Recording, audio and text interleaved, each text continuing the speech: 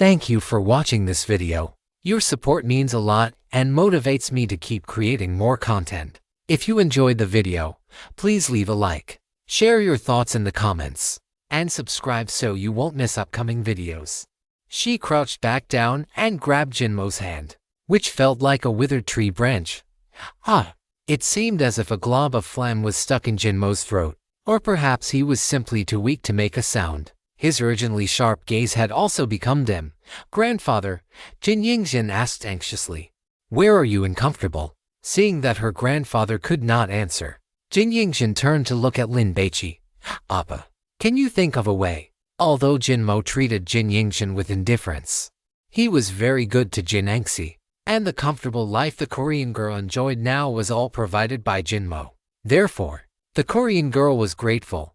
If there was a chance to cure Jinmo, she would definitely strive for it. Lin Baici remained silent.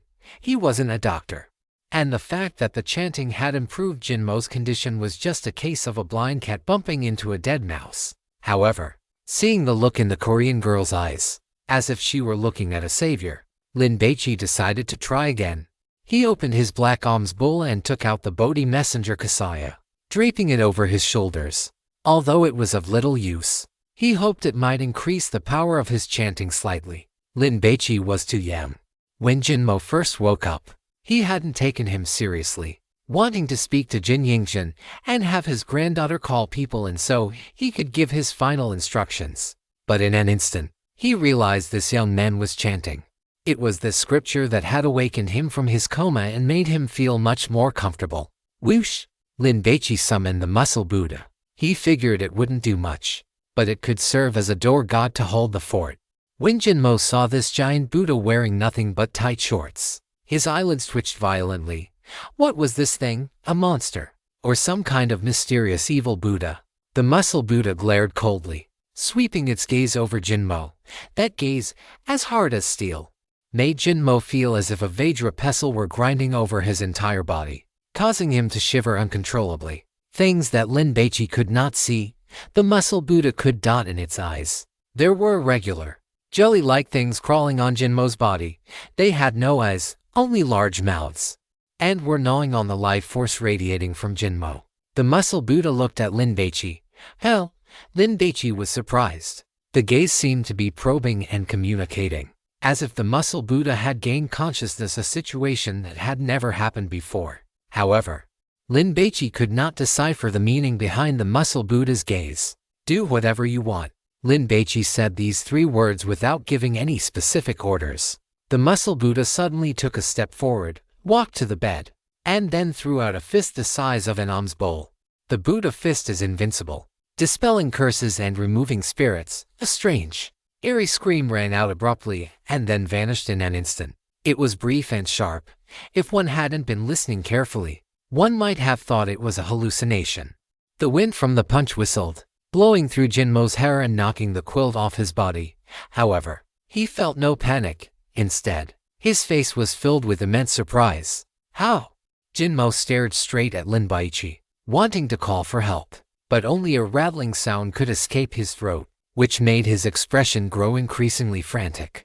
The Filipino maid sensed the force of a punch and instinctively looked up, her vision immediately filled by the massive figure of the muscular Buddha. Under the influence of the Buddhist scriptures, she did not panic. She did not know what this was, but that did not stop her from feeling awe and piety, even if this was an evil Buddha. Seeing the muscular Buddha throw a punch, Jin Yingjin felt a surge of excitement. Could there be hope? Lin Baici frowned, sizing up Jinmo before looking at the environment of the master bedroom. What is the muscular Buddha hitting? Is there some monster that I cannot see? The God Eater said that Jinmo's current condition was the result of a curse. Could the muscular Buddha actually strike an invisible, intangible curse? Lin Baici took out the divination tortoise shell. This divine taboo item also fell under the category of curses. Tortoise shell divination. Spirit channeling inquiry.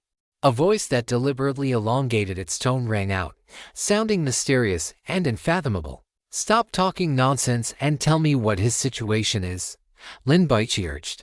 "I am a high priest, a spirit medium, a shaman, but I am definitely not a doctor. If it had eyes, the ghost spirit would have definitely rolled them at Lin Baici 100 times. Do you believe I will smash you? Lin Baici made a gesture as if to slam the tortoise shell onto the ground. Curse-ridden, a dying man, cannot be cured, just wait for death. Farewell. After the divination tortoise shell finished speaking, it stopped making a sound. It had no interest in performing divination for a dead man. Hearing this, tears welled up in Jin Yingxin's eyes instantly. Jinmo's face also turned pale, his body still trembling. He struggled to speak, wanting to call for help and tell Lin Baici not to give up. Is there really no way? Lin Baici pressed further. The tortoise shell, which was usually a chatterbox and couldn't wait to perform divination for people every time it appeared, played dead this time. Lin Baici did not give up. After thinking for a moment, he took out a metal oil lamp.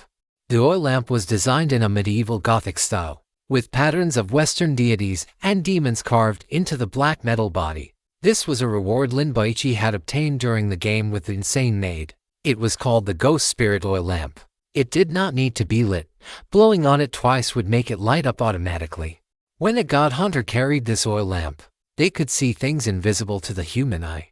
One must never use it when passing by graveyards, ancient houses, or dilapidated castles, otherwise, it would be like starring in a real-life horror movie. What does a female ghost taste like? I really want to chew on one and find out. Lin Baici lifted the oil lamp and blew twice toward its wick. Whoosh! A cluster of green flames ignited, and immediately, the green light poured out like spilled mercury. However, it stopped after illuminating only about 10 meters around Lin Baici. A warm sensation enveloped his entire body, just like basking in the sun on a balcony in winter. Lin Baici intended to bring the ghost spirit oil lamp closer to Jinmo, but it was unnecessary. When the green light shone on him, Lin Baici saw a big-headed infant lying on Jinmo's stomach. A red umbilical cord, as thick as a toddler's wrist and covered in wrinkles, was connected at one end to the infant's stomach and at the other to Jinmo's navel. Lin Baici was startled. This big-headed infant was covered in green scales, with short, stubby limbs, clinging tightly to Jinmo. It looked as if Jinmo had grown a tumor on the outside of his body. The big-headed infant's lips were black and purple, and a tongue over half a foot long would occasionally dart out to lick Jinmo's belly. Every time this happened, Jinmo would shudder, his whole body turning cold. What is it? Jin Yingxin looked confused because she was not holding the ghost spirit oil lamp and could not see this filthy thing. I think I have found the culprit. Lin Baici looked at the big-headed infant and drew his bronze sword. But he did not attack rashly. He did not know the attack method of this ghostly thing, and if he were careless and accidentally caused Jinmo's death, it would be troublesome. Should I continue chanting scriptures? As Lin Baici hesitated over whether to let the muscular Buddha perform an exorcism on this thing, the God-Eater spoke up. The muscular Buddha can exorcise it with one punch, but after the curse is removed, this dead thing will cause massive pollution to the cursed person. A young person might just fall into a serious illness and recover in 10 days or half a month. But for someone who is frail or elderly, there is a high probability they will die on the spot. Does this mean there is no saving him? The cat god will eat spiritual bodies it likes. The cat god. Does it mean the one summoned by the cat god's scales? To be honest, if there was any possibility, Lin Baici would want to activate this divine taboo item, because many of those questions lacked logic and were purely based on luck. If the God-Eater did not help, Lin Baici had a high chance of failing to pass the rule-based pollution created by the cat god's scales. However, this was Jin Yingxin's grandfather after all. He could not just stand by and watch him die. Lin Baici took out the cat god's scales and activated them, accompanied by the sound of a cat's cry. A slender black cat appeared on the floor. It shouldn't work, right? Lin Baici thought this cat was cute and sexy, likely the greatest beauty among cats. No matter how poor its taste was, it shouldn't like eating a big-headed infant, right? The black cat let out a cry. After glancing at the big bed and the filthy thing lying on Jinmo's stomach, it took a few steps with an elegant gait and jumped onto the bed. The big-headed infant seemed to sense danger and tried to crawl away, but its limbs were too short, making it look like a caterpillar wriggling in place. The black cat lifted a small paw and pressed it down, pinning the umbilical cord. Then, it bit down with its small teeth and tore. The umbilical cord snapped. Jinmo let out a cry. "Save me! Save me!" Jinmo shouted. The Filipino maid crawled on the floor, looking shocked. What happened? Why did the master suddenly wake up? "Appa, is my grandfather okay now?" Jin Yingzhen was overjoyed. It is only right. Lin Baici saw the black cat holding the umbilical cord in its mouth, dragging the big-headed infant as it jumped off the bed, seemingly intent on finding a safe place to feed. He immediately blew out the ghost spirit oil lamp. He could not watch any longer, otherwise, the image of this feeding would become a lifelong psychological trauma. "Save me," Jinmo croaked in a voice strained to the breaking point. "The treatment is finished. Please rest in peace and quiet." Lin Baici offered a faint smile. "You should be able to live for another dozen years or so." Given Jinmo's power and status, he could obtain the best medical care in Korea. Unless he lived recklessly, he could truly live for a long time. Jinmo waited for a few seconds, and once he was certain that Lin Baici was not joking, he let out a sigh of relief. Jinmo's eyes were filled with gratitude. After thanking Lin Baici, he looked toward Jin Yingzhen, wanting to reach out and stroke her hair. This granddaughter had saved his life this time. The situation was obvious. This young man, who spoke Korean but was clearly a person from Juzhou, had been invited by Jin Yingzhen. Grandfather, please rest well. Jin Yingzhen was happy from the bottom of her heart. However, it would be best to find someone you trust to take care of you. The Korean girl did not say much more, but given Jinmo's shrewdness and experience, he understood in an instant, especially since this illness had been unusual from the start. "I will definitely visit you in person to thank you." Jinmo forced himself to finish the sentence, not only because Lin Baici had saved him, but also because there might come a day when he would need to call upon this person again. One must not neglect a person like this. After Jin Yingzhen said a few more words, she stood up to leave. After all, Jinmo had just regained consciousness and still needed to rest. The two of them went downstairs, and upon reaching the lobby, they happened to see a woman in her 30s holding a child as she entered. "Yingzhen." The woman took the initiative to greet them. She was wearing a simple white dress, wore no makeup, and appeared gentle and delicate. "Little grandmother," Jin Yingzhen called out. Hearing this form of address, Lin Baici could not help but size the woman up a few times. Old Master Jin was quite something. Not only was he an old ox eating tender grass, but he could actually still father a child. The child the woman was holding was only 4 or 5 years old. Did this not mean the old man could still have children in his 60s? "The child is Jinmo's," the gourmet commented. "However, the way it was born might be different from what you imagine. Could it be a test tube baby?" Lin Baici quickly stopped his wild thoughts. This was someone else's family business, and he had no interest in gossip. Jin Yingzhen's relationship with the woman in the white dress was merely average, and after a few polite exchanges, they left. Once the two returned to the car and drove away from the estate, Jin Yingzhen took the initiative to speak. "That woman is quite good to my grandfather. She is considered his emotional anchor." In Jin Yingzhen's view, an old man marrying such a young woman was somewhat disgraceful. "Are you sure they are in true love?" Lin Baici deliberated over his wording. "Your grandfather was cursed by someone this time. Someone is trying to assassinate him." Jin Yingzhen was startled, then fell into deep thought.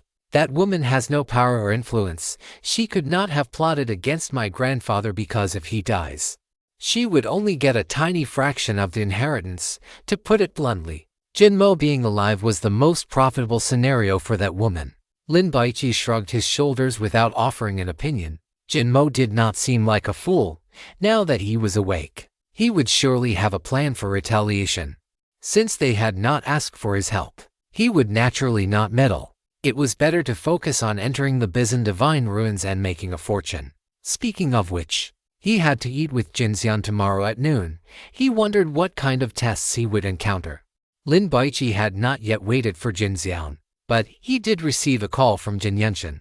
Jin Yingzhen's eldest sister invited her younger sister and Lin Baici to dinner. "Are we going?" Jin Yingzhen kept one hand on the steering wheel and looked at Lin Baici. "Her target is clearly you. Trying to win me over."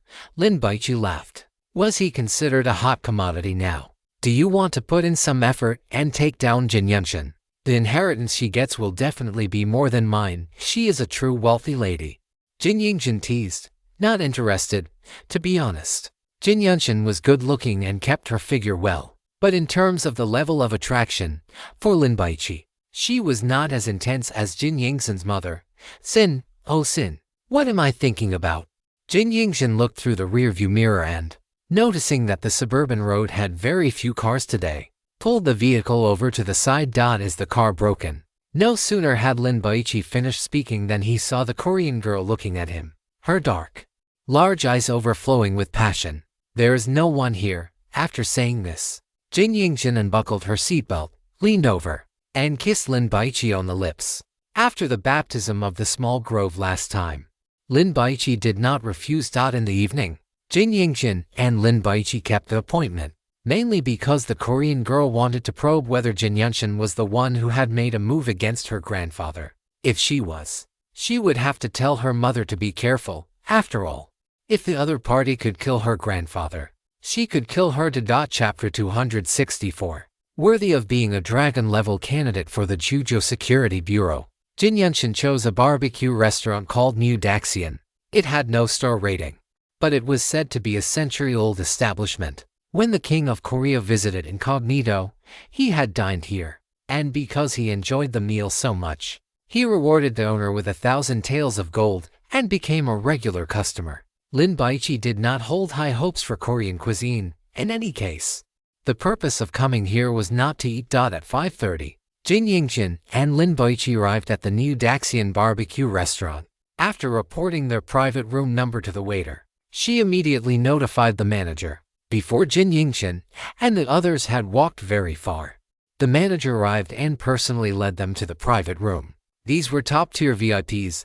As long as Jin Yunshin and Jin Yingxin came to eat here a few more times, the barbecue restaurant's fame would greatly increase due to their patronage. After all, the preferences of the Jin sisters were considered a trendsetter in the circle of the second generation, and many people imitated them. Inside the private room, there were 3 people. Besides Jin Yunshin, there was a man and a woman. The man was very short, with a small mustache on his upper lip, kneeling on the tatami mat, exuding a distinctly Japanese aura. The woman had average looks and was wearing a kimono with a cherry blossom pattern. Her black hair was styled in the yoko style, the kind of luxurious-looking bun used by courtesans during parades. Is this Jin Yunshin's bodyguard or a guest? Lin Baici was confused.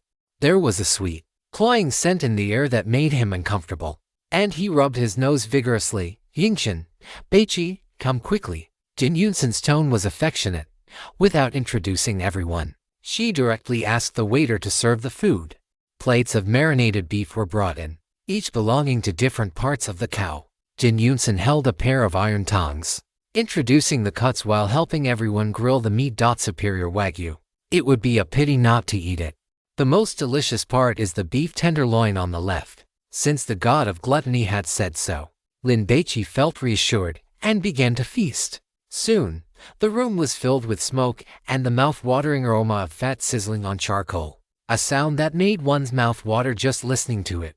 After finishing a round of grilled meat, Jin Yunshin sat up straight and wiped her mouth with a napkin. Yingxin, after grandfather passes away, there will definitely be huge changes in the family. What do you and Aunt plan to do? Jin Yunshin had invited Jin Yingxin out to eat this time specifically to win over her and her mother. As long as she gained the support of Jin Engxi, her voice within the conglomerate would carry more weight. Jin Dongcheng was a good-for-nothing. Just because he was a man, he could be there. This was too unfair for Jin Yunshin. Her father inheriting the family business was a foregone conclusion. What she needed to do was snatch more food from Jin Dongcheng's mouth, or even sweep him out the door. Jin Yingxin was stunned. Wasn't grandfather fine?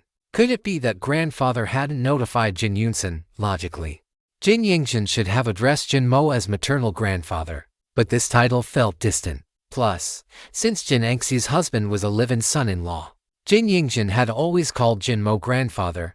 Yingxin, as women, I know your hardships, so I will definitely not let you suffer any losses. Jin Yunshin raised her glass and took a sip of red wine. Her posture was that of a victor, which made Jin Yingxin suddenly look forward to seeing what her expression would be once she found out that grandfather was safe and sound. She would probably be extremely disappointed, right? Thinking of this, Jin Yingxin glanced at Lin Baici.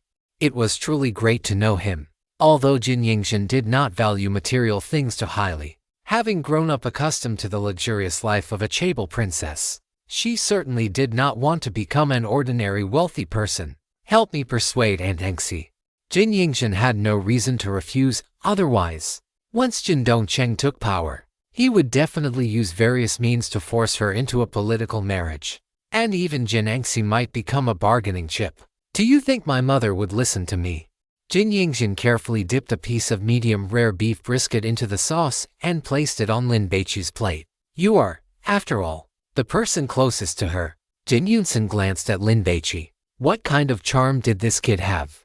Why did Jin Yingxin treat him this way? Just because he could fight, to be honest. If Jin Yingxin hadn't already taken the first step, and if the gossip about fighting over a man with her sister didn't sound bad, Jin Yunsen would have liked to keep a little toboy like this too.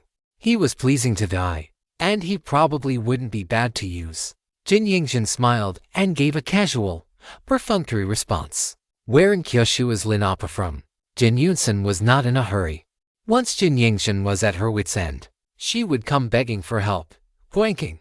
Lin Baici focused on eating the meat. Jin Yingxin felt that the Jin family was finished. That guy Jin Dongcheng was a total waste, completely lacking ambition. Just waiting to inherit the conglomerate so he could rot away and enjoy the glory of being above others. Jin Yunsen had the heart to achieve something, but her ability was too poor. She had only been thinking about fighting for the family fortune recently and hadn't noticed what happened at Li Taiwu's birthday party. Ordinary people certainly wouldn't have access to such rumors. But Jin Yunsen must have channels to find out. Once she knew, her attitude toward Lin Appa would definitely not be as lukewarm as it was now. She would be in awe and would spend a greater price to win him over, rather than being so indifferent. Although there was a range hood in the private room, the aroma of the grilled meat was still very strong, making one's appetite soar. However, that sweet, cloying scent was always lingering, which was a real mood killer. Having too strong a sense of smell isn't always a good thing. Lin Baici sighed. Butterfly pollen. If a male inhales it for a long time, he will develop an attachment to the pollen, that is, this scent, and subsequently fall in love with the creator of this pollen. The god of gluttony commented. Lin Baici frowned deeply. Damn it. He had originally thought it was a strong-smelling women's perfume. He hadn't expected it to be a divine taboo item. It only worked on males. This was clearly aimed at him. Lin Baici was immediately annoyed. The source of the scent was the woman with the courtesan bun. Lin Baici didn't look at her, but instead looked at Jin Yunsen and took the dream totem out of his pocket. This was a trophy he had obtained from a member of the Lost Coast. How about playing a little game? After Lin Baici finished speaking, he spun the little totem. The totem began to spin on the table. What are we playing? Jin Yunsen subconsciously looked at the little totem. Halfway through her sentence, she suddenly became dazed, staring fixedly at the totem as if it were the beautiful dream she had chased her whole life. The willpower of the man with the mustache and the courtesan was clearly stronger than Jin Yunsen's. Their eyes were full of resistance, wanting to break free from the totem's attraction, but it was so difficult. Reason told them not to look, but their emotions told them that if they didn't look at this totem, they would never have such a sweet dream again in their lives. The man with the small mustache let out a shout, suddenly clasped his hands together, and snapped the fingers of his left hand. Crack! Amidst the crisp sound of breaking bone, the man with the mustache regained his clarity. Then, with a metallic clang, he drew the katana he had placed beside him. On the other side, the fragrance emanating from the urn suddenly intensified, as if it had a refreshing effect that helped her regain consciousness. Seeing the two of them break free from the dream, Lin Baici put away the spinning top. Jin Yunsen's body jolted, and she immediately shouted. As she spoke, she lunged forward, trying to reach out and grab the spinning top. Because her movements were so frantic, her right hand almost pressed onto the charcoal grill. Fortunately, the urn was quick-witted and grabbed Jin Yunsen's clothes, preventing her from getting burned. The man with the mustache shouted sternly. Jin Yunsen had not yet fully recovered. It was only after the urn extended her index finger and rubbed it against her philtrum, allowing her to inhale that sweet fragrance, that she regained her senses. After a few seconds of dazed silence, Jin Yunsen cursed. What are you doing? Damn it! If it weren't for Hanakawa Nanami, would she have been controlled by this guy? Just thinking about what he might have done to her. Actually, it wouldn't be entirely unacceptable, but she would have to be on top. What kind of crazy thoughts are these? Jin Yunshin did not know that the pollen Hanakawa Nanami had applied made people easily obsessed with beautiful things. And at that moment, Lin Baici counted as one such thing to her. What do you think? Lin Baici took a bite of the grilled meat. Sibel. Jin Yunshin was annoyed by Lin Baici's attitude and glared at Jin Yunshin. I sincerely wanted to cooperate with you. And this is the attitude you give me? Hanakawa Nanami held a teacup in her right hand, supporting the base with her left, and sipped the tea in a leisurely manner. Just wait a little longer. Once this man inhaled enough pollen, he would become her suitor. By then, he would obey any command she gave him. Then, why don't we start by having him bark like a dog and sleep in a kennel for a few nights? Hanakawa Nanami was still lost in thought when a cup of scalding tea was suddenly splashed toward her. She instinctively wanted to dodge, but her sixth sense told her that if she moved, she would lose her head. This moment of hesitation caused the tea to splash across her face. Splash! Hanakawa Nanami's expression changed instantly. For a god hunter, their tolerance was very high. Even boiling tea would not cause a burn. However, the problem was that being splashed in the face was humiliating. What was even more terrifying was that the scalding tea was the most effective way to disperse the scent of the pollen. Was this Kyushu man just lucky, or was it intentional? Ever since we entered this private room, we have been contaminated. I would like to ask, why did you do this? Lin Baici snorted coldly. If the gluttonous god hadn't told him that the scalding tea could purify the contamination, Lin Baici would have already activated lightning flash to cut off the Warren's head. Mono Ayumi, the man with the mustache, stiffened. He knew his companion's methods. Hanakawa Nanami lowered her head. Terrible. So the scheme had been seen through long ago. This guy wasn't very old, but he had plenty of experience. He was a terrifying opponent. What? Jin Yunshin was confused. You should be grateful for my mercy. Lin Baici glanced at the Japanese man and woman, then stared at Jin Yunshin. I'm giving you face, otherwise I would have already severed their heads. Mono Ayumi's lips moved, wanting to retort, but he had no sufficient excuse. Indeed, at such close range, even if he had only been affected by that spinning top for a single second, it would have been enough for the other party to kill him. He had been calm earlier because he thought Lin Baici was under the influence of his companion's god-forbidden item, contamination. Jin Yunshin slammed her chopsticks onto the table. Appa, what is going on? Ask this Miss Jin. Lin Baici continued to eat the grilled meat. It was high-quality wagyu. It would be a waste not to eat it. Jin Yunshin didn't know what had happened either and was just about to ask when someone pushed open the door to the private room, walking in while clapping. Brilliant. Truly worthy of being a dragon-level candidate for the Kyushu Security Bureau. Chapter 265 Jinxian. The person who walked in was a tall young man wearing a camel-colored long trench coat and a plaid scarf. His face was handsome, and his good looks were tinged with a sharp, piercing quality. His gaze was extremely keen. He was very tall and possessed a powerful aura, much like the male lead in a Korean idol drama. As soon as he entered, it felt as if all the cameras were focused on him. Jinxian? Jin Yunshin did not expect to run into Jinxian here, and judging by his words, he seemed to be praising that Kyushu man. Jin Yunshin stood up to greet him. Hanakawa Nanami and Mono Ayumi had heard the name Jinxian. He was the top figure of the Sejong sect, a powerful god hunter. So they quickly stood up to pay their respects. Jin-san. Their tone was respectful and humble. Jinxian ignored the two small fries and, with the bright, cheerful smile of an idol drama lead, walked up to Lin Baici and extended his hand. Baici, nice to meet you. Lin Baici stood up and shook Jinxian's hand casually. Hello. Mono Ayumi and Hanakawa Nanami's expressions became awkward. This dismissal made them very unhappy, but they dared not erupt easily because they couldn't beat him. A powerhouse. I do not allow other top-tier predators within a hunting ground. Please kill him as soon as possible to dominate this hunting ground alone. Lin Baici raised an eyebrow. This was the first time he had heard such a comment from the gluttonous god. It seemed it held Jinxian in high regard. Jin Xian sat down in the seat vacated by Jin Yingxin and gestured to everyone. Sit. Mono Ayumi and Hanakawa Nanami prepared to sit down, enduring the embarrassment of being ignored. But before their backsides could touch the seats, Jin Xian looked over. The three of you, if you have nothing else to do, you may leave now. It just so happens that I ran into Bai Kai today, and I have something to discuss with him. Although Jin Xian could not even be considered a guest, he had effectively taken charge and issued an order to leave. Yet, no one felt dissatisfied or found it strange, as if it were only natural. Zhenaibu and Hana Jiangqihai dared not defy Jin Xian's orders and wanted to leave. But their employer, Jin Yunxin, had not yet spoken. Just as the two were calculating how to persuade their employer, Jin Yunxin had already stood up.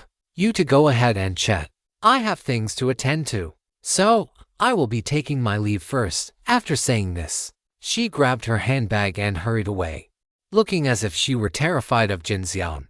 Zhenaibu and his companion felt relieved and quickly chased after her. Once they reached the outside of the New Daxian barbecue restaurant, Jin Yunxin stood by the roadside, lit a cigarette, and took a few puffs before asking, "Is that Kyushu man very powerful?" Zhenaibu wanted to say he was average, but looking at the disheveled state of Hana Jiangqihai, who was still covered in the tea he had splashed, he realized that if he called the guy a scrub, wouldn't that make him an even bigger loser? His combat strength isn't clear, but he is extremely experienced. He saw through my little tricks at a single glance. Hana Jiangqihai was subtly implying that if they were to fight, she would be the one to win. Jin Yunxin let the words go in one ear and out the other. She was curious about what Jin Xian wanted with this Kyushu man. A cold wind blew, and the sky seemed ready to snow. Forget it. I won't think about it. Regardless of how powerful that Kyushu man is, he won't be able to help Jin Yingxin anyway. Jin Yunxin flicked away her cigarette butt. What comforted her was that Jin Yingxin had neither the qualifications nor the opportunity to inherit the family business, even if that Lin Baici were to descend like a god. It would be useless. Inside the private room, Jin Yingxin had intended to ask the waiter to replace the table of food, but Jin Xian stopped her. He was not the type to be particular about such things. As Jin Xian spoke, he reached for the soju, clearly intending to pour a drink. Seeing this, Jin Yingxin quickly moved to do it herself, but Jin Xian stopped her. I will pour this cup. Jin Xian filled Lin Baiqi's glass. Thank you for purifying the rule-based pollution at the Litaiwu estate and capturing the culprit. You saved many lives, and I toast to you. You are too kind. Lin Baici downed the drink in one gulp. The second cup is my apology. I should have met with you much sooner, but I have been too busy lately. Speaking of which, it is all because of the Qin Palace God ruins. The soju flowed from the green bottle with a gurgling sound, filling the glass. When I go to Kyushu in a few months, you must play the part of a good host. Jin Xian smiled, looking very graceful. I will definitely make sure you enjoy your visit. Lin Baici smiled slightly. He was treating Jin Xian with courtesy not because of his status as a god hunter, but because he was Jin Yingxin's brother. The third cup. I ask for your understanding. Jin Xian filled Lin Baiqi's glass again. My Korea is not as vast and resource-rich as your Kyushu. The Bizen God ruins are extremely precious to us. I have already taken on a great deal of responsibility by allowing you to take all the spoils of war. I have been criticized by some of the old stubborn members of the Sejong Order, so I must obtain something to answer to them. I will arrange a 7-person team to accompany you into the God ruins. Their task is simply to record the process of you purifying the rule-based pollution and containing the divine taboo items. Rest assured, they will absolutely not interfere with any of your actions, and you do not need to follow their orders. Jin Xian said all of this in one breath. Do you think too highly of me? Lin Baici was surprised. What was there to record about the process of purifying rule-based pollution? Only dragon level 1s had any reference value. Besides, as long as he kept his secrets well enough, the gluttonous god would never be exposed. I may not trust my own judgment, but I must trust Jia Hongmian's. Jin Xian complimented Lin Baici. The person she chooses will definitely not be mediocre. It is such a pity, actually. I had planned to recruit you long ago, but I was one step too slow. Jin Xian tilted his head back and finished the glass of soju. Lin Baici smiled and did not respond. The day after tomorrow, at 10:00 a.m., gather at the Seoul station. We will depart for Daegu City, and after a final rest there, we will begin the Bizen trip. Jinseon raised his left wrist and checked the time. I have things to do, so I will be leaving first. You to take your time eating. Oppa, grandfather. Jin Yingjin wanted to tell Jinseon about the curse her grandfather was suffering from, but Jinseon waved his hand.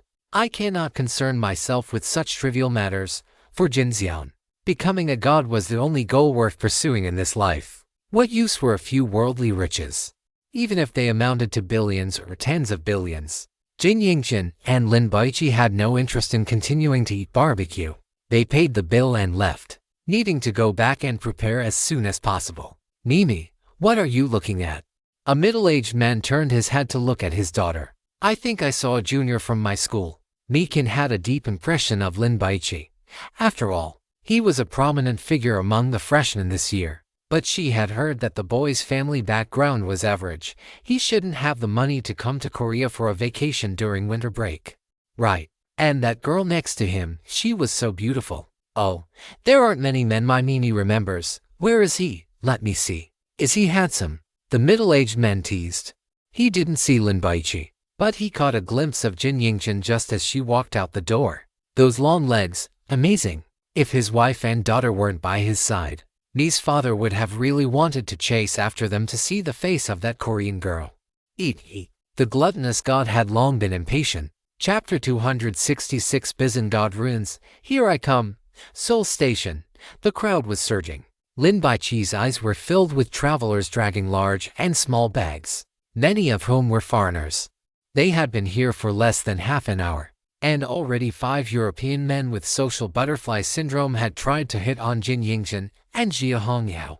This made Huo Yu very depressed. She felt that those hairy guys hadn't fully evolved and simply didn't understand the cuteness of a petite beauty like her, as expected of a major tourist metropolis.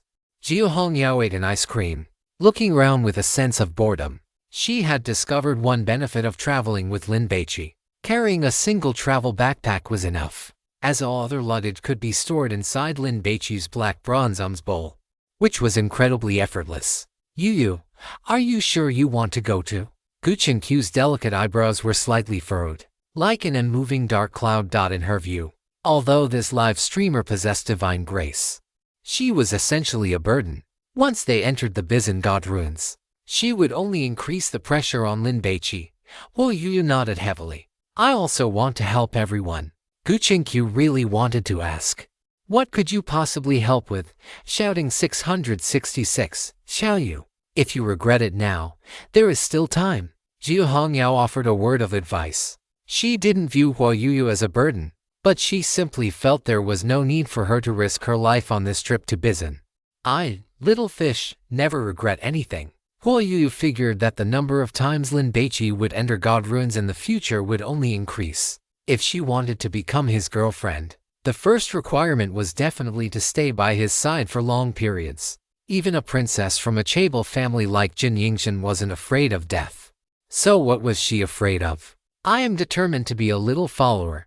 Everyone chatted and laughed, and soon it was time to gather. Jinseon arrived on time with 7 people. Yingjin, Baici, Hongyao. Jinseon greeted them one by one and smiled at Gu Qingqiu.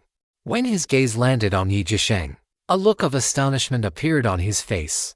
What on earth is this? Why is there such a heavy scent of a god-forbidden object? Yi Jisheng was wearing a down jacket with the hood pulled over his head. He also wore a mask and sunglasses that covered most of his face, wrapping himself up completely. Anyone who didn't know better would think he was a big celebrity traveling privately, afraid of being recognized by fans. This is Quan Zhonggren, the leader of this team.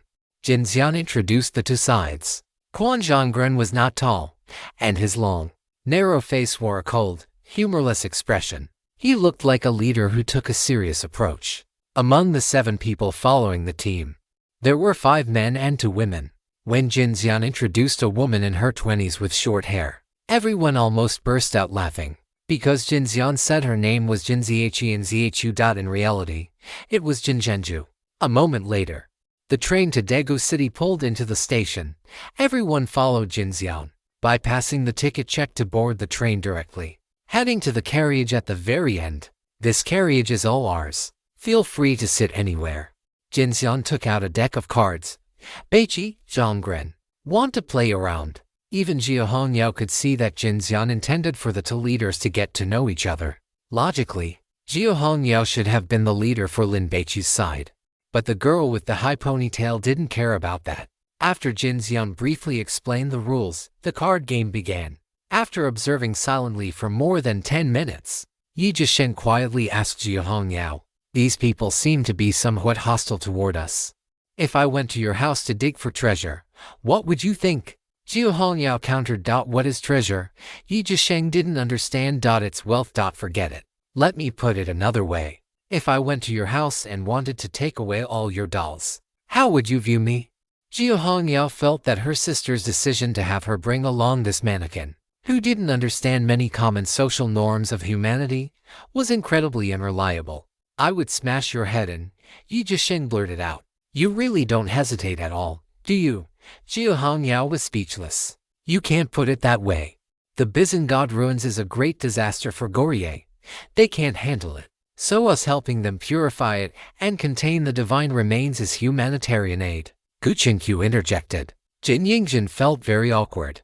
Gu Qingqiu hadn't lowered her voice. But even if she had, the enhanced hearing of these god hunters would have allowed them to hear clearly. Sure enough, besides Jinxian, even Quan Zhonggren, who was playing cards with Lin Baici, stared over with unkind eyes. If it weren't for the sake of Jinxian's face, they would have already started cursing. These Juju people are too arrogant.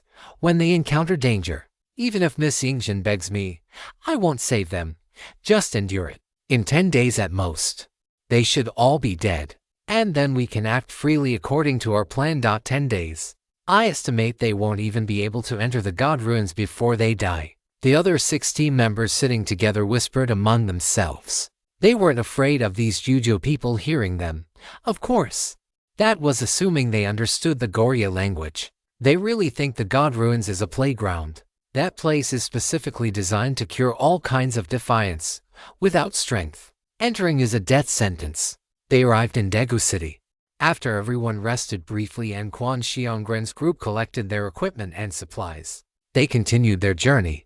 Arriving in Miryang City at 7 that evening, Lin Baici and the others stepped off the train to see soldiers armed with live ammunition standing on the platform. A guard every 5 steps and a sentry every 10. There wasn't a single ordinary person in sight. This had originally been a small city with a population of over 100,000. After the meteor fell on Bizan and the God Ruins formed, the city's population gradually migrated, and it became a military base. A few months ago, the Bizan God Ruins began to spread outward again. Fortunately, the speed was slow, otherwise, Miryang City would have been abandoned as well. In fact, this time, it wasn't just Lin Baici's hunter team. More than 20 teams from various countries had received entry permits. Sejong Zheng hoped to use these people as cannon fodder to scout the path. Even if they couldn't find the reason for the God Ruins expansion, they could at least purify some rule-based pollution, reducing the losses for Sejong Zheng members when they entered later. Hua Yuyu stepped out of the train station and froze, because from here, she could see a vast, boundless dark mist in the distance. It churned like a monster waiting to devour people. Lin Baici patted the little fish's shoulder. Hua Yuyu looked at Lin Baici's still calm face and suddenly felt a sense of relief. I really want to hold his hand. When are we going in? Jia Hongyao was eager to try tomorrow. That is not up to me to decide. We have to wait for the Bizan train to arrive at the station. Jinxian explained, however, based on previous patterns, it should be within these next 2 days. What do you mean? Gu Qingqiu was puzzled. It sounded like one could not just enter this God Ruins whenever they pleased. To enter this God Ruins, you must board the Bizan train. The train arrives once every 3 months and stays for half an hour. If you miss it, you have to wait another 3 months. Quan Zhonggren introduced. He left one thing and said, to get on the train, one also had to obtain a ticket. He did not think these people could manage that. At least not the girl who looked like a minor.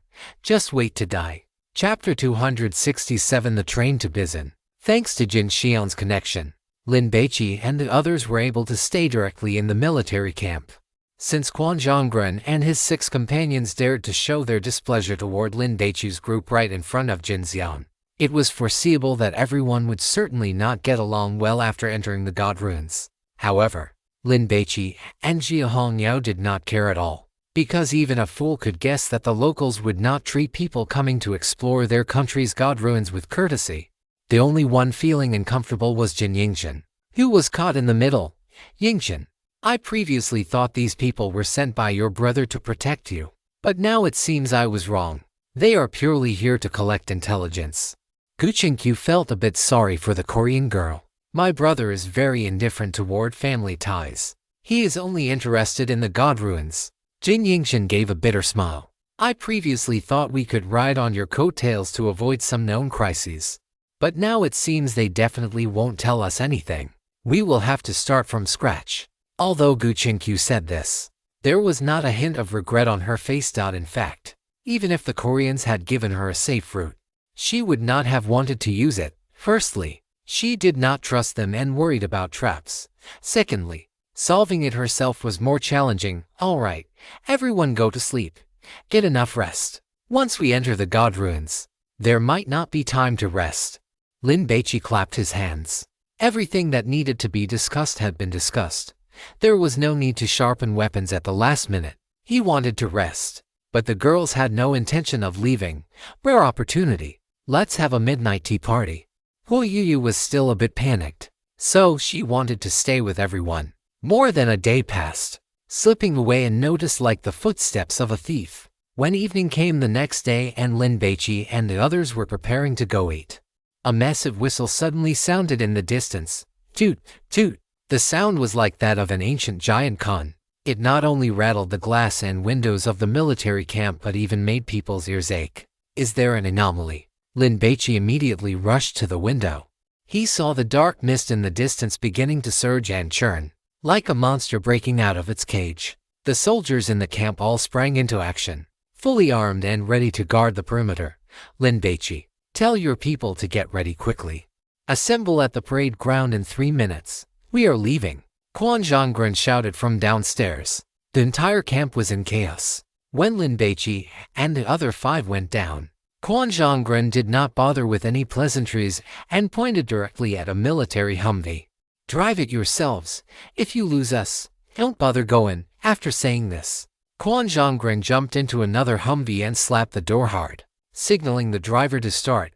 I'll drive, Jia Hongyao spoke quickly. But Jin Yingxin was faster. Her long legs, clad in tight leather pants, strode out, and she reached the Humvee in a few steps. Click. The Korean girl pulled open the driver's side door and slid in. I'll drive. If we encounter combat, Hongyao, you are the main force. From this moment on, Jin Yingxin considered herself a member of Lin Baici's team and wanted to do what she could.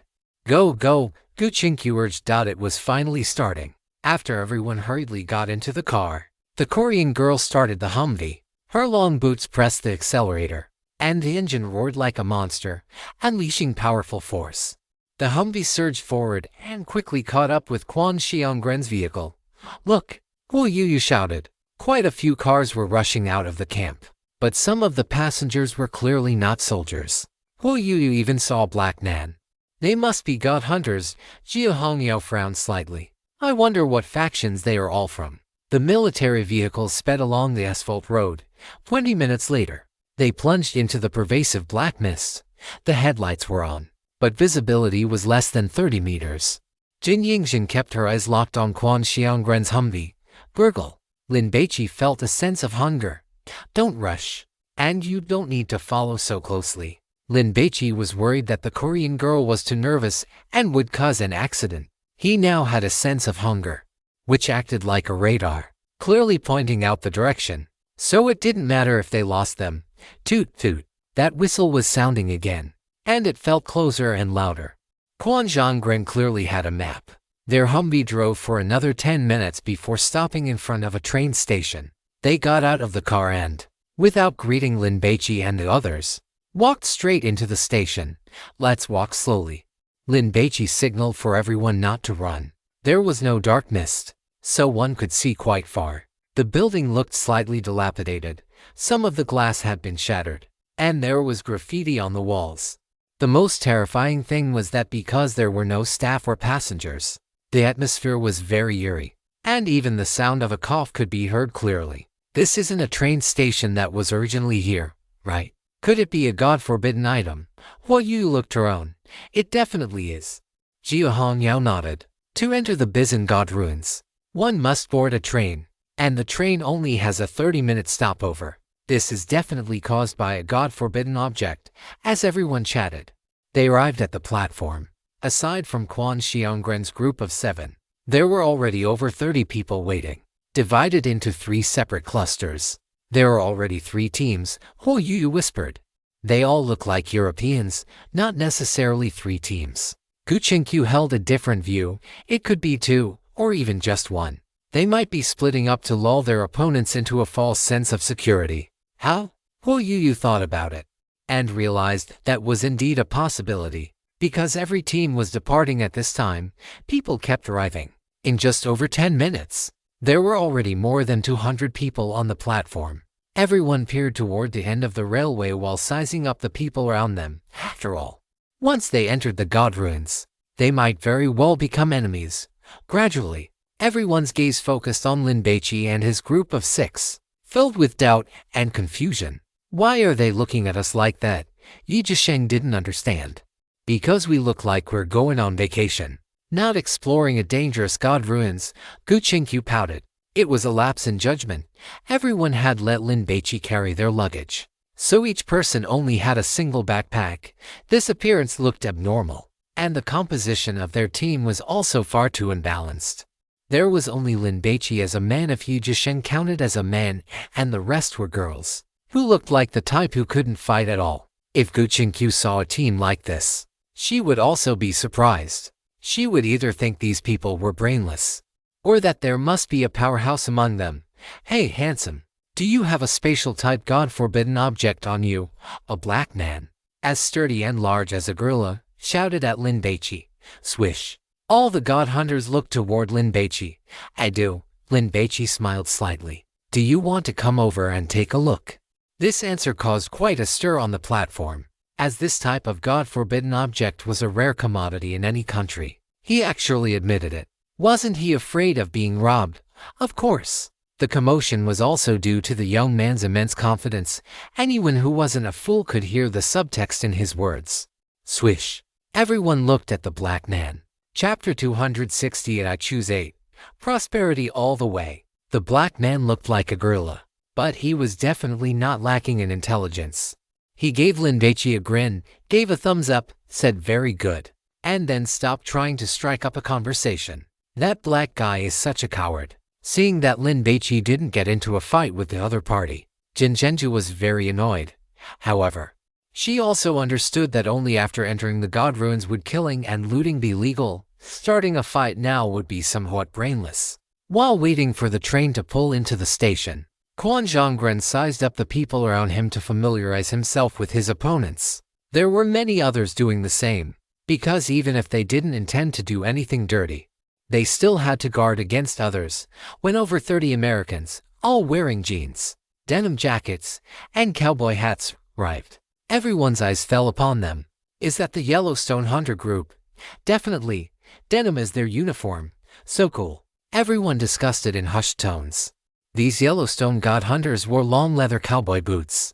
Although they weren't riding horses, they still had mithril spurs embedded in their heels, and the horseshoes nailed to their soles made a clacking sound as they walked. Are these people very strong?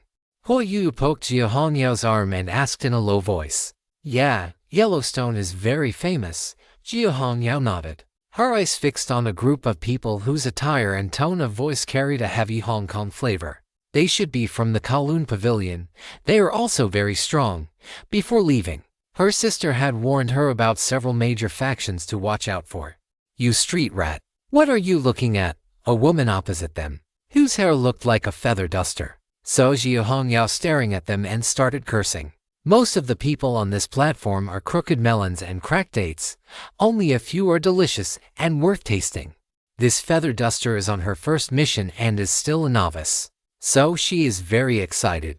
As soon as they stepped onto the platform, their eyes landed on Lin Baici, filled with hostility. It's the Statue of Liberty. The one leading them is the famous Mayor Jesus, right? I heard that the day they got off the plane, one of their members was beaten to death on the spot at the Korean airport. Is that true? Must be fake, right? Who would dare to challenge the Statue of Liberty unless they were drunk? Many people's expressions turned grave. The main issue was that there were too many experts, and whether they could actually bring out any spoils they managed to obtain was a big question. But no one left, after all. The Bisengard ruins were worth exploring, and besides, most of those who could appear here had a few lives on their hands. Jesus walked straight up to Lin Baici and spoke in a thick, authentic London accent. Handsome, we meet again. If you go back now, there's still time. Otherwise, once we board the train, I will definitely give you a big surprise. Oh, then I'll be waiting. Ever since Lin Baici caused trouble at the airport, he had anticipated a day like this. So, he wasn't panicked at all. Jesus was stunned. He had said that as a provocation, fearing that this Kyushu man might lose his nerve if he saw them entering the god ruins too. Now it seemed he had underestimated the guy. Bold, Jesus went to find his companions. His fame was so great that this interaction caused everyone to look at Lin Baici, beginning to speculate about the relationship between them. Yingjin, why don't you just stay behind? Lin Baici was worried about the safety of the two girls. A long, drawn-out whistle suddenly blared, drowning out the conversation between Hoyu and Jin Yingjin. Following this, a high-speed train roared in and pulled into the station. It is here. Everyone felt a surge of energy and moved toward the platform, some even preparing for combat. The train decelerated and quickly came to a stop. Clack, clack, clack. There were 18 carriages in total. There were no conductors, but all the doors opened automatically. Everyone craned their necks to look inside. They saw that the carriages were completely empty and the environment was very tidy. Yet suitcases, backpacks, and other luggage were sitting on the overhead racks. 18 carriages. Does that mean the 18 levels of hell? Well, you guessed. Korea does not have the concept of 18 levels of hell, right? Guchinkyu surveyed the entire high-speed train. Which one should we take? Based on past experience, the train would stop for at most half an hour. So some people had already started boarding. Little Lin Jiuhongyao waited for Lin Baici's answer. Let me think. The god of food did not provide any commentary. Lin Baici wanted to wait a little longer. Getting on immediately was not an option because he felt that the moment they stepped into the carriage, the rule-based corruption might begin. Many people quickly walked from the front of the train to the back, took a lap, and found nothing. As a result, they relied on luck to choose. Others kept their eyes on Koreans like Kwon Jong-gren, thinking that since they were locals, they might have information that others lacked. In reality, Kwon Jong-gren did not know how to choose either. It was purely a gamble. Jin Yingjin, if you do not want to die, follow us, Kwon Jong-gren advised. I want to be with Appa. Jin Yingjin refused. Kwon Jong-gren did not care and entered carriage 7 with his teammates. It was his lucky number. Gradually, the number of people on the platform dwindled as everyone boarded the train. Some people began to mock Lin Baici and his group. Hey, are you guys scared? Go home and drink your mother's milk. Cowards, get lost. Do not stand here and embarrass yourselves. Most of it was in English, interspersed with some national profanities. Jiuhongyao was not angry. Once we enter the god ruins, we will let you see how strong we are. Hurry up. Guchinkyu checked her watch. 20 minutes had already passed. Another whistle sounded, and clack, clack, several carriage doors closed. I choose 8. A smooth path to prosperity. The god of food finally spoke. Let us go. Carriage 8. Lin Baici immediately accelerated and ran toward it. Clack, clack, more carriage doors closed, which made Jiuhongyao and Guchinkyu nervous. This scene was also caught by many eyes. Leader, does this guy from Kyushu have some kind of divine taboo item that allows him to choose a safe carriage? One of Jesus's team members looked at Lin Baici and the others through the train window. His gaze filled with suspicion. Let us go, follow them. Seeing the other party enter carriage 8, Jesus immediately prepared to go over and take his revenge. In carriage 5, The people from the Kowloon Pavilion were also watching Lin Baici. I thought this kid had turned yellow. A woman with a duster-like hairstyle took out a can of beer and took a gulp. Being so indecisive about choosing a carriage, she estimated that these people would all be dead within 7 days at most. Lin Baici and the other 5 boarded the train, but they could not sit down because they were stopped by the people who had boarded first and occupied the carriage. Get lost. The other party's language was simple and crude. Is this your house? Jiu Hongyao held a short blade and stood at the very front. Xiao Bai. If a fight breaks out later, you mainly protect Yu and the others. Yaiji Sheng and I will handle the fighting. Lin Baici sniffed and frowned. Why was there such a heavy stench of rotting corpses on this train? Because the rule-based corruption has already begun. Everyone is going to die, the god of food commented, before the ingredients rot away. Hurry up and eat them. Chapter 269. Starting from rot inside the train carriage. There were seats on both sides, and the aisle in the middle was only half a meter wide. It was very narrow, so the advantage of having more people could not be utilized at all. Even if it could, Jiu Hongyao was not panicked in the slightest. If you want to fight, hurry up. Jiu Hongyao beckoned to the people opposite her. They appeared to be from a country in Southeast Asia. They were short in stature, and because of the excessive sun exposure all year round, their skin was slightly dark, and their hair was short and curly. Everyone here was a god hunter who licked blood from the edge of a blade. They were used to being arrogant in their daily lives. So how could they endure such a grievance? They drew their weapons on the spot, and several of them even had guns. They brought these things clearly to guard against other humans. Lin Baici took out the black cat scale and looked at these guys. I want this carriage. If you do not want to die, get out now, or brawl. That was too low class. Rule-based corruption was much more oppressive. The gazes of these Indonesians fell on the scale in Lin Baici's hand, and their expressions became grave. When god hunters had conflicts, they usually looked at combat power. Whoever had the stronger divine grace called the shots. Someone like this who was directly activating a divine taboo item. Are they brain damaged? Because with things like rule-based corruption, no one could guarantee they would not be caught in the crossfire. Get lost. Lin Baici barked.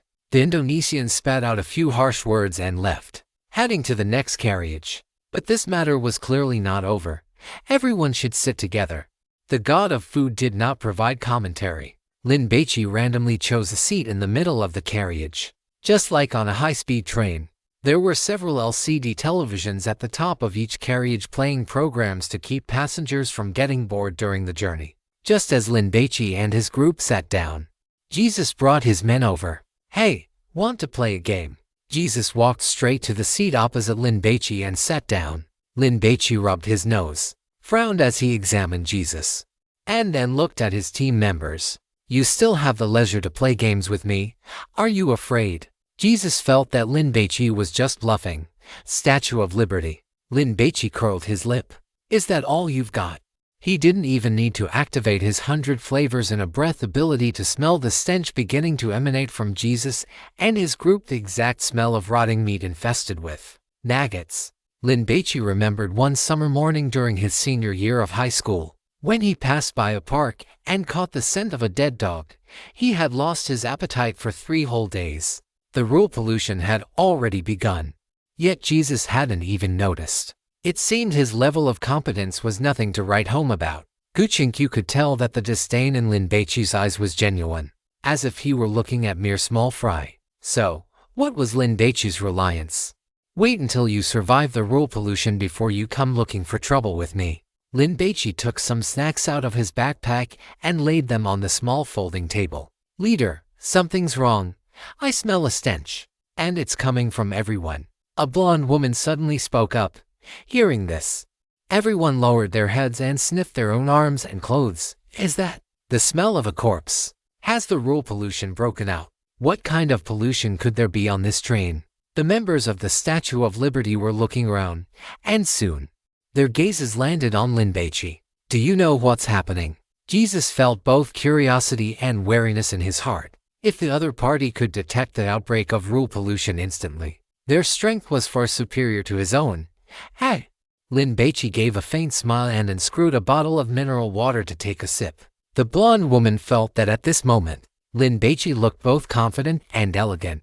Jesus was a man who cared about his reputation. If he didn't resolve the rule pollution and continued to harass someone else, he wouldn't even be able to look at himself in the mirror. Thus, he led his team members away. Leader, that guy from Jujo isn't old, but he probably has plenty of experience. I secretly planted a bug. I hope their conversation contains some valuable intelligence. We are the Statue of Liberty. We don't need other people's intelligence.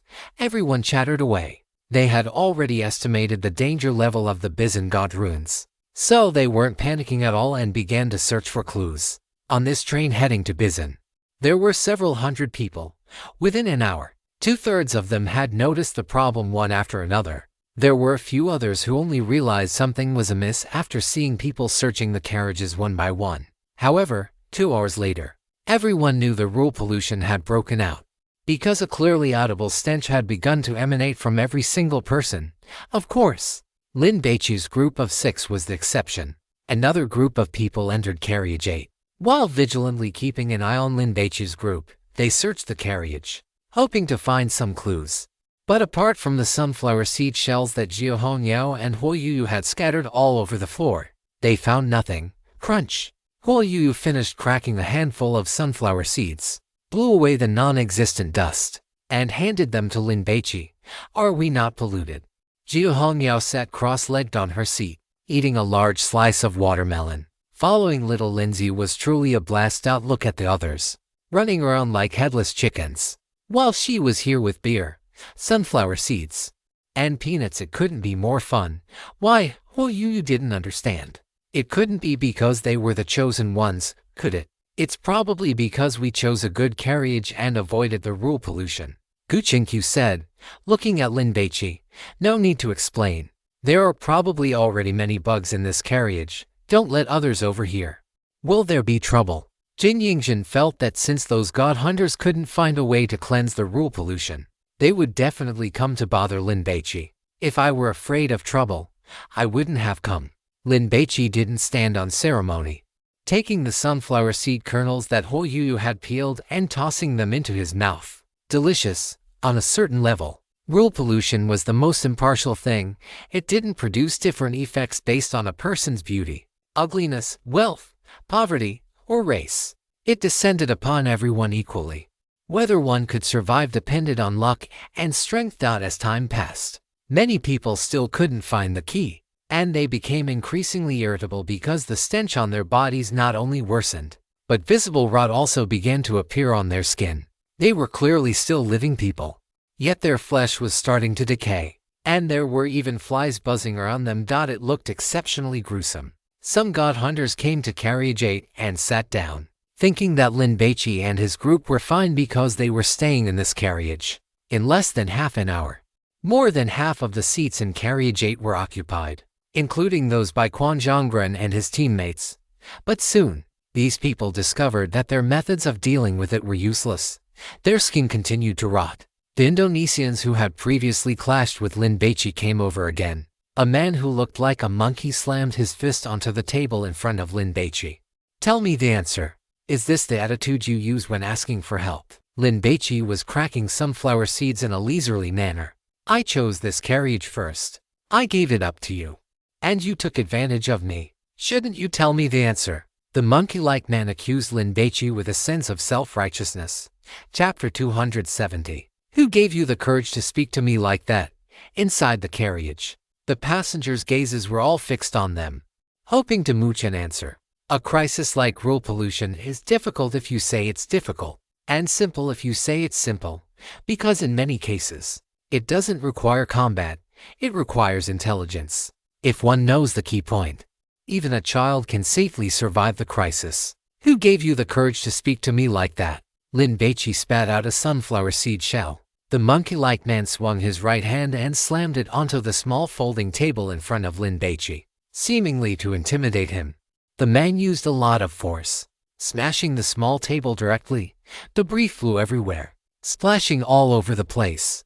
Jiao Hongyao was not one to be intimidated by such threats. She rolled up her sleeves, ready for a fight. You think having more people makes you special? Come on. I'll take all of you on by myself. Jin Yingjin and Hoi Yu felt as if they were facing a formidable enemy. But they soon noticed that Lin Baici was still calmly eating melon seeds. Their anxiety eased instantly. They couldn't afford to lose face for Lin Baici. They had to remain composed in the face of any crisis. Kneel down right now and count how to apologize. And I might spare your lives, otherwise suffer the consequences. Lin Baici glanced at the monkey-faced man. It seemed that among the god hunters who had come to the Bizan god ruins, there were quite a few dregs who couldn't even crack this level of rule-based pollution. The monkey-faced man didn't speak. He bared his white teeth in a sinister grin, preparing to smash Xiao Hongyao's head and to intimidate Lin Baici. Wait! Lin Baici called out. Ah, what now? One of the monkey-faced man's companions laughed. Scared.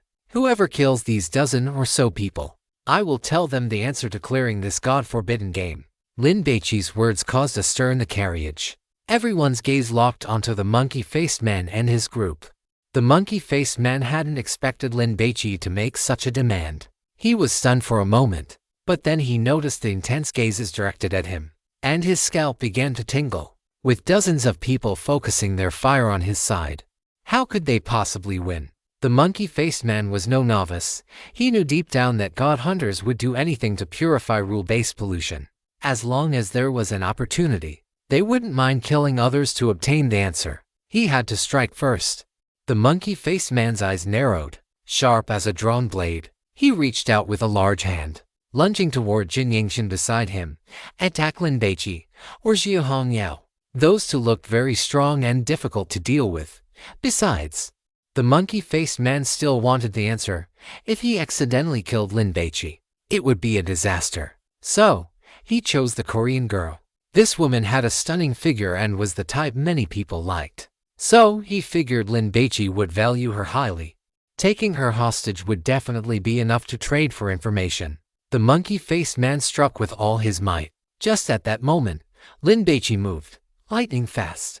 With his divine favor activated, everything in Lin Baici's eyes slowed down.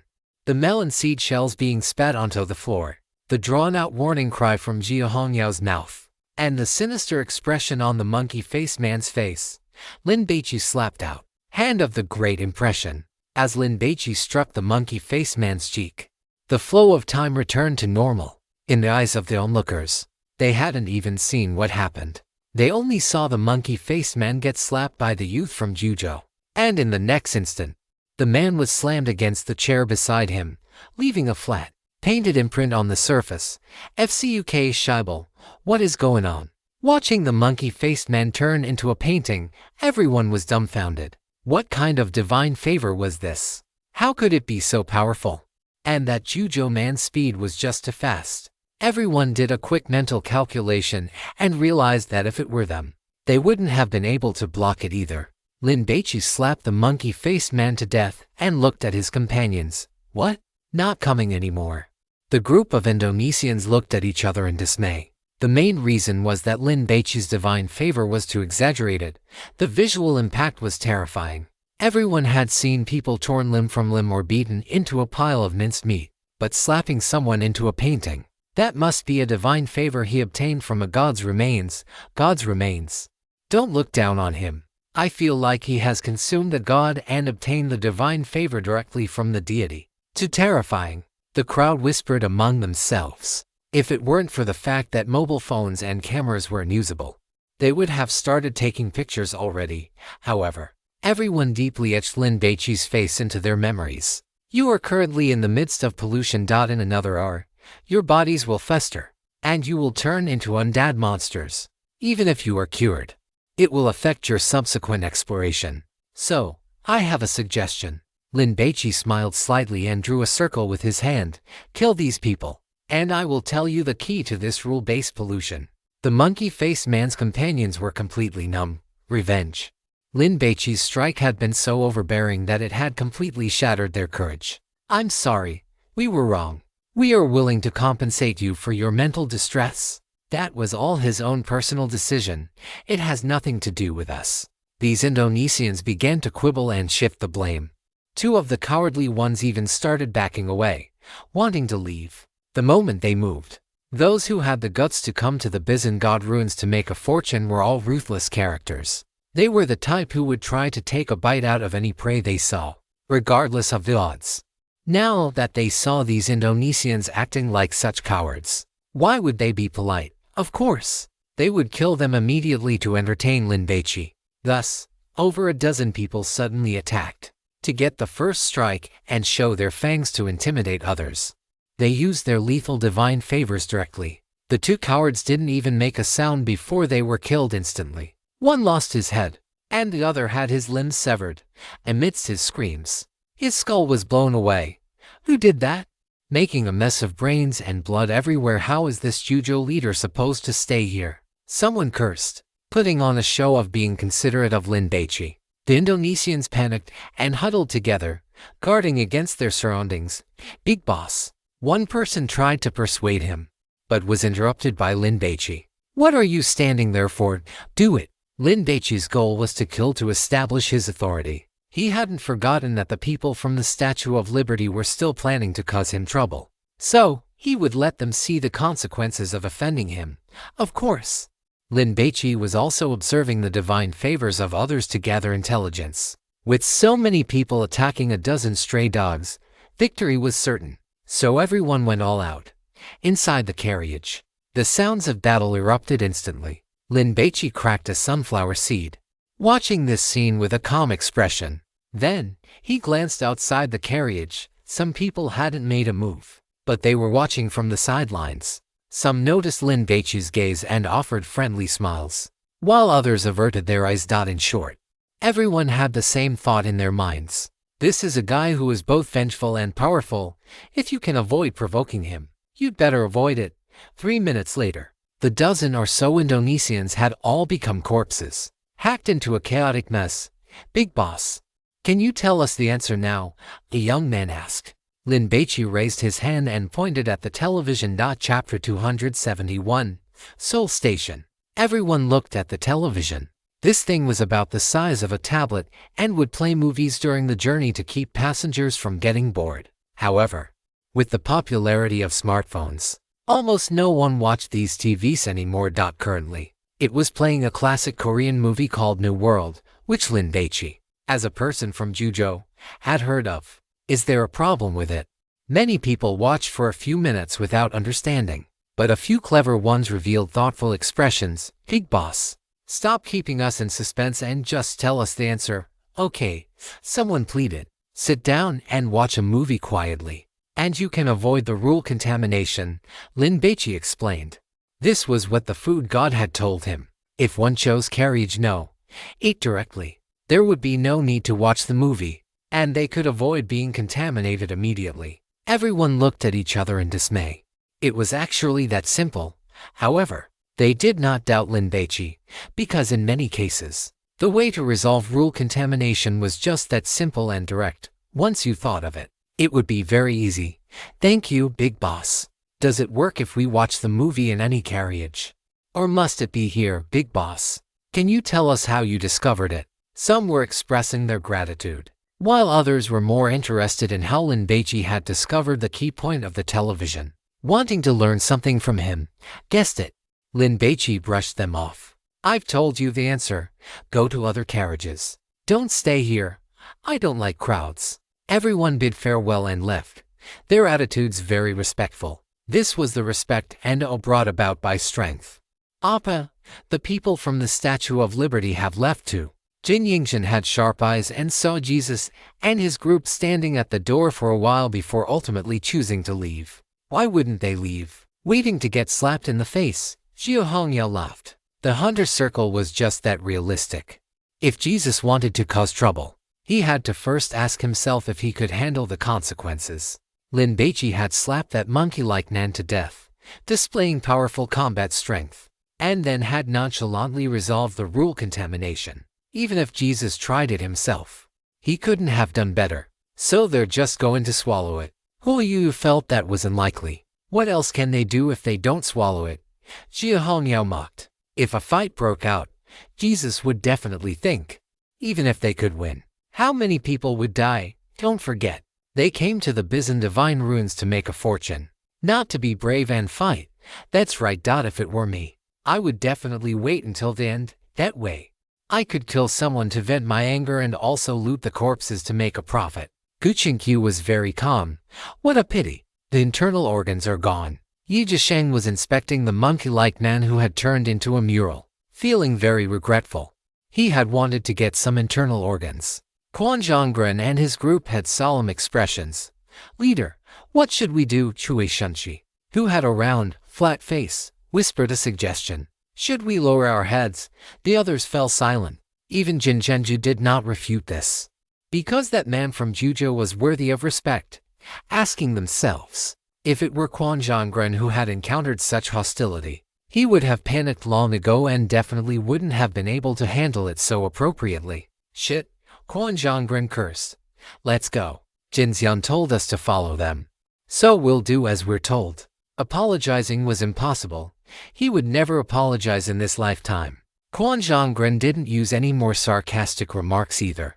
He led his teammates to sit not far from Lin Baici and began watching the movie. After watching for half an hour, everyone discovered that their bodies no longer emitted a foul odor, and their rotting skin began to return to its original state, which made everyone feel much more relaxed instantly. The black man who had previously had a small friction with Lin Baici came over holding a bottle of whiskey. Friend, have a drink. You are very impressive.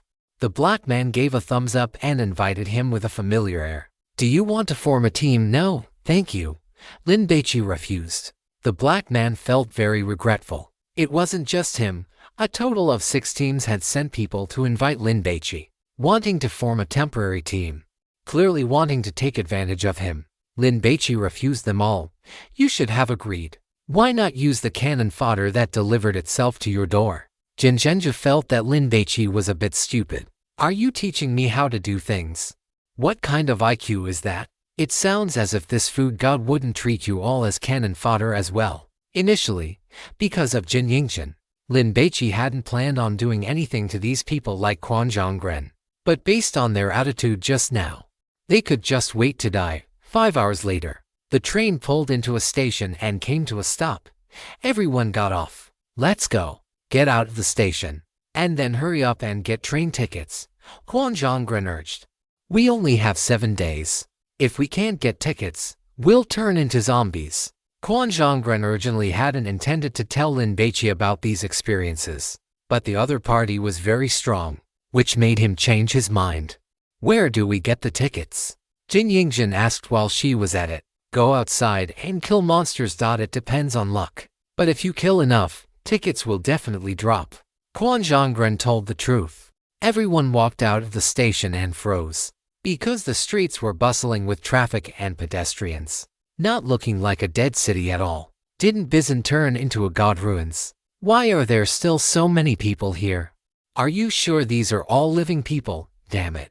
Stop trying to scare me, will you? Everyone was whispering among themselves. Which city is this? Lin Baici looked at Jin Yingzhen. They had been on the train for nearly 6 hours. So in terms of distance, this place was not Bizan either. It looks like Seoul. Jin Yingzhen was not sure either. Let's go. Lin Baici prepared to walk around first. Lin Baici. Quan Zhonggren walked up to Lin Baici and whispered.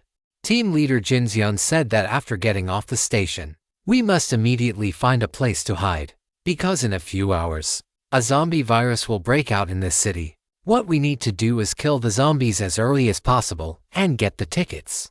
Because once the entire city turns into zombies, it will be very difficult to hunt monsters, even for god hunters. Facing hundreds of thousands of zombies would lead to exhaustion, and once bitten, even a god hunter's physique would succumb and turn into a zombie. You go and hide. Lin Baici did not listen to Quan Zhonggren at all. Besides, he suddenly felt hungry, which meant there was something good nearby. It must be a godly relic, right? Lin Baici used his hunger radar to start searching for clues. Damn it, this guy is too arrogant. Quan Zhonggren cursed out. What should we do? Everyone looked at Quan Zhonggren. Follow him for now and see what happens. Quan Zhonggren followed him, muttering to himself. If you are so capable, don't hide after the zombie virus breaks out. Otherwise I will definitely mock you. Many people did not know where to go, so they simply followed Lin Baici. The high-rise buildings were like a steel jungle, with pedestrians weaving through them like ants. Lin Baici walked for more than 10 minutes and suddenly stopped after reaching the entrance of a small alley. In the alley, a person was squatting there, eating. But what he was eating was a corpse. Chapter 270 to the outbreak of rule contamination. The corpse was a female office worker wearing a light blue pencil skirt and a small suit. At this moment, because she had been torn apart, her clothes were stained with mottled blood. The one gnawing on her was a young man who looked like a food delivery worker, wearing a uniform and a helmet. When he heard the movement at the entrance of the alley, he turned his head. A face covered in blood came into everyone's view. A zombie. Kwon Jong-gren looked delighted. He did not expect to find one so quickly. According to the intelligence, it was the early stage of the virus outbreak. At this time, after killing a zombie, there was a high probability of dropping a ticket. As the number of zombies increased, this probability would rapidly decrease. The delivery man let out a low growl in his throat, stood up, and immediately ran over stumbling. But he looked like he had polio. His movements were uncoordinated, and his speed was not fast. Let me handle it. Jin Zhenju held a machete and stood at the very front, wanting to snatch the loot. Those who followed were not in a hurry. They gathered at the entrance of the alley to observe this monster. The delivery man ran over, his hands clawing at Jin Zhenju. Jin Zhenju swung her blade. The sharp blade slashed across the delivery man's neck, decapitating him directly. Before the corpse could fall to the ground, its chest exploded with a bang. Damn it! Jin Zhenju covered her face with her hand, but she was still half a beat slow and was splattered with some blood. However, she quickly became happy because, along with the splashing blood and flesh, a palm-sized iron plate fell out and landed on the ground. Got it. Jin Zhenju put on a glove and picked up the iron plate. She wiped off the bloodstains and bits of flesh on it and glanced at the content. The front read Seoul Station, followed by an arrow, and the back had the 3 characters Hanyang Station, Team Leader. Jin Zhenju handed the ticket to Kwon Jong-gren. Did you give it to the wrong person? Jia Hongyao reminded her. Jin Zhenju ignored Jia Hongyao, pretending she hadn't heard anything. Kwon Jong-gren took the ticket and glanced at it, then couldn't help but glance at Lin Baici. Was this kid just lucky, or did he have a special way of finding monsters? Hey, bring that thing over here. If the other party refused, he wouldn't mind starting a massacre right here. Kwon Jong-gren did not want to have a conflict with Lin Baici, so he handed the ticket over. Everyone immediately crowded around. What does this mean? Huo Yuyu did not understand. A ticket to Hanyang Station, right? Gu Qinkyu analyzed, looking at this. Are there tickets to other stations as well? Doesn't that mean we have to find the same kind of tickets? If that's the case, because collecting the same type of ticket is definitely more difficult, and we also have to judge which station's rule contamination is simpler. Aren't you going to say something? Lin Baici scrutinized Kwon Jong-gren. The tickets correspond to different rule contaminations. I don't know the specifics either. Kwon Jong-gren was helpless. Xiao Bai. Huo Yuyu tugged at Lin Baici's sleeve. The female office worker who had been gnawed on stood up. Her high heel on her left foot was gone. But she didn't care at all and ran over quickly. She wanted to eat people, since the ticket didn't belong to her. You guys go kill the monster. The female office worker was screaming quite fiercely, but she was vulnerable and had her neck severed by Jia Hongya's blade. However, they were lucky this time. No ticket dropped. Keep looking for tickets. Lin Baici rubbed his stomach, preparing to find a car to get around first. The situation was already very clear. The zombie virus was breaking out, and god hunters had to kill zombies to get tickets and board the train before they were infected. 15 minutes later, Lin Baici arrived in front of a KFC fast food restaurant. Huo Yuyu was just about to peer inside when a man wearing a KFC uniform slammed headfirst into the glass. Startled, Huo Yuyu recoiled sharply. Bang! Bang! The male employee kept slamming himself against the tempered glass, desperate to get out. Within a few moments, his head was bloodied and broken. The customers and staff inside the shop had all turned into zombies.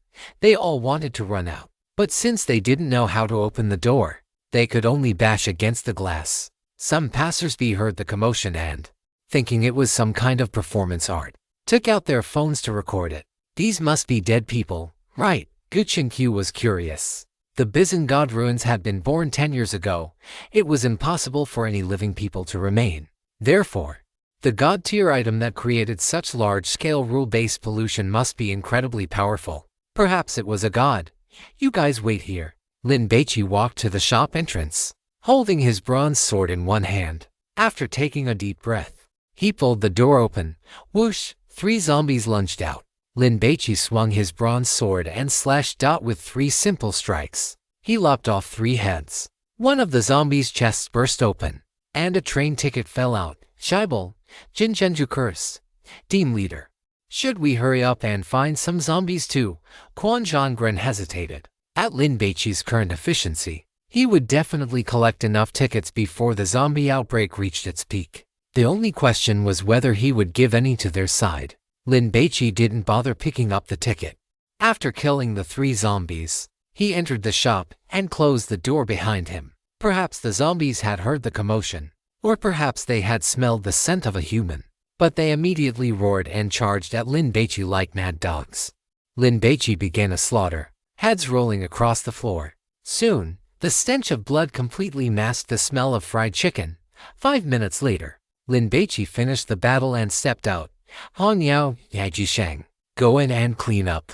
Lin Baici didn't bother with the menial task of clearing the battlefield. Seeing this, the others greeted Lin Baici and began to take action. Lin Baici had good luck this time. He picked up 2 tickets, though one of them was for Silla Station. I wonder which ticket's rule-based pollution is simpler. Jiu Hongyao examined the 2 tickets but couldn't tell the difference. Go to Hanyang. The gluttonous god commented. Don't waste time. Let's hurry up and get some tickets. It was obvious that Lin Baici had a way to quickly locate zombies. Lin Baici ignored him and walked toward the roadside. Intending to get a car, he hadn't gone far when someone rushed out of a subway exit a few dozen meters away in a panic. There are monsters, run, help, the pedestrian screamed. In the blink of an eye, over a dozen blood-stained zombies rushed out. They tackled people and began to tear into them. Haha, the delivery is here. Now that we've got the tickets, you don't have the right to snatch them, do you? Jinzhenju sneered. Run, run, run. There are too many of them, the gluttonous god commented. Get in the car. Fast. Lin Baici rushed to the roadside and hailed a taxi. As soon as it stopped, he dashed to the driver's side, yanked the door open, and dragged the driver out. Scheibel, what are you doing? The driver cursed loudly. Lin Baici raised his hand and punched him twice, knocking him to the ground. Haha, this feels just like playing Grand Theft Auto. Jiu Hongyao was amused and wanted to try hailing a car just like Lin Baici. On the other side, Quan Zhonggren and his group had only taken a few steps before they stopped, because a massive swarm of zombies was pouring out of the subway entrance. Dense and packed like an anthill doused in boiling water. Chapter 273 Responding calmly. Team leader. The 6 members of Jinzhenju's group immediately looked at Quan Zhonggren, their expressions tense. To be honest, according to the intelligence, the combat power of the zombies was average, but seeing so many of them pour out at once, the visual impact was still quite terrifying. Retreat. Quan Zhonggren decided to give up and observe the situation first. Even if a pack of mad dogs ran out, the momentum would be alarming. Let alone zombies, a healthy person would be infected as soon as they were bitten or injured by them. Consequently, Quan Zhonggren, who had originally been running toward the zombies, immediately changed direction and ran toward the main road to intercept a car. Screech, screech. On the highway, the sound of braking echoed everywhere. Tires screeched against the pavement, but some cars still couldn't avoid the zombies in time, either hitting them or rear-ending other vehicles. Bang, bang. Some zombies that had run out of the subway and onto the road were sent flying by cars. The drivers were still reeling from the shock, wondering what to do, when the zombies crawled back up and charged at the vehicles. The first to suffer were the pedestrians, who were tackled by zombies and bitten to death on the spot. 10 seconds later, they stood up shakily, becoming new zombies. No way. The infection rate is this high. Ho Yu, sitting in the car, looked back and was shocked. Let's hurry and find a mall to get some more clothes to wear. It would be best to find a few helmets and get fully armored. Hold on tight. After Lin Baici finished speaking, he slammed on the gas pedal and jerked the steering wheel to the right. The SUV immediately shot forward. Bang! Bang! The SUV scraped against a car next to it, and the right side mirror was smashed. But no one had the leisure to ask Lin Baici for compensation. Everyone was scrambling to turn around and get away from this hellhole. Quan Zhonggren was a few dozen seconds slower and was almost blocked in. But this guy was ruthless. He drove straight through, hitting several people in the process. What do we do now? Chui Shunshi looked at the chaotic highway and suddenly felt that just getting the tickets was going to be difficult. No wonder Jin Xian had warned them repeatedly not to be careless when they came. Follow Lin Baici. Quan Zhonggren actually had several backup plans, but he still felt that following Lin Baici was the most reliable option. Lin Baici had only recently learned to drive, and this was his first time on the road. Coupled with the chaotic traffic conditions, he was a bit nervous. Fortunately, even though there were collisions, no one came to cause him trouble. As Lin Baici drove along, he discovered 3 more locations where crowds were fleeing in panic. There was no need to ask. A zombie virus had undoubtedly broken out there as well. Baici, find a large hotel, Gu Qingqiu suggested. Don't keep driving forward. Go to the suburbs. Or just find a villa area. In short, somewhere with fewer people. Once zombies appeared, the places with the most people were inevitably the most dangerous. Alright, Lin Baici wanted to find a villa area or a high-end residential district with fewer people. But after driving for more than 20 minutes, he was forced to abandon the car, because there had been many traffic accidents on the highway. Beep, beep. Many people were still honking their horns. Get out of the car. After Lin Baici said this, he pushed the car door open. He took a rough look and ran toward the right side, where there was a large complex of high-rise buildings. One of them had a large Sheraton Hotel sign hanging on it. Quick, follow me. Quan Zhonggren also abandoned his car and followed along the way. The streets were filled with people fleeing. The hotel manager noticed that the situation was dire and was currently directing several employees to lock the doors. Lin Baici pressed his hand against the glass door and forced his way in. The hotel is temporarily closed. Please leave. The manager was very angry, but before he could finish his sentence, he was struck in the face by Lin Baici's fist. The manager fainted on the spot. What do we do now? Jiu Hongyao entered and looked outside. Should we kill a wave of them while there aren't many zombies yet? It's too chaotic outside. Let's wait. Lin Baici walked into the lobby. At the front desk, a female employee in uniform was on the phone, trying to call the police. Clack. Lin Baici swung his sword and slashed at the landline, grabbed the female employee by the collar, and dragged her out. The female employee screamed, "Shut up! Take them to the presidential suite." Lin Baici turned back and instructed, "Hongyao, you guys go up first. Quan Zhonggren, take the people and come with me to the kitchen to gather some food. Hongyao, Qingqiu, while you're heading to the suite, make sure to figure out the layout of this hotel, as well as the nearby buildings and terrain. Move quickly," Lin Baici urged them. Then grabbed another female employee and made her lead the way to the kitchen.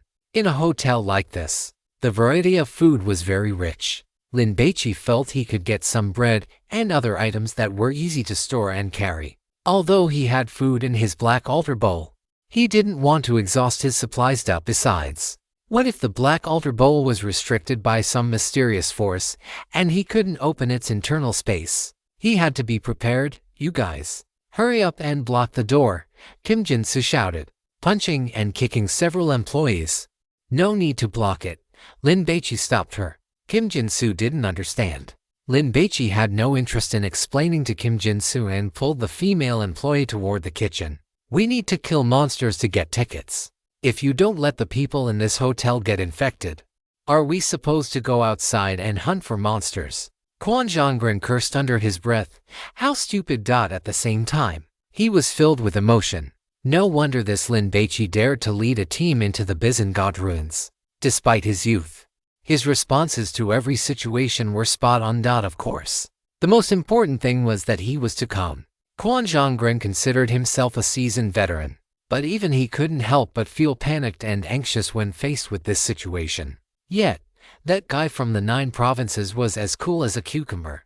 Quan Zhongren suddenly felt that he should just honestly follow Lin Baici and stop pulling any tricks. Otherwise, he might end up getting himself killed.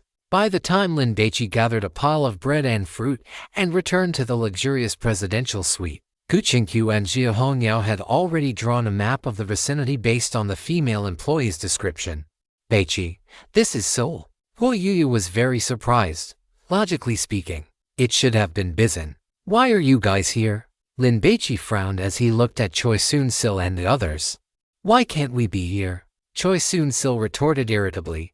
Get lost, Lin Baici scolded. Choi Soon-sil was about to speak, but was stopped by Quan Zhongren. For this trip to Bizan, I hope we can cooperate sincerely, make a big profit, and get out alive. So, can we put aside our past grievances?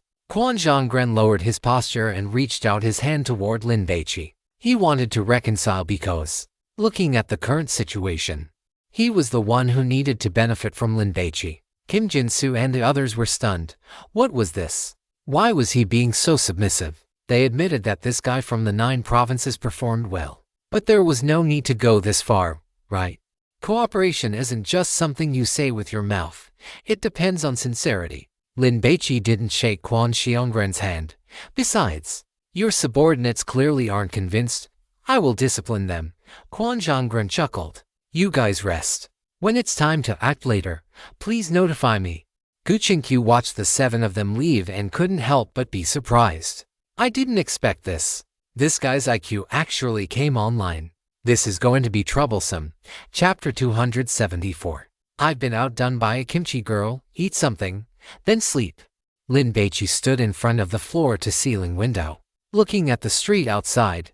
Yi Jisheng, you are responsible for surveillance. If there is an emergency, report it immediately. Yi Jisheng was a product of divine pollution.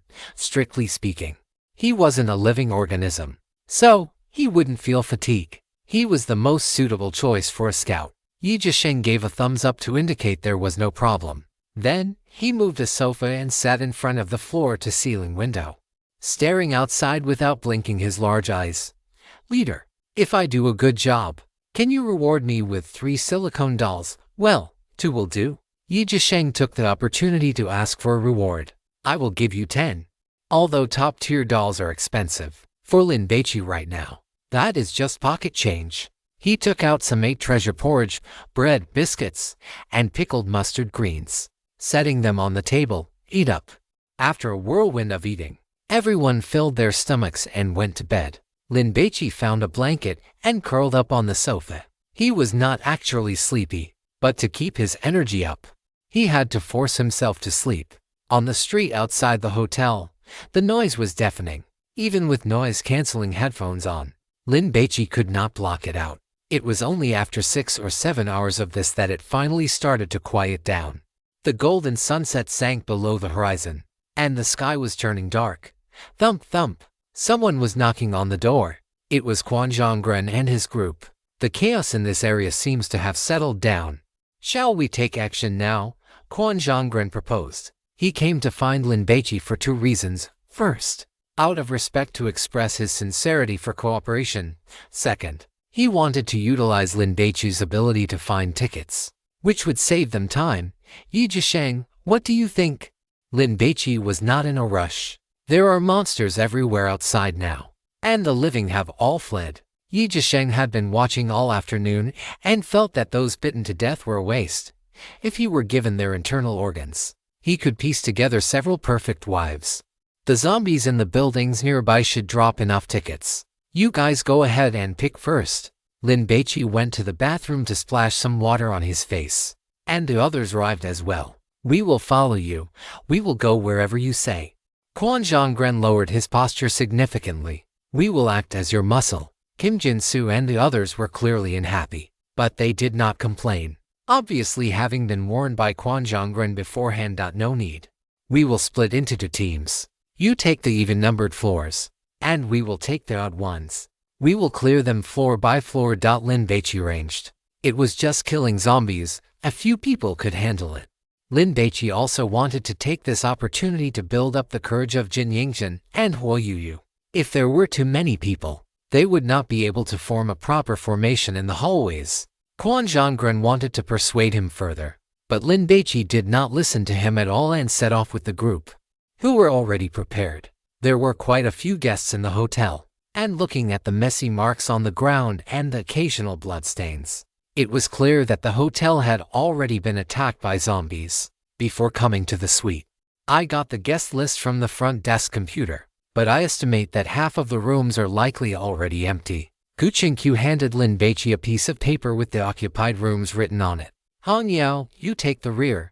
Yi Zhisheng, you take the vanguard. Yingshan, you to go cut down some zombies and practice your nerve. Lin Baici did not give Gu Qingqiu an assignment because, in his view, this girl's brain was more valuable. She did not need to go out and hack monsters. The operation began. The 6 of them went down the stairs to the 35th floor and saw 5 zombies wandering aimlessly in the hallway. Lin Baici tapped the wall with his bronze sword. Thump, thump. The sound was not loud, but the 5 zombies heard it. They turned their heads, and upon seeing people, they immediately roared and charged over. Go ahead. Lin Baici held the line. Huo Yu and Jin Yingshan had the magic staves Lin Baici had given them, but they were not using them right now. Instead, they were using Tang's swords forged with meteor stone powder, which were both sharp and durable, without the worry of contamination. This was also one of the standard weapons of the Kyushu Security Bureau. I will go first. Jin Yingshan took a deep breath, stepped forward 3 paces, and faced the male zombie that had rushed in front of her, swinging her sword. Swish! The blade cut into the zombie's neck. But Jin Yingshan had hit the wrong spot. The blade slid into the chest cavity and got stuck there. The male zombie shrieked, clawing wildly with both hands as it continued to lunge forward. Blood spurted out from the wound, splashing onto the carpet. A pungent, fishy smell filled the air. Lin Baici did not help, watching coldly from the sidelines. But Jin Yingshan kicked out with her long legs clad in jeans, slamming her foot into the zombie's lower abdomen. Not only did she knock it over, but she also yanked the Tang sword free. Jin Yingshan shouted as she rushed forward, gripping the sword with both hands, and slashed at the male zombie's neck once more. Crack! This time, the head rolled off. I did it. Jin Yingshan looked back at Lin Baici, wanting to receive his praise. Watch out in front, Lin Baici warned. I am not bad either, Huo Yu muttered, not wanting to be outdone. She gathered her courage and ran toward the charging zombie, slashing with her Tang sword in a rage. This zombie, wearing a hotel staff uniform, suddenly accelerated and slammed into Huo Yu. This caused her to lose her sense of distance, and she swung at empty air. Watch out! Jiu Hongyao was startled. If she got bitten, she would become a zombie too. The zombie was already upon her, and the rotting stench radiating from its body drilled into her nose like a tsunami. Huo Yu felt like vomiting, but fortunately, she was petite and agile. Having absorbed divine grace, her reflexes were decent. She subconsciously dodged to the left and threw a punch with her left hand. Drunk in a mortal fist, bang, bang! A triple punch combo landed on the zombie's eyes, mouth, and nose. If this had been a normal man, taking these 3 punches would have surely caused his combat effectiveness to drop instantly. But zombies felt no pain and did not care about such blows. Continuing to lunge at Huo Yu, its hands grabbed Huo Yu's left shoulder and hair, its neck stretched out, and it opened its mouth wide to bite the streamer's face. A stone was flicked out, shattering the zombie's head. Swish! Some blood and flesh splattered onto Huo Yu. Lin Baici shouted and ran over quickly. I am fine. Huo Yu's hands and feet were trembling, and she felt a bit panicked. But she did not want Lin Baici to see it. Besides, her prediction was correct. Lin Baici would indeed step in to save her at a critical moment. Damn it! I have been outdone by the kimchi girl. Huo Yu was very angry. Seeing Jin Yingshan step past her to face a zombie, she grew anxious. Let me handle this one. Jin Yingshan has a hot figure. Besides fighting, she can also relieve boredom and serve as bait, offering various tactical values. Huo Yu, on the other hand, is useless. She can only serve as a mascot. Gu Qingqiu crossed her arms and observed the battle. This team configuration was too poor, but Lin Baici was strong enough, so it was not a big problem. In these rooms, some contained zombies, Upon hearing the commotion, they all ran out. In the blink of an eye, the corridor was packed with heads, seemingly about to burst with the crowd. Chapter 275 Free Muscle. Lin Baici raised his foot and kicked open the door to the side. You guys go in. Yi Jisheng, guard the door. Lin Baici swept a glance inside the room, because the door had been locked. And if there were zombies, they would have definitely come to ram the door and try to get out upon hearing the noise outside. Since there was no movement now, it meant there were no monsters inside. However, out of caution, Lin Baici still checked it. Everyone dared not delay and immediately entered the room. Roar, roar. Those zombies roared and swarmed over. I will help you. Jiu Hongyao stood beside Lin Baici. No need, as Lin Baici spoke. He had already stepped out, slashing his bronze sword at the zombie in front of him. Swish. The sharp blade sliced off half of the zombie's body directly. Then, the corpse was kicked by Lin Baici, flying backward like a sandbag and crashing into the zombies behind, stalling their pace. Lin Baici continued to charge, swinging his sword in continuous slashes. Swish, swish, swish. Lin Baici's hands moved with the sword, and soon, many severed limbs and arms appeared on the ground. A rain of blood splashed, staining everything. Bang, bang. The corpses fell to the ground like a carpet of human flesh. Team leader, watch out for the mutated zombie. Gu Qingqiu stood by the door and shouted a warning. The number of monsters was high, but Lin Baici was neither tired nor afraid. However, there was too much blood splattered everywhere, and quite a bit of it flowed down the blade to the hilt, making Lin Baici's right hand, which was gripping the sword, wet and slippery, making it difficult to hold firmly. Just after Lin Baici slashed out another strike, that zombie suddenly reached out and hugged the bronze sword. Then, another zombie behind it suddenly accelerated and lunged at Lin Baici. This one was a mutant. The distance was so close that Lin Baici could even see the throat and the rotten teeth exposed when it opened its mouth wide. Careful! Just as Yi Jisheng finished shouting, Lin Baici's fist had already smashed into the zombie's face. The Colossus strength gloves he was wearing activated, and his power surged. The zombie flew out, knocking over a row of monsters like a bowling ball. That mutant rolled, immediately climbed back up, and lunged at Lin Baici again. But just as it reached him, the muscle Buddha appeared, without bending its waist or swinging its arm. It simply slapped out casually, as if swatting a mosquito. The zombie's head was spun 270 degrees, its neck twisted, emitting a cracking sound. The muscle Buddha stretched out its large hand, grabbed the zombie's head, and began to swing it around like a morning star. Bang, bang! In the blink of an eye, the muscle Buddha carved out a bloody path, clearing the corridor. Lin Baici, behind it, wiped his hands and began to finish off the zombies that were not yet dead. His luck was good. After killing the zombies on this floor, he obtained a ticket to Hanyang. Continue. Lin Baici went down via the stairs and saw that the 34th floor had already been cleared.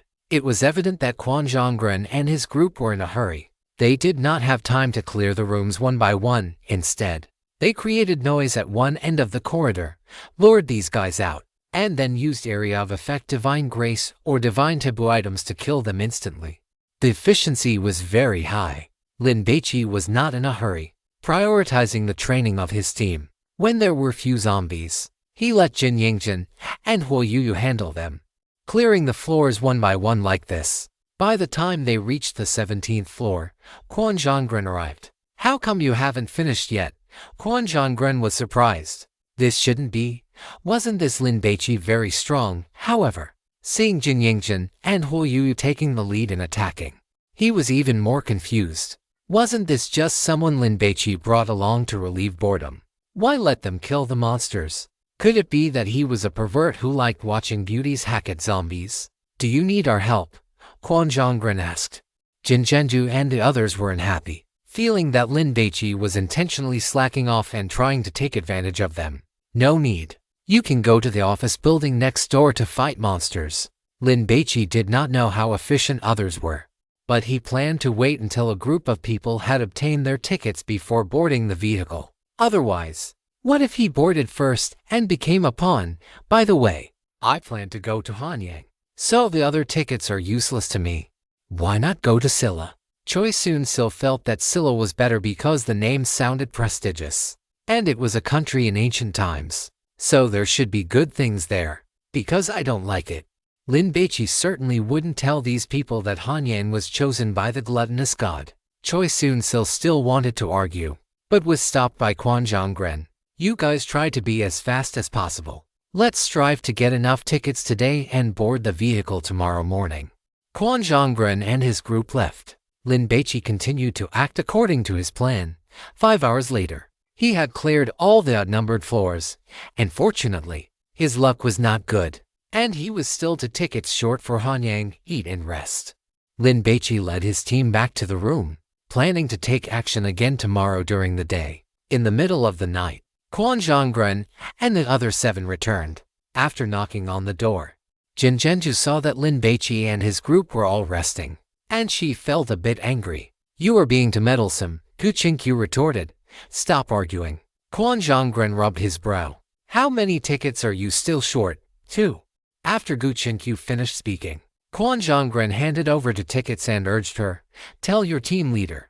We depart at 9 o'clock tomorrow morning, got it. Gu Qinkyu did not stand on ceremony and accepted the tickets.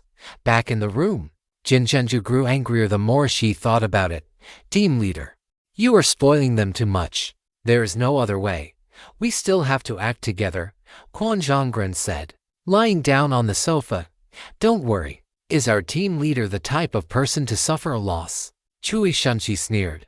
Let's act together for now. If these people turn out to be incompetent, then don't blame us for killing them and seizing their goods. Exactly. As long as we get that spatial type god-cursed item from Lin Baici, this trip will be worth the price of admission. I think we won't even need to kill them. They will die on their own from the rule-based contamination. I hope they all die off quickly. After they finished speaking, everyone laughed in unison and began to speculate about how many good things they could get from Lin Baici. The next morning, the sun was bright, a perfect day for a morning jog. Though zombies were wandering everywhere on the streets, the city was nearly overrun by monsters. The survivors were hiding like rats and cockroaches, and the zombies had become the new masters of the city. Lin Baici's group finished a hearty breakfast and headed downstairs with Kwon Jong-gren's group, who had long been impatient. I'll clear the way. Kwon Jong-gren had already prepared several motorcycles. The station was not far from here, and although the road conditions were poor, they would certainly arrive in half an hour. The 2 teams set off. As soon as they hit the road, the roaring engines drew the attention of nearby zombies. They immediately ran over, but legs could not outrun motorcycles, and they were soon left behind. Charge, charge, charge, Kwon Jong-gren shouted, constantly turning his head to observe the route. Before the zombies in front could complete a blockade, he found a safe path and broke through. 40 minutes later, the group arrived at the station square, abandoned the bikes, in front of a large flight of stairs. Kwon Jong-gren got off his bike and was the first to charge into the station. Chapter 276 I don't need a dog like you. The station was in a state of utter disarray. There was blood on the floor, all sorts of discarded debris, and the waiting area seats were knocked over and scattered. However, there were no corpses. They had likely all turned into zombies and run off. When everyone entered the waiting hall, they found that there were already quite a few people there. Some were sitting and waiting for their trains, while others were bored, rummaging through suitcases like scavengers. However, even if they found money, it was useless, as they couldn't spend it even if they managed to take it out. It's that guy from Kyushu. These god hunters saw Lin Baici and, recalling his performance on the train earlier, nodded and greeted him with smiles. A few social butterflies even walked over to strike up a conversation. Don't worry, we've tested it. The zombies won't enter this station. Where are your tickets for Hanyang? Why didn't you choose Silla? Lin Baici brushed these people off while observing the surrounding environment. From time to time, more people would enter. There are quite a lot of people. Huo Yuyu was surprised. This was very different from what she had expected. She had thought their group would be the first batch. Those zombies are a huge threat to ordinary people, but god hunters aren't afraid of them. As long as they don't get surrounded and fall into the awkward situation of continuous combat, there's basically no major problem. Jiao Hongyao found a seat and sat down. Just as she was wondering how many people here held tickets for Hanyang Station, another large group of people entered. It was the Statue of Liberty team led by Jesus. Their gazes landed on Lin Baici in an instant. Although they said nothing, they were filled with hostility. The god hunters who had been talking to Lin Baici saw this and quickly left to avoid being caught in the crossfire. After all, the Statue of Liberty was a faction they could not afford to offend. Not long after, people from the Kowloon Pavilion and Xiandaozu also arrived. Everyone knew that they could only reach the God Ruins after boarding the train, and staying in this city was a complete waste of time. So they had all stayed up all night fighting zombies to get enough tickets. Groups like the Statue of Liberty had even obtained tickets for several different stations at once, intending to see the specific situation before making a choice. The time is now exactly 11 o'clock in the morning, in the hall. A broadcast sounded every hour on the hour, spoken in the Korean language. Lin Baici took out his ticket and checked it. There were only 20 minutes left until departure. Team leader, something is wrong, Gu Qinkyu whispered, looking at the boarding gates. What did you discover? Huo Yu immediately became nervous. This schoolmate of Xiaobai's had a very high IQ and very keen observation skills. Up until now, I haven't heard any boarding announcements. We can't possibly be the first train of the morning, right? Gu Qinkyu looked at the other god hunters. A few of them had grave expressions, were gathered together discussing, and had even gone through the gates to check the platforms. Their boarding times should have been earlier. Lin Baici's brows furrowed immediately.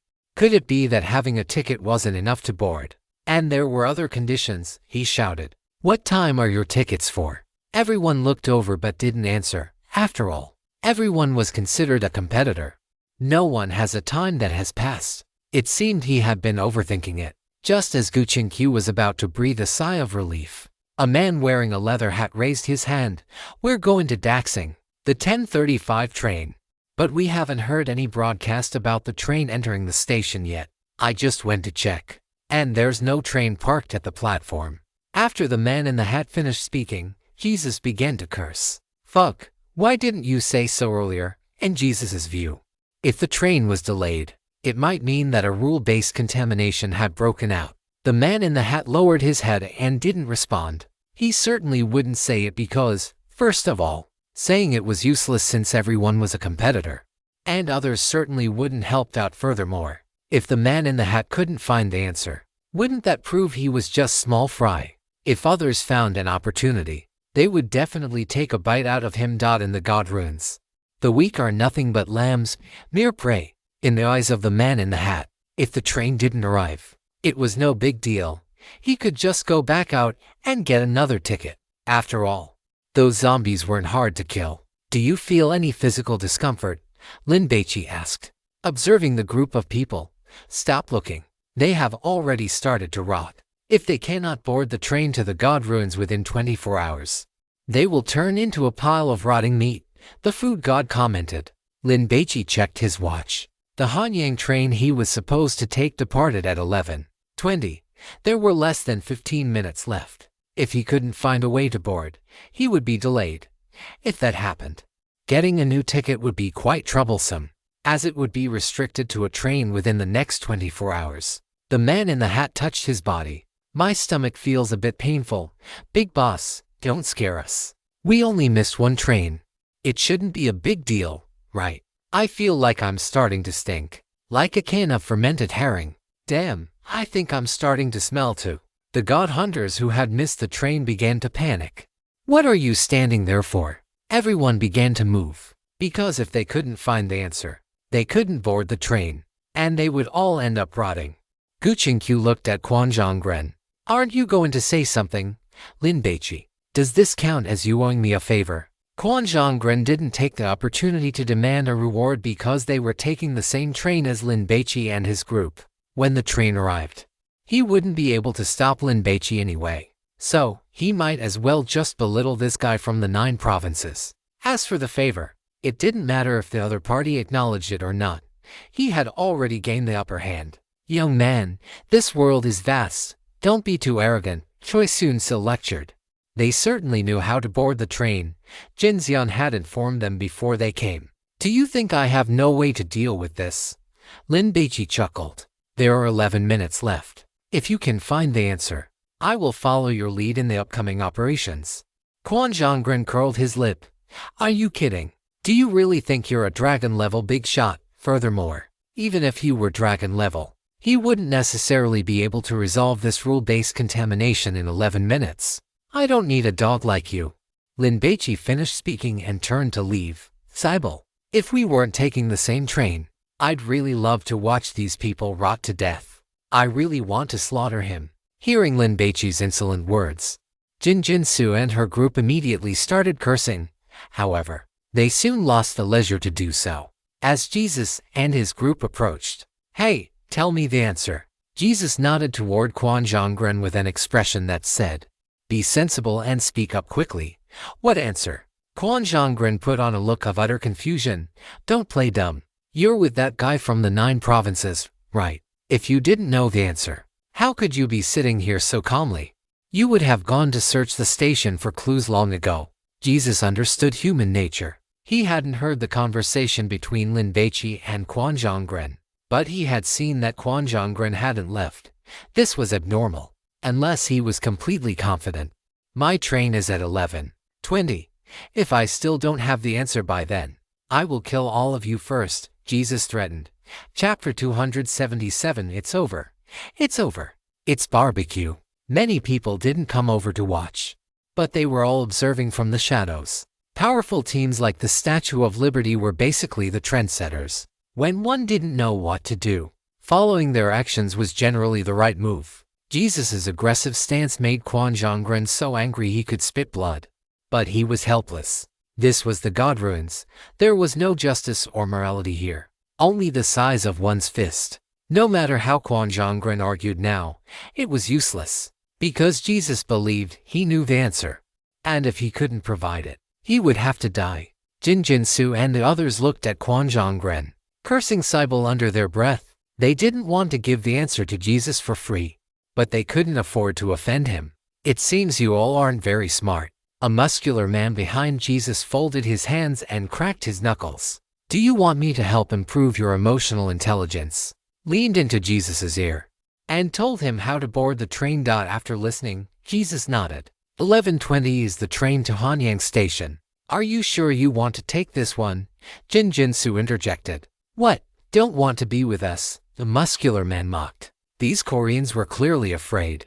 We will be taking this train with that guy from the 9 provinces. Quan Zhonggren licked his lips and tactfully advised, with your strength, you could go to Silla or Baekji.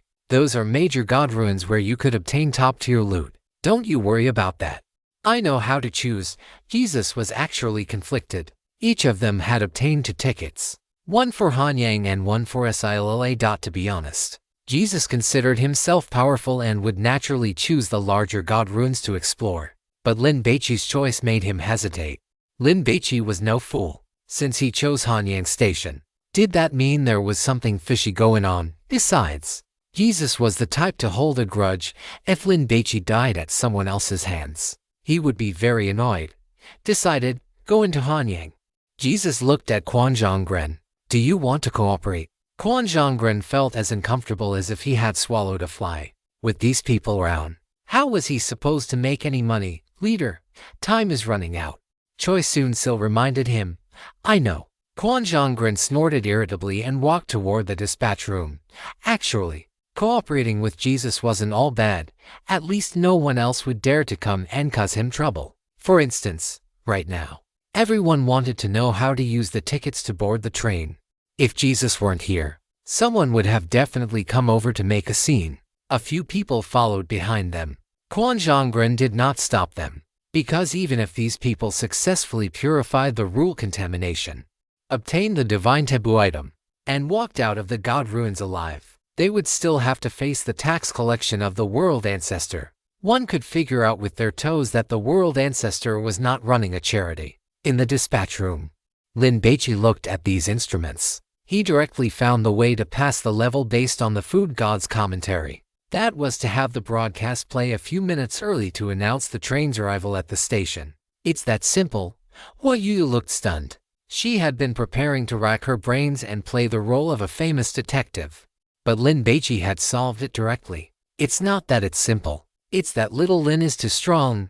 Xia Hongyao sighed repeatedly, her eyes filled with disbelief as she looked at Lin Baici. When I explored God ruins with my companions before, every second felt like racing against the Grim Reaper.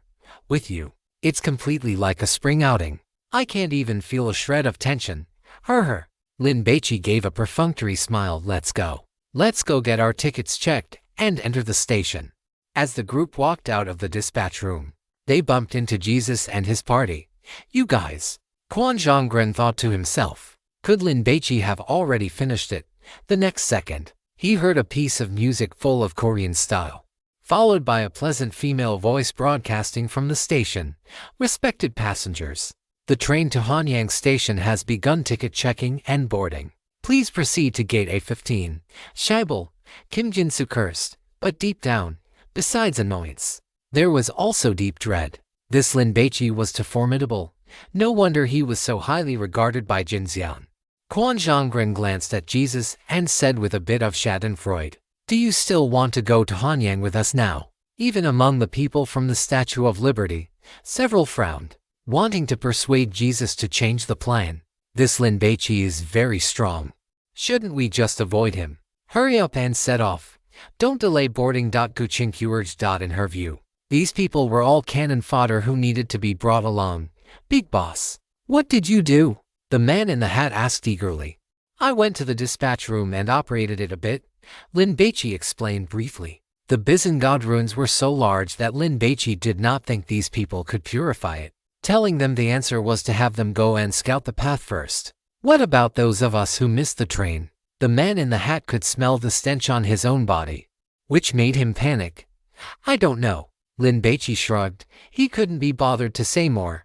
Big boss, you must know. Please, tell us. I'll give you 2 meteor coins.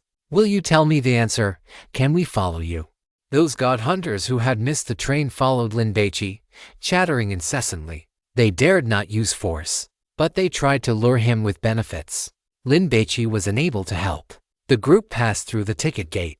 The elevator was still running, but out of caution, they did not take it and instead walked down the stairs. The platform was empty, with no wind and no zombies. Suddenly, at the end of the field of vision, a train sped toward them and then slowly came to a stop. This is the one, 11:20, very punctual. Xia Hongyao checked her watch. The train doors opened. No one boarded yet. Even Jesus and his party looked at Lin Baici. Invisibly, Lin Baici's excellence had conquered these people, making them all treat him as a role model. Lin Baici boarded the train. Jin Yingchen and the others followed closely behind. Let's go. Quan Zhonggren took a deep breath. Big boss, don't go. Say something. The man in the hat clung to the train door, stretching his head to look inside. Lin Baici did not respond. What should we do? Should we follow the big boss? But we don't have tickets.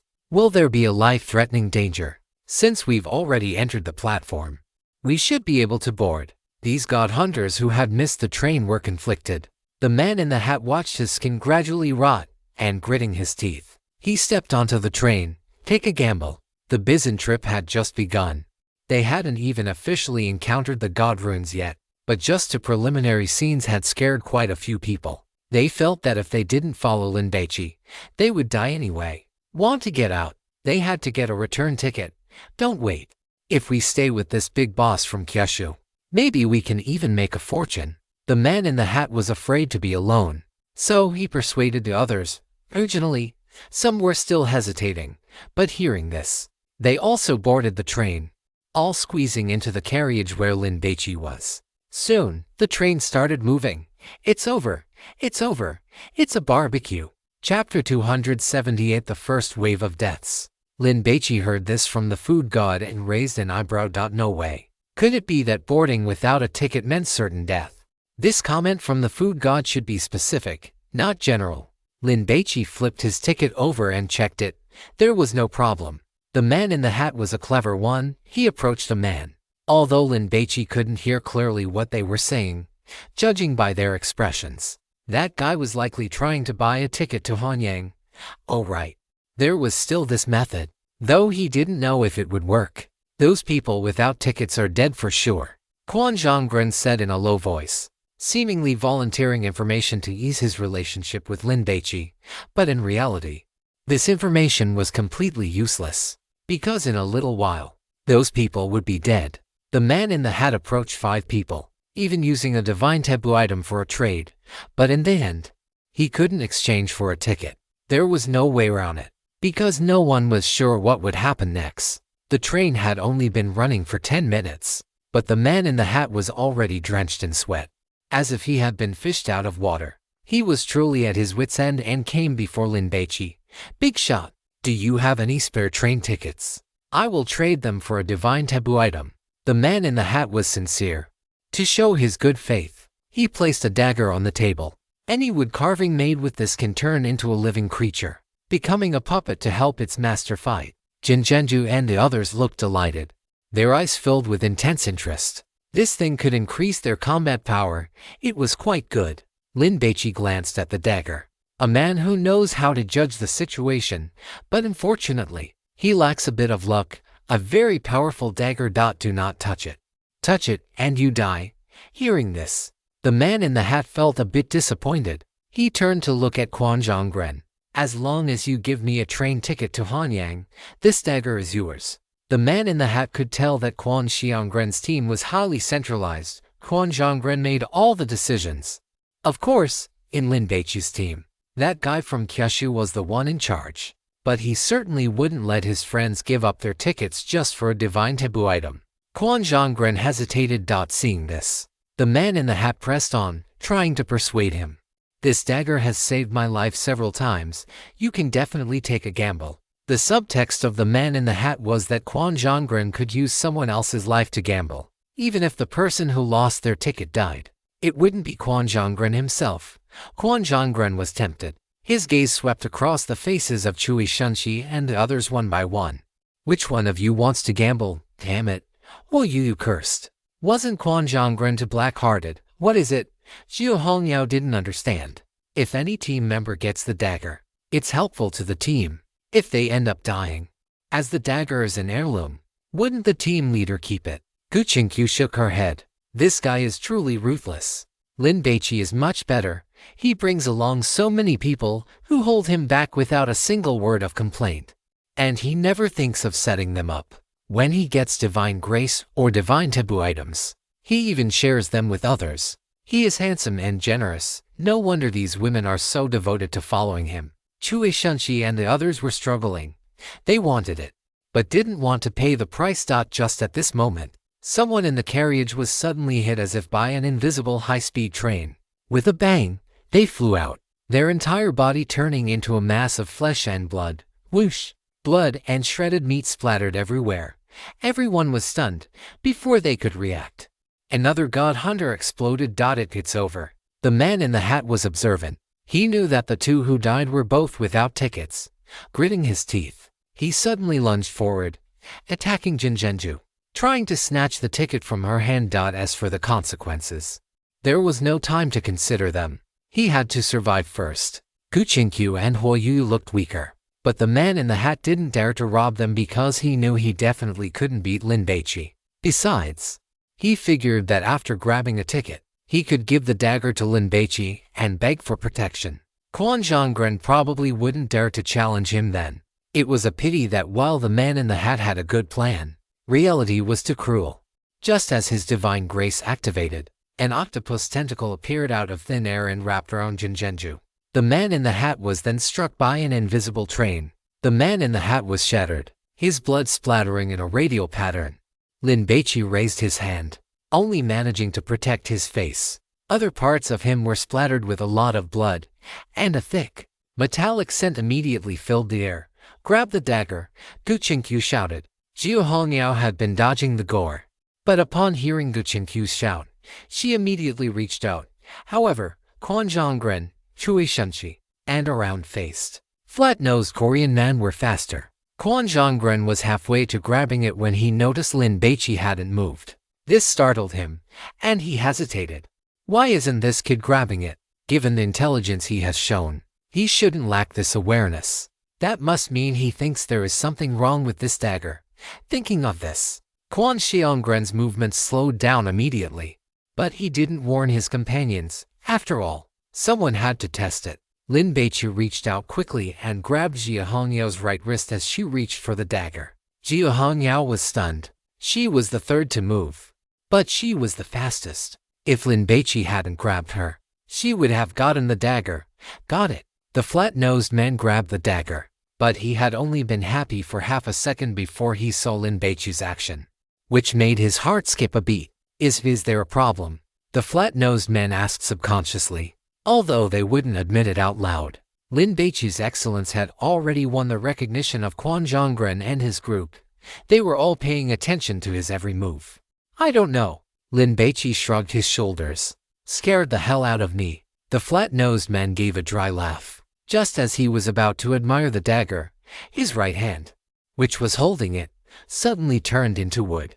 The flat-nosed man was shocked. Throw it away quickly, Quan Xiongren shouted. But it was useless. The flat-nosed man's right hand could no longer move, and his arm was rapidly turning into wood, spreading toward his entire body. Damn it! Quan Xiongren grew anxious and drew his blade, hacking at the flat-nosed man's shoulder. A right arm fell to the ground. The flat-nosed man screamed in pain. But no one paid attention to him because people were dying continuously throughout the carriage, and there was blood and minced meat flying everywhere. This was the fate of those without tickets. They would be crushed by an invisible force, dying in a state similar to being hit by a high-speed train, leaving no bones behind. Why didn't you say anything if you knew there was a problem with the dagger? Quan Xiongren roared at Lin Baici. Damn it! They hadn't even started exploring the divine runes yet, and Li Zisheng had already lost an arm, a non-combat casualty. Team leader. The flat-nosed Li Zisheng didn't blame Quan Xiongren. If the team leader hadn't acted, he would have turned into a wooden statue entirely. Jia Hongyao gasped. That was close. If it hadn't been for little Lindsay, she would have been the one hit. As those without tickets died off, the entire carriage fell into silence. They hadn't even reached Hanyang Station yet, and so many people had already died. Everyone felt even more anxious about the upcoming God-forbidden game. Chapter 279, Wilderness Village. The arrival of the Grim Reaper. On the train window, a piece of intestine over a meter long, no one knew whose it was sliding down along the glass and the wall, leaving a trail of blood. The entire carriage was permeated with the stench of blood, mixed with the foul odor of feces and urine from ruptured internal organs. It was nauseating. Lee Jae-sung watched as Kim Jin-soo helped him stop the bleeding and bandage his wound. His expression was extremely grim, having suffered such an injury before even beginning to explore the god ruins. He could basically consider himself unable to make it out alive. You knew there was something wrong with the dagger. Why didn't you say so earlier? Feeling that Lin Baici had deliberately withheld the information, setting aside the fact that I didn't know. Would you have listened if I told you? Lin Baici retorted. The group fell silent. They certainly wouldn't have listened. Instead, they would have thought it was just an excuse for Lin Baici to snatch the dagger for himself. This kid is truly sharp, and he has a sense of humanity. Kwon Sang-in silently analyzed Lin Baici's character. This was someone who wouldn't sacrifice his teammates for the sake of a god-forbidden item. Should he change his strategy? Instead of hostility, perhaps cooperation. Try his best to become friends. To be honest, as a Korean, Kwon Sang-in felt quite disgruntled whenever he saw people from Juzhou. Because looking back a few hundred years, Korea had been a vassal state to Juzhou and had been bullied quite severely. This was a deep-seated, bone-level aversion. Lin Baici couldn't care less about what Kwon Sang-in was thinking. To him, these people were just cannon fodder. Even if the gluttonous god hadn't commented on the dagger, he wouldn't have taken it. They were currently inside a god ruins. No matter what spoils a god hunter obtained, only what one could successfully carry out alive truly belonged to them. What do we do now? Kwon Sang-in eyed the dagger and the other belongings left behind by the man in the hat. We can't just leave them here. That would be such a waste. Everyone looked at Lin Baici, waiting for an answer. It's a waste. But there's nothing we can do about it. Lin Baici shrugged. It wasn't just their area that had problems. In other parts of the train, other god hunters were also scrambling to seize the god-forbidden items of the deceased. The bad news was that the moment they touched them, they were contaminated. The good news was that the range of the rule-based contamination was very small, affecting only those who touched them. This was clearly caused by the power of this god ruins. Let's go. Let's change carriages. Lin Baici took the lead and walked toward the front carriage. The others hurriedly followed. Many of them looked back several times at the god-forbidden items on the floor, wanting them but not daring to touch them, feeling absolutely heartbroken. Team leader, Lin Baici must have plenty of top-tier items on him, Kim Jin-soo guessed. She saw that Lin Baici hadn't even looked back, walking away cleanly and decisively, which meant he didn't care for these scraps at all. Kwon Sang-in didn't speak. He glared at Kim Jin-soo, but the meaning was self-evident.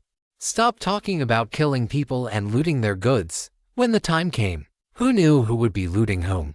The train traveled for over 2 hours. When it entered a foggy zone, it began to slow down and finally came to a stop. Hanyang Station has arrived. Passengers, please disembark. Whoosh, the train doors opened. These mists aren't poisonous, are they? Probably not, right? The visibility is too low. I can't see anything. Everyone was very cautious. They didn't get off immediately, standing at the doors and peering outside. Lin Baici was the first to step down, which immediately drew everyone's attention. Then, they all looked toward Jesus. In terms of fame, Jesus was definitely the biggest name, and everyone wanted to see what he would do. Jesus wanted to observe the situation first, preferably having some cannon fodder scout the path. But now, under the gaze of so many, he had no choice but to get off. There was no helping it. Jesus was a man who cared about his reputation. Aside from Lin Baici's group of 6, Kwon Sang-in's team, the Statue of Liberty team, and several other teams also disembarked here, totaling nearly 100 people. Stay close. If you are more than 10 meters apart, you will be separated in the mist. Stay close to me. Lin Baici gripped his bronze sword and slowly walked forward. Jiu Hongyao and the others hurriedly followed. Move! Kwon Sang-in also set off. He and his team members had their weapons in hand, on high alert. They walked for over 10 minutes like this, but ahead, there was still only white mist, with visibility not exceeding 20 meters. Should we change direction? Kim Jin-soo suggested in a low voice. Do you think Lin Baici would listen to me? Kwon Sang-in curled his lip. In any case, Lin Baici was walking in front. If they encountered a crisis, he would be the first to suffer. However, Kwon Sang-in still felt a bit of anxiety deep down, just as he was wondering if this mist was a form of rule-based contamination. The view before his eyes suddenly cleared. The mist vanished, replaced by a vast plain. In the distance were lush green mountains, and nearby, a sparkling stream wound across the land like a ribbon fish. This is the middle of nowhere. Huo Yu gazed into the distance. This god-forbidden game. It wouldn't be a wilderness survival challenge, would it? You're overthinking it. Gu Qingqiu's observation was much more meticulous than the streamer's. There are no utility poles, no signal towers, no bridges. Look at this pristine and polluted environment. We are very likely in ancient times. What? Huo Yu asked subconsciously. Then turned to look at Kwon Sang-in behind her. Do you have any intelligence on this place? Kwon Sang-in spread his hands. In the Bizan God ruins, God hunters obtained tickets and boarded the train to reach the corresponding stations. In these places, they had to purify the rule-based contamination before they could leave and head to the next stop. Among the intelligence currently gathered by Sejong, there was no mention of a Hanyang station. Team leader, the others didn't follow us. Choi Sun-sil did not see Jesus. There were only Lin Baichi's group and her own 7 people here. Let's look around first, Gu Qingqiu suggested. Since there was a stream, there should be signs of human habitation. Not long after, everyone found a dirt road and followed it for another half hour until they saw a small village built against the mountains. There are people. Huo Yu was very happy. The mountain looked close but was far to reach, and the road was in poor condition. It took the group over an hour to finally arrive at the village. Something is wrong. Gu Qingqiu frowned deeply. What is it? Jiu Hongyao looked left and right, but she couldn't see anything amiss. Look at the position of the sun. It is noon, time for a meal. But there is no cooking smoke in this village. Although Gu Qingqiu had never lived in the countryside, she had read many books and watched many movies. She felt that in a village like this, It should be normal to hear dogs barking behind wooden gates and chickens crowing. You all wait here. I will go in and take a look. Lin Baici also felt that something was off. Let's go in together. If something happens, we can look out for each other. Huo Yu was worried about Lin Baici's safety. Together, Jiu Hongyao insisted, taking a few long strides to reach the front. The village was very quiet. Every door was shut, and there was no sound of human voices. Huo Yu looked at the thatched huts, the fences, and the plows and straw sandals in the courtyards, and she was shocked. Even in the poorest mountainous areas of the 9 provinces, people wouldn't use these things anymore. That left only one explanation. Everyone had arrived in ancient Korea. Whoosh! A gust of wind blew by, carrying a few sheets of white spirit money. It was the kind used for the dead. This made Huo Yu feel a sense of dread, and she quickly took a few steps forward to stay close to Lin Baici. Do you guys smell a foul odor? Quan sang and rubbed his nose. I don't know what died, but there must be a lot of it. Chapter 280 God's Game, Zombie Plague. I smell it too. Jin Yingjin held a handkerchief over her mouth and nose, but she could still smell the heavy stench of rotting corpses. You all stay out. I will look around by myself. Lin Baici had a keen sense of smell, so he could gather more information than others through the scent. The stench was drifting out from every household, which meant that most homes had something dead inside. However, these small farmyards showed no signs of being looted, so there was only one answer. It was chickens, ducks, pigs, and dogs that had died. With Lin Baici's sense of smell, he didn't even need to inhale deeply.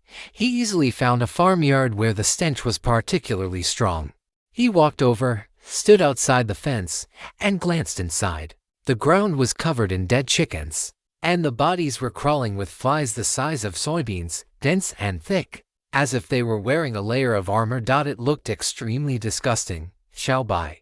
Huo Yu pointed to a gap in the fence and called out. There was a dead dog there that had gotten stuck on the wood while trying to pass through the fence. It was now highly decomposed, and there was a pool of pus on the ground. This situation looks like a plague. Did the villagers flee to escape it? Gu Qingqiu had originally intended to go into the house to take a look, thinking she could roughly deduce the dynasty through the daily utensils. But now she didn't want to go anymore. You all step back. Lin Baici took a box of N95 masks from his black altar bowl and distributed them to everyone.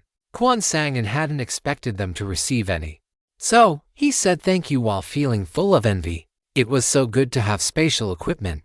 One could carry so many supplies. You're welcome. Lin Baici still needed these people as cannon fodder, so of course, he had to give them some small favors to lower their guard and prevent them from dying meaninglessly. I will explore with you. Quan sang and actually wanted to arrange for one of his team members to scout the village, but since Lin Baici was going in himself, he felt embarrassed to just wait. The others left. Neither Lin Baici nor Quan sang wanted to stay long in this plague-stricken village. They walked quickly, intending to take a lap and leave if they found nothing. However, they were in luck. On the north side of the village, the two suddenly heard heavy coughing. There's someone. Quan sang and immediately gripped his short blade. Under the eaves of a thatched hut, there was a bamboo chair with a gaunt, skinny old man lying on it, covered by a quilt full of patches. Shit, we really are in ancient times, Quan sang and cursed.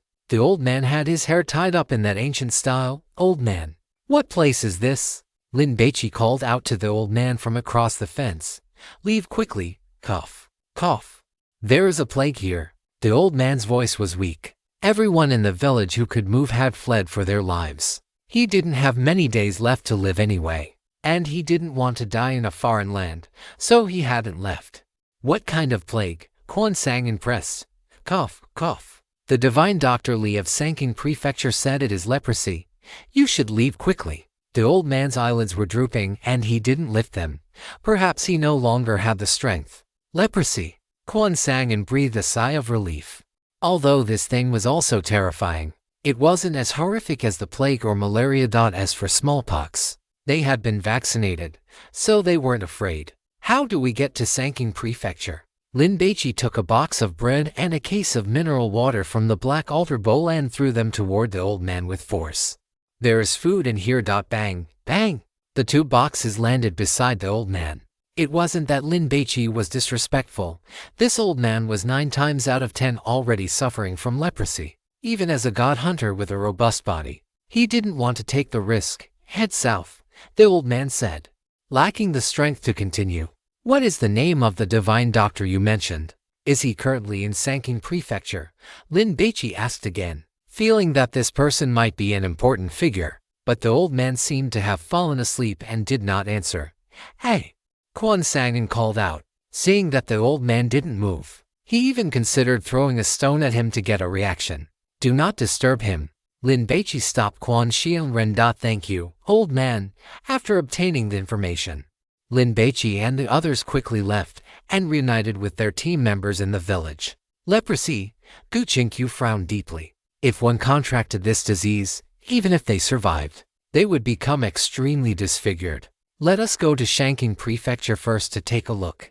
Lin Baici urged everyone to get on the road quickly. He had an electric scooter and 2 bicycles in his black altar bowl, but the road was too difficult to traverse.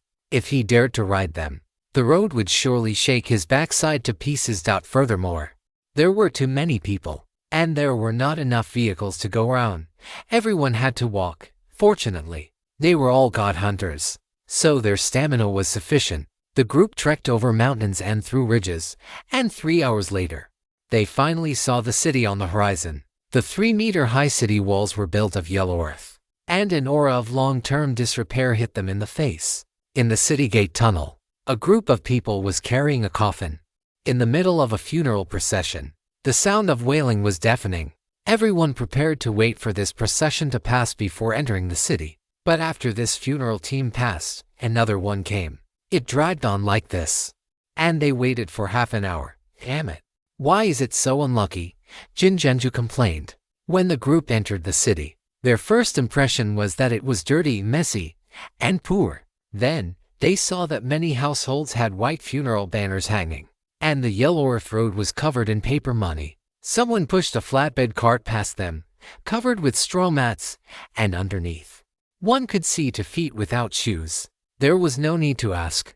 This was a poor family that could not afford a funeral and could only haul the body out to bury it casually, or even throw it directly into a mass grave. Should we just leave? Hu Yuyu was a little panicked. After saying this, she felt uncomfortable in her throat and began to cough. Everyone had not taken it seriously at first, but she coughed for half a minute without stopping, causing everyone to look over. You haven't been infected, have you? Jin Zhenju was worried, because once this girl got sick, it would definitely delay the team's progress in purifying the rule-based pollution, and might even infect others. I haven't been in contact with anyone else. How could I be infected? Hu Yuyu was startled and hurriedly argued, which was also a form of self-consolation.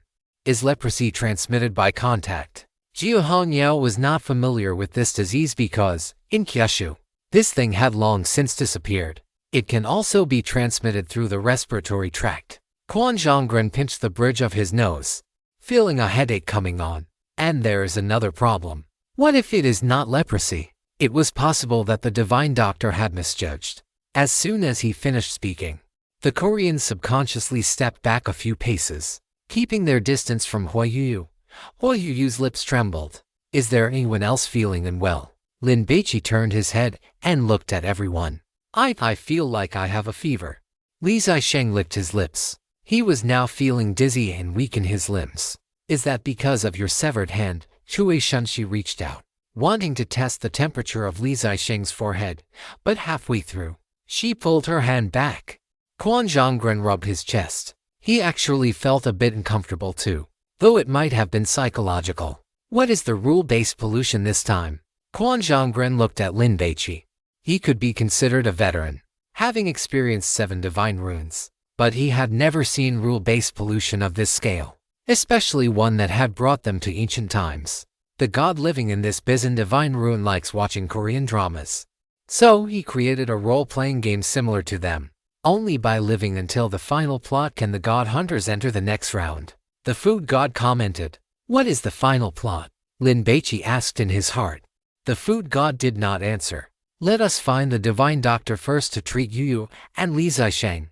Besides, We cannot guarantee that we won't be infected ourselves. So we need to get some medicine, Gu Qingqiu suggested. Everyone immediately began to take action. After asking around, they learned that the divine Dr. Li was not in Shanking Prefecture but had returned to his hometown.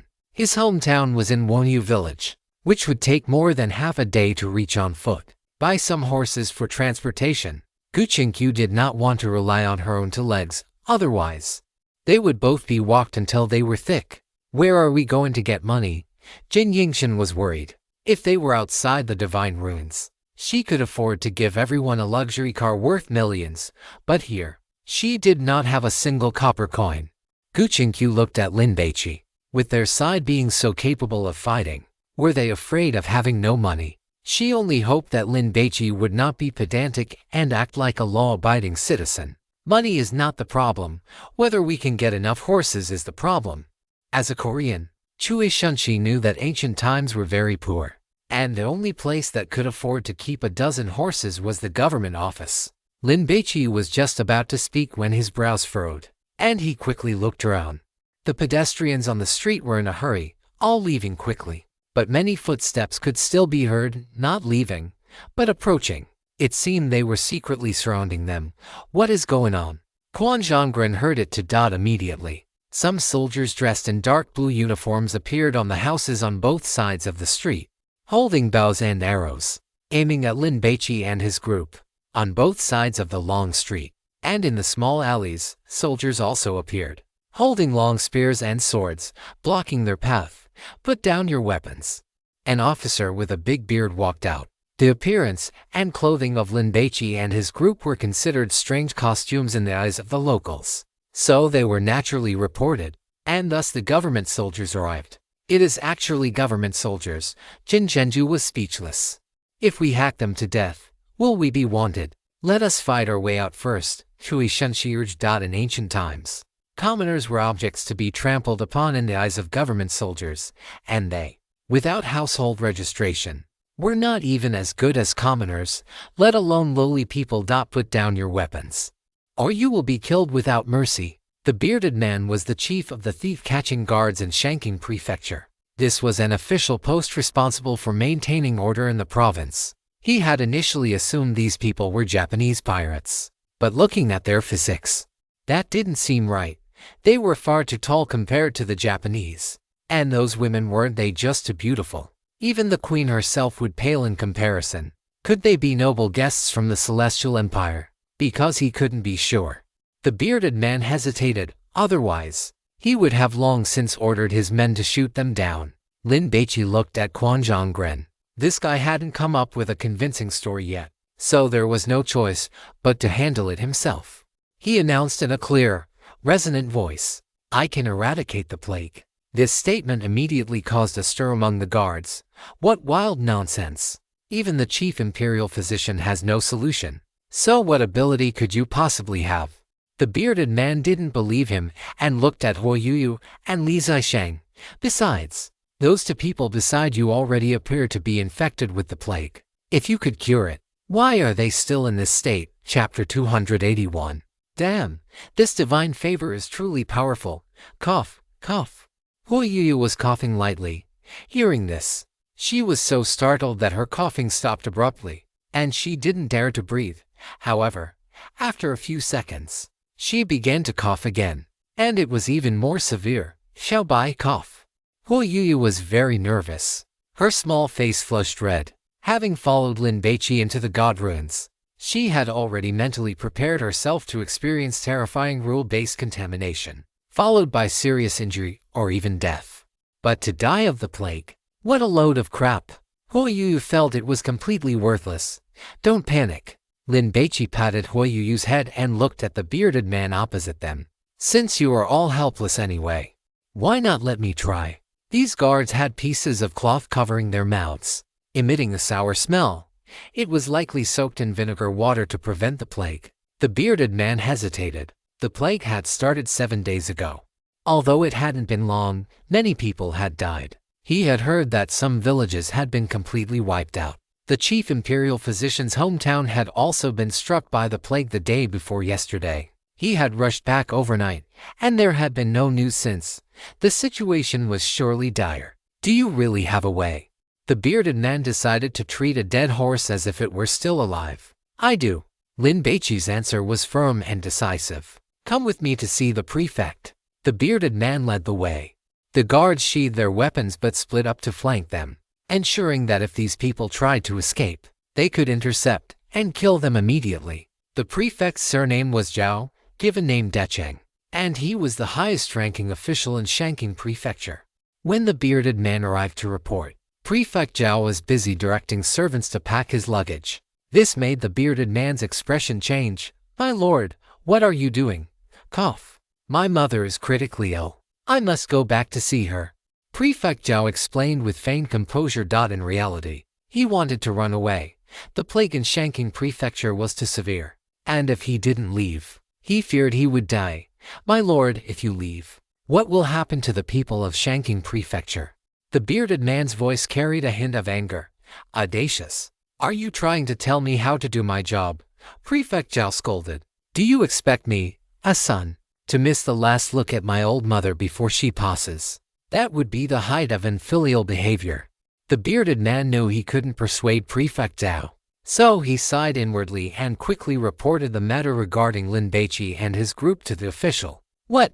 Someone says they can cure this plague? Prefect Zhao was excited. Quickly go and invite them here. If the plague could be eradicated, Prefect Zhao wouldn't have to run away, and it would even be a great achievement. A moment later, Lin Baici, Xie Hongyao, and Gu Qingqiu walked into the main hall. Quan Zhonggren accompanied Jin Zhenju, while the others waited outside. Zhao Decheng had changed into his official robes. He was still debating whether to be humble and treat them with courtesy or to display his official authority and give them a show of power, when he saw one man and two women, all tall and fit, walk in. The man in the lead had a handsome face, broad shoulders, and a narrow waist. His obviously strange attire actually complemented his temperament perfectly. Isn't he a bit too tall? When the man looked over, Zhao Decheng felt a tremendous sense of oppression, as if he were facing a heavenly soldier or general. The next second, Zhao Decheng looked at Xie Hongyao and Jin Yingzhen, who were beside Lin Baici, and then he didn't know which one to look at, because he wanted to look at both, and didn't want to waste even a second blinking. They were truly beautiful. In the end, the prefect chose Jin Yingzhen. Xie Hongyao, in her loose sportswear, didn't fit the prefect's aesthetic aside from her large chest, so Jin Yingzhen was better to look at. Her tight jeans wrapped closely around her long legs, revealing every curve. She wore high boots on her feet and a blue, open-chested sweater on her upper body. How truly scandalous! Prefect Zhao cursed inwardly, but his eyes couldn't move away at all. He immediately made a decision to have all his dancing girls change into this kind of clothing. Where are you three from? Prefect Zhao couldn't help but stand up. It was mainly because the visitors' appearance was so stunning, although they didn't have the ethereal air of reclusive masters. They were not to be underestimated. I come from the heavens. Lin Baici smiled slightly. Prefect Zhao didn't believe him. Judging by his facial features, this man looked like a person from the Ming dynasty, but his physique was too tall. As for the Japanese, those short people didn't have such heroic men or beautiful women among them. Everyone, please take a seat. Zhao Decheng greeted them. Someone, bring tea. Quan Zhonggren was annoyed because he and Jin Zhenju had been ignored. However, he had to admit that in terms of personal presence, Lin Baici and his group were truly impressive. Forget it. Just endure it. Both sides sat down and exchanged names. Hearing the names of Jin Yingzhen and the others, Zhao Decheng was somewhat stunned. Locals, Jin Yingzhen nodded perfunctorily. She didn't like this prefect. She had already looked around. Aside from the plague, the entire city was dilapidated and impoverished. The people on the streets were sallow and thin, and even the guards lacked spirit and vitality, clearly suffering from malnutrition. Yet, this prefect was a fat man, and by the looks of it, he was 9 times out of 10, dim-witted and incompetent. Can you eliminate this plague? Magistrate Zhao stared into Lin Baici's eyes as he asked. It was clear at a glance that this man was the leader of the group. 7 parts certainty. Lin Baici did not speak in absolutes. How long will it take? Zhao Decheng glanced at Jin Yingzhen, thinking to himself that if they failed, He would have them arrested and thrown into prison. He would keep this woman for himself, and the other one would be offered to the great king. Thinking of this, Zhao Deqing felt a bit depressed. He was only about 1.6 meters tall, and even on his tiptoes, he couldn't reach Jin Yingzhen's lips. I need to conduct an investigation before I can say for sure. The current priority is to find the divine physician Li. I need to know everything currently known about his situation. This divine taboo game provided absolutely no hints, and Lin Baici had no idea what to do. So he decided to start by finding the divine physician and figuring out a way to quell the plague. He had already inquired that divine physician Li held the official rank of Grand Physician, meaning he was a royal imperial physician with exceptionally superb medical skills. I see. Zhao Deqing pondered. This reason seemed impeccable. But what if it was just an excuse for these people to escape? He needed to keep some hostages. Don't worry. My friends have also been infected with the plague. In order to save them, we will also give it our all. As soon as Jia Hongyao finished speaking, Zhao Deqing let out an eye and jumped in fright. He was in such a hurry that he even knocked over his teacup. My lord. The bearded man felt that Zhao Deqing was being far too disgraceful. I will give you 3 days. If there are no results within 3 days, do not blame this official for being heartless. Zhao Deqing stiffened his face, putting on his official airs. 3 days was just enough time for him to arrange his luggage and ships. Lin Baici felt that 3 days would be enough to figure out the current situation. Since your friends are infected and sick, I will arrange for official quarters for them to rest. You can go find the Grand Physician without worry. Zhao Deqing chuckled. What do you mean by this? Jin Yingzhen frowned. Taking patients on the road is a waste of time. Zhao Deqing had made up his mind. If these people didn't agree, he would take them down on the spot. The men would be beheaded, and the women would be sent to the great king.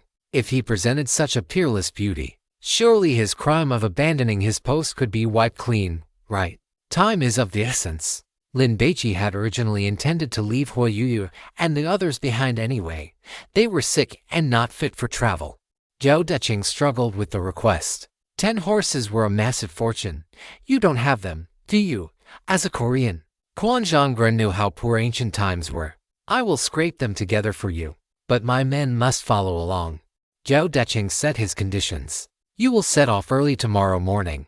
Zhao Deqing breathed a sigh of relief and moved to pick up his tea to see them out. Wait, let me show you something. As Lin Baici spoke, he slapped his palm down onto Zhao Deqing's teacup.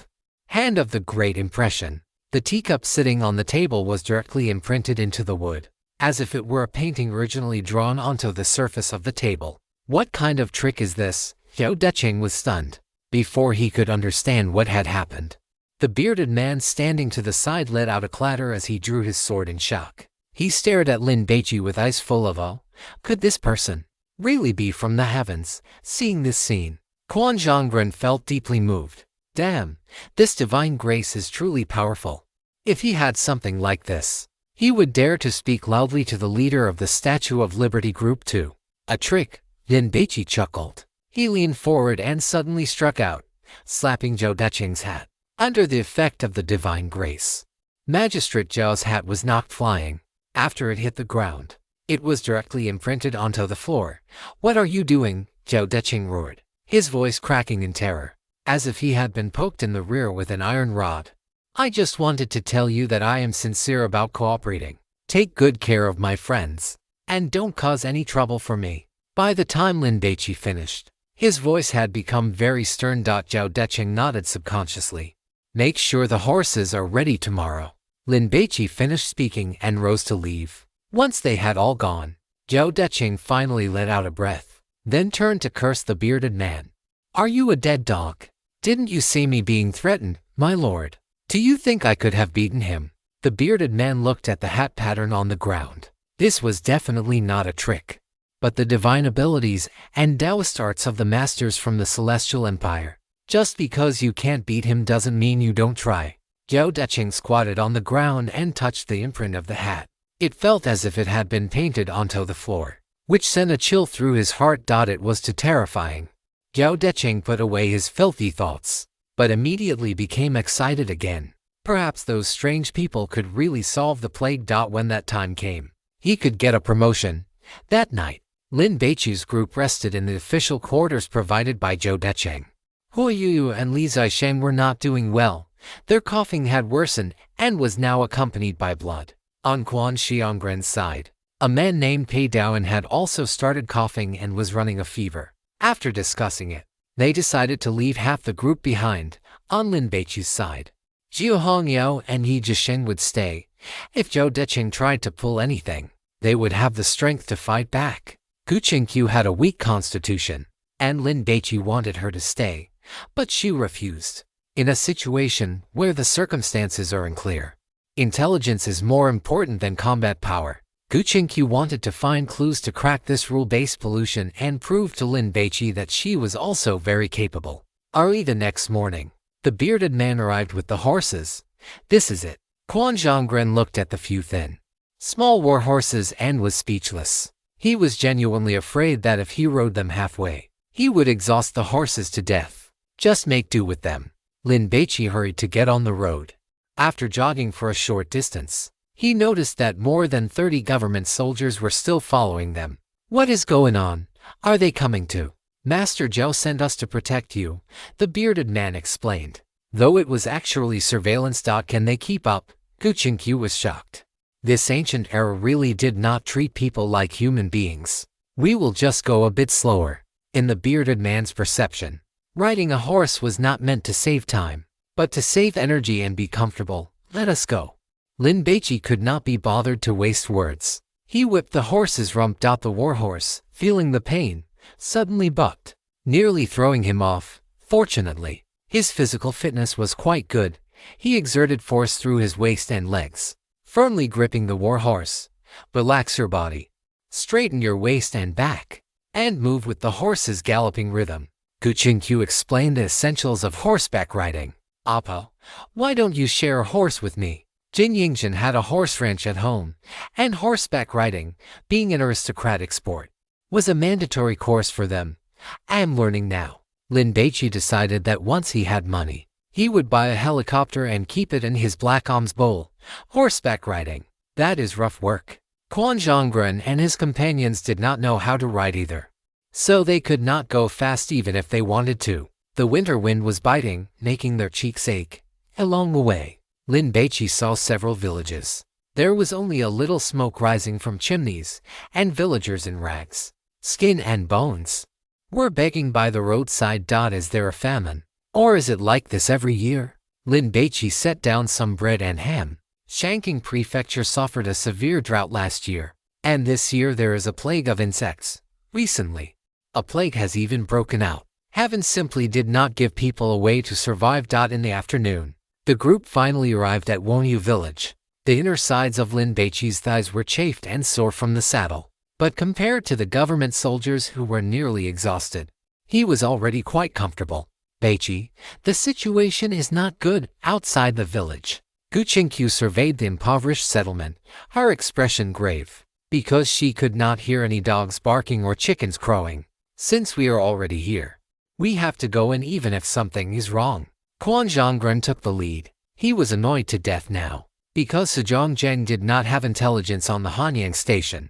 He had to make all the decisions for this rule pollution himself. This put him under great pressure. What if they lost members here? What would happen to the subsequent God's Taboo games?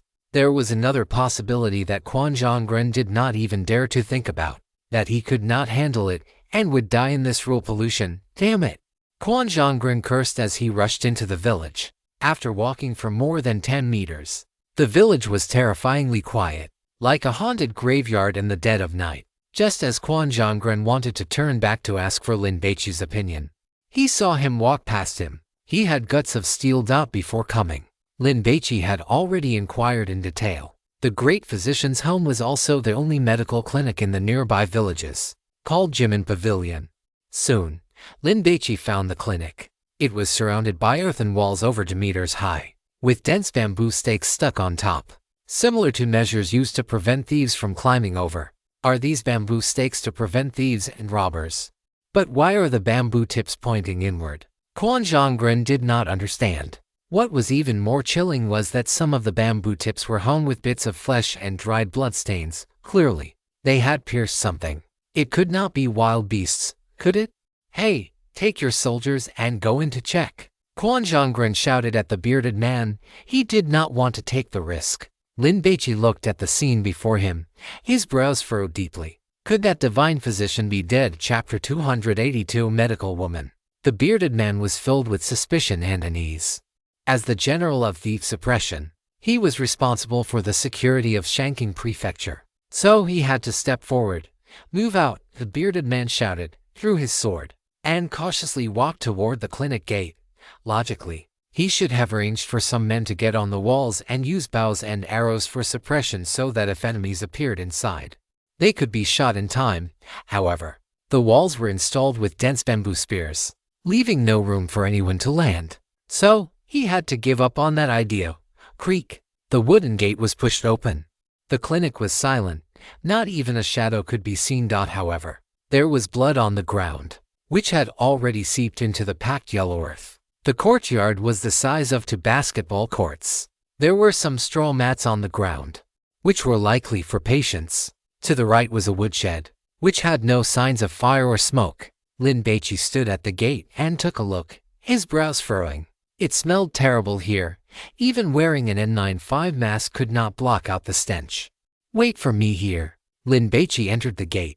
Jin Yingzhen had originally intended to listen to Lin Baici, but seeing Gu Qingqiu follow him in, she hurried over as well. I will take a look too. Gu Qingqiu looked around. She was very confident in her intelligence and thought she might discover clues that Lin Baici had overlooked. Jin Yingzhen held her sword, guarding Lin Baici's side. Be careful of catching the plague, Quan Zhonggren complained irritably. Since Lin Baici had entered the clinic, he felt embarrassed to just wait outside. So, he walked in as well. Although the divine physician Li was a royal physician who treated the king of Goryeo, judging by this clinic, he did not seem to be a wealthy man. To the north was a row of single-story houses, about 10 rooms in total, perhaps to save money. The houses were not built with foundations but were constructed directly with wood, for the purpose of moisture and rot prevention. There was a gap of over a foot between the ground and the wooden floor. Lin Baici stepped onto the wooden steps and used his bronze sword to push aside a door curtain made of straw. The smell of mold, the stench of blood, the scent of herbs, and a heavy, foul odor mixed together, rushing toward them and making one feel nauseous. The people here left in a great hurry. I wonder where they went. Gu Qingqiu saw that many household items had not been packed away, such as ceramic pots still containing herbal decoctions, bowls and chopsticks, and bedding. There was even some meat soup left in a large pot. Not to mention that Shanking Prefecture is currently suffering from a famine. Even in times of peace, many people cannot afford meat. Therefore, having meat in the pot is highly abnormal. Lin Baici checked a few rooms. They were much the same, similar to hospital wards. He came back out, intending to find the residence of the chief imperial physician. However, he hadn't walked more than a few steps when a piece of the wooden floorboards beneath his feet, which had rotted and grown moldy, gave way. Lin Baici didn't notice and stepped right onto it. Crack! The wooden floor shattered. Lin Baici's left leg sank in, and his entire body tilted to one side. Scheibel! The sudden sound startled everyone, causing them all to look over. Lin Baici hadn't taken it seriously at first, but suddenly, the sound of something crawling rapidly beneath the floorboards erupted abruptly. Damn it!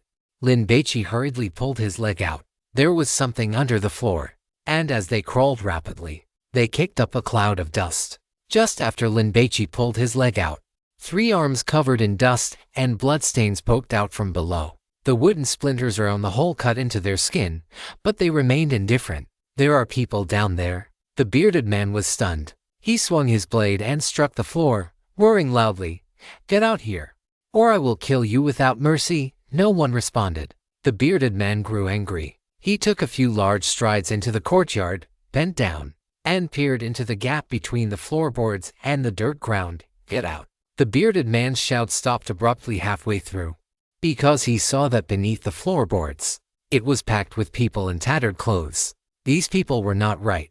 Their eyes were blood-red and filled with broken capillaries. They stared at the bearded man, baring their teeth and snarling like wild beasts. What was even more terrifying was that these people didn't seem to be breathing. At least, the bearded man didn't hear any. They are zombies. Lin Baici did not retreat. Instead, he took a step forward. Through the hole, he saw the face of an old woman squeezed into the space below, staring right at him, hissing with a mouth full of yellow teeth. Zombies. Quan Sangan looked bewildered. Since when did ancient society have zombies?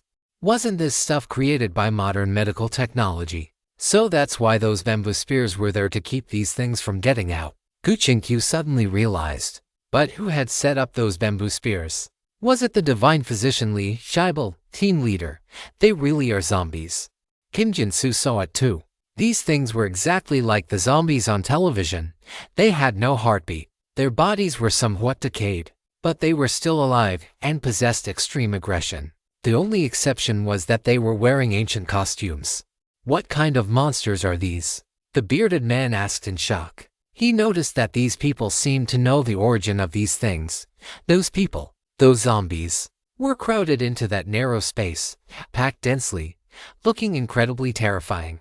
This tiger hunting general actually wanted to run, but seeing that Lin Baici hadn't moved, he managed to calm himself down slightly. I don't know. Although Lin Baici called them zombies, he knew absolutely nothing about the specific habits of these monsters. Should we head out first? As the bearded man spoke, he had already begun to retreat. Why are they hiding underneath? Kim Jin-soo wondered. Are they all social phobics who are afraid of seeing people? Gu Qingqiu looked up and glanced at the sky. They are likely afraid of sunlight. It was 4 o'clock in the afternoon, and the sunlight was no longer intense, but it still held some warmth when it hit the skin. Quan Sangan. Do you want to catch one to study? Lin Baici suggested. Why would I want to study this thing? Quan Sangan said with disgust. Aren't you afraid that your team members might turn into zombies? Gu Qingqiu retorted. Kim Jin-soo was startled. That shouldn't happen, right? Otherwise, with so many people dead in Shanking Prefecture, wouldn't they all have turned into zombies? They probably need to meet certain conditions to mutate, which is why we need to study them. Gu Qingqiu was very curious, as expected. That divine physician Li is a key figure. Let's go outside and talk, the bearded man urged. Lin Baici didn't want to stay in such a place either, so he hurried out. The government soldiers locked the main gate again, blocking it with several pieces of wood, a large millstone, and any other scattered items they could find before they felt at ease. After doing all this, the bearded man still wasn't satisfied and ordered his subordinates to light fire arrows and shoot them into the medical clinic. Regardless of what kind of monsters they were, a fire should be able to burn them to death. Right, whoosh, whoosh, whoosh. The fire arrows flew into the clinic, igniting some straw sandals and firewood. Soon, the fire began to rage. Could there be monsters in the village too? Kim Jin-soo worried. Bearded man, take your men and set fires, burn the entire village down.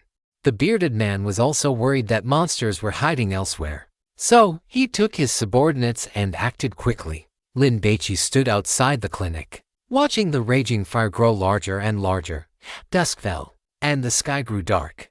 Did you set this fire? An anxious voice rang out. Lin Baici turned around and saw a young woman. She was holding a medicinal hoe and carrying a medicine basket, looking at the burning scene in despair. It's over. Everything is over. Chapter 283. Daejangjiam and the tiger hunting army. What is over? The bearded man stared at the young woman and scolded her loudly. His gaze was cold, as if he were looking at a lowly commoner. Lin Baici did not recognize the clothing of this world, but the Koreans did. The young woman holding the medicinal hoe was wearing a green skirt with a sleeveless linen vest over it, and a green cloth belt as wide as a palm tied around her waist. Although she was dirty and her face was covered in soot, there was no doubt that this was the attire of a medical woman. Medical women were mostly of low-born status, either government slaves or the daughters of commoners outside the palace, although they possessed some medical knowledge. In this ancient society where men were superior to women, medical women generally held a low status due to their humble origins. During the reign of Yansangan, medical women even became medical kasangs, used to please men with their beauty. The young woman shrank her neck, her face full of fear, and turned to leave. The bearded man waved his hand. and the soldiers immediately raised their bows and arrows. Thump! The woman knelt down. It looks like she is a medical woman from this clinic. Perhaps she knows something. Guqinkyu analyzed the situation and signaled for Lin Baici to step in. You should warn them. Don't scare her to death. Lin Baici felt that this bearded man was being too unkind to her. A medical woman knows a little bit of medicine, calling her a nurse would be more appropriate. But here in Goryeo, Guqinkyu was well read and understood the living conditions of medical women. So she was not at all surprised by the bearded man's attitude. Where is the chief physician? What happened here? Where did those monsters come from? The bearded man strode up to the medical woman, drew his sword with a clatter, and held it against her neck. Speak quickly, or I will cut you down. The medical woman kept her head lowered, saying nothing. Her body trembled like a quail frozen by heavy snow. Speak. The bearded man swung his blade, making a gesture as if to decapitate the woman. Stop scaring her, Lin Baici shouted. Walked over quickly, pushed the bearded man aside, and then helped the woman up. What is your name? The bearded man was not stupid. He knew Lin Baici wanted to play the good cop and use a softer approach. So, he snorted and glared at the medical woman. This is Lord Lin from the Celestial Empire. You had better serve him carefully. The medical woman was in her 20s, her bones deeply bound by feudal concepts. Upon hearing the bearded man's words, she immediately prepared to kneel and kowtow to Lin Baici. Lin Baici's hand was firm, stopping the medical woman. What is your name? I have come to find the chief physician to eradicate this plague, to save the common people from fire and water, and to rescue the masses from their dire straits. My name is Dai Jiangjiam. After the medical woman finished speaking, she hesitated, wanting to say more but ultimately shaking her head. Some things, if spoken aloud, are a capital offense. Were those living corpses created by you? Guqinkyu could not be bothered to beat around the bush. Her opening question went straight to the heart of the matter. No. Dai Jiangjiam quickly denied it, her eyes darting around, not daring to meet Guqinkyu's gaze. Seeing her like this, even a fool would know she was hiding something. You didn't seem surprised at all when you heard the words living corpse. Guqinkyu scrutinized Dai Jiangjiam. Did the problem stem from that pot of meat soup? Dai Jiangjiam became even more flustered. In a poverty-stricken, famine-stricken backwater, why could those patients afford meat? I have seen them. Their clothes are tattered. I doubt they could even scrape together enough money for medicine. Guqinkyu pressed. Explain that to me. If it was meat obtained by a brother from the tiger hunting army. Dai Jiangjiam's voice was very small, as she tried to distance herself from it. The tiger hunting army is an elite unit, rumored to have the combat strength to hunt tigers alone. Jin Yingshan provided the context. In ancient times, if people couldn't pay their taxes, many would choose to go into the mountains to hunt tigers. As long as they presented a tiger, they could offset their taxes. What kind of meat? The bearded man interjected. He also realized that the meat was problematic. Guqinkyu thought for a moment, then suddenly frowned. Human flesh. Upon hearing this term, Dai Jiangjiam's body shuddered, and she lowered her head deeply. Damn it! Lin Baici cursed under his breath. Jin Yingshan froze for a moment, and then the image of that pot of meat soup flashed through her mind. No wonder some of the bones looked familiar. The kimchi girl felt like vomiting. If you eat human flesh, you turn into a monster. The bearded man was quite calm.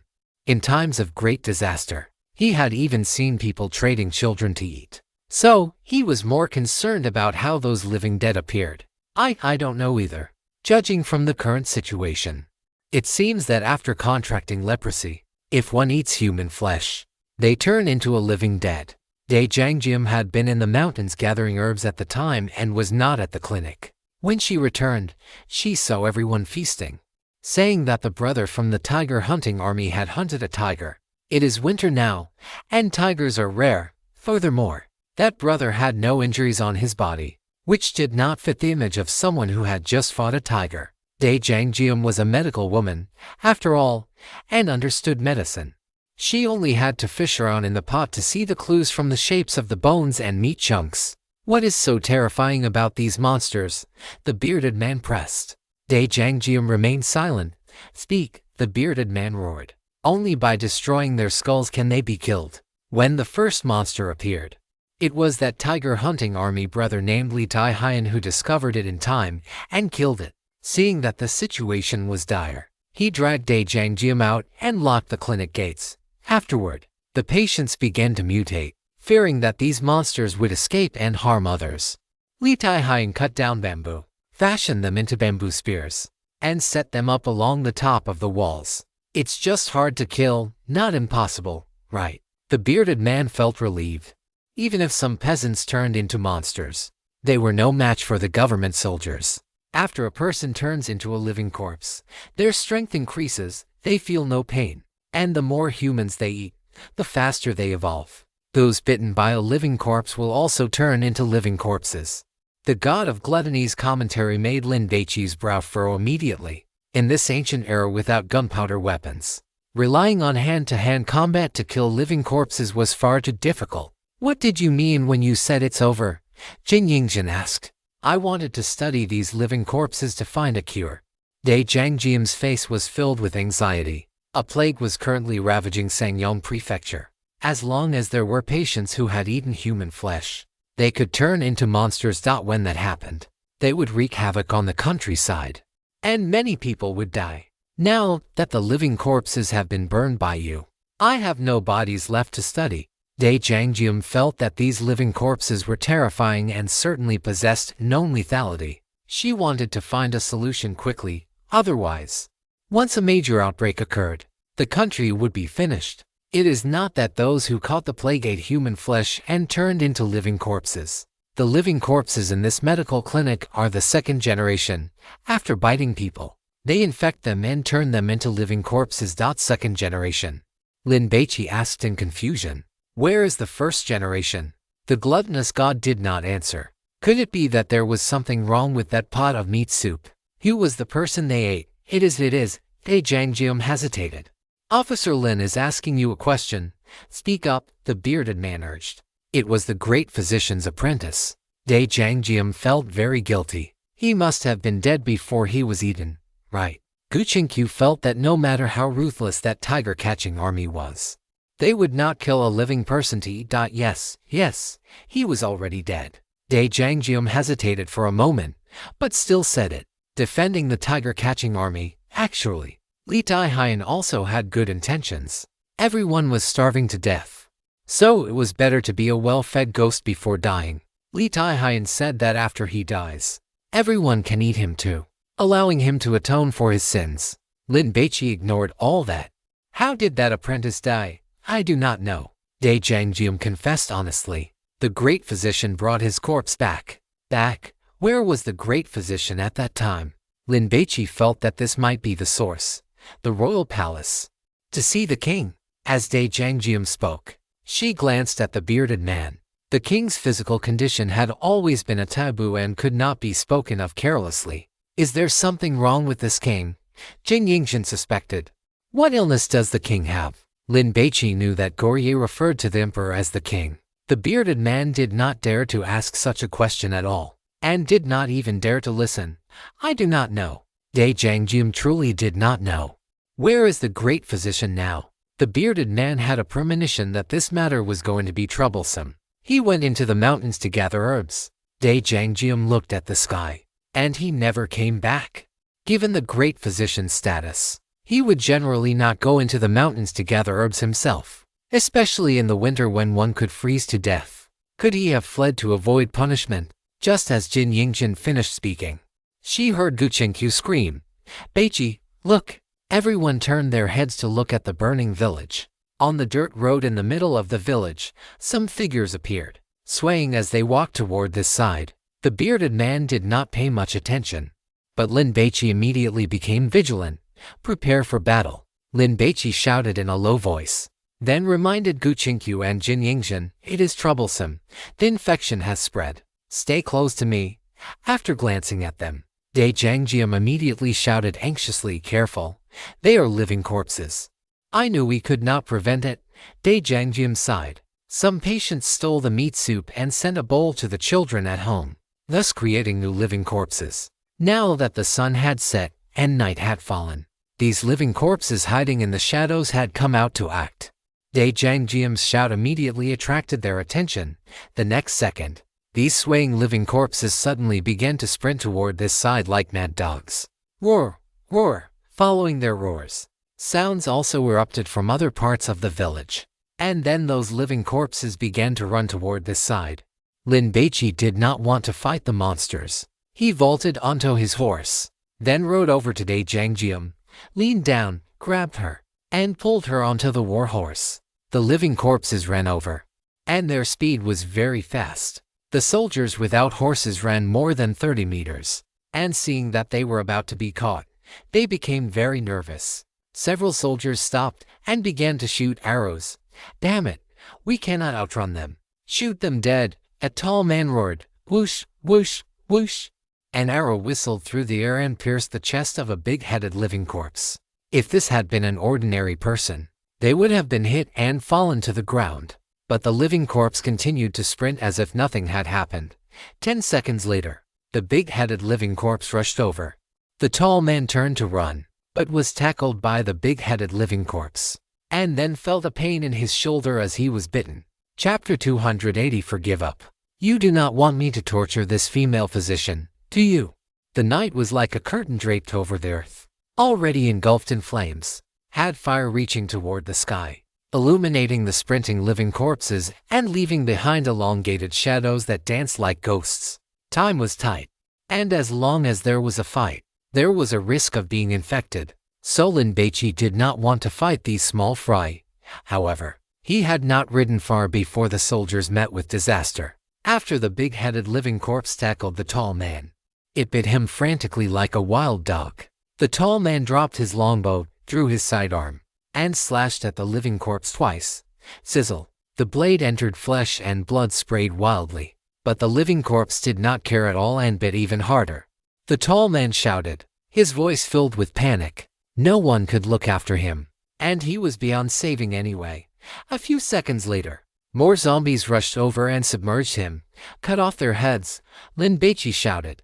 The breathing of the soldiers, the roars of the living corpses, the chewing sounds of flesh and bone being devoured, plus the crackling of the burning houses, all mixed together to form a hair-raising melody of death.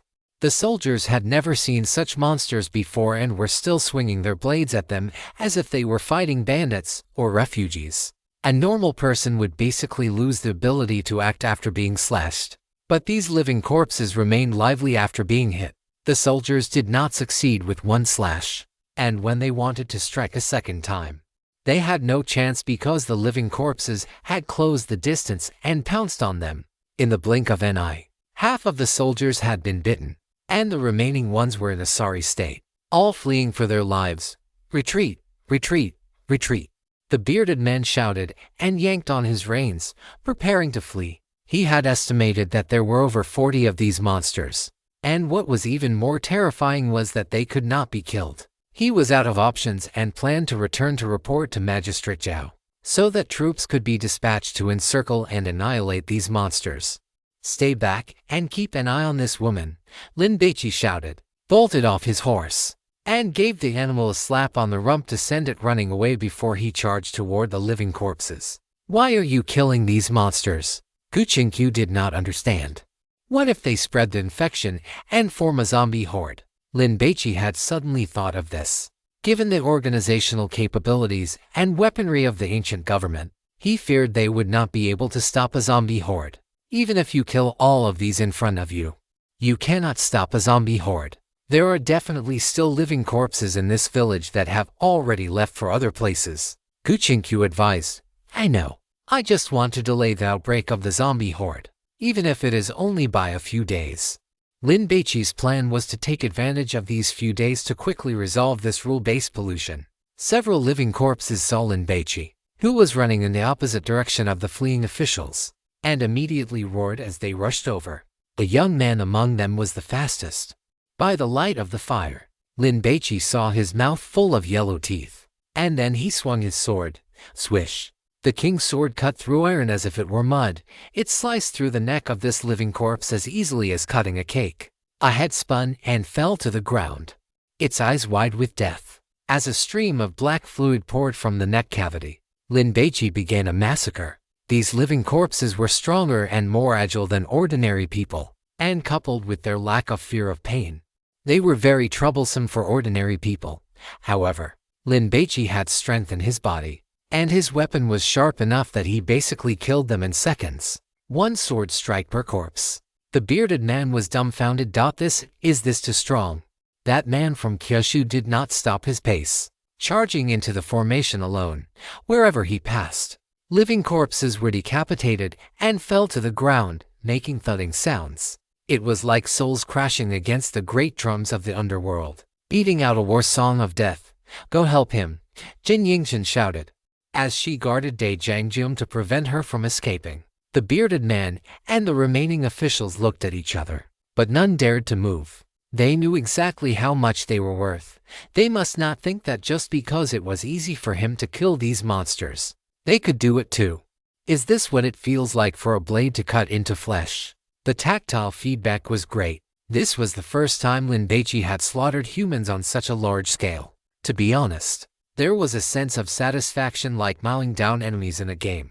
Just as Lin Baici felt that this was a low-difficulty fight, Gu Qingqiu suddenly shouted, "Watch out behind you, a short living corpse," looking only 11 or 12 years old, had quietly moved behind Lin Baici, and Lin Baici's bronze sword was currently embedded in the neck of a female living corpse, leaving him without a weapon. However, he did not panic at all. He lunged forward 3 steps, grabbed the collar of the female living corpse in front of him, and performed a back throw. Whoosh! The female living corpse, accompanied by the sound of tearing wind, spun into the air like a giant windmill before crashing down at high speed, striking the small living corpse behind Lin Baici. It was smashed into the ground. Lin Baici pulled out his sword and decapitated another nearby living corpse, while simultaneously kicking the small living corpse that was trying to bite his ankle in the mouth. The small living corpse's chin and nose bridge shattered, and its teeth sprayed out of its mouth. 10 minutes later, Lin Baici had killed 59 living corpses, and the scene finally quieted down. Severed limbs and arms were strewn about, and intestines and internal organs were scattered everywhere, making the place look like a slaughterhouse. Dai Jiangjium sat on her horse, watching in stunned silence.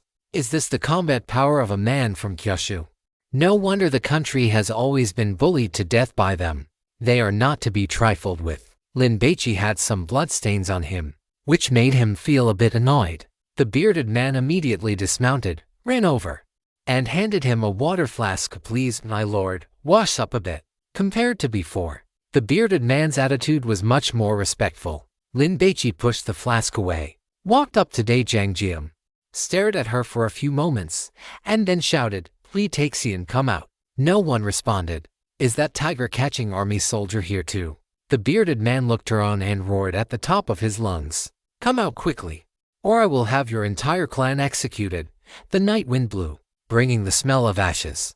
The bearded man understood. Lin Baici was bluffing. Lin Baici stopped shouting and swung his sword directly at Dai Jiangjium. A gunshot rang out. Clang. Lin Baici's bronze sword was struck. There's a gun. Jin Yingchen was surprised. Judging by the era, it should be a flintlock. Gu Qingqiu analyzed that this type of firearm had a cumbersome loading process and low accuracy. There really is someone.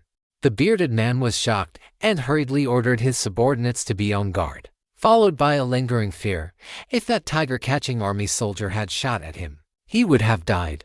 This female physician knows you have cooked human flesh, yet when she speaks of you, she still calls you big brother, which means your relationship is good. Furthermore, in this season, the beasts in the mountains are starving.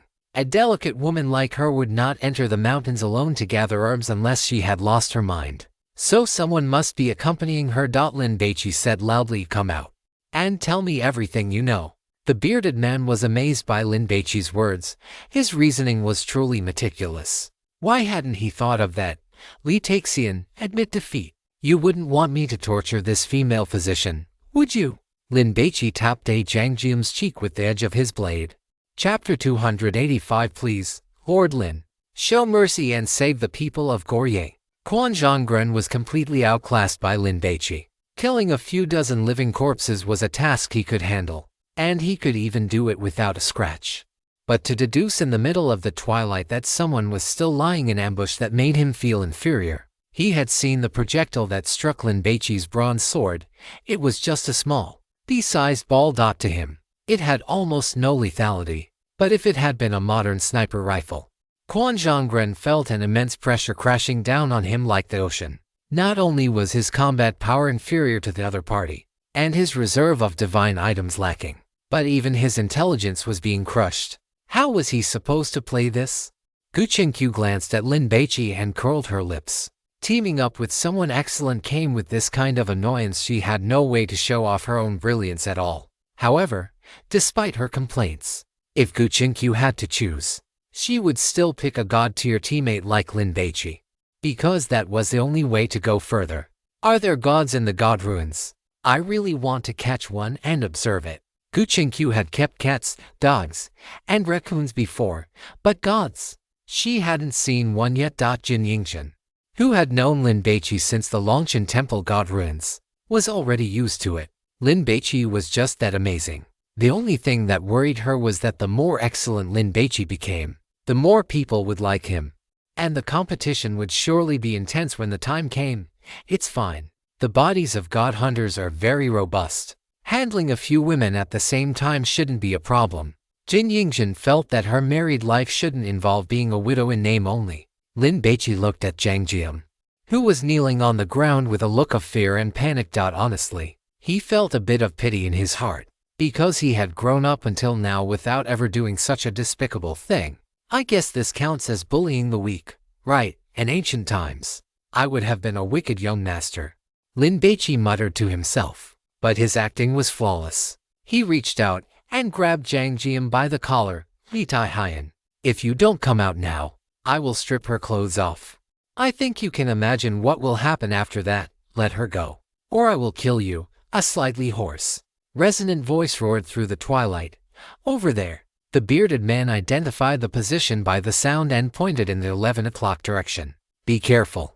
Sir, the men of the tiger-catching army have godlike marksmanship. To prove his words were true, Li Tai Haiyan suddenly fired a shot. Amidst the drifting gunpowder, a projectile grazed past Lin Baici's left ear. Quan Zhongren subconsciously tensed his entire body, but immediately relaxed again because Lin Baici hadn't moved. Damn it, I don't even have as much guts as him. Quan Zhongren wanted to cry. Acting together with Lin Baici was too much of a blow. Right, that woman named Gu Qingqiu hadn't moved either. How could she be so calm? Could she be a hidden expert? Those government soldiers immediately became nervous and hunched over. And fortunately, there was no cover nearby, and the bearded man hadn't given an order. Otherwise, they would have hidden long ago. Appa, Jin Yingzhen was worried. Kill me. And then what? Lin Baici signaled for the Korean girl not to panic and asked with a smile toward the direction where Li Tai Haiyan was hiding. Are you afraid that my men won't be cruel enough when they retaliate against this medical woman? The bearded man was shocked. A projectile just grazed your ear a moment ago. You were almost killed. So why aren't you afraid at all? What kind of godlike person is this? Li Tai Haiyan had threatened Lin Baici, trying to make him release Zhang Jian. He had even demonstrated his marksmanship because he was worried the other party wouldn't believe him. But what was the result? That man from Juju didn't care about death. This was troublesome. Li Tai Haiyan's strongest trump card was his marksmanship, but it was useless now. A matchlock musket took 30 seconds to reload, and in that time, Zhang Jian could have been hacked to death by the others several times over. She is just a physically weak medical woman who knows nothing. I will go with you. Do whatever you want with me. Kill or carve me up as you please. A young man wearing tattered hemp clothes walked out.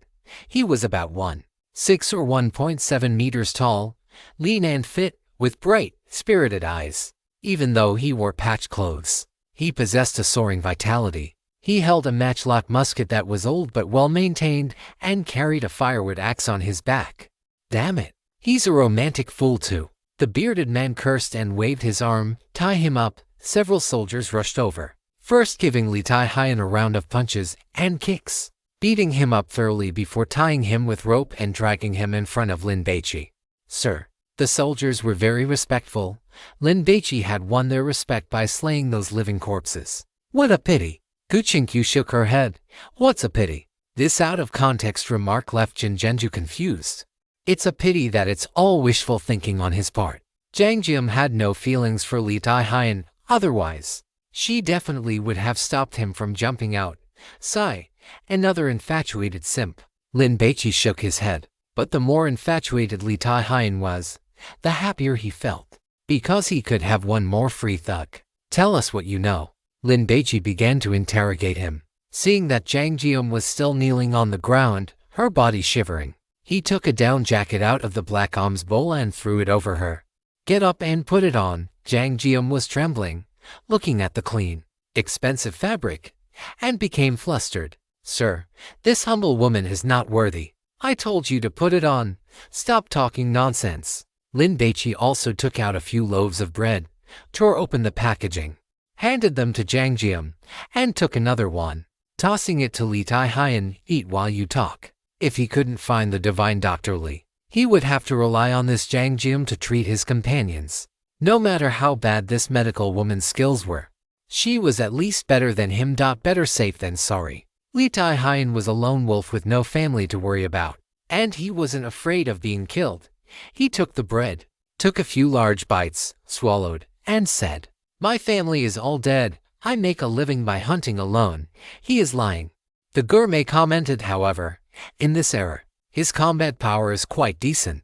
Keep him as a hunting dog. Lin Baici kicked Li Taixian in the stomach. I offered you my goodwill, and you repay me with lies. Li Taixian was dumbfounded. The force of the kick was not great, but the accusation was terrifying. Could he have possibly seen through it? Is he trying to bluff me?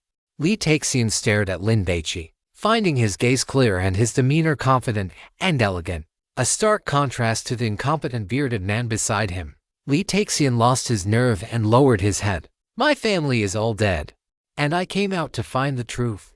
Died under suspicious circumstances. Lin Baici signaled for Li Taixian to continue eating. More than a year ago, a leprosy outbreak occurred in our village. I went out to find a doctor, but because I had no money, no doctor was willing to come. By the time I returned, everyone in the village was dead. As Li Taixian spoke of the past, his expression was sorrowful. Isn't it normal for people to die after catching such a disease? The bearded man thought this Li Taixian was out of his mind, but they died in such large numbers, and so neatly.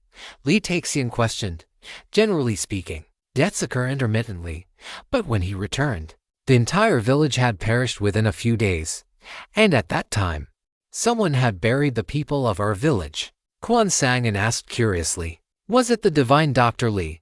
Lin Baici interjected. Li Taixian fell silent. He did not know if he should say it. You couldn't figure out why divine Dr. Li would bury the people of your village. So you came here, wanting to uncover the truth. Gu Qingqiu scrutinized Li Taixian. Did you find anything? Li Taixian hesitated to speak. During your time here, you discovered that divine Dr. Li is a good person. So you didn't want to link him to the death of the villagers. Gu Qingqiu chuckled. With your intelligence, you cannot deduce the answer. Tell me, and I will help you think. It was divine Dr. Li.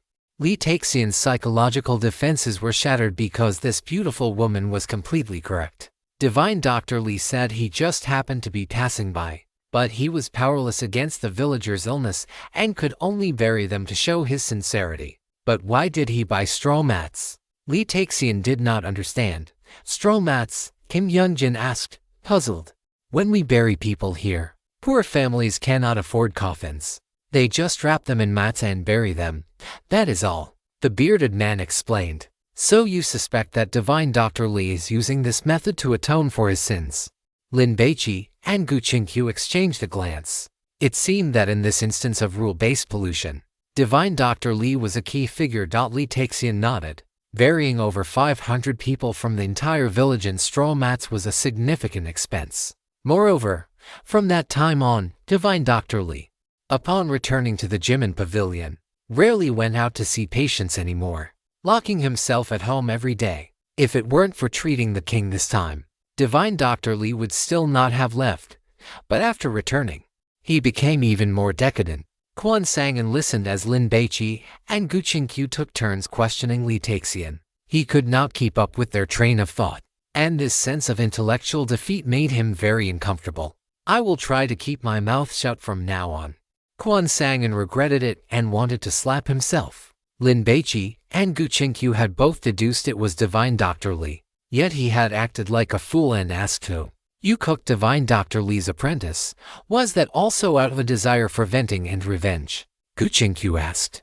Li Taixian glanced at Zhang Jian.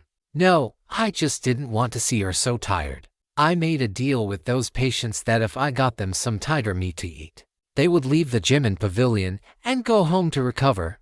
So many poor, sick people were taken in by Divine Dr. Li's kindness. But they relied on Zhang Jian for their daily care. She would be exhausted to the point of collapse. How did that apprentice die? Lin Baici pressed. Divine Dr. Li and his apprentice went into the royal palace. When they came out, the apprentice was dead. I secretly looked at the body. It looked like he had been bitten to death by some kind of wild beast. Li Taixian felt that Divine Dr. Li had failed to treat the noble's illness. And the noble, in a fit of rage, had released dogs to bite his apprentice to death as a warning to others. Could there be living corpses in the royal palace? Lin Baici frowned. The bearded man was startled. There are monsters like that in the royal palace too. No, that is impossible. If there were monsters, the highly skilled palace guards would have killed them long ago. What if that living corpse is your king? Gu Qingqiu's guess was the same as Lin Baici's. Damn it. Can you just stop deducing things? Quan Sang and An Kim Jinsu panicked. This speculation was too terrifying. The bearded man and his group were stunned into silence upon hearing this. The king is a living corpse. Then what will happen to this country? As for Li Taixian, his body stiffened, and he looked at the monsters that had been killed by Lin Baici. Looking at it this way, the way they bit people also looked very much like wild beasts. Go and compare the wounds, Lin Baici ordered. Li Taixian immediately ran to the large man who had been bitten by a living corpse. After checking, his expression turned grave. Similar. They are truly similar. The bearded man subconsciously covered his ears. Hearing too many royal secrets like this would lead to an unexplained death. What kind of rule-based pollution is this exactly? Quan Sang felt a massive headache. The God-forbidden games he had encountered before were all very simple, but this one was too complex, and it looked like it would last for many days. It wouldn't be that the gods themselves have descended, would it? Is it possible that we can clear the level by hacking the living corpse king in the royal palace to death? Kim Youngjin guessed. It could also be by curing him. Gu Qingqiu pondered. We still need to find Divine Dr. Li first and hear his side of the story. Do you think this thing can be cured? Quan Sang shook his head. What if Divine Dr. Li is already dead? Kim Jinsu worried. Can you stop being a harbinger of doom? Kim Youngjin snapped. It seems the key to what comes next is to find Divine Dr. Li as soon as possible. Quan Zhonggren was not entirely useless. He sought advice from Lin Baici. Let us camp here tonight and head into the mountains tomorrow to find the Divine Doctor. Understood. Lin Baici began taking camping gear out of his black arms bowl, tents, sleeping bags, a small portable stove. Quan Zhonggren was drooling with envy, literally drooling, because Lin Baici had also brought out a mandarin duck hot pot, along with some meat and vegetables, and began preparing a late-night hot pot feast. An hour later, the tent was pitched, and the pot on the stove began to boil. Lin Baici poured in the hot pot base, and once the water bubbled, he started cooking the meat. Come over and eat. Lin Baici beckoned to Li Taixian and Dai Zhangjian, but the two were too afraid to move. They were stunned to see Lin Baici conjure so many items out of thin air, assuming he was a high-level Taoist master from the 9 provinces who understood mystical arts. Are you not hungry? Lin Baici picked up a piece of mutton with his chopsticks, dipped it in some sesame sauce, popped it into his mouth, and teased Li Taixian. Where did that fearless, heroic spirit of yours go? Li Taixian thought about it and realized he was right. What was there to be afraid of?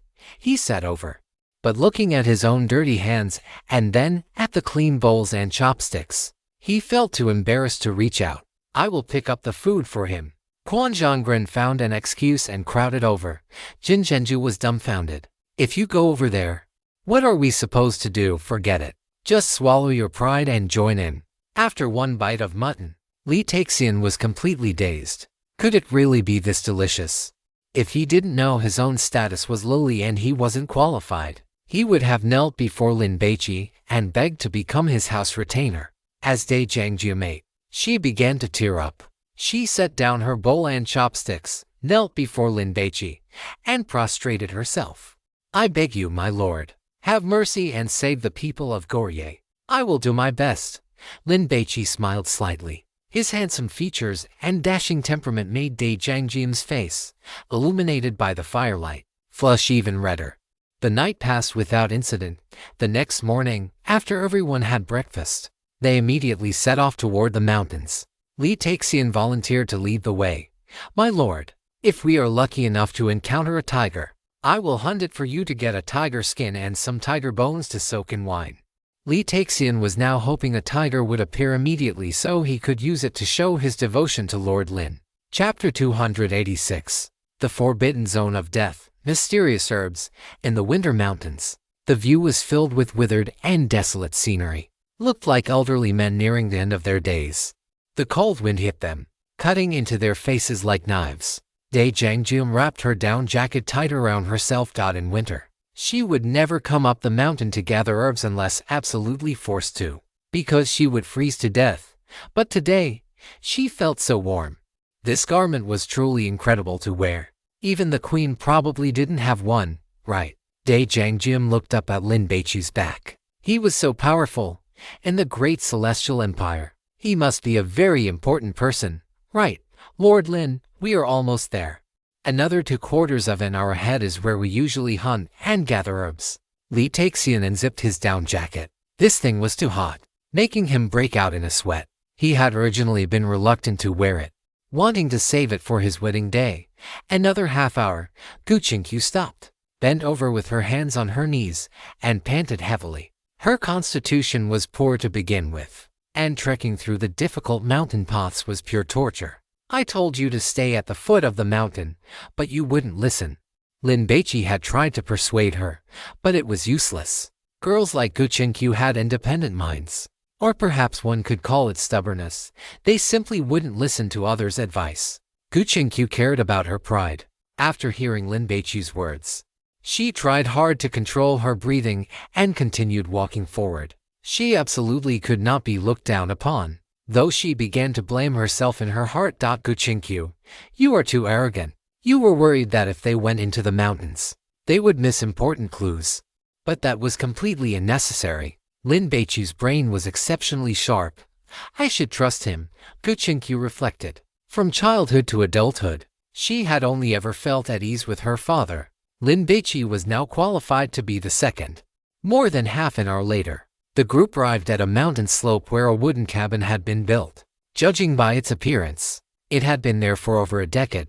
This is where hunters, ginseng diggers, and herb gatherers rest when they come into the mountains. "You can use the firewood, but you must replace whatever you use." Li Taxian explained in written rules and pushed open the door to the cabin. The interior was very simple. On the west side, some firewood was stacked, and on the east side, several logs were laid out, raised a foot off the ground to prevent dampness. They served as both a floor and a bed. On the log bed, a sunken fire pit had been dug out, with a dirty clay pot hanging from a rope above it. After eating, a wooden board could be placed over the fire pit so that the residual heat would make sleeping on it very comfortable at night. Lin Baici took a look and, judging by the thickness of the dust, determined that no one had lived here for several months. Looking at this, the divine Dr. Li probably didn't come into the mountains. Gu Qingqiu sighed. Divine Dr. Li was over 50 this year. In ancient times, where life expectancy was generally low, this was considered a ripe old age. If he had come into the mountains alone for many days, the chances of survival were slim. Gu Qingqiu felt that the divine doctor would not do something so foolish. Split into teams of two to look for divine Dr. Li. "We will regroup here in the evening." Lin Baici assigned the tasks, his fierce gaze sweeping over the group. "Do not slack off. If I find anyone doing so, I will make sure they find living to be more painful than death. Don't worry, Lord Lin, we will definitely find divine Dr. Li." The bearded man and his group quickly promised. Li Taxian, lead the way to the forbidden zone, Lin Baici urged. Time was too tight. and he didn't know how Hua Yu's condition was. Therefore, the sooner he could return, the less he had to worry. Are we really going? Li Taxian swallowed hard. There are divine beasts there. Anyone who trespasses will be killed. Then we shall kill the divine beast and have it with our wine. Last night, Lin Baici spent most of the night chatting with Li Taxian and Dai Zhangjian, learning that there was a forbidden area in the mountains. Today, when Lin Baici entered the mountains, besides looking for the divine Dr. Li, he also intended to check out the forbidden area. What if there were clues to purifying the rule-based pollution? Team leader Lin, instead of letting those government soldiers search blindly like headless flies, why not have them follow us? Quan Zhonggren leaned in close and whispered his suggestion. He felt that in a critical moment, these people could be used as bait to distract the monsters, even if it only bought a few minutes. It would be enough. Whatever, do as you please. Lin Baici was indifferent. Quan Zhonggren immediately called out to the bearded man, telling him to lead his soldiers to follow. The group set off again, and an hour later, they arrived in a mountain hollow. Any further forward, and we will enter the forbidden area. Li Taxian pointed to a large rock in the distance, upon which the 4 characters for trespassers will die were written in the fresh blood of some animal. Beside the large rock, a circle of wooden stakes was driven into the ground, and on each stake was impaled a human head, rotted down to nothing but bone. Lin Baici glanced at it, completely unbothered, and walked in first. Spread out in a fan shape.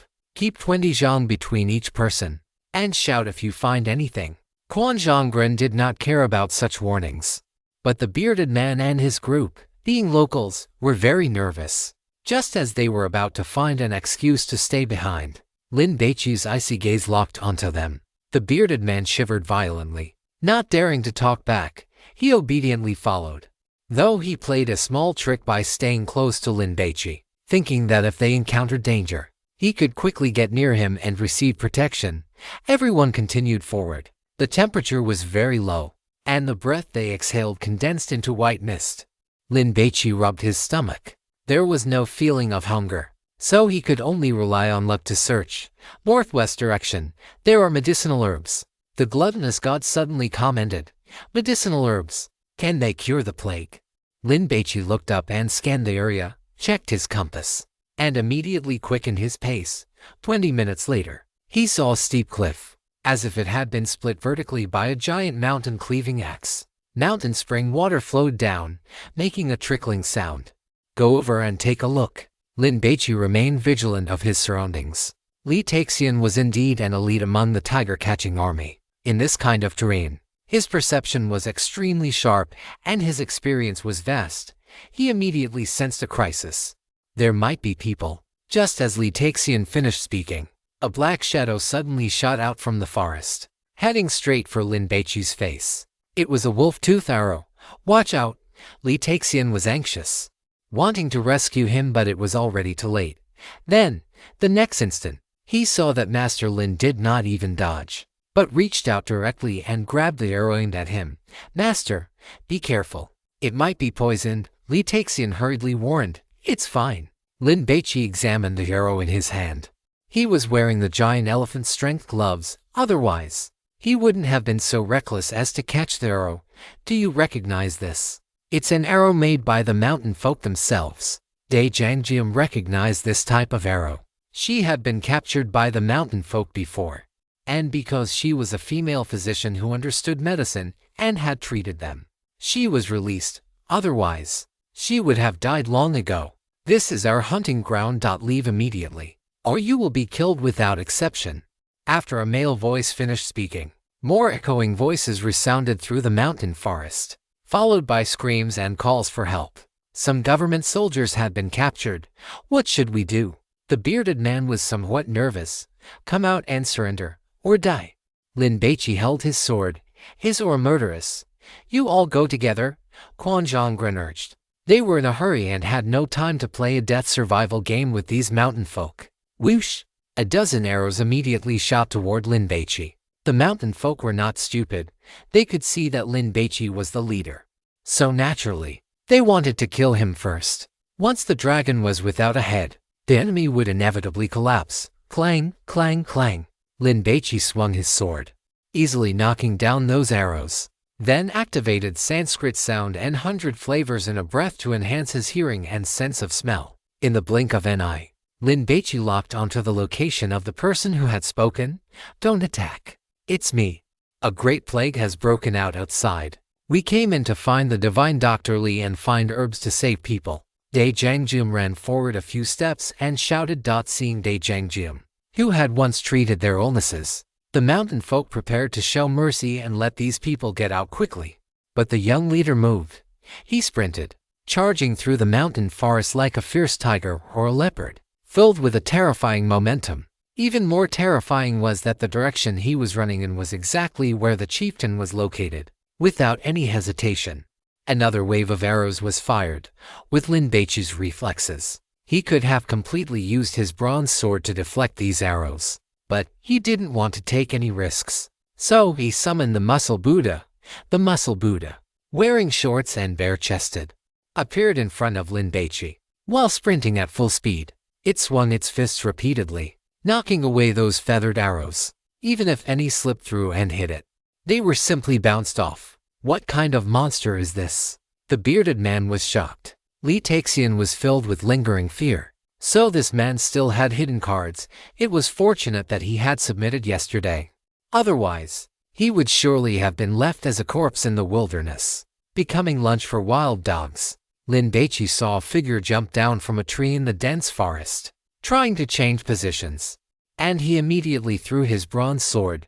Swish! The Dragon-Tooth King's sword carried a faint bronze-colored glow as it whistled through the air. After slicing off one of the person's ears, it pierced through the trunk of a large tree in front, drew a circle amidst a burst of flying wood chips, and flew back. Lin Baici caught the bronze sword. "Don't force me to start a massacre. Kneel and surrender quickly," Lin Baici shouted. The Muscle Buddha threw a punch at a large tree nearby. A tree as thick as one could wrap their arms around snapped directly in half. The Muscle Buddha grabbed it, used it like a javelin, and hurled it at another tree over 40 meters away. Amidst the massive sound of impact, two mountain folk wearing animal skins fell from the tree, landing in a disoriented heap. "Don't kill them." Lin Baici stopped Quan Zhonggren and the bearded man, who were ready to go on a killing spree. "Why?" Quan Zhonggren did not understand. "I need some soldiers." After saying this, Lin Baici looked at Dai Jiangjum. "It seems you know them, and the fact that you survived among these savage mountain folk shows they respect you. Help me persuade them to surrender. I can give them fine wine and delicacies, gold and silver jewelry, as long as they work for me for 10 days. 10 days, Lin Baici felt, was enough to resolve this rule-based pollution. Gu Qingqiu had urgently wanted to persuade Lin Baici to spare their lives and capture some slave soldiers. But upon realizing he was thinking the same thing, she could only keep quiet. "The team leader is too capable. There is no way for me to show my worth." Dai Jiangjum hesitated. She was afraid she wouldn't do a good job. "I believe you can do it." Lin Baici smiled, encouraging Dai Jiangjum, and took some food and a down jacket out of the black alms bowl. Dai Jiangjum took a deep breath and shouted toward the mountain folk. "Lord Lin is a good person. If you listen to him, you will have endless delicious food to eat." The mountain folk were very loyal. They didn't leave, not because of the food, but because the bearded man had captured 2 of their people. The mountain man missing an ear walked over, his face fierce and menacing. Before he could speak, Lin Baici opened a can of luncheon meat and tossed it over. The aroma of the luncheon meat caused the one-eared mountain man to freeze. "Work for me for 10 days. Once you are done, I will give you 3 years' worth of food and clothing." Lin Baici tossed the down jacket over. These mountain folk wore tattered animal skins. Their poverty was obvious at a glance. The one-eared man didn't recognize the down jacket, but his physical senses wouldn't lie. One touch told him it was a good item. So, he quickly draped it over his body, and the cold wind was immediately blocked. "I want this kind of clothing. 10, 20. The one-eared man couldn't count well. 20 was the highest number he knew. Lin Baici nodded. The one-eared man looked at the luncheon meat, took a bite, and immediately made a greedy demand. "I also want weapons. Swords and bows and arrows. Once we get down the mountain, I will prepare them for you immediately." Lin Baici wasn't afraid of these people going back on their word. At worst, he would just kill them then. Can you let my people go now? The one-eared man looked at his two tribesmen, then at the muscle Buddha. Release them. Lin Baici instructed the bearded man, then took out bandages and hemostatic medicine and handed them to Dai Jiangjiam. Go and bandage him up. Is there more food? The one-eared man hadn't thought about running away. There was no choice. This winter was too cold, and the mountains were short on clothing and food. Many people had already starved to death. Some in the tribe had already suggested going down the mountain to rob, but that was a capital offense. Now, working for this noble person could earn them some food. It wasn't a loss. The one-eared man looked at the clean, healthy-looking Lin Baici and the women around him, and he knew this was a noble person who wore official robes, was as obedient to Lin Baici as a house dog. He even suspected this man was royalty. Lin Baici took out several boxes containing bread, luncheon meat, and bottled water, calling this place a forbidden area. Is it just something you made up to keep outsiders from entering your hunting grounds?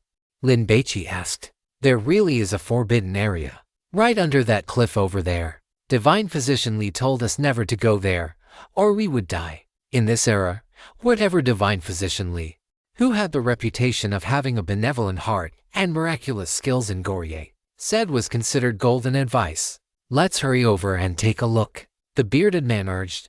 It would be great if they could find Divine Physician Li in the forbidden area. Under the cliff, the rock recessed, forming a narrow, long cave. There was a hot spring bubbling with hot water, forming a small pool. On the rock walls of the cave grew some small, pale purple flowers, and a faint fragrance drifted through the air. These flowers are not right. Gu Qingqiu worried. Don't get close. Did you discover something? Jin Yingxian stopped in her tracks. There are no weeds here, only these small flowers, Lin Baici explained. Logically speaking, even if these flowers were the primary vegetation here, there should at least be some weeds nearby. What kind of plant is this? Quan Zhongren shoved Dai Jiangjiam, telling her to speak quickly. Chapter 287 Life and Death Grass. I don't know. Dai Jiangjiam shook her head. Aren't you a female physician? You should know many plants, right? Quan Zhongren looked at Dai Jiangjiam suspiciously. Could this woman be a quack? Dai Jiangjiam's face flushed red instantly. She wanted to explain, but after hesitating for a few seconds, she held back and lowered her head. She dared not argue with these masters. Dai Jiangjiam's medical skills are very good. Li Taxian defended his sweetheart. Dai Jiangjiam's medical skills were excellent. Compared to Divine Physician Li, it wouldn't be an exaggeration to say she had surpassed her master. The problem was that in this ancient era where men were superior to women, too few people sought her out for treatment. This female physician could only provide free medical care to the poor, mountain folk, and refugees. It was precisely because her skills were good enough to save many people in the one-eared man's tribe that these mountain folk respected her. Master, I will go pick a few to take a look. After saying this, Dai Jiangjiam started to walk forward, but after only 2 steps, she was grabbed by Lin Baici. Be careful of danger. Lin Baici carefully examined the surrounding terrain.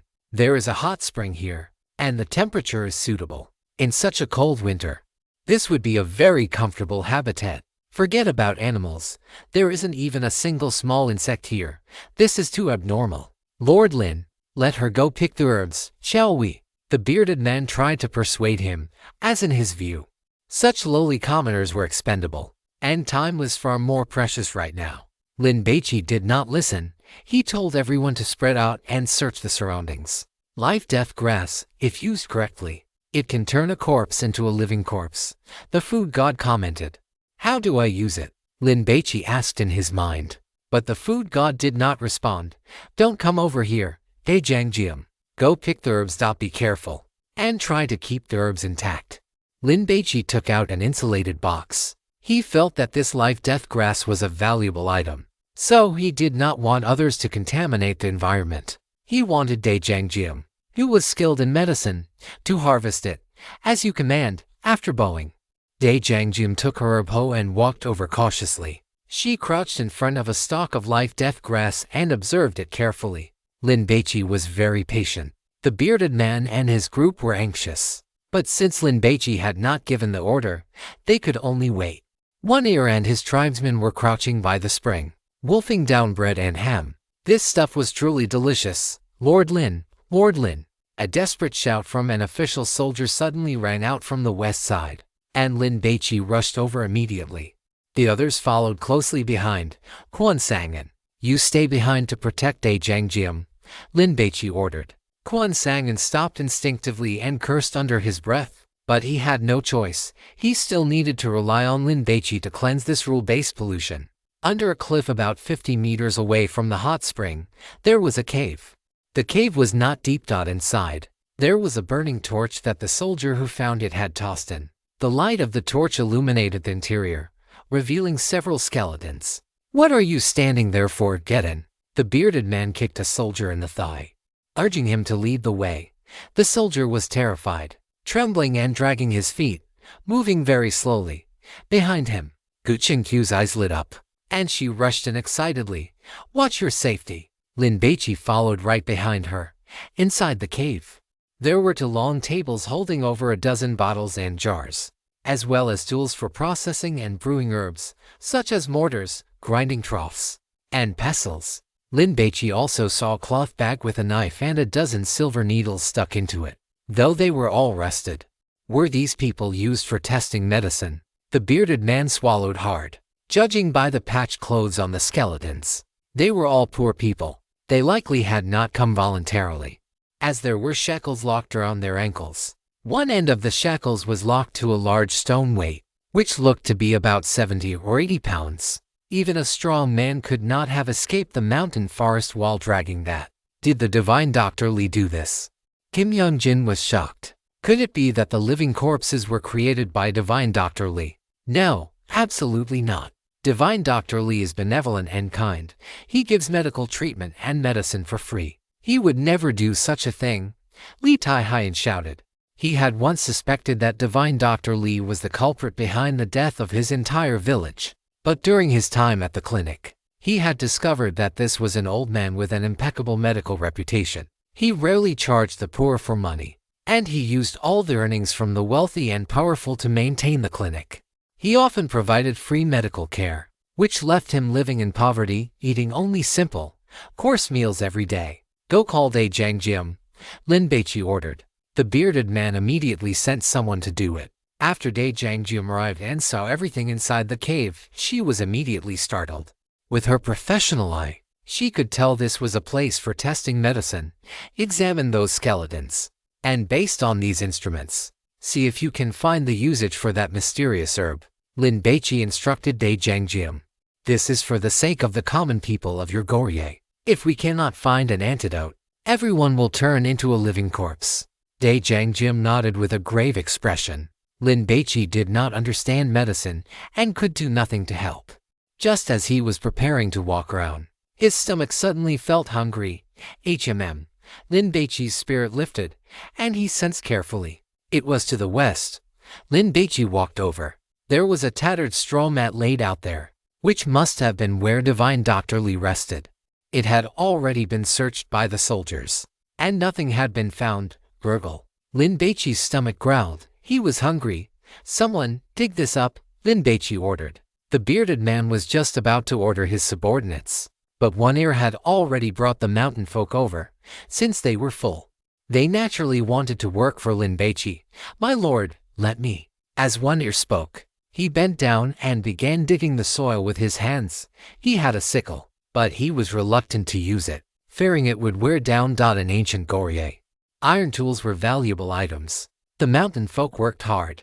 A few minutes later, they dug a small pit a foot deep, and a wooden lid was revealed. My lord, there is something here. One Ear was excited, and he dug even faster. Hearing the commotion, everyone rushed over. Damn it, how did you find this? Kim Jin-soo was shocked. Was this man from Kyushu part dog? Or did he have some kind of search-type divine grace?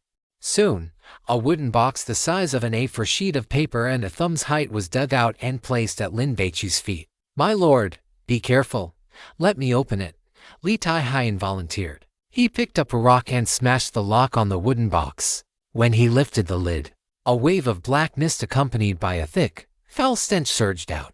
Lin Baici's vision was filled with black mist. He instinctively waved his hand to clear it, when suddenly, a living corpse's face covered in blood and filth, emerged from the mist and lunged at him. The living corpse shrieked, its sharp teeth bared, spraying a foul odor from its rotting mouth. Without thinking, Lin Baici instinctively threw a punch. Don't hit it. The food god stopped him. Chapter 288, Jigsaw Puzzle. Thank you, God Lin. Black mist swirled, and the corpse's face was hideous. Not to mention that this was a terrifying living corpse. Even if a normal person had jumped out at such close range, it would have scared the living daylights out of anyone. Lin Baici reacted with lightning speed. Fueled by shock and anger, he unleashed a strike. And by the time the god of food spoke, his fist was already about to hit the living corpse's nose. He could not pull back the movement. So, Lin Baici flicked his hand, swish. His fist grazed the face of the living corpse, the sharp force of the punch stirring up its filthy hair. The living corpse let out a roar, its withered hands, resembling chicken claws, clawing toward Lin Baici. Lin Baici did not block. Instead, he retreated rapidly. If you hit it, you will be infected immediately, the god of food commented. Lin Baici's brows furrowed deeply. What does this mean? A rule pollution appearing within a rule pollution. The current situation was clearly the outbreak of a new rule pollution. But the problem was, everyone was already inside a rule pollution. Clatter. The sound of chains clashing rang out. Only then did Lin Baici notice that the living corpse opposite him was lunging at him frantically. Yet it could not move forward another step because it was chained down by iron shackles. Bang, bang. He did not know whose fists or kicks were striking the flesh of the living corpse, producing dull thuds, along with the sound of machetes hacking into the corpse, slicing through muscle and chopping into bone. Baici, Kuchinkyu and Jin Yingshan did not fight the monsters but ran to Lin Baici's side at the first opportunity. What is going on? Quan Zhonggren was powerful and naturally not afraid of the living corpses. He had fought the monsters, only to realize after hacking at them that the living corpses were tethered like domestic dogs by chains. If he did not make a move, the living corpses could not touch him. Where are the others? Jin Zhenju was a bit nervous. Although black fog filled the area and visibility was less than 3 meters. If there were many people, there should be sounds. But now, it was deathly silent. The bearded man and the others seemed to have vanished into thin air. Quan Zhonggren, how do you feel? Is there any part of you that feels uncomfortable? Lin Baici asked while surveying his surroundings. Saiba, are you looking down on me too much? This kind of mongrel monster I could handle with one hand. Quan Zhonggren could not finish his sentence because a piercing, agonizing pain suddenly shot through his head, as if a power drill were boring into his brain. Furthermore, purple bruises began to appear on the skin of his hands, spreading at a speed visible to the naked eye, his hair standing on end. He instinctively looked at Lin Baici. How about you? Lin Baici shrugged his shoulders. Quan Zhonggren did not need an answer. He could already smell the scent of rotting flesh coming from this Saiba man. Leader, I think I have been infected. Jin Zhenju felt itchy all over. She wanted to scratch but dared not use force. The black fog was thinning, and visibility was improving. Why are you define? Quan Zhonggren did not understand. It was one thing for Lin Baici to have dodged it, but why could these two women also avoid infection? This is the Bizan god ruins, right? Why do the gods of Goryeo not favor them, the natives, at all? At this moment, Quan Zhonggren felt very resentful, his heart filled with extreme imbalance. If you don't touch the living corpses, you shouldn't get infected. Kuchinkyu glanced at the living corpse not far from Lin Baici.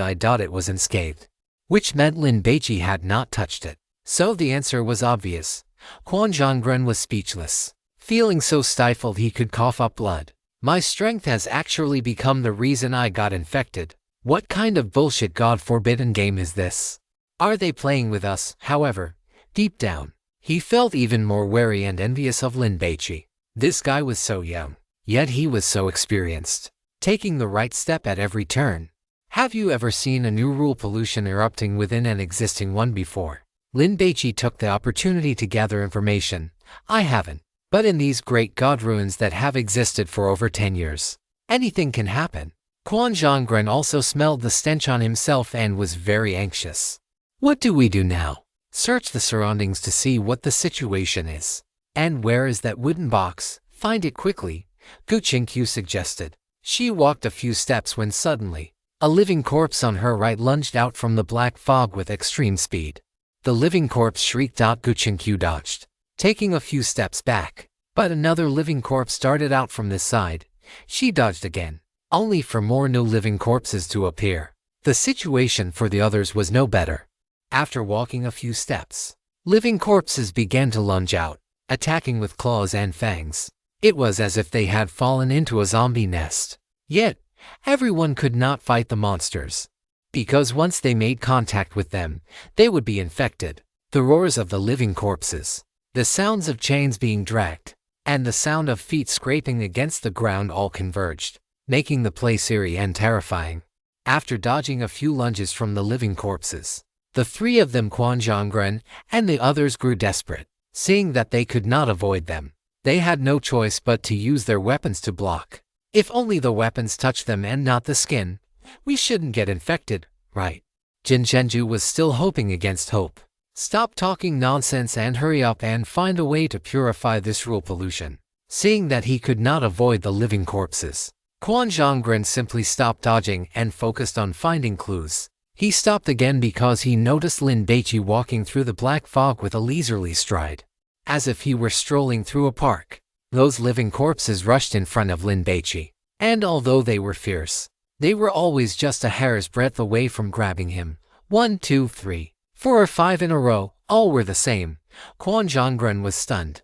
Jin Zhenju blurted out, could these living corpses be relatives of Lin Baici, refusing to attack him? It wasn't that the living corpses weren't attacking, it was that they couldn't reach Lin Baici at all. So that's it, Guqinkyu understood. There are many zombies here, all tethered by iron chains. If a person enters and, out of fear, dodges blindly or takes a wrong step, they will be attacked by the living corpses. However, as long as one is bold, careful, and stays calm, they will discover that each living corpse can only move within a certain range because it is restrained by a chain. These ranges do not overlap, which means there is a safe path between these living corpses. Pay attention and observe. The movement range of the living corpses is limited, Lin Baici explained quickly. Quan Zhongren felt ashamed and inferior, experiencing a sense of frustration regarding his intelligence, but found it difficult to execute. When a living corpse lunged at her, almost pressing against her face, she would instinctively dodge and pull away, which easily caused her to enter the movement range of another living corpse. Jin Yingxin could not do it, but she was clever and knew to follow behind Lin Baici, stepping in his footprints. Guqinkyu was the most impressive, as expected of a woman who was somewhat mentally unstable. She would even stop to observe at close range when a living corpse lunged at her while she was strolling through. What a pity! I don't have a camera. Otherwise I would really like to take a picture, Guqinkyu said with regret. Is this woman a lunatic? Quan Zhongren was stunned. Jin Zhenju, thick-skinned, ran behind Lin Baici. Quan Zhongren wanted to do the same, but that would be too humiliating. At this moment, Quan Zhongren regretted taking on the mission to monitor Lin Baici. As if venting, Quan Zhongren smashed the head of a living corpse, and then he discovered that his body began to fester and smelled even worse. It was like a salted fish that had been left to bake in the sun for several days after dying. It's here. Guqinkyu found the wooden box that the one-eared man had dug out from under the straw mat. At this moment, it was open, and some pages with writing on them were scattered inside. Medical log. Piece it together according to the time it was written to purify this rule-based contamination. The gluttonous god commented. Guqinkyu picked up a few pages and found that they either depicted the appearance of certain herbs and recorded their usage, or they were written with the case history of a certain person. If we combine these pages, can we clear this god-forbidden game? Guqinkyu asked while already doing so. She first counted the pages, then took a rough look at the content on each one, and then categorized them according to those recording herbs, those recording case histories, and those recording personal insights. There were over 100 pages, so the workload was not small. Give me some, I'll help. Quan Zhongren was anxious because he and his team members were rotting, while Lin Baici and the other two were safe and sound. This meant their lives were on a countdown, and if Lin Baici were more ruthless, he could completely wipe them out here. Damn it, it was so infuriating. Quan Zhongren was both anxious and terrified. like a steak on an iron plate, suffering immensely. I'll come too. Jinjenju squatted down to the side and reached out to pull pages from Guchenkyu's hand. Because she used too much force, she tore two of them.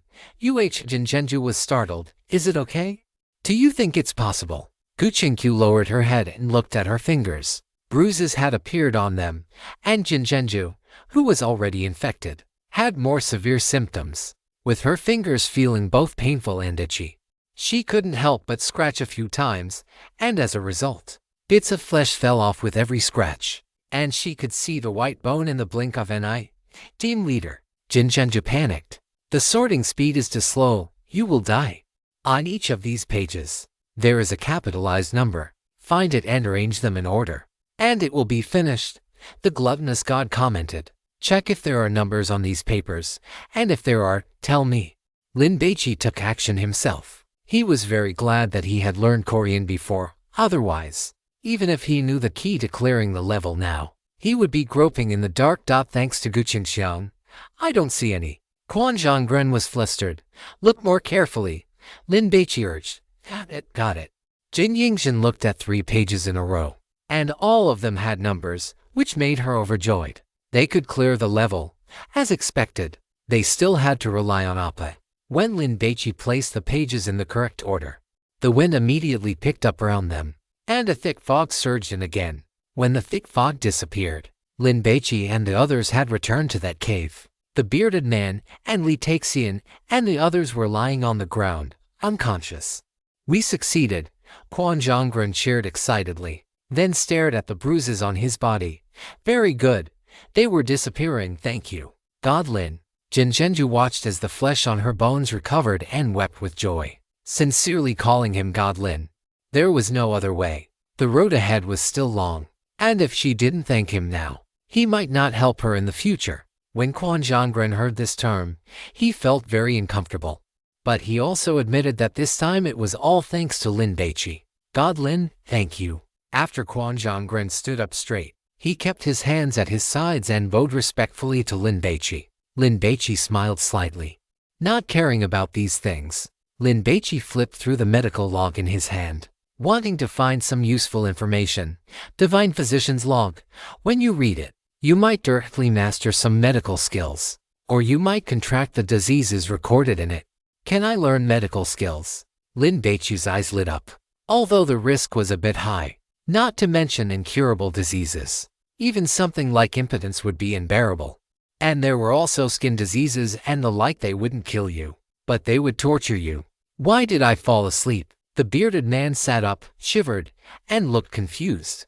Li Taexian gripped his musket tightly, looked around vigilantly, and then ran toward Daejangjiam. Daejangjiam, come over here and finish reading this. Lin Baici handed the medical journal to Daejangjiam. Daejangjiam lowered her head and accepted it with both hands. Let us go, down the mountain. Lin Baici glanced at the sky. He needed to hurry. They could still make it back to Sangyong Prefecture by tonight. Are we not looking for the Divine Physician Li anymore? The bearded man felt frustrated. Did that mean this trip had been for nothing? Divine Physician Li is so old, wouldn't going into the mountains to gather herbs be seeking death? I suspect gathering herbs was just an excuse. Every time he came into the mountains, it was to secretly research the uses of that herb here. Lin Baici began walking out. The things here have not been used for a long time, which means Divine Physician Li is not here. Then where did Divine Physician Li go? The bearded man was anxious. The group descended the mountain. When the bearded man went to mount his horse, Lin Baici stopped him. Give your horse to her. Lin Baici pointed at Daejangjiam. The bearded man wanted to refuse, but as the words reached his lips, his mind was filled with the image of Lin Baici slaughtering those living corpses. So, he obeyed. This time, Lin Baici did not wait for the government soldiers. He rode at full speed and returned to Sangyong Prefecture by the hour of the bow that night. Lin Baici headed straight for the residence that the prefecture magistrate Zhou Deqing had prepared for them. Little Lin, you are finally back. Huo Yu has been running a high fever all day. Seeing Lin Baici, Jiu Hongyao quickly reported the situation. I asked 3 doctors, but none of them could treat her. Did taking fever-reducing medicine not work either? Lin Baici ordered Daejangjiam. Help her with her illness. Hu Yu was lying on the bed, in a deep sleep. It did not work. Jiu Hongyao said worriedly. Pei Daoan and Li Zisheng are not doing well either. Lin Baici did not know how to practice medicine, so he could only wait. My lord, she is suffering from a cold, compounded by evil energy entering her body. We must administer medicine immediately.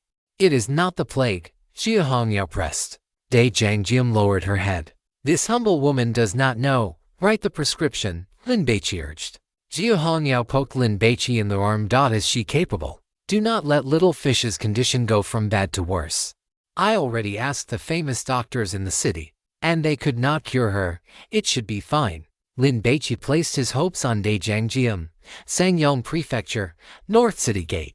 Early in the morning, amidst the thick fog, a man in tattered clothes stumbled toward the city gate. Because the gate was closed, he could not enter, but he continued to walk forward step by step, bumping into the gate. Thump, thump, thump. The gatekeepers, who were dreaming of having a harem of concubines, were startled awake. They came out to look and were furious. Go wait to the side. It is not time to open the city gate yet. The man did not listen and continued to ram the gate. The thumping noise annoyed the gate officer. Open the gate, open the gate. What difference does it make if it is a little earlier or a little later? After the gate officer finished speaking, he turned over and went back to sleep. The gatekeepers received the order and went to open the city gate. Chapter 289 The Mastermind. The faint morning mist permeated the air, and dew condensed into beads. The gatekeepers removed the thick cypress bolt and pushed open the city gate amidst a teeth-gritting creak. Damn it! If you knock on the door this early again, I will break your legs. Chui Sang yawned and fumed, preparing to glare at the man. But who would have thought that as soon as he looked up, a figure squeezed through the gap in the door. The man roared, pounced on Chui San, and like a starving mad dog, bit toward Chui San's face with a mouthful of yellow teeth. Chui San raised his hand to push against the man's face, trying to shove him off, but the opponent's strength was immense, and he bit down on his finger. His index finger was bitten clean off. Save me, Chui San screamed. The other gatekeepers rushed over with spears and immediately began stabbing the man fiercely. Squish! Squish! Blood gushed from the man's body, but his movements were completely unaffected, and he was still tearing at Chui San. Swish! A white blade shadow flashed and slashed across the man's neck. A head fell to the ground, and the fresh blood spraying from the neck cavity splattered all over Chui San. What is wrong with this guy? A gatekeeper kicked the man's corpse aside and pulled Chui San up.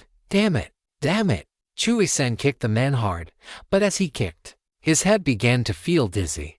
Then, he uncontrollably lunged at the gatekeeper who had just cut off the man's head to save him, and bit into the other man's neck. Small, thin figure wearing animal skins and linen clothes, with a bamboo hat on, came sprinting over. She was carrying a chicken in her hand. The chicken's neck had been slashed, and it was bleeding all along the way. Seeing the scene in the city gate tunnel, the woman in the bamboo hat paused, then quickly took a live chicken from the bamboo basket on her back and used a dagger to slit its neck. Fresh blood splattered out, and the woman in the bamboo hat continued to sprint wildly. A few minutes after she left, a dozen living corpses followed the scent of blood, eventually entering the chaotic city gate, and began to attack the people there.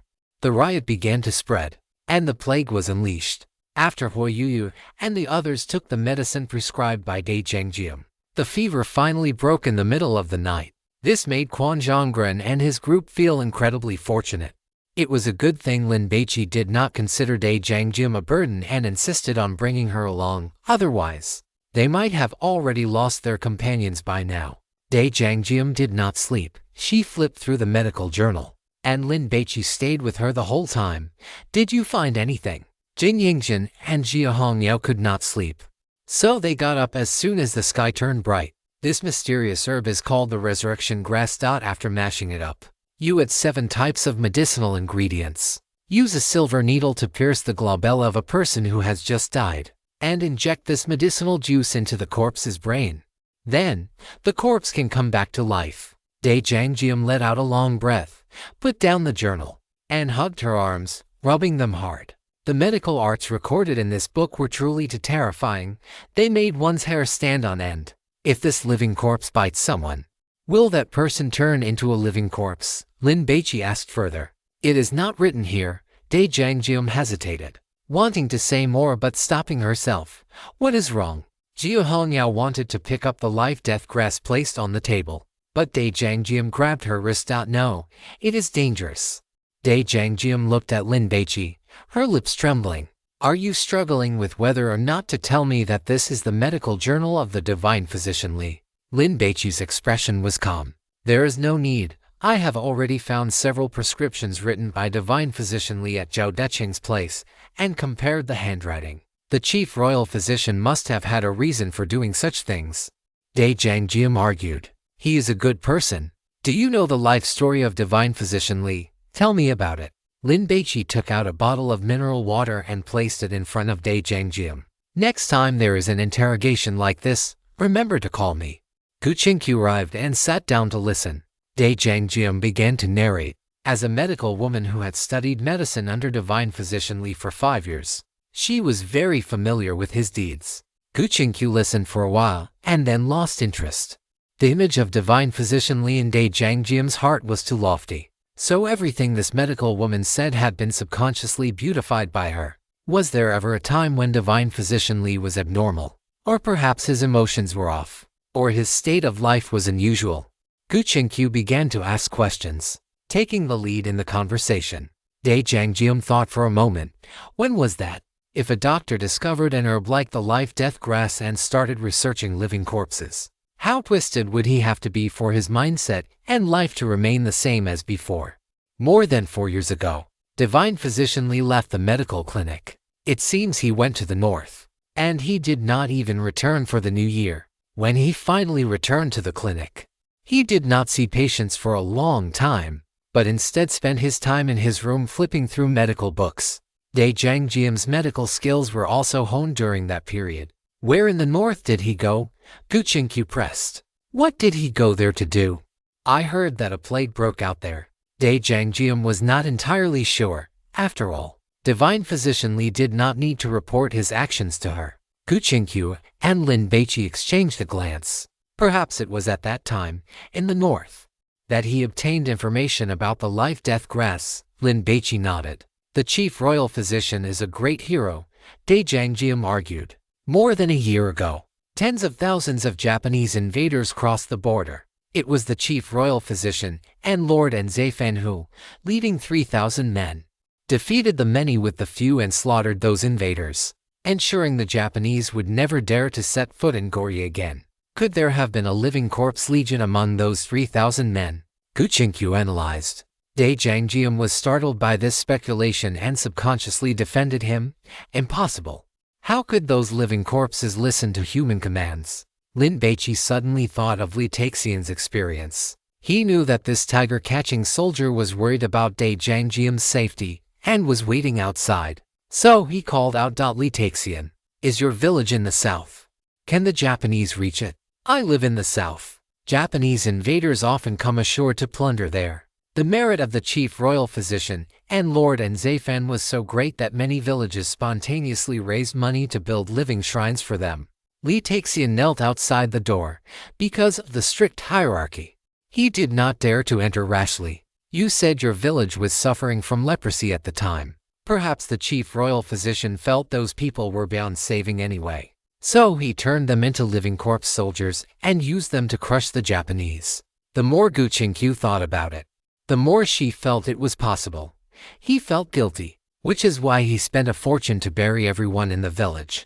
If it were not for this, Lin Baici could not understand why divine physician Li would spend money on the dead. Given his personality, he would surely have used the money to provide free medicine. Baici, shall we take a trip to the north now? Gu Qingqiu asked. Or should we go to the royal capital and kill the king who has turned into a living corpse? Let's eat first. Lin Baici stood up, preparing to go check on Huo Yuyu, when a noisy commotion suddenly erupted on the street, rapidly moving from far to near. Monsters! The monsters are here, in Sanking Prefecture. The living corpse virus was like a spark thrown into dry grass, beginning to spread. Chapter 290. My name is Lin Baici, 19 years old. And I am a hungry man. What is the situation? Jiu Hongyao stood up abruptly and walked outside. Stop looking. The corpse tide has broken out. We need to prepare to relocate. Gu Qingqiu picked up her teacup in a leisurely manner and sipped the tea. Although the tea was not good, the atmosphere was excellent, enough to make up for everything. This is exactly the flavor I wanted, living corpses spreading. The ancient city in chaos. The fall would happen overnight. The divine taboo game is truly fun. Gu Qingqiu was very gratified. It was indeed the right choice to follow Lin Baici to Bizan. It could make life much more interesting. They came really fast. Lin Baici did not go to the street, but just by listening to the faint roars coming from afar, he knew what had happened. After all, he had heard the sounds that only these living corpses could make back at Wonyu village. If the living corpses were spreading naturally, I think it would take many days to reach here. Furthermore, since living corpses likely lack intelligence, they could not have headed straight for Sanking Prefecture. Therefore, what arrived here should not be a large swarm, but a few lucky ones. So the destruction they caused should not be this massive. Gu Qingqiu held her cup with elegant hands, her expression indifferent, much like Xu Lian with his feather fan and silk kerchief, discussing the world from his thatched cottage. What do you mean? Jiu Hongyao did not understand, and Jin Yingshan was also looking blank. She means that there is a mastermind who lured the living corpses here, in such large numbers that the officials and soldiers of Sanking Prefecture could not cope, thus leading to the breach of the city. Lin Baici took out his bronze sword. Li Taxian, go call the mountain folk and have them gather in the courtyard, as you command. My lord. Li Taxian left immediately, hearing Lin Baici's explanation. Jiu Hongyao felt a sense of admiration for how sharp he and Gu Qingqiu were, but she also grew excited. Then is it possible that if we kill the mastermind behind the scenes, we will clear the level? That did not exist. I think we still need to kill the king, Gu Qingqiu interjected. Yes. Lin Baici was of the same opinion. Jin Yingshan listened to their conversation, feeling a bit envious in her heart. She wished she could be as full of wisdom as Gu Qingqiu. She used to think that as a woman, having a good figure was perfection. So she had always been very confident, but now, after meeting Lin Baici, she began to change her perspective. With only a good figure, she was afraid she wouldn't be able to earn Lin Baici's appreciation.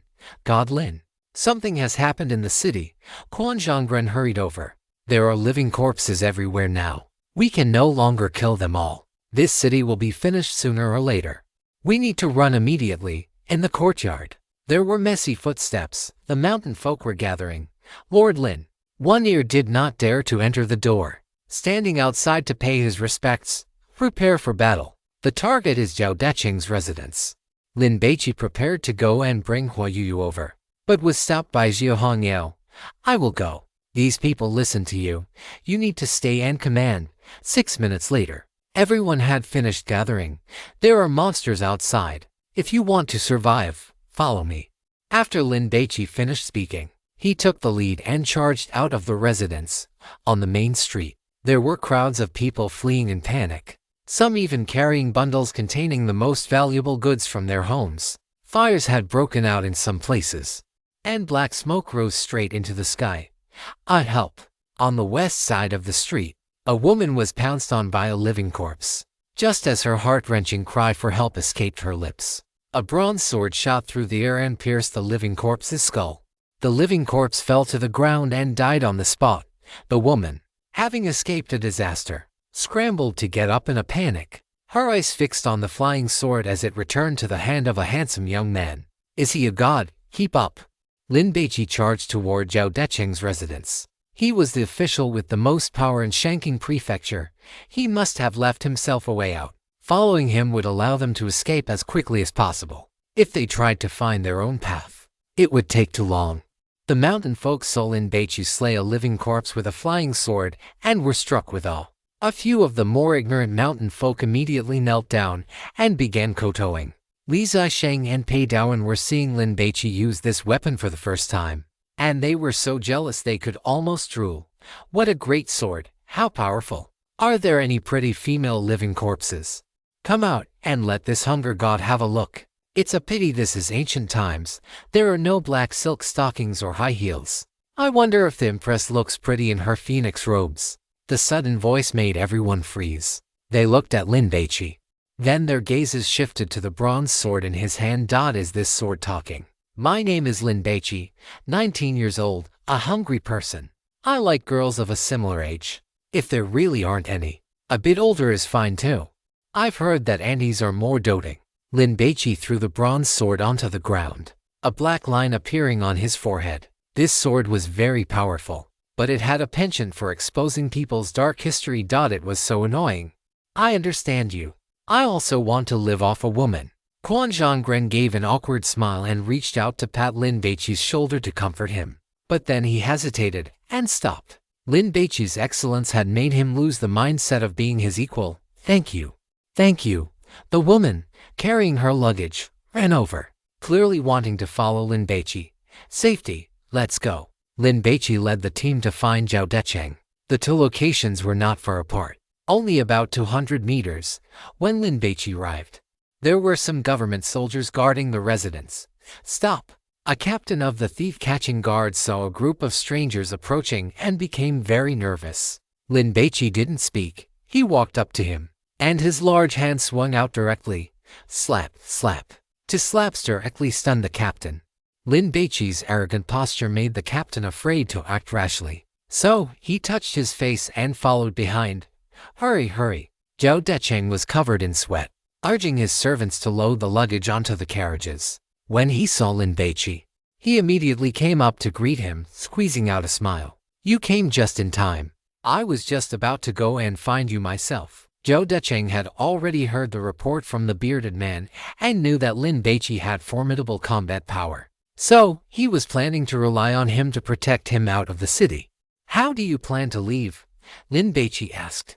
Judging by the man's appearance, he had no intention of defending the city at all. I have prepared an official ship. We just need to rush to the pier. Zhao Decheng lowered his voice to prevent being overheard. How big is the ship? Who else is coming along? Gu Qingqiu interjected. It can hold 300 or 400 people. Some of the nobles in the city are also coming. Don't worry. There are no lowly commoners. Zhao Decheng smiled slightly, thinking that Gu Qingqiu didn't want to share a ship with those lowly, dirty peasants. Stop packing. This is all the wealth I have accumulated over many years. Rice is expensive in the capital, and it is not easy to live there for long. If Zhao Decheng ran away like this, it would be a dereliction of duty. Even if he was the Empress's cousin, he couldn't rest easy. So, he needed a lot of money to give as gifts. Lin Baici didn't waste words with Zhao Decheng. He took out a pine torch and struck it against the ground. The torch ignited, and Lin Baici thrust it into the carriages. Boom, boom, flames rose, and the luggage immediately caught fire. What are you doing? Zhao Decheng yelled, reaching out to grab Lin Baici's arm. Lin Baici raised his foot and kicked Lord Zhao in the stomach. I told you to leave. That's all money. Zhao Decheng felt a heart-wrenching pain, as if he were coughing up blood, to scrape together these ill-gotten gains. How much abuse had I endured? How many evil deeds had I committed? And now you have burned it all to the ground. Doesn't that mean I suffered all that abuse for nothing? Lin Baici withdrew his pine torch and grabbed Zhao Decheng by the collar, dragging him to his side. If your head could command those soldiers to set sail, I would have already chopped it off. Zhao Decheng was struck with terror. He realized that this gentleman from the Celestial Empire was not joking, so he cowered. I will go immediately. Bring my sedan chair over. After Zhao Decheng shouted this, he waited only a few seconds before the sounds of fighting erupted from the front courtyard, which made him even more panicked. Have the living corpses broken in? Zhao Decheng saw 4 sedan bearers bringing the chair over. Just as he was about to step onto it, Lin Baici grabbed him by the collar and tossed him to the side. You sit. Lin Baici helped Yu into the sedan chair. She had not fully recovered and her body was weak. She could not run. The sedan bearers looked at each other, then looked at Zhao Decheng. Damn it. Zhao Decheng cursed under his breath instinctively. Do you have an objection? Lin Baici questioned him.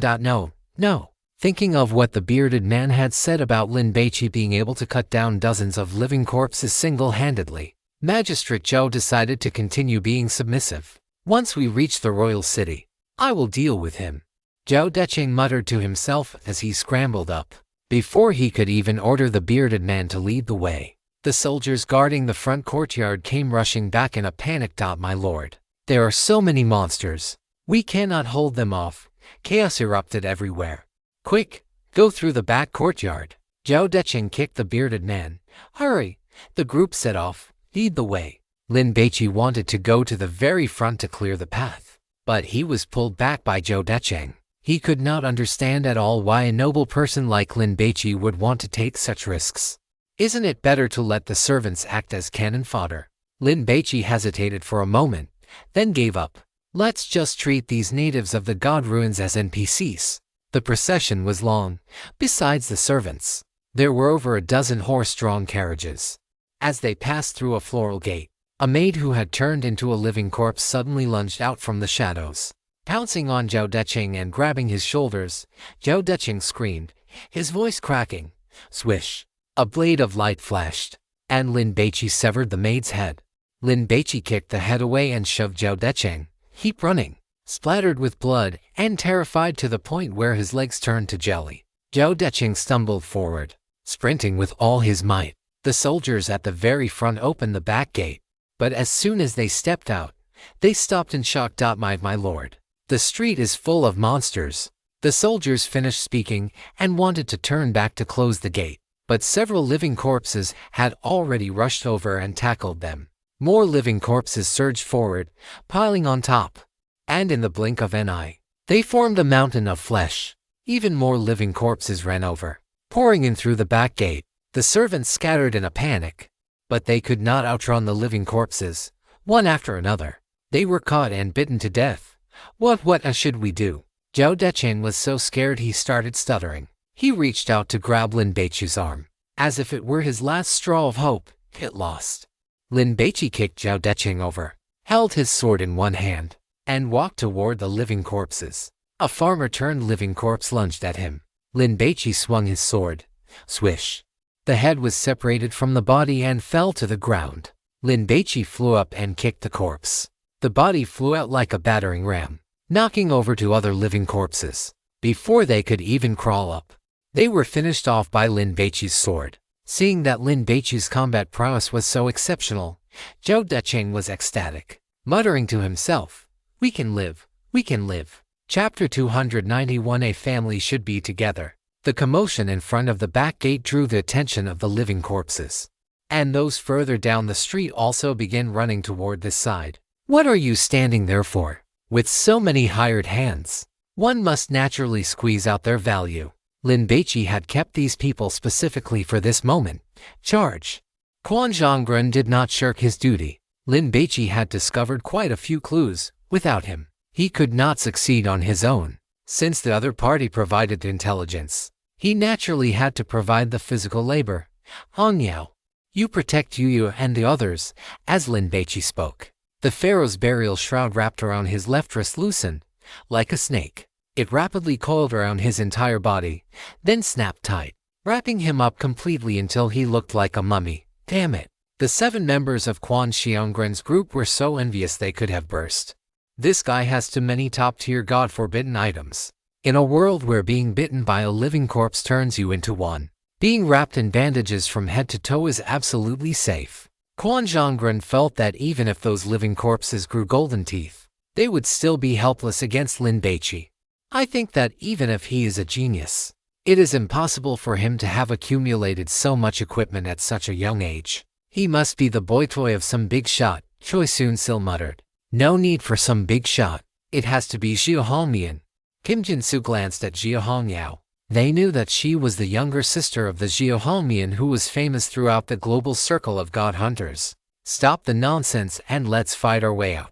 Li Jae-sung had lost an arm and was running a fever.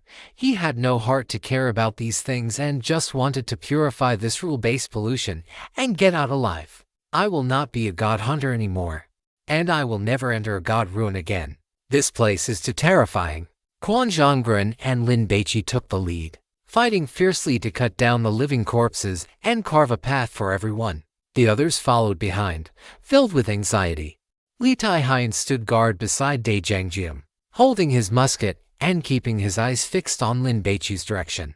A teenage girl zombie suddenly lunged from the blind spot of Lin Baici's field of vision. Just as he was about to fire his gun to provide cover, Lin Baici swung his sword backhanded. Swish! The girl zombie's head was split in two. Due to momentum, her corpse continued to charge forward, but Lin Baici grabbed it in passing and hurled it out like a grenade. Several zombies were knocked to the ground. So strong, LitRPG felt envious. He also wanted that kind of skill. The man next to him, Quan Zhonggren, was also very strong. Facing the zombies, he almost always killed them in one strike. Though his movements weren't as fluid, graceful, or stylish as Lin Baici's, however. After a moment of thought, he understood. Being bitten by a zombie meant turning into a monster. So Quan Zhonggren definitely had to stay alert and cautious to avoid getting hit. "Why do you keep staring at me?" Lin Baici scolded. "You have good eyesight. Keep your eyes on the surroundings and see if there are any special zombies." LitRPG didn't understand. "The kind that is different from the other zombies," Guchenq explained. She was also searching. Since there was a mastermind behind the scenes, there might also be specially mutated zombies. A large group of people followed Lin Baici and Quan Zhonggren. The several carriages loaded with Zhou Decheng's luggage made creaking sounds as their wheels rolled over the ground. "Push faster. Once we reach the capital, I will reward you heavily," Zhou Decheng shouted. He had originally prepared horses, but the incident happened too suddenly, and he hadn't had time to go to the stables to ride them. The combat power of Quan Zhonggren and the others was not low, but the number of zombies was increasing rapidly. There was no helping it. These monsters could infect others. When the residents of Shanking Prefecture faced them, they would become their companions after being bitten. The group turned left and rushed into a main road, straight ahead, 200 meters. Then turn right. LitRPG pointed the way. After the group had run halfway down the street, a massive swarm of zombies suddenly surged from the front. They were dense and packed together, a sea of heads that looked terrifying. "Don't be afraid. Kill your way through," Quan Zhonggren roared. The zombies were like a tidal wave, crashing into Lin Baici and Quan Zhonggren. There were too many monsters, and some bypassed them, charging toward the back. Cui Shunshi and the others acted as the second line of defense and continued to resist. But footsteps appeared on the rooftops. "What's going on?" Lin Baici looked up and saw zombies appearing on the rooftops on both sides. They ran frantically, and because they lacked human consciousness and didn't know the terror of falling and getting injured, they dropped down like dumplings being tossed into a pot. Thud, thud. The zombies quickly piled up into a mountain of flesh. Those who weren't injured climbed up and continued to charge at the crowd. Even those with broken limbs didn't cry out in pain and continued to crawl forward. Such a crazy scene made people's eyes twitch. They were scared to the point of near cardiac arrest. This main street was only 7 meters wide. So the zombies falling from the western rooftops charged into the ranks in the blink of an eye, causing massive casualties. "Help!" A maid hadn't even finished her cry before she was tackled by a beggar zombie, which bit into her face. With a flick of its head, it easily tore off a large chunk of flesh. Crack! Jia Hongyao chopped off the beggar zombie's head. After glancing at the blood-covered maid, she swung her blade. Swish! The maid's head fell from her neck and rolled away like a ball. After LitRPG fired a shot and blew off the skull of a zombie, more rushed over.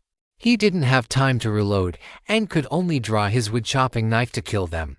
"Stop screaming," Jia Hongyao yelled. Many zombies were attracted by the noise, and even more appeared on the rooftops. It was unknown how these things managed to climb up there. "God Lin, we can't kill all these zombies. We can only take the important people and leave first," Quan Zhonggren suggested anxiously. "Understood." Lin Baici nodded. After observing the surroundings, the muscle Buddha appeared. It took 2 heavy steps, rushed to the wall on the right, and threw 3 punches at the earthen wall. Bang, bang, dust flew everywhere. One zombie was unlucky enough to be right there and was hit by the muscle Buddha, causing its upper body to shatter into a puddle of meat paste, with blood and flesh splattering everywhere. A gap was punched into the earthen wall, looking like a tooth missing from a neat row. "This way," Lin Baici shouted. The muscle Buddha was such a large target that the zombies saw it and lunged like mad dogs, only to be swatted away by the muscle Buddha's swinging arms. Anyone hit by it suffered immediate fractures and sprayed blood, their bodies completely deformed, as if they had been hit by a dump truck. Look, the Buddha has come to save us, Amitabha. Why isn't the Buddha wearing any clothes?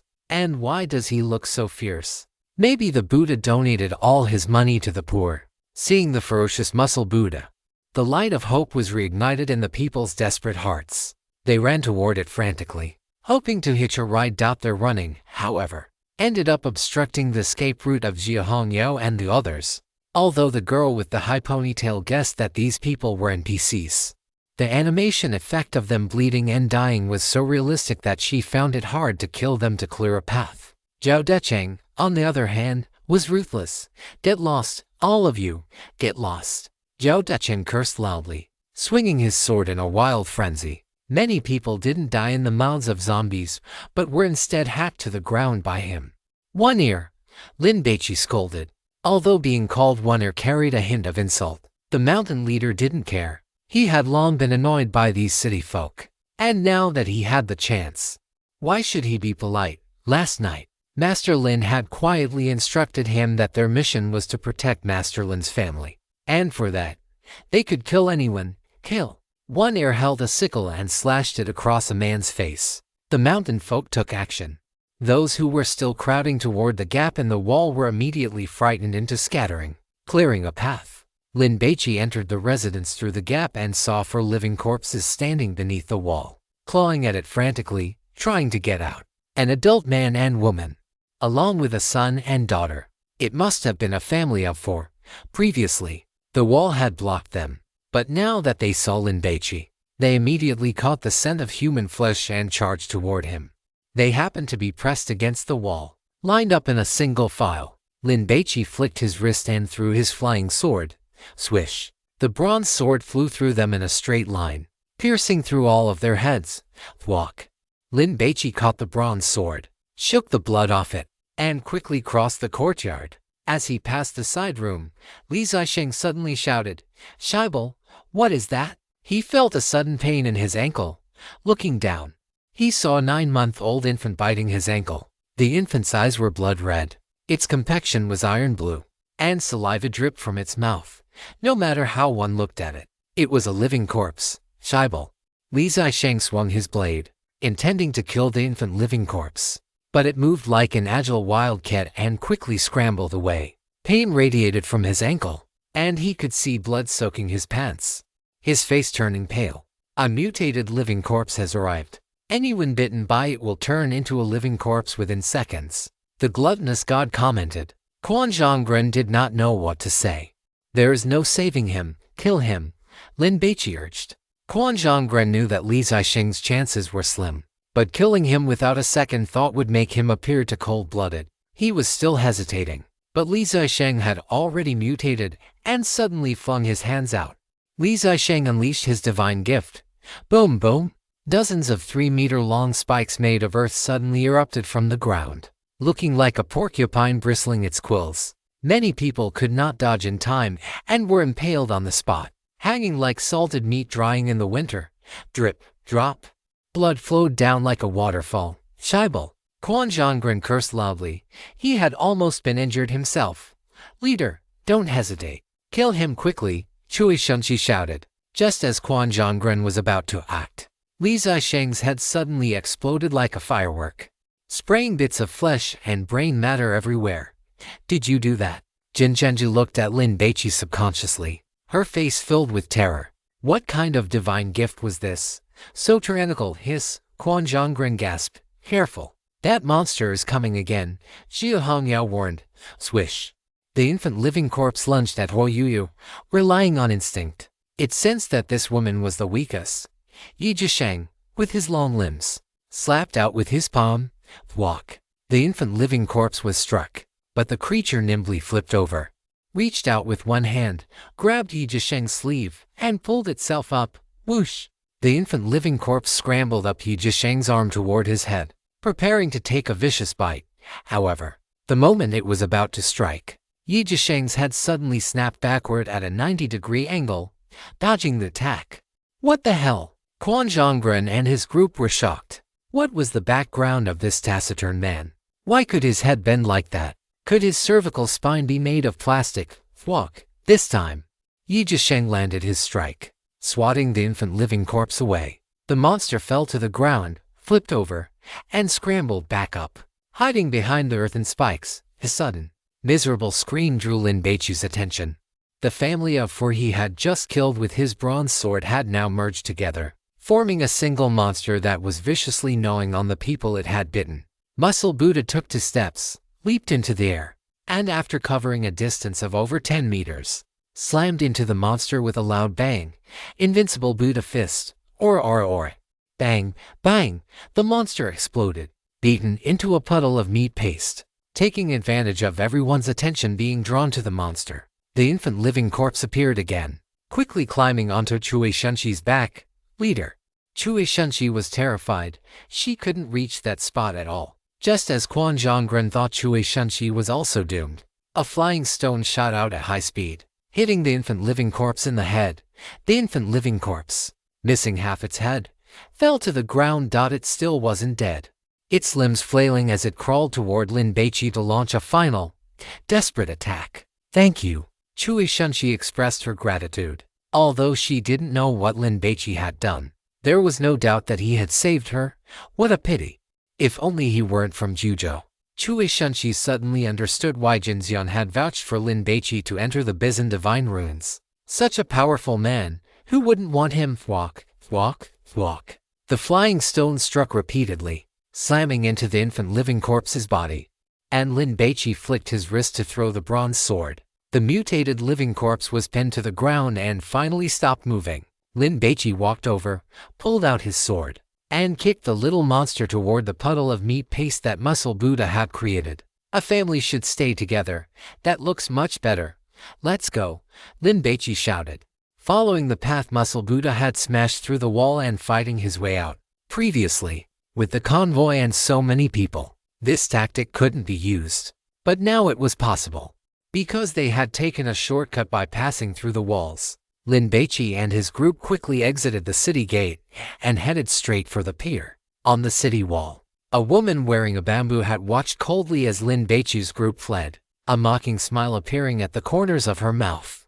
Do you think you can escape? The woman's gaze fell on Lin Baici's retreating figure. This man was so strong.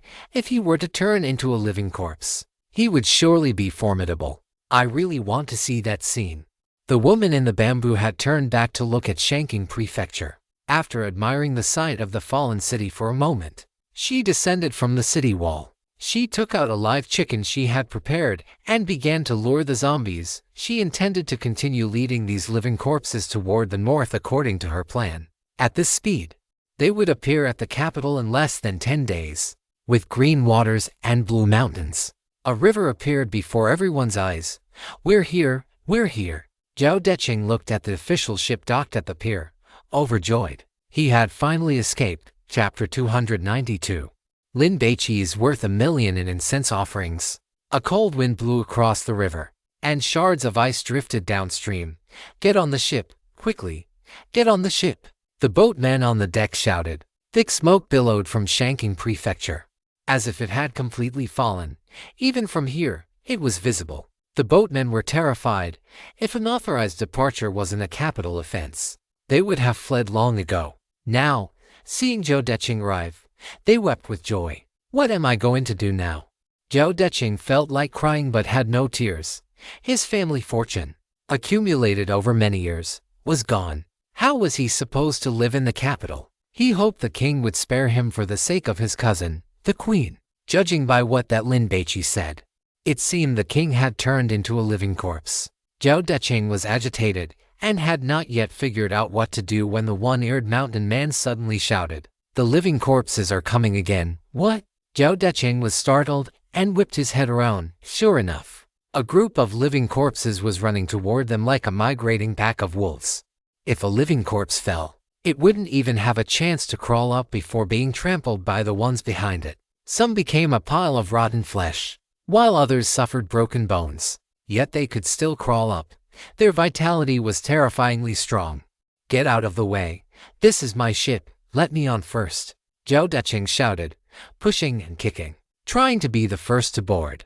When they left the city, Lin Baici had used the muscle Buddha to block the gate, delaying the living corpses and buying time for everyone to escape. But after Lin Baici moved away, the muscle Buddha could not exist indefinitely, so the living corpses had caught up again. Lin Baici grabbed Zhao Deqing and, stepping onto the steep gangplank, rushed onto the deck in a few strides. He saw a cannon on the deck and immediately ordered, "Fire!" The boatmen looked at Zhao Deqing. Slap, slap. Zhao Deqing immediately ran over and slapped their faces hard. "Master Lin's words are my commands. Hurry up and do it." The ship was in a state of panicked activity. "Don't push, get lost. You lowly commoners, let us on first, please. Take my son on first."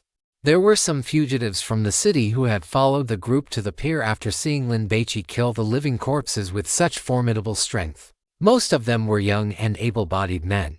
With a few women, there were no elderly or children to be seen at all. Splash! Splash! Several people were pushed off the gangplank and fell into the icy river. "Damn it!" Lin Baici cursed and threw his bronze sword. Swish! The bronze sword whistled through the air like a streak of light. A blacksmith, relying on his brawn, was swinging his fists wildly and forcing his way onto the ship. But the moment he stepped onto the deck, the bronze sword slashed across his neck. Swish! A red line of blood burst open, then dissipated into a mist of blood. The head, still wide-eyed in death, first hit the gangplank with a soft thud before falling into the water with a splash, followed immediately by the body. Splash! This scene deeply stunned the people below. "Board the ship in the current order. Whoever pushes forward again, I will send him into the river to feed the fish," Lin Baici roared. The chaos subsided immediately. People didn't even dare to breathe loudly, fearing they might displease Lin Baici. The blacksmith's corpse was the best example. Lin Baici's sword strike, which seemed to descend from the heavens, was too terrifying. Exploring the divine ruins really requires more than just intelligence. Martial prowess is the foundation. Gu Qingqiu sighed. She had been weak and sickly since childhood, so it was too difficult for her to become a powerhouse like Lin Baici, who possessed peerless combat strength. The good news is, we're on the same side. For being able to meet Lin Baici and Jia Hongya right after her debut, Gu Qingqiu hailed herself as lucky and had already decided to go to the Shaolin Temple to offer 1,000,000 in incense to the Buddha. The cannon fired, but the cannonball flew over the group of living corpses and landed in the reed marsh. "Isn't your aim a bit too ridiculously off?" Jia Hongya was speechless. Although Zhao Deqing couldn't understand what Jia Hongya was saying, he could roughly guess and quickly explained. "This cannon is just for scaring people. Bandits, especially refugees, would lose half their courage upon seeing a cannon and hearing the thunderous sound of it firing, which made it easier for government troops to suppress rebellions." Quan Zhonggren, "If you count them up, these are all your compatriots. Don't you plan to save them?" Lin Baici estimated that there were about 300 living corpses chasing them, and they were already within 30 meters.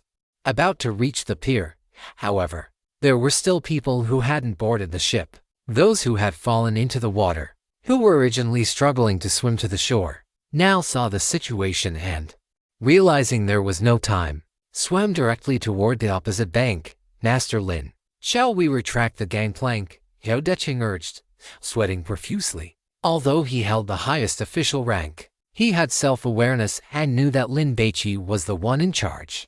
"Retract it. Otherwise it will be too late. If those monsters get on the ship, we'll all die. We finally escaped here. It would be too much of a loss if we died now." The people on the deck complained and begged in a cacophony of voices. A few even knelt before Lin Baici. "Quan Zhonggren, if you don't take action, I'm going to retract the gangplank," Lin Baici asked one last time. Quan Zhonggren was a compatriot of these people, and if he didn't care about their lives, why should he bother saving them? "It's not worth wasting my energy on these people." Quan Zhonggren's heart was as cold as iron. He looked at those people with indifference. It didn't matter if they were inhabitants of the god ruins or people from the real world. He couldn't care less. "Retract the boarding plank." Quan Zhonggren barked the order, but the boatmen didn't move. They looked at Zhao Deqing, then at Lin Baici. This scene left Quan Zhonggren feeling awkward. He wanted to kill someone to establish his authority, but he felt that doing so would be meaningless. Lin Baici waved his hand.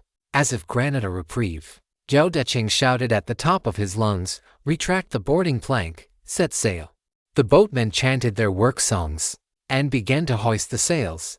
The official boat moved, gliding slowly away from the pier. "Don't leave us behind, damn it. You will all die a horrible death. I won't let you off even as a ghost."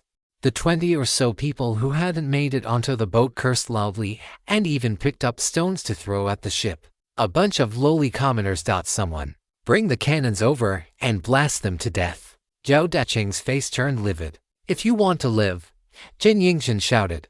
Seeing that they couldn't board the ship, these people began to scatter in other directions. The smart ones, in a moment of desperation, gritted their teeth and jumped into the river. The living corpses arrived. They were tireless and continued to sprint. So those who were already exhausted didn't get very far before they were overtaken. The living corpses lunged and bit, killing them. Those few who jumped into the water were the lucky ones, as the living corpses stopped once they reached the riverbank. These things are afraid of water. Jin Zhenju felt that this could be exploited to kill the living corpses. The official boat sailed onto the river, and everyone finally breathed a sigh of relief. Don't be happy too soon. These living corpses will evolve. If we can't purify this rule-based pollution within a few days, there is a high probability we will face even stronger living corpses, Gu Qingqiu sneered. How do you know the living corpses will evolve? Jin Zhenju didn't like Gu Qingqiu and instinctively retorted. In her eyes, this woman was very weak. If not for Lin Baici's help, she would have died long ago. Didn't you see that infant living corpse from just a moment ago? Jin Yingzhen mocked. Everyone fell silent, recalling the infant living corpse that had infected Li Zisheng, and they all felt a lingering fear. It's not just that kind. I mean, all living corpses will evolve and become stronger, Gu Qingqiu explained. Previously at the Jiminjuan Medical Clinic, those living corpses were all hiding in shadows where the sunlight couldn't reach, only coming out to wander after dark. I thought they were afraid of the sun, but today, they attacked in the morning. How can we clear this god-forbidden game? Chui Shenshu's question made everyone look at Lin Baici, waiting for an answer. Damn it! Quan Zhongbren felt depressed. Even his own team members felt he wasn't as capable as that man from Kyushu. Lin Baici chased away the God Ruins natives like Zhao Deqing before saying, "I think there are two possibilities. First, kill the king of Goryeo, who has likely already turned into a living corpse. Second, find the divine Dr. Li, or the mastermind behind the scenes, and take him out." Where do you think divine Dr. Li is? Jin Yingzhen tried to analyze, but she had no clue. Maybe he's already turned into a living corpse, Jin Zhenju suggested. Let's go kill that king first. If we happen to bet right, we win, Gu Qingqiu scoffed. Then looked at Lin Baici. Where do you think he is? You go first. Looking at the female classmate's expression, she must have an idea. How about we say it together? Gu Qingqiu smiled slightly. Lin Baici nodded twice. Gu Qingqiu didn't speak. She held up 3 fingers and then curled them back one by one, counting down. When the last finger, the ring finger, folded down into a fist, a satisfied and gratified smile appeared on Gu Qingqiu's face. Lin Baici, the child we produce should be very powerful. Lin Baici was stunned. What was this? Flirting. But looking at the female classmate's expression, it clearly wasn't that kind of intention. When I am interested in having children, I hope you can lend me a sperm cell. Gu Qingqiu pressed her palms together. I would be most grateful. Lin Baici really wanted to ask, are you sick? Back at the Haegyeol Museum God Ruins, this girl was already a bit crazy. By the time they cooperated this time, Lin Baici thought she was fine, but it turned out to be an illusion. Gu Qingqiu's train of thought was indeed abnormal. It was good one moment and bad the next. Qingqiu, stop messing around. Xie Hongyao was startled. Little Lindsay isn't a stallion. Gu Qingqiu shrugged her shoulders.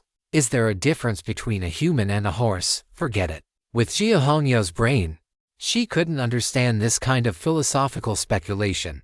Jin Yingzhen and Huo Yuyu were both sulking. I was clearly the first one. Okay, why should you be the one to get pregnant first? Lin Baici's first child must be mine. Huo Yuyu decided that when she got back, she would eat more high-protein foods to build up her body, striving to give birth to a big, healthy boy. Jin Yingxin remembered the last time she was in the small woods with Lin Baici. It was a pity, she shouldn't have eaten it. What does go into the north mean? Quan Zhonggren interjected. If you can purify this rule-based pollution as soon as possible, I'll go get surgery and have a child for you, no problem. Jin Zhenju and the others were terrified. Team leader, you aren't being serious, are you? Chapter 293. This isn't cowardice. It's knowing when to yield to circumstances. Get lost, Lin Baici scolded, looking at Quan Zhonggren with disgust, as if he were looking at a pile of dog shit. He knew this guy was joking, but words like that were just too disgusting. Quan Zhonggren quickly forced a laugh. I saw the atmosphere was tense, so I was just trying to liven things up. Jin Zhenju glanced at Jia Hongyao, who had a pair of big breasts hidden under her clothes, then looked at Gu Qingqiu, who possessed a sickly, classical beauty, and then at Jin Yingxin, whose figure was so hot that even she wanted to touch it. By the way, there is also a young girl here who is an adult on her ID card but looks like a minor. There are so many plays we could have with her. Just how incredible must the plastic surgeon hired by Quan Sangin be to have transformed her to the point where she could defeat these natural beauties? Lin Shen, stop talking about that. Tell us quickly why you think the divine Dr. Li is in the north. Choi Soon-sil had enough of this rule-based corruption and wanted to leave as soon as possible. It is a guess. Lin Baici could not be bothered to explain to these Koreans. But seeing Jin Yingxin and Jia Hongyao looking completely bewildered, he still explained a few things. I asked A. Zhangjiam about the life of that divine Dr. Li. He either heard it from others or discovered the life-death grass himself. Since he first saw the life-death grass, it must have been in the north. So, if we head north, we might be able to find some important intelligence. But if we do not find it, it will waste time, Quan Sangin analyzed. You all said there is a mastermind behind the scenes.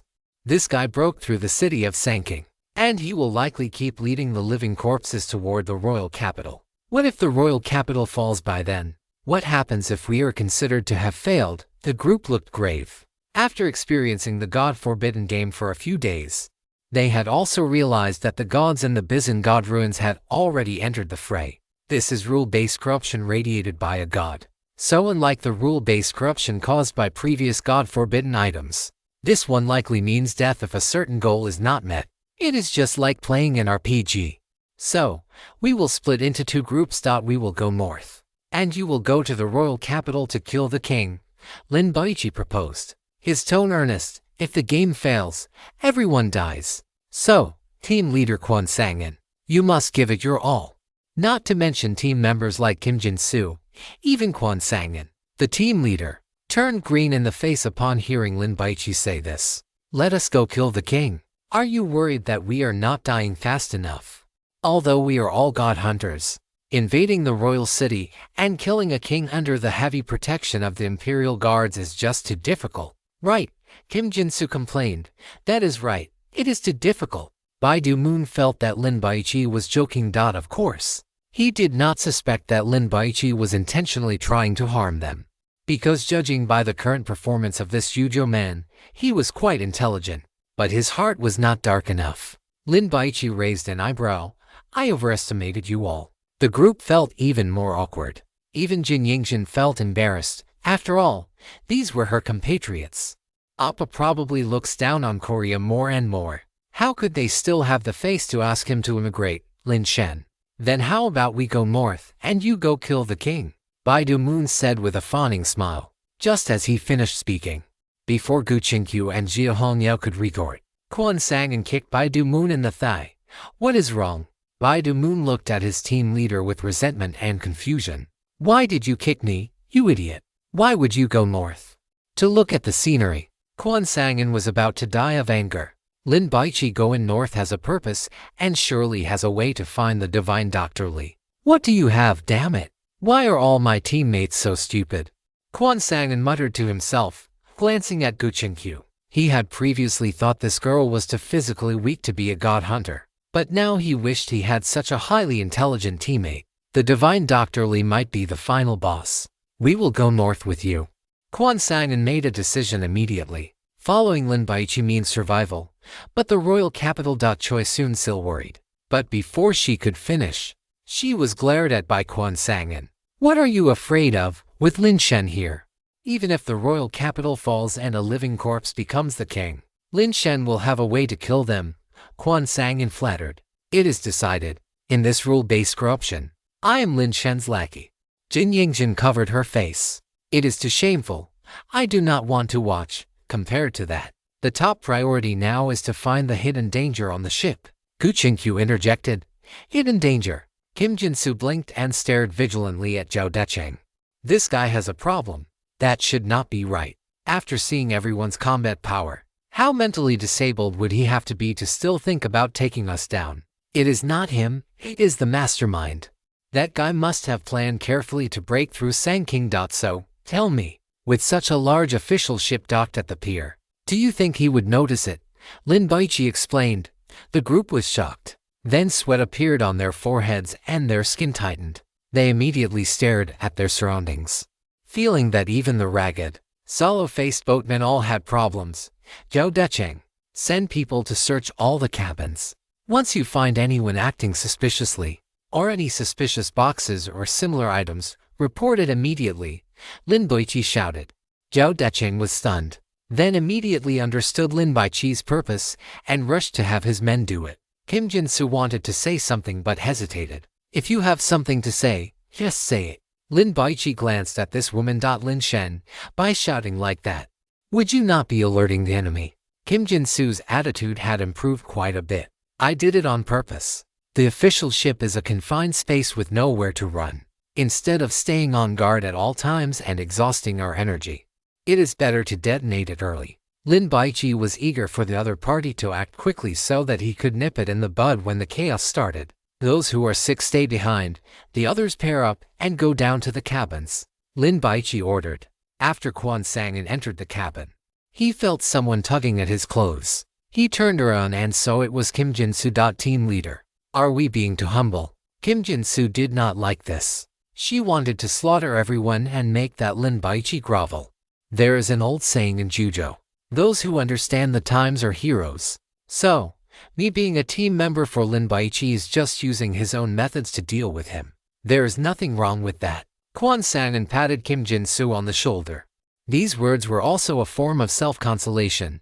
After repeating them in his heart a few times, his sense of shame immediately diminished significantly. Kim Jin-soo wanted to say, are you trying to fool a ghost? It was the first time she had realized that Quan Sangin could be somewhat shameless. Behave yourself and put away those thoughts that you shouldn't have. Someone like Lin Baici is a god hunter on the same level as Kim Sin. We aren't qualified to be his opponents. Quan Sangin sighed. Before entering the god ruins, he had asked Kim Sin a question. If the other party obtained a top-tier god-forbidden item, could he kill them and seize the treasure? Kim Sin had laughed at the time.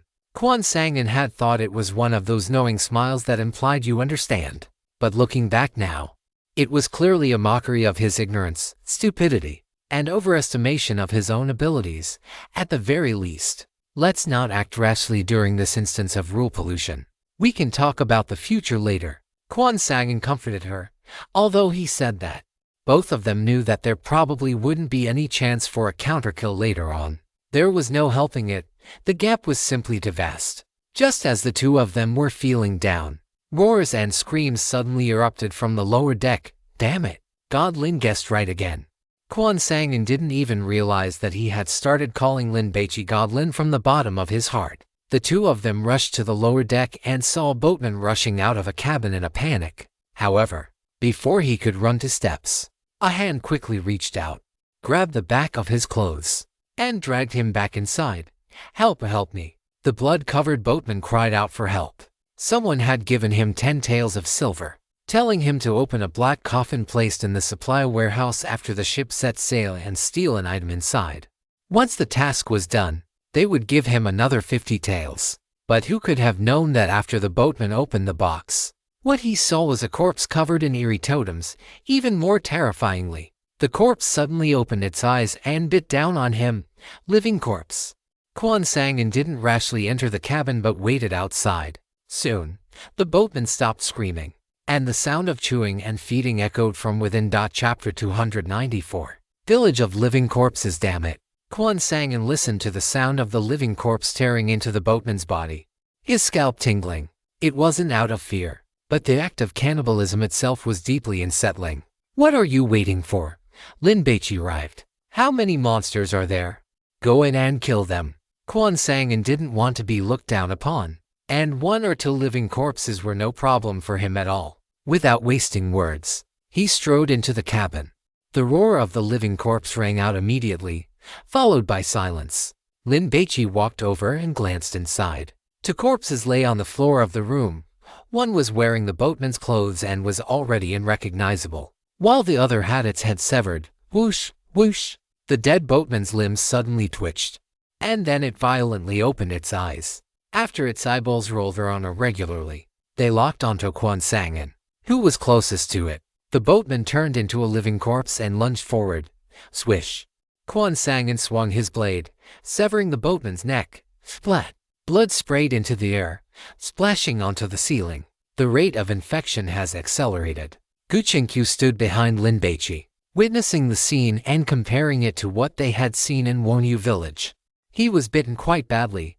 I suspect the viral load in his body was relatively high. Kim Yoonjin analyzed.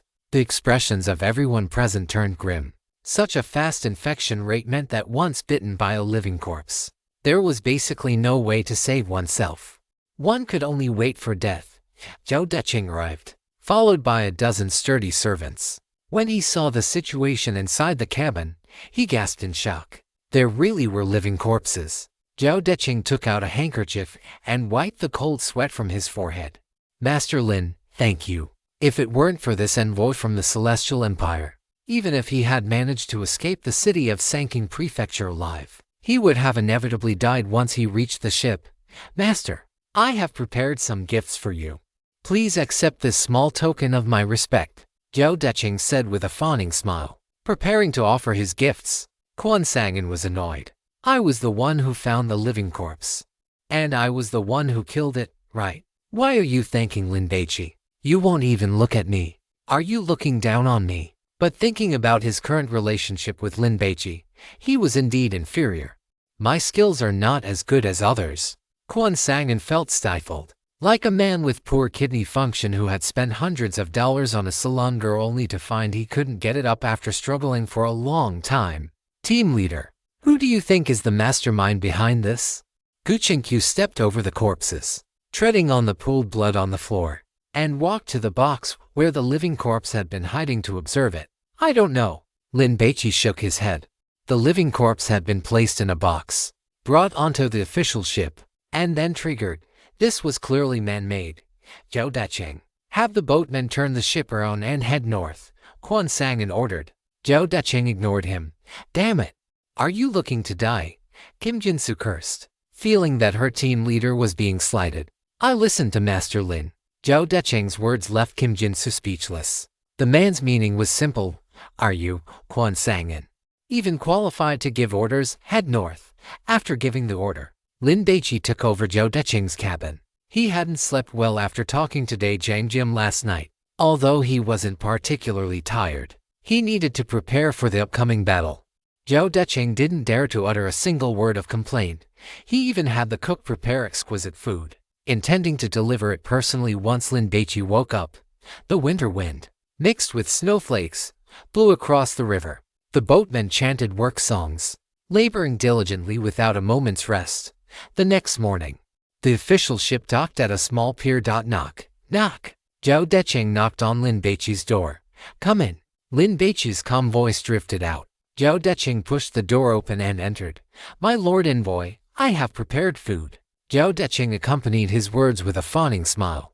With a wave of his hand, the several cooks behind him immediately brought the food over and placed it on the table. In truth, this task should have been handled by the maidservants. But Zhao Deqing had left in such a hurry that most of the maids had been lost along the way. Even if they had all followed, it was unlikely they would have had any use. Maids were there to entertain distinguished guests, besides serving meals. If the guests took a liking to them, they were also responsible for attending to them in bed. But this time, the girls around Lin Baici were simply too beautiful. Zhao Deqing felt that even if he offered his most beautiful concubine to serve the guest, The man might not even care for her, unless, of course, Lord Lin had a taste for that sort of thing. Zhao Deqing glanced at Jin Yingxian and the others a few times. It was strange. Why were their clothes still worn so properly? They didn't look like they had spent the night in a heated battle at all. Could it be that Lord Lin had some unspeakable hidden ailment? After all, if it were any normal man with a wife as curvaceous and beautiful as Jin Yingxian, he would surely have stopped attending morning court sessions from that day on. This is river fish caught this morning. Beside it are radishes pickled in spring water from the Jiangnan region. They are appetizing and go well with rice. Zhao Deqing introduced them one by one with a look of pride. There is also porridge made from rice from North Jela. It is round and lustrous, with a texture like a young maiden's skin. Eating raw fish first thing in the morning. Jia Hongyao's delicate brows furrowed. Our fish was fine, but the problem was, given the sanitary conditions of ancient Goryeo, how many parasites could be in this sashimi? No need. You all take it and eat it yourselves. Lin Baici didn't dare eat these things. What if he got an upset stomach? Furthermore, it didn't look, smell, or taste like anything special. It looked downright crude. My lord, I got up at the hour of the tiger last night to supervise the chef who once prepared royal banquets for the king to make this breakfast. Zhao Deqing felt like crying but had no tears. And he was somewhat afraid, feeling as though his attempt to flatter had backfired.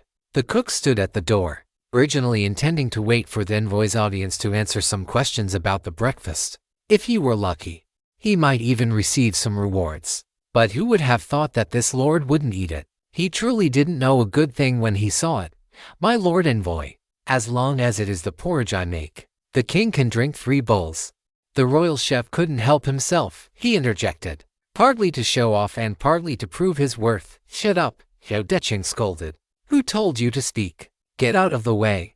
The royal chef shivered, quickly lowered his head, and prepared to retreat. What did he say? Huo Yu asked Kuchingqiu. Your king eats this in the morning.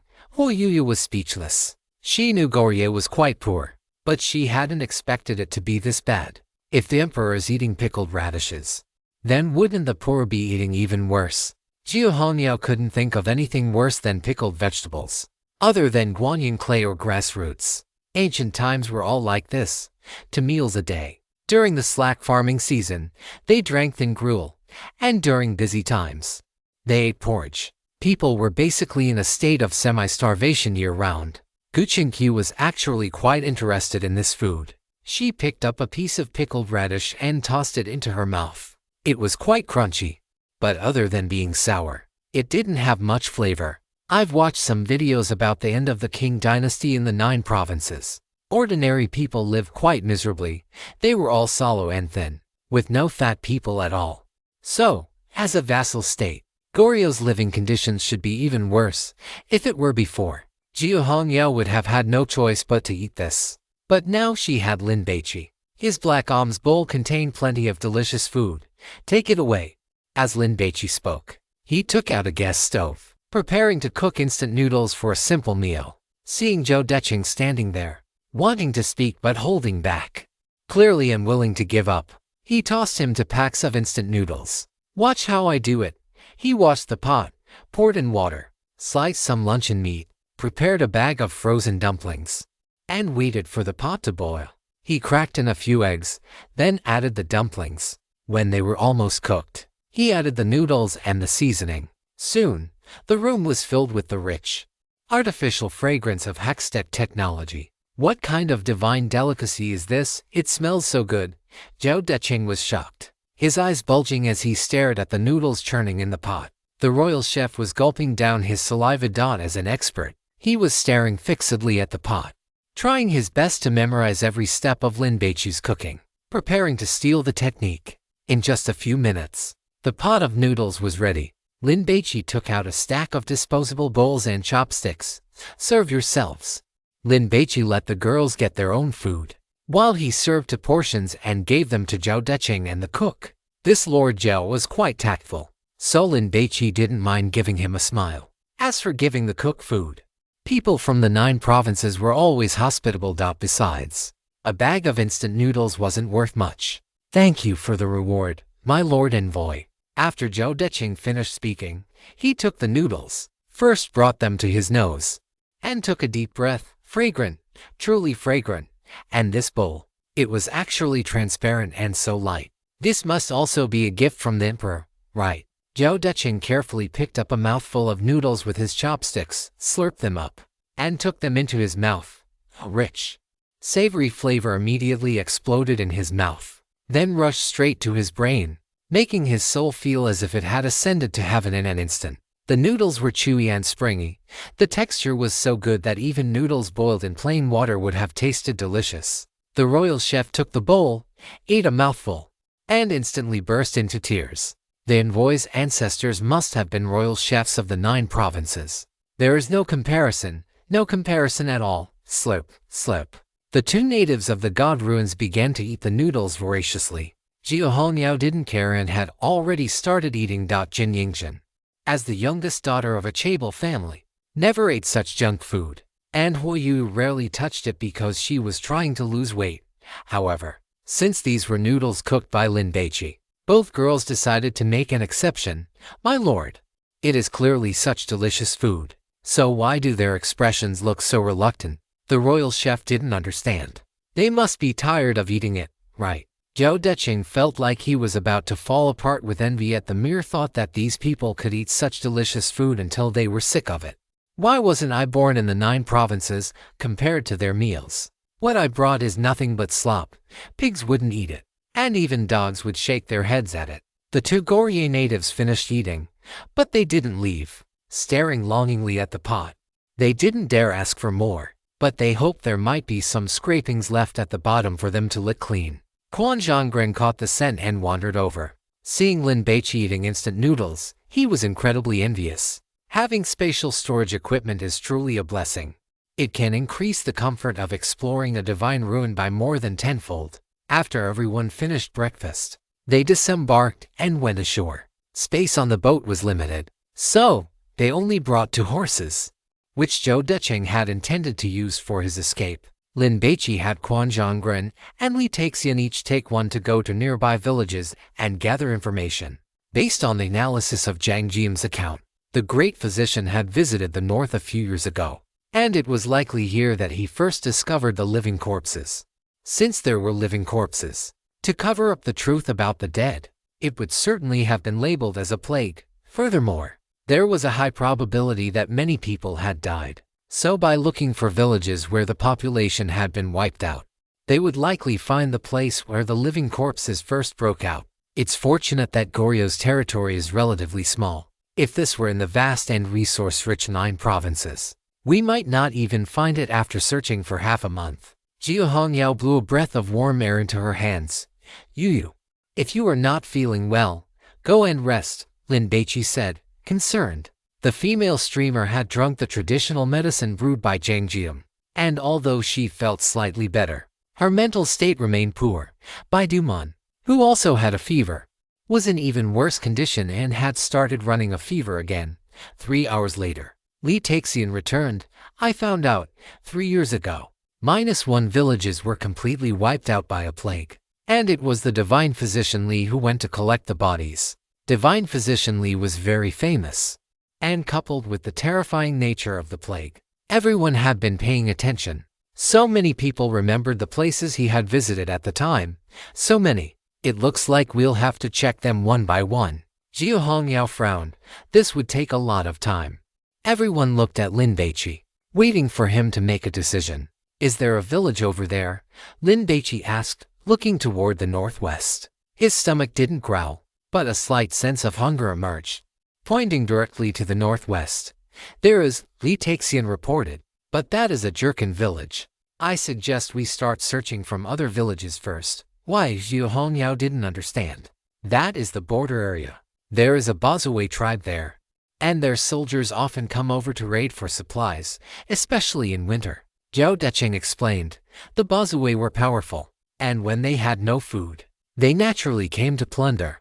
Leave a note for Quan Zhonggren. We are going to that Jurchen village.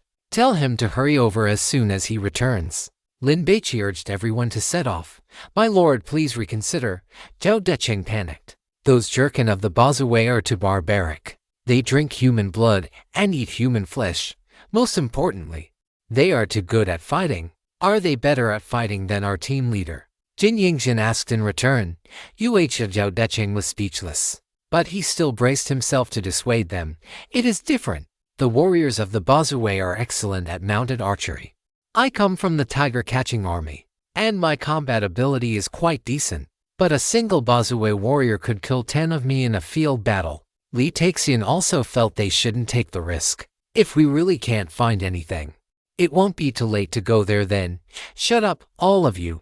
Lin Baici didn't want to hear it. He was determined to follow his hunger radar. With the team leader having made the final decision, the others had no choice but to follow. To prevent the official boat from sailing away, Lin Baici brought Zhao Decheng along, which completely exhausted this pampered official. 2 hours later, Quan Zhonggren returned. Upon learning of the location Lin Baici had chosen, he didn't say anything, because Lin Baici had proven he was right several times already. Therefore, trusting him was the right thing to do.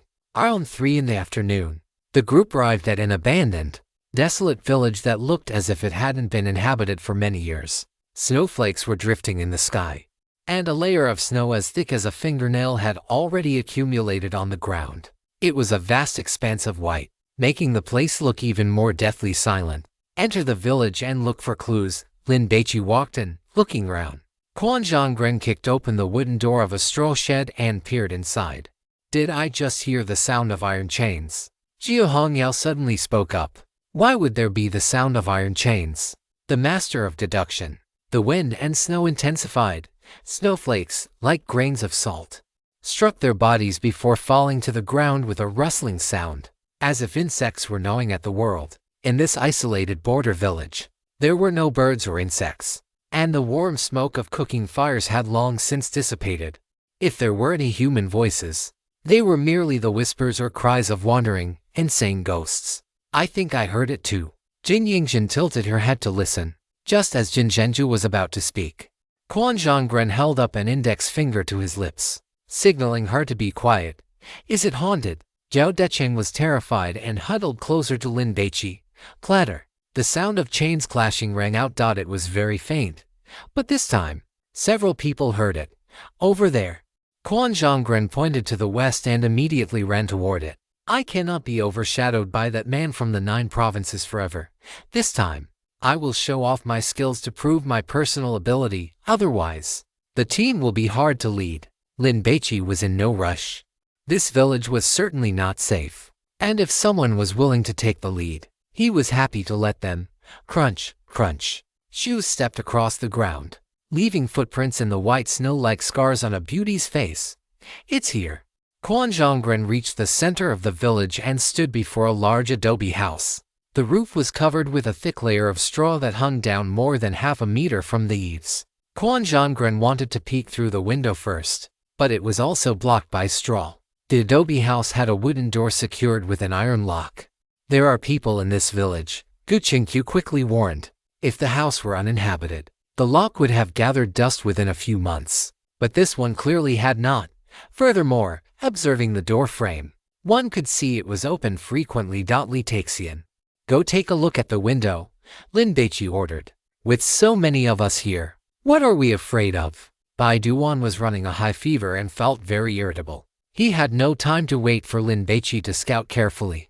In this adobe house, the worst-case scenario was just a group of living corpses. To everyone, they shouldn't pose a threat. So, he took the initiative to step forward and slashed his blade at the chain. Clang! Amidst the sparks, the iron chain snapped.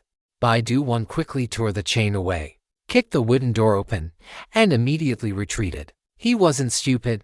He didn't enter the room. A mixture of smells, the stench of blood, the rot of corpses, and the body odor of someone who hadn't bathed in years rushed out to meet them. Ugh! Ugh! Everyone immediately began to retch. The smell was truly disgusting. Even the dull sense of smell of an ordinary person couldn't handle it. And for Lin Baici, whose sense of smell had been enhanced by divine grace, it was even more unbearable. It was truly a wave of stench that almost sent Lin Baici to his grave. If he had activated his 100 flavor sense and then smelled this, Lin Baici would definitely never want to eat meat again for the rest of his life. Roar, roar! Inside the house, low growls sounded. followed by the clattering of chains being pulled. Because the windows of the house were tightly blocked with thatch, and there was no light shining in during the snowy day, the room was very dark. Whoosh! Li Baici lit a torch and threw it inside. The orange-red firelight, like a fish escaping a net, immediately scattered and filled the adobe house. Hiss! It's living corpses. Zhao Decheng stretched his neck to peek inside the door and almost wet himself. Inside was a large group of living corpses, baring their fangs and brandishing their claws, trying to run out to eat people. But they were all bound by iron chains. Lin Baici walked inside. There were animal skeletons on the ground. They looked like those of wild deer. Why are these living corpses so thin? Zhao Decheng, who had been somewhat nervous, saw that these living corpses were nothing but skin and bones, much like the beggars starving to death in the city of Shanking. And he was no longer afraid. He felt he could take on 10 of these skinny living corpses. Because they are being kept by someone, Gu Qingqiu explained. Zhao Decheng exclaimed. Who would do such a heaven-defying thing? Could it be the divine Dr. Li?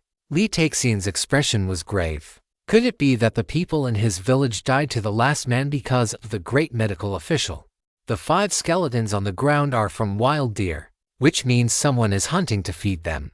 Judging from the dust on the furniture and locks, as well as the nutritional state of these living corpses, that person feeds them at least once a month, Gu Qingqiu deduced. That's too long a time, otherwise, we could wait here for the rabbit to hit the stump.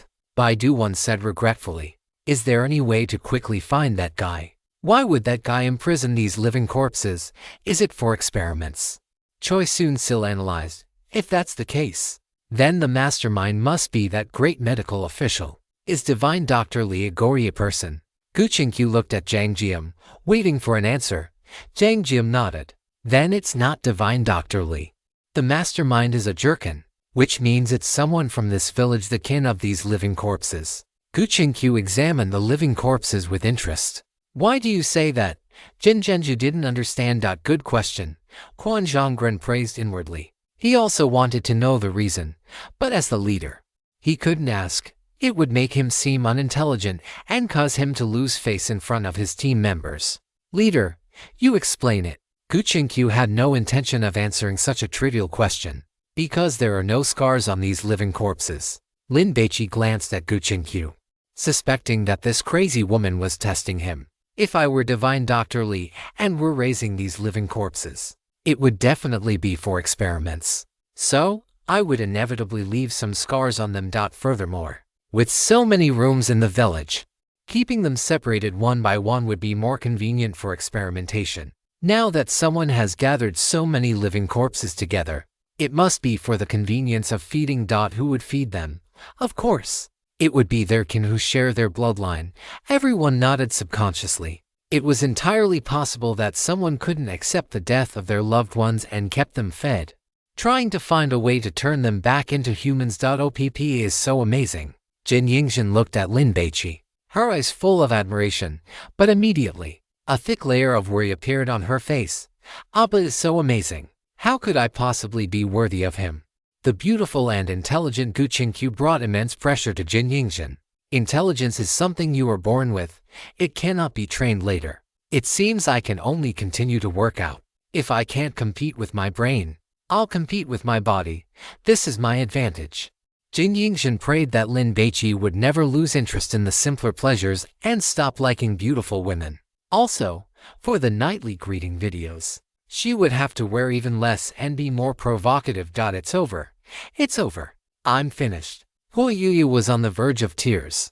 She couldn't compete with Gu Qingqiu in intelligence, nor with Jin Yingxin in physique. How could she capture Lin Baici's heart? She couldn't exactly be his daughter, could she? Besides, he might not even like that kind of play. Sigh, Mom.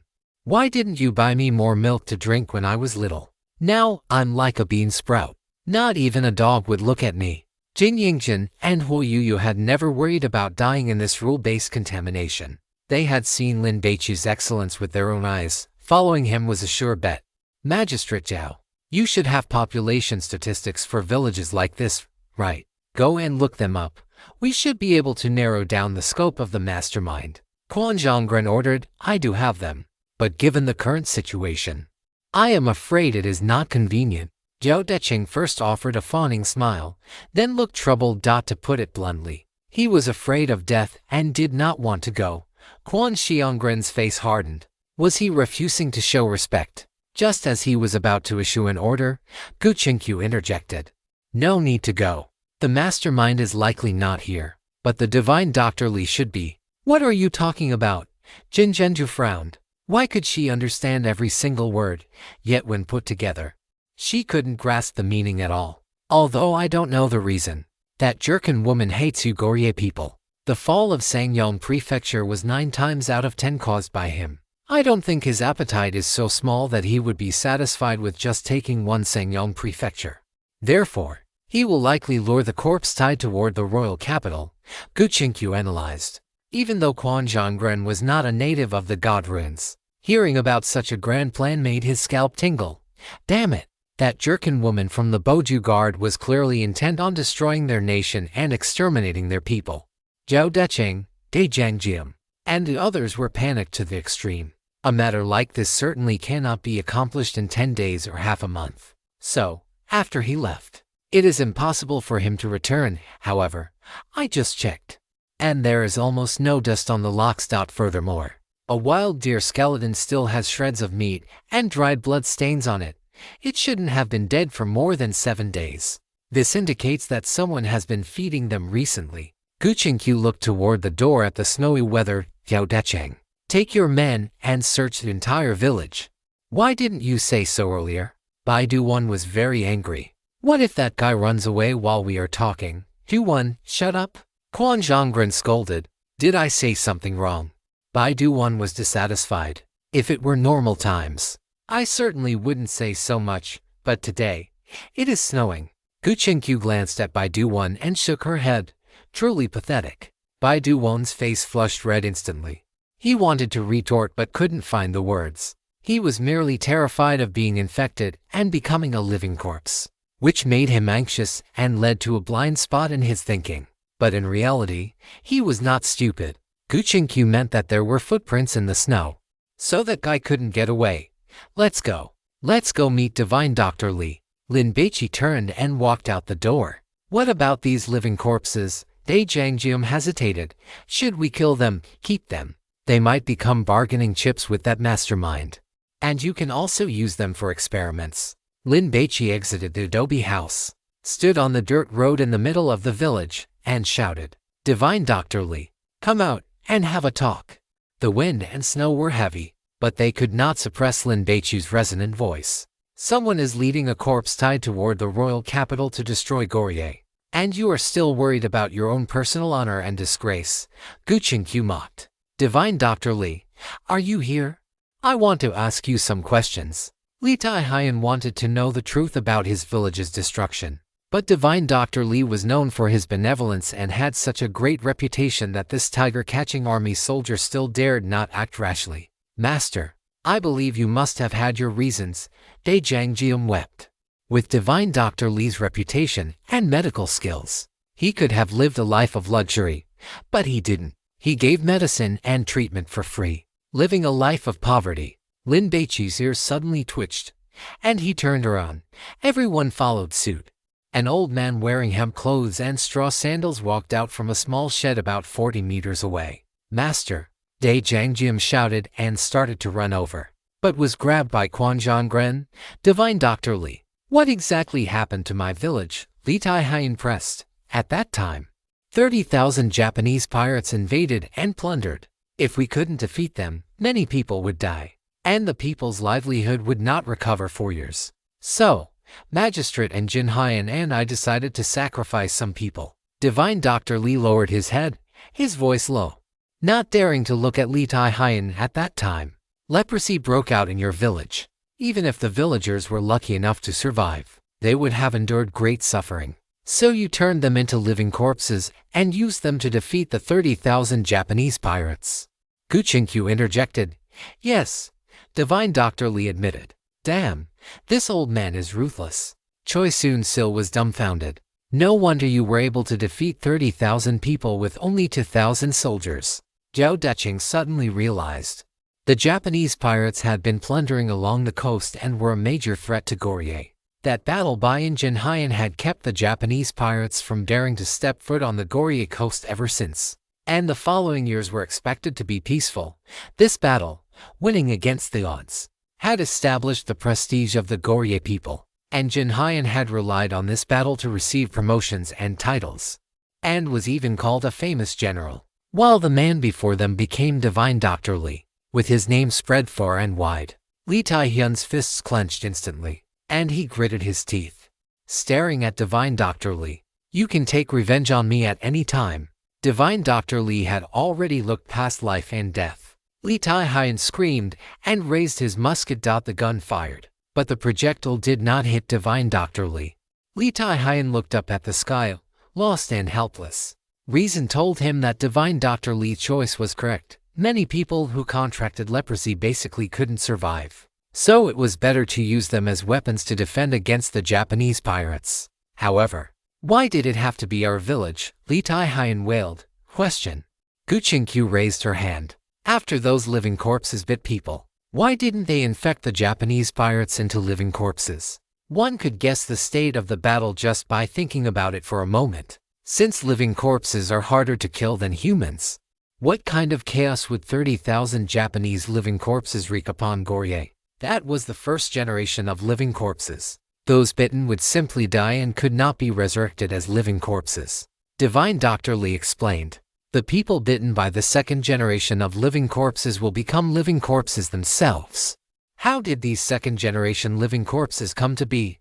By doom unpressed. Is there any way to reverse it? The first generation of living corpses was created using the resurrection grass. The second generation likely came into existence by chance after consuming corpses that contained the toxins of the resurrection grass. Divine Dr. Li was not certain, which was why he had no means of treatment. The patients in your clinic have all turned into living corpses. Instead of trying to find a solution, why did you run here? Zhou Diaxiong cursed. The entire Goryeo is about to be finished. Divine Dr. Li fell silent, because he could not find a solution. He had come to the place where he first encountered the resurrection grass and the living corpses, hoping to try his luck, and fortunately, he had found nothing. Your king is a living corpse, right? Which generation? Lin Baici remembered Zhang Jiam saying that Divine Dr. Li had taken his apprentice to treat the king, but when he returned, the apprentice was dead. Chapter 296. This kid is so arrogant. Could he be a dragon level? Zhou Diaxiong stared at Divine Dr. Li like a hunting dog, not daring to even breathe loudly.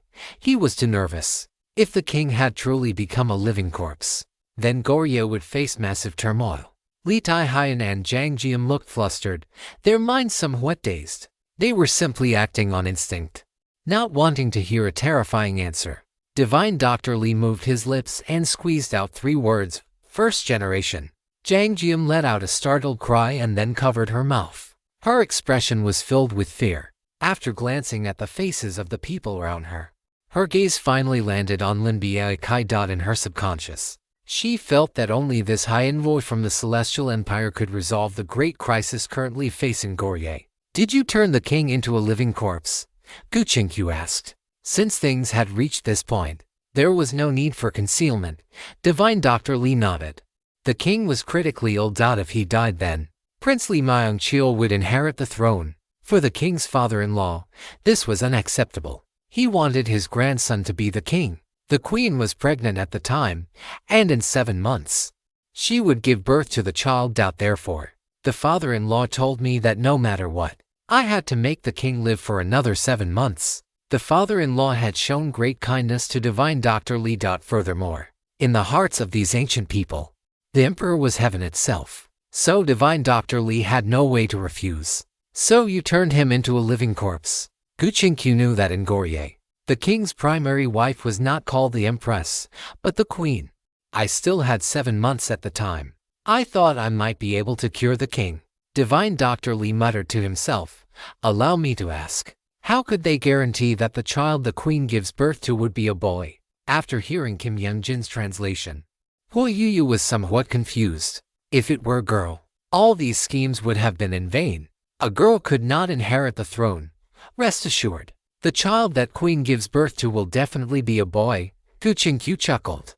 The little fish still underestimated the darkness of human nature. The act of swapping a civet cat for a crown prince was not something that only happened in the great song.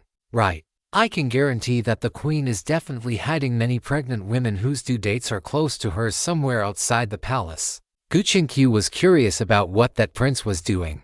He wouldn't just sit there and wait for death, would he? Why did you run here? And what is going on with the living corpses in your clinic? Zhou Diaxiong demanded. The king's condition grew increasingly severe. Once, when I was treating him, the king bit my apprentice to death. Divine Dr. Li really did not want to recall that experience. The king was rotting every day and no longer looked human. The father-in-law's patience was wearing thin. And half a month ago, he gave up on treating the king. In reality, he could no longer be cured. The person had rotted to such a degree that the stench could be smelled from 100 meters away, and no amount of powder could cover it up. At his wit's end, Divine Dr. Li planned to return to this Jurchen village of the Bojue tribe, where he had first seen the living corpses, to see if there were any clues. But who would have known that Sangyong Prefecture was suffering from famine and plague? Li Taihan was so hungry that he directly boiled his apprentice. That apprentice had been bitten by the king. Although he did not turn into a living corpse, there was a virus in his body. After the patients at the gym and clinic ate his flesh, they were all infected and became second-generation living corpses. What have you discovered now? Zhou Diaxiong asked urgently. Divine Dr. Li remained silent, his expression awkward and desolate. What are the weaknesses of these living corpses? Quan Sangin was anxious. You at least know this, right? You must destroy the skulls of the living corpses to kill them completely. Divine Dr. Li did not hold back. Also, low temperatures will reduce the mobility of the living corpses. So if you want to survive, you should try to head north. Kim Jin-soo looked encouraged. At least there is one piece of good news. There is a mastermind behind the scenes who knows these living corpses very well, can utilize them, and holds a grudge against Goryeo. Do you know who it is? Kim Young-jin recalled Lin Baici's analysis. Is it a survivor from this village? It should be. Divine Dr. Li fell into his memories. A few years ago, a young girl told me how to use the resurrection grass. As the price, I had to help her kill an officer. I did not have that kind of power, so I told my good friend and Jiam Hyan. Kim Young-jin instantly imagined a story of grievances and grudges. Under the oppression of that officer, the girl and her tribe had lived miserable lives, constantly being bullied, until one day, all her tribesmen were killed. The girl did not want to lose her people, so she used the resurrection grass to resurrect them and then raised them here. The girl was too poor and only had the resurrection grass as a bargaining chip, so she found Divine Dr. Li, who understood such things, and sold it to him. The resurrection grass, when used correctly, is a powerful tool for usurping power, seizing profit, and gaining fame. Those in high positions would surely find it impossible to resist using it. Indeed, Physician Li and Jingshuan had used it. They defeated a larger force, repelled the Japanese pirates, and fought a battle worthy of being recorded in the annals of Goryeo history. However, they had made preparations in advance to eliminate those living corpses, preventing any spread. The young girl continued to wait, and finally, the opportunity rose again. This time, the one infected was the king. Seeing this, the girl, who had been observing from the shadows, found her chance to fan the flames, triggering a massive pandemic and successfully creating a horde of corpses. How did that young girl know how to use the resurrection grass? Jin Yingjin asked curiously. Physician Li was very cooperative, answering every question asked. But this time, just as he opened his mouth, a gunshot rang out. A projectile fired from a mud brick house a few dozen meters to the rear right struck Physician Li directly in the head, blowing his skull apart. Physician Li collapsed to the ground, his bright red blood spilling out and landing on the snow, looking as if a plum blossom tree had sprouted in an instant. Whoosh! The entire scene descended into chaos. Everyone instinctively hunched over and lowered their heads, scrambling to hide behind nearby houses. Protect me, quickly, Zhou Decheng shouted, clutching his head with both hands. After running a few steps, he noticed Lin Baici standing in place, motionless. his gaze fixed directly on the direction from which the bullet had come. Is he really this brave? Does he have the heart of a dragon and the courage of a tiger inside him? Quan Zhonggren had lowered his head and run a few steps, but catching a glimpse of Lin Baici standing still, he instinctively stopped and wanted to straighten his back. If Lin Baici isn't running and I am hiding, doesn't that make me look pathetic by comparison? If this gets back home, my future in the Sejongjian will likely be over. Prepare for battle. Quan Zhonggren shouted, throwing his sword. But just as he straightened his back, a dense volley of musket fire erupted. Bang, bang. Quan Zhonggren instinctively hunched over again, cursing under his breath. Damn it, this kid is so reckless. Could he be a dragon-level entity? Quan Zhonggren felt a sense of despair. The mission Jinxian had entrusted to him was now 100% impossible to complete. Whoosh, whoosh. Projectiles flew wildly, striking the snow and kicking up pillars of dirt. One was aimed at Lin Baici, but before it could hit, it was intercepted by a flying stone. Clang! The projectile grazed Lin Baici's shoulder as it flew past. What are you hiding for? Charge up and cut them down, Lin Baici roared, sprinting forward like a tiger hunting in a forest of snow. His figure was wild and filled with overwhelming pressure. Death to all who see him. Yi Zhisheng immediately followed. He had been here for so long that he was about to burst. He had been itching for a fight for a long time. With Lin Baici charging, Jiu Hongyao and Jin Yingshan were not about to be left behind. So they joined in as well. Yingshan, you three stay back, Jiu Hongyao instructed. Charge. Quan Zhonggren's combat instincts were still quite good. He had seen Li Taxian's muskets and knew that the weapon took time to reload. If they didn't charge during the window when the enemy was reloading after firing, they would face a second volley. On both sides of the houses, soldiers wearing dark blue uniforms rushed out with swords. On the rooftops, archers climbed up, using their high ground to provide suppressive fire. It's the Imperial Guard, Zhao Decheng exclaimed in surprise. This was an army that only the king could command. Why had they appeared here? The answer was revealed quickly as a thunderous sound of hooves approached rapidly from the distance. The Imperial Guard commander had not let the cavalry enter the village to maintain the element of surprise, as the sound of hooves would have alerted the enemy. Now that the ambush was over, they could launch a full assault, and fortunately, they had only managed to kill Physician Li. A single volley of musket fire had failed to take out those rebels. It's the Imperial Guard commander, the bearded man shouted. He was a thief-catching commander.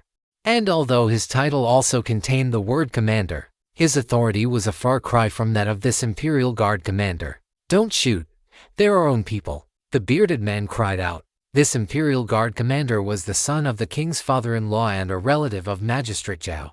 The bearded man was worried that casualties would occur due to a misunderstanding, which would be difficult to resolve. However, no sooner had he finished shouting than Zhao Decheng clamped a hand over his mouth. Are you trying to get me killed? Zhao Decheng cursed angrily. The Imperial Guard has already begun their attack. With the temper of Magistrate Lin and his group, how could they possibly let these people go? Besides, looking at how calm and composed they are, their chances of winning are quite high. If the Imperial Guard won, Zhao Decheng could rely on his family connections to handle things. But what if Lin Baici won? It would be difficult to regain his trust. So keeping his mouth shut and watching silently was the best choice. As for the dead, it wasn't him who was dying. No, that can't be right, can it? The bearded man was somewhat skeptical. He admitted that Lin Baici was very strong, but this time, the Imperial Guard had arrived.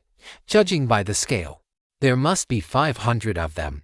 These were the troops that guarded the king and the palace. Every single one of them was an elite chosen from thousands. Those infantrymen ran out, but they didn't charge immediately. Instead, they shouted and clamored to intimidate their opponents. Their tactics were well practiced. First, the archers and musketeers provided suppression. Then the cavalry charged to disrupt the enemy's formation. Basically, once the cavalry passed through, the enemy would collapse. And then the infantry would move in to slaughter the routed soldiers. But this time, there was a discrepancy. Those few people charged to faster, in fact, than the war horses. Before the cavalry could reach them, they had already cut into the crowd. The archers and musketeers were instantly blinded. The rebels and their own comrades were mixed together. And if they fired again, they would hit their own men. Lin Baici strode forward, swinging his sword in continuous slashes. Swish, swish, swish. Every strike cut down an Imperial Guard, leaving them decapitated. A burly Imperial Guard shouted, hacking at Lin Baici. Clang!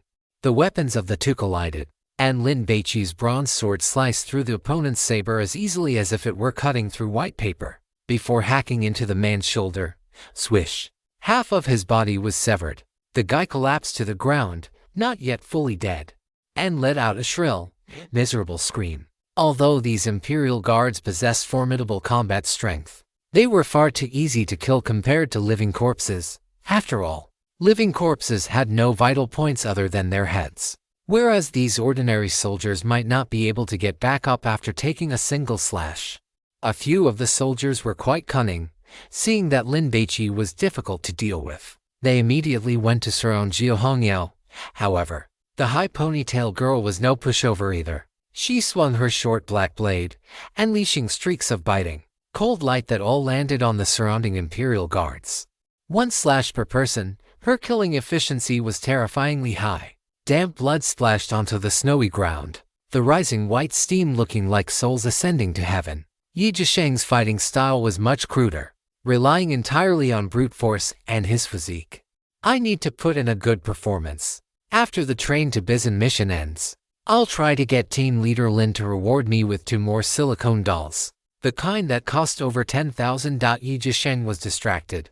A projectile struck Yi Zhisheng in the chest. Damn it, Yi Zhisheng cursed, grabbed the corpse, and hurled it at the musketeer on the roof 10 meters away. The 100-pound corpse was like a weightless brick in Yi Zhisheng's hands, flying out at an extremely high speed. The musketeer couldn't dodge in time and was knocked down. Yi Zhisheng, take out those people on the roof. Lin Baici had originally intended to let the little clay figure snipe the enemy's ranged units, but seeing this scene, he immediately changed his mind. Got it. Yi Zhisheng had a long wingspan, with a casual reach. He grabbed an Imperial Guard, slapped him, and blew his head apart. Then, amidst the flying blood and brains, he hoisted the headless corpse and smashed it toward the roof. Bang, bang! Head after head bloomed like fireworks. This cruel and violent scene immediately struck terror into the hearts of the Imperial Guards, and they began to retreat. Saibal, Quan Zhonggren and his group watched with their eyes twitching, nearly going into spasms.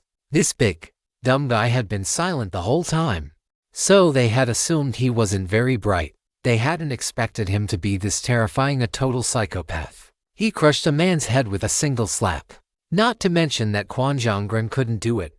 Even if he could, he wouldn't. He didn't consider himself a good person, but he wouldn't even dream of abusing cats, dogs, or even ants, let alone torturing people to death. One should still have some reverence for life. The young Imperial Guard general rode over, seeing that not only had his infantry been scattered, but even the archers and musketeers on the roofs were in disarray. He was left dumbfounded. What is going on?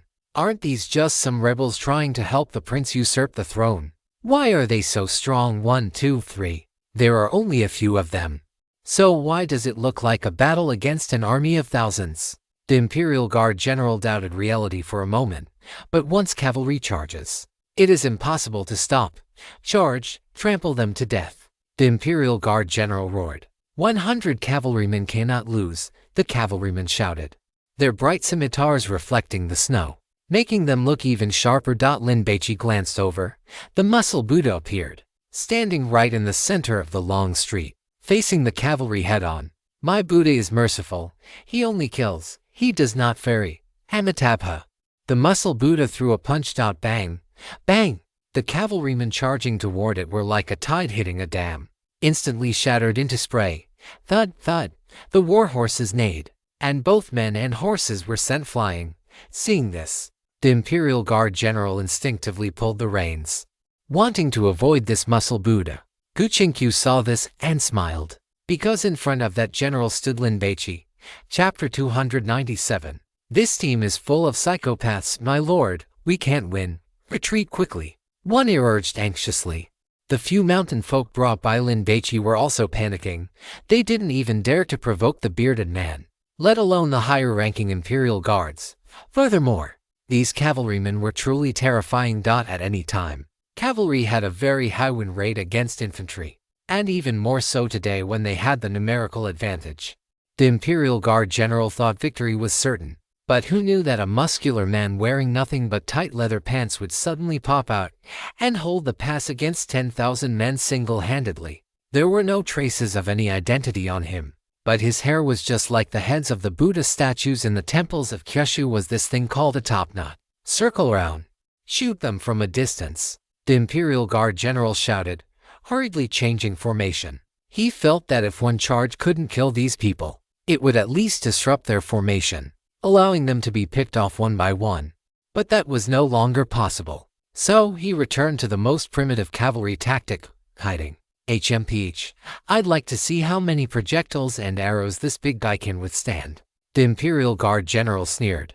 As for Lin Baici in front of him, he didn't pay any attention at all. His warhorse was already at full gallop. If the opponent didn't dodge, he could just wait to be smashed into broken bones and death. Archers, musketeers, reform the ranks, the Imperial Guard general shouted. Then noticed that the handsome young man didn't dodge, but instead crouched, stepped forward, and threw a punch, courting death. The Imperial Guard general was stunned at first, not understanding why this guy was throwing his life away. But then a savage grin appeared on his face. Want to die? This general will grant your wish. The general gripped his saber and leaned forward, intending to sever Lin Baici's neck. But Lin Baici's fist struck the warhorse's head first. The warhorse's head seemed to have been hit by a cannonball fired from a tank. It exploded instantly. Crimson blood, pulpy flesh, and eyeballs the size of goose eggs scattered like falling flower petals. Zhao Decheng, the bearded man, and Li Taxian almost had their eyeballs pop out of their sockets. The kind of peerless warrior described in the history of the 9 provinces, whose strength could pull up mountains and whose spirit could cover the world, was probably nothing more than this. Right, strong, unbelievably strong. One ear was dumbfounded. He felt that this Lord Lin only looked like a human, but beneath that human skin, there was definitely a monster hiding. The warhorse collapsed to the ground, kicking up a spray of snow. The Imperial Guard general still had some tricks up his sleeve. He performed a roll, dodging in time to avoid having his legs crushed by the horse. My lord, seeing their general in trouble, the soldiers wanted to provide support, but Quan Zhonggren and his group were on a killing spree and gave them no opportunity at all. Lin Baici took to strides and rushed in front of the general, intending to capture him alive. However, the general was too unlucky. There was snow on the ground, and in his haste, he lost his footing and fell. As luck would have it, he happened to collide right into Lin Baici's bronze sword.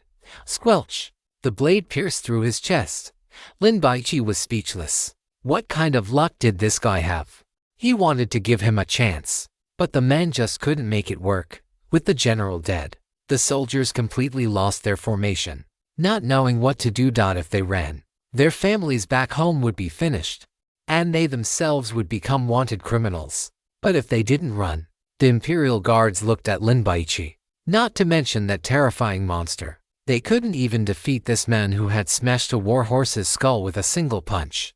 Gentlemen, for the sake of our parents, wives, and children, fight to the death. The lieutenant shouted. They could run, but it would implicate their wives and children, leading to them being punished by association. The muscle Buddha was still on a killing spree. These Imperial Guards were not stupid.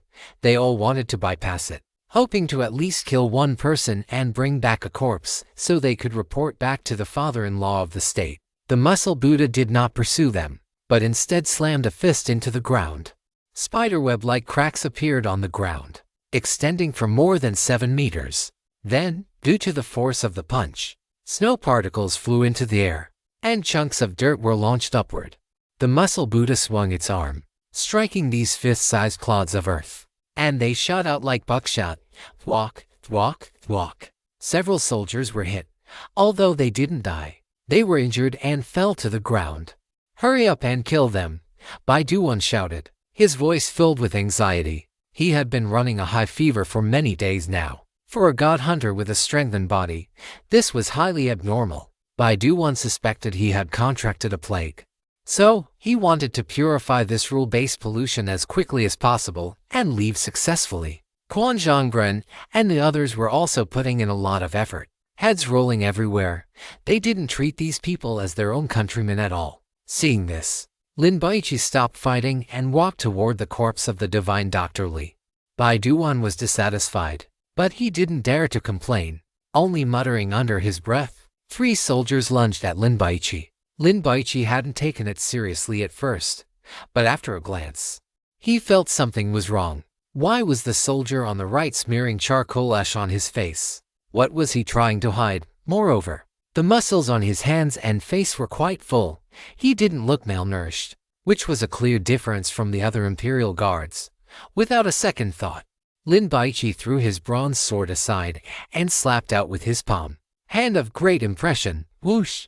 The soldier shrank downward as if he knew Earth escaped ninjutsu, disappearing into the soil. Careful, there's a god hunter, Lin Baici warned. Whoosh! The soldier emerged from the ground more than 30 meters away, looking at Lin Baici coldly. So strong. He had originally thought that for this rule-based pollution, the people from the Statue of Liberty were the competitors. He hadn't expected that these few people from the 9 provinces, though few in number, were so formidable. He had to go back and report to the team leader immediately, just as the guy disguised as an Imperial Guard soldier was about to leave. A flying stone shot over silently and blew his head apart. Looks like a Japanese person, Quan Zhonggren guessed. These Imperial Guards realized there was no possibility of winning. After half of their men were killed, they collapsed. The archers and musketeers who were far from the battlefield were the first to start fleeing. The lieutenant didn't stop them, because after he finished shouting that line about fighting to the death, his head had been blown apart by Lin Baici's red clay figurine. The battle ended, and this Jurchen village of the Bazuju Guard returned to silence, with only the sound of the wind mixed with the falling snow whimpering. Blood, snowflakes, and mud had turned into a quagmire due to the trampling of many feet, looking like a filthy carpet. Lin Baici kicked the corpse of divine Dr. Li. Quan Zhonggren walked over. Any discoveries? None. Lin Baici examined the corpse. This should be an important figure, right? He must have left some clues behind, Bai Duan said gloomily. He didn't even have time to leave any before he was killed, did he? Jin Zhenju said dejectedly. My lord, are we not going to kill those people anymore? One ear was covered in blood, and his fur clothing was soaked through with sweat, currently steaming with white vapor. Taking down those high and mighty nobles made him feel extremely excited. I think with you here, my lord, we could storm the royal capital and cut off the king's head. And then what? Jin Yingjin asked in return. Of course, Lord Lin would become the king, One Ear replied, his tone taking it for granted. No wonder you could only flee into the mountains to become a mountain dweller. Gu Qingqiu shook her head. One Ear's vision was too shallow, and he was easily blinded by this small victory before him. Lin Baici couldn't be bothered to pay attention to One Ear and called out to Yi Zhisheng. Come over here and dissect this corpse. Ha! Yi Zhisheng hadn't expected Lin Baici to order such a thing. After being stunned for a moment, he became excited, immediately ran over, and squatted beside the corpse. It's too old. How about we find a younger one? Yi Zhisheng frowned as he looked at the shriveled skin of divine Dr. Li. The internal organs of a person like this would make even a dog shake its head. Hurry up and dissect it, Lin Baici urged. He had once experienced a maid game at the Dragon and Beauty Bar, where he obtained a butcher mask. Putting it on granted him the skill of a master butcher, capable of carving through anything with ease. And the meat he dissected would not rot for 7 days. However, Lin Baici was a team leader now. Such dirty work could be left to his subordinates, and for Yi Zhisheng, this was a reward, a supreme level of enjoyment. Don't anyone fight me for this, or we are no longer brothers. Yi Zhisheng hummed a little tune, picked up a fruit knife, and sliced open the chest of the divine physician, with a forceful pull to both sides. The internal organs were exposed. Look, they really have aged, Yi Zhisheng said with disgust. Yao Decheng and the bearded man had originally intended to butter up Lin Baici, but upon seeing this, their faces turned pale. After glancing at those organs, they began to retch. Dai Zhangjian quietly stepped forward a few paces. Such an opportunity for observation was too rare, and she wanted to see as much as she could. Quan Zhonggren and his group were dumbfounded. This guy is definitely a psychopath, no doubt about it. Otherwise, who would happily sing while dissecting a corpse? Damn it. This is too terrifying. Quan Zhonggren stole a glance at the people around Lin Baici, his expression grave. Damn it, I misjudged him. At first, he thought Lin Baici was just a young and reckless god hunter who, due to luck, had accidentally purified a god ruin and saved Jin Yingjin, and was now using that as an excuse to demand entry into the Bizan god ruin, hoping to bring back some top-tier god taboo items. He might even be arrogant enough to want to kill a god. Look at Lin Baici's teammates. Aside from this guy who always wore a mask, the rest were all girls. One was a busty girl with low intelligence. One was a sickly female college student. One was a streamer who looked underage. And then there was Jin Xion's sister. Aside from their figures, they seemed useless. None of them looked like they had any combat power. It seemed more like Lin Baici had brought them to the god ruin to play just to show off how impressive he was. But after they all encountered the rule-based contamination, he realized that these people were ridiculously strong. That sickly-looking female college student, although a self-destructive psychopath who didn't fear death, had a brain that was incredibly sharp. If it weren't for the fact that Lin Baici was so handsome and wealthy, making Quan Zhonggren feel he had no leverage, he would have tried to poach her long ago. Jin Yingjin and Huo Yuyu were still useless. But that busty girl, my god, let alone Quan Zhonggren. Even if all 6 members of his team attacked at once, they might not be able to take her down. Now, that only other man, the one wearing the mask, was not only a good fighter but also displayed a perverted flair. Lin Baici is not a fool. Based on the masked man and the busty girl, could that streamer who looks underage also be a powerhouse? Yes, it must be because she has a fever and can't fight. Otherwise, she would surely have stunned everyone with her skills. Huo Yuyu noticed Quan Zhonggren stealing glances at her, his face full of awe and caution, which left her confused. What is wrong with this guy? Has he been driven insane by Xiao Bai's excellence?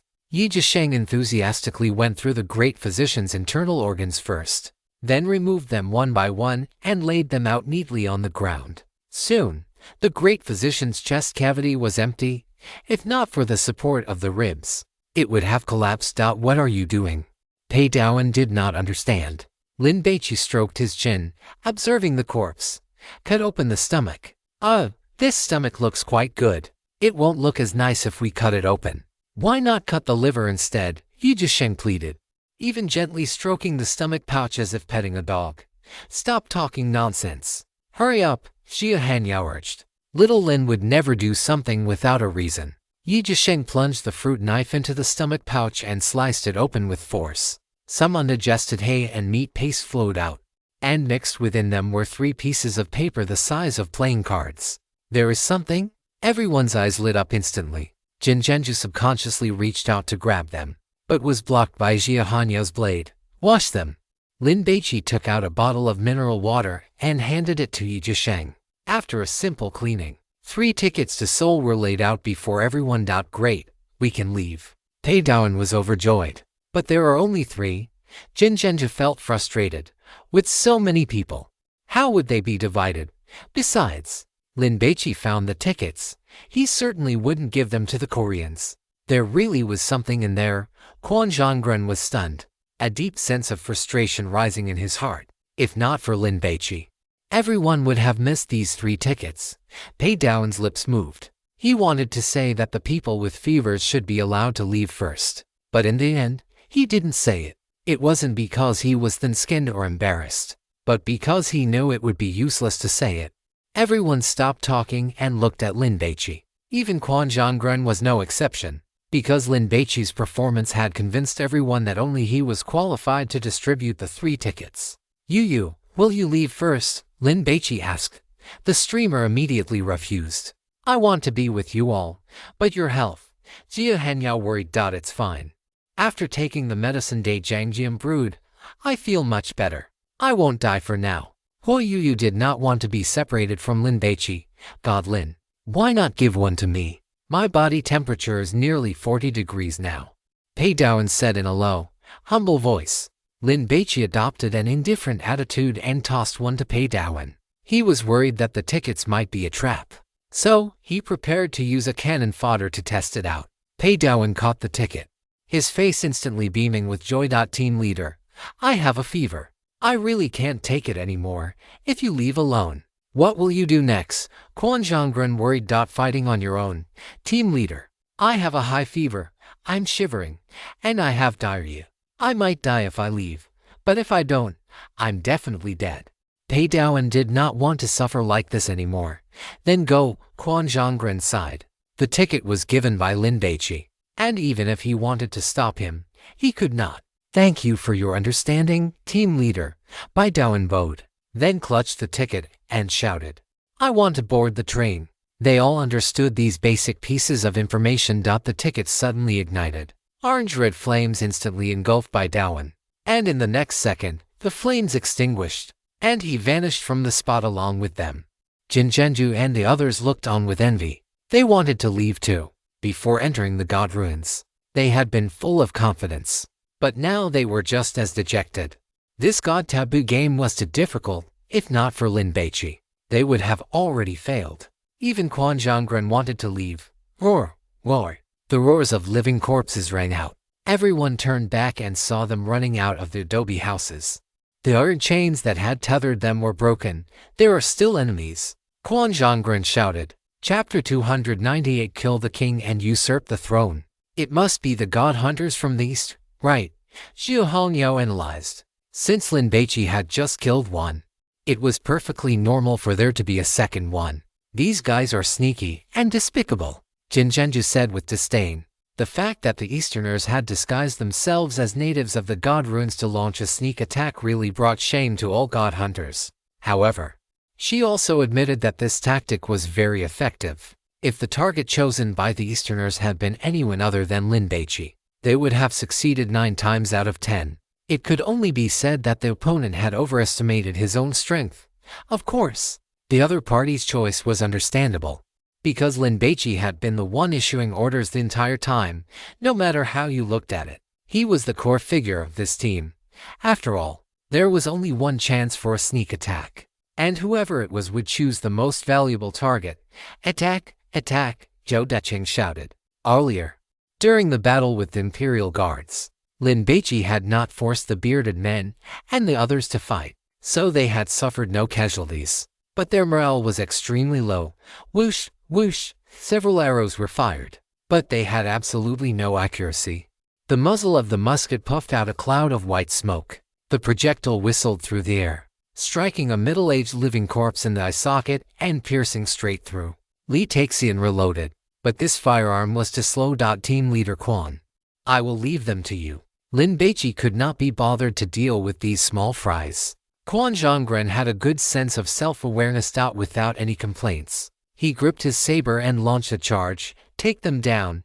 In the subsequent exploration, I must work hard to make Lin Baici submit to my prestige.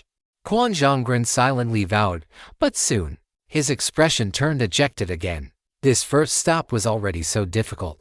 Would the subsequent god taboo games be even more hellish? It was just that Lin Baici was too strong, leaving Quan Zhongren with absolutely no confidence. Everyone else, spread out and find where the divine Dr. Li lived, Lin Baici urged. He wanted to get his hands on divine Dr. Li's experimental records. This Jurchen village was not large. 20 minutes later, some soldiers found the residence of divine Dr. Li and hurried over to report to Lin Baici. The group rushed over. This was also an adobe house, not very large in area. On the earthen king sat a small wooden table, upon which were placed a dish of pickled carrot strips, half a piece of dried salted fish, and 2 steamed buns. Divine Dr. Li lived such a life. Looking at these meager meals, and then thinking about the identity of divine Dr. Li and the fact that he was conducting research on living corpses, Hu Yu felt very conflicted. To say that divine Dr. Li was a bad person was correct, but it seemed he was not entirely bad. Human nature is very complex. Sometimes people are forced by the era to make choices. Stop overthinking it, Gu Qingqiu advised. In a village like this, which had been ravaged by a plague and where all the villagers had died, no one would come. So divine Dr. Li had not hidden his living corpse research logs. simply leaving them pressed under the bedding on the earthen can. Lin Baici flipped through them casually and handed them to Dai Jiangjim. I will leave this to you. By the time Quan Zhongren and his party finished killing the living corpses and arrived, Dai Jiangjim had made a discovery. The log recorded the location and the feelings of Divine Dr. Li when he first saw the life-death grass. It was the Jerkin girl who had taken him there. It was in the back mountain, inside a stone cave beneath a cliff. Divine Dr. Li's drawing skills were excellent. The life-death grass was drawn vividly, and the map leading to the stone cave was also very clear. What are we waiting for? Let's set off immediately, Jiu Hongyao called out. The mountain was very dangerous in the heavy snow, but time was of the essence now, and everyone could not worry about their personal safety. Bai Douyin felt his vision go black. It seemed like an instant had passed, yet it also felt like a lifetime. In any case, Bai Douyin lost his perception of time. When his vision cleared, he saw that he was in a train carriage. I made it out. Bai Douyin was ecstatic. He turned his head and saw the scenery on the glass flying backward rapidly. There were over 20 people in the carriage. When they heard the commotion, they turned to look. Hello, what kind of rule pollution did you experience? Was it purified? Bai Douyin put on a harmless smile, intending to gather some information so that when he returned, he would not have to worry about being punished by the higher-ups of the Sejong sect for dereliction of duty. Are you running a fever? A woman wearing a Native American-style eagle feather headdress asked. Her skin was light brown, and it wasn't clear whether it was due to careful maintenance or if it was naturally so. It was taut and elastic, like silk. She was very tall, and even while sitting, she still appeared imposing. Bai Douyin touched his cheek. He did not want to answer, but his mouth opened involuntarily. After Bai Douyin said this, he was startled himself. These were all god hunters. His enemies. Why had he lost his guard? What was the god taboo game you experienced? The woman asked. Her voice was elegant, warm, and emotional, making Bai Douyin feel as if he were back in his mother's womb. Hearing her stroke her belly and sing a lullaby, Bai Douyin's vigilance vanished in an instant. What I experienced were ancient living corpses, Bai Douyin introduced. He liked young girls, especially middle school students, because only by touching such fresh and tender bodies could he feel like he was enjoying a grand feast. Bai Douyin hated older women, especially after becoming a god hunter and gaining wealth. He wouldn't even glance at a woman over 25, no matter how beautiful she was. The woman sitting not far away, wearing an eagle feather crown, was well maintained and quite beautiful. But she was at least 35, perhaps even 40. She was definitely a mature woman. Under normal circumstances, Bai Douyin would have spat in disgust, but today, he felt an inexplicable sense of closeness, as if he had found a confidant to whom he could pour out his heart. That Lin Baici is too powerful. I used to think my team leader was quite strong, but now, compared to him, he is an utter amateur. He is definitely a god hunter on the same level as Jin Xian. The woman listened silently. Suddenly, an announcement rang out in the train. Passenger Bai Douyin, your ticket time is incorrect. Please leave within 10 seconds, or you will be punished. Bai Douyin was startled and snapped back to reality. Incorrect? How is it incorrect?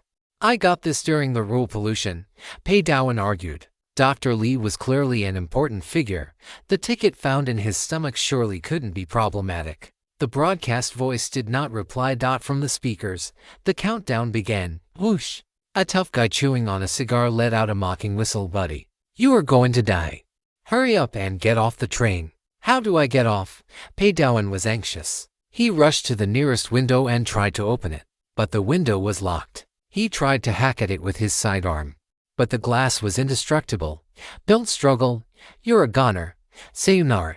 Hurry up and say your last words. The few passengers were all making jokes. Everyone had just experienced life and death. They were too bored and needed to vent. Now that they saw a poor wretch, some couldn't help but start mocking him. 3. Punishment begins. The female broadcast voice was very gentle, not like a big sister, but rather a gentle young matron. However, this voice fell on Bai Douyin's ears like the verdict of the Grim Reaper. No, I am willing to go back. Send me back, Bai Douyin begged.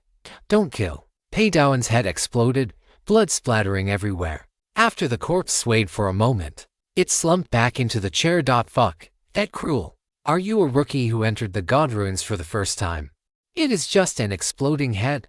How normal is that? Don't you think this headless corpse sitting here has a sense of art? There is no damn sense of art.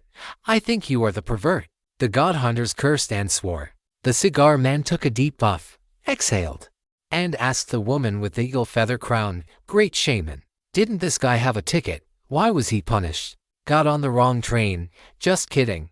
After the game ends, there is a direct teleportation. God hunters cannot choose which train to board themselves. Two possibilities. 1. His ticket was given to him by someone else and he had no right to use it. 2. The game hasn't ended yet, so even if he had a ticket, he was judged as not qualified to board the train, the great shaman explained. Everyone's expression turned grave. A god ruin that possesses gods truly has so many rules. One careless move and you might be finished. Lin Baici. The great shaman toyed with a seashell, silently repeating the name. That guy kept the name Lin Baici on his lips even under her divine hypnosis, which showed how massive the impact this person had on him. On the same level as Jin Xiang, the great shaman suddenly wanted to meet this young man, provided he hadn't died in the previous rule pollution. Current intelligence proves that in the Bizen God ruins, only by obtaining a ticket can one board the train to travel to the next station, until finally reaching the destination. Every station is a rule pollution. Some are caused by the radiation of divine taboo objects, while others are likely the gods themselves taking action. If you encounter the latter, you can only pray for your own luck, hopefully. In that Lin Baici's team, no one is too handsome or too beautiful. The great shaman analyzed from the collected intelligence that the god seems to hate handsome men and beautiful women. Once it hates them, it will pollute that person. Soon, everyone lost interest in talking. The train became quiet again, and everyone was resting and gathering strength to prepare for the next divine taboo game. Among Lin Baici's group, there were no people with a poor sense of direction. Plus, the map drawn by Dr. Lee was very clear. So by the time it got dark, everyone found the stone cave. In this season of flying winter snow, the cave was very warm and filled with dense life-death grass.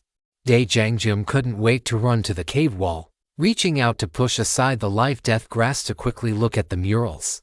Lin Baici stopped her in time and threw a pair of gloves over. "Put these on." Dai Jiangjum bowed her head to express her gratitude, then put on the gloves, pushed aside the life-death grass, and saw the cave wall. There were some carved murals on it. Quan Zhonggren and the others also wanted to go over to check, but were shouted at by Lin Baici.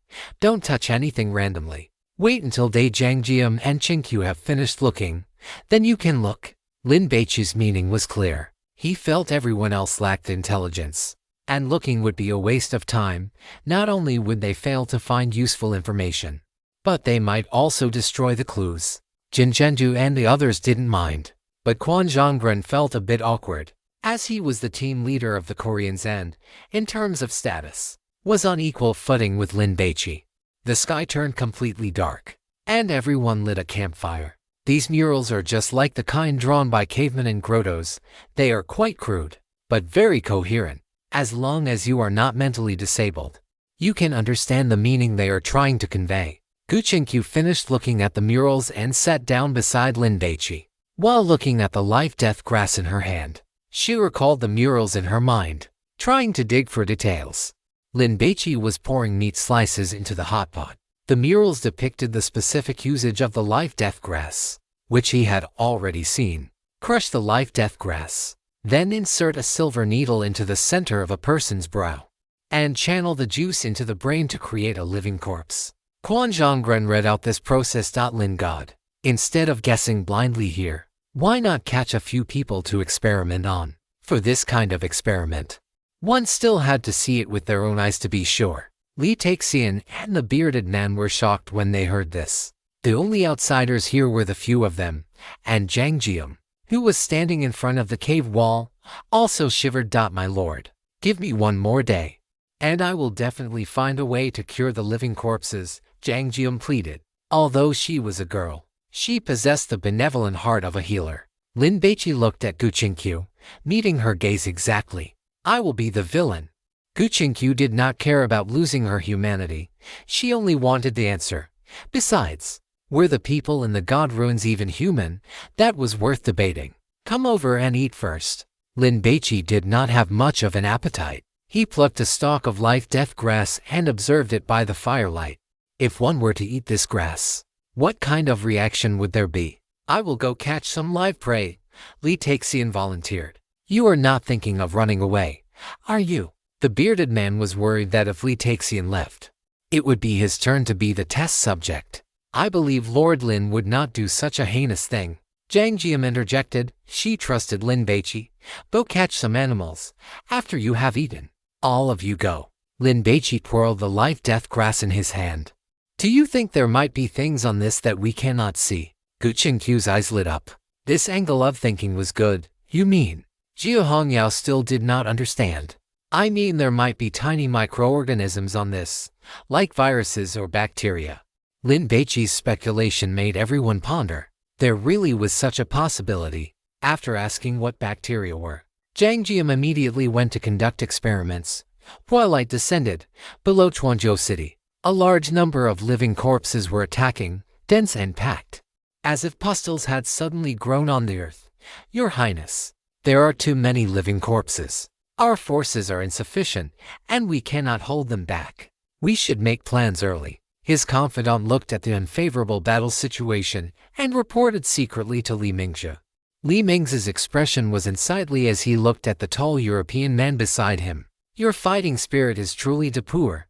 Jesus shook his head. After learning that the living corpses were attacking, his and Li Mingzhi's plan was to hold the city. As long as they survived this hurdle, Li Mingzhi would be able to win the hearts of the soldiers and people of the entire province. Then recruit a batch of soldiers to head north to Hancheng, kill the father-in-law of the king and the empress, and reclaim the throne. But now, Chuanzhou City was about to fall. These are all my subjects. Please, Lord Jesus, you must find a way. Li Mingzhi shouted loudly and bowed to Jesus. It is bad. It is bad. There are living corpses inside the city, below the city wall. Someone beat a gong to remind everyone to prepare quickly. Li Mingzhi's body trembled. Abandon this city. Jesus' eyes narrowed, revealing a touch of ruthlessness. Go straight to Hancheng, kill the king, and usurp the throne, no matter what. I must win this rule-based pollution. Chapter 299. Do you know that you are seeking your own death? Living corpses had appeared within Chuanzhou City. After they attacked humans, the number of living corpses immediately climbed exponentially. Jesus did not go to intercept these living corpses to try his best to save the city, but instead abandoned it directly, deciding to go to the royal capital to kill the king and usurp the throne. Leader, it must be the work of the god hunters. The muscular man was indignant. If I see them, I will definitely hack them into human sticks. Not necessarily. Jesus' expression was grave. After the train arrived at the station, only half a day had passed before he saved Li Mingzhi, who was being hunted by a team of imperial guards, and then began to help him seize the throne. He felt that this was the condition for clearing the level, and he also felt that he was very lucky to have picked up a prince at the start. But now, as living corpses kept appearing, he knew that he had missed a lot of the plot. I should have at least figured out the origin of the living corpses, Jesus sighed, feeling that his side should be lagging behind a certain team. But it did not matter. As an experienced quasi-dragon level, he had his own way of solving things, which was to kill all the important characters in the rule-based pollution, including the prince, Li Mingzhi. After the Statue of Liberty team finished assembling, they took 300 elite soldiers they had selected and rushed to Hancheng with Li Mingzhi. Behind them was Chuanzhou City, which had been captured by the living corpses. Miserable cries and wails resounded through the sky. Li Mingzhi looked back, but he did not care about these things. His eyes were filled with nothing but the desire for the throne. Lin Baici did not stay in the mountains for long. Early the next morning, after picking some life-death grass, he returned to the Poju village. Out of caution, he had people search the village again. After finding nothing, he rushed back to the ship and then headed to the royal capital at full speed. The official ship crushed the floating ice and sailed downstream. On this ship, the most comfortable cabin belonged to Zhao Decheng. Lin Baici had requisitioned it, but he did not sleep in it. Instead, He gave it to Zhang Jium. Zhang Jium knew how to repay kindness and did not dare to be the least bit slack. She kept busy testing the life-death grass. And during the 3-day journey, she did not even close her eyes. Finally, on a cloudy morning, the official ship arrived in Incheon. Where can we get war horses? Lin Baici looked at the bustling scene at the pier and let out a sigh of relief. Fortunately, this place had not yet been overrun by the living dead, otherwise, they would have had no choice but to fight their way through. You can look for those wealthy merchants from the northeast of Kyushu who trade in horses. Or you can go to the local government. Zhao Deqing originally wanted to say that offending the government would lead to big trouble, but then he thought about how he, a dignified prefect of Sanking Prefecture who managed hundreds of thousands of people, was being bossed around by these people, and he wisely shut his mouth. Lin Baici did not care about such things. He even had a bit of a twisted sense of humor, hoping that the prefect of Incheon would also have a stroke of bad luck. It is up to you, Lin Baici instructed. Zhao Deqing was stunned. The matter of finding horses is left to you.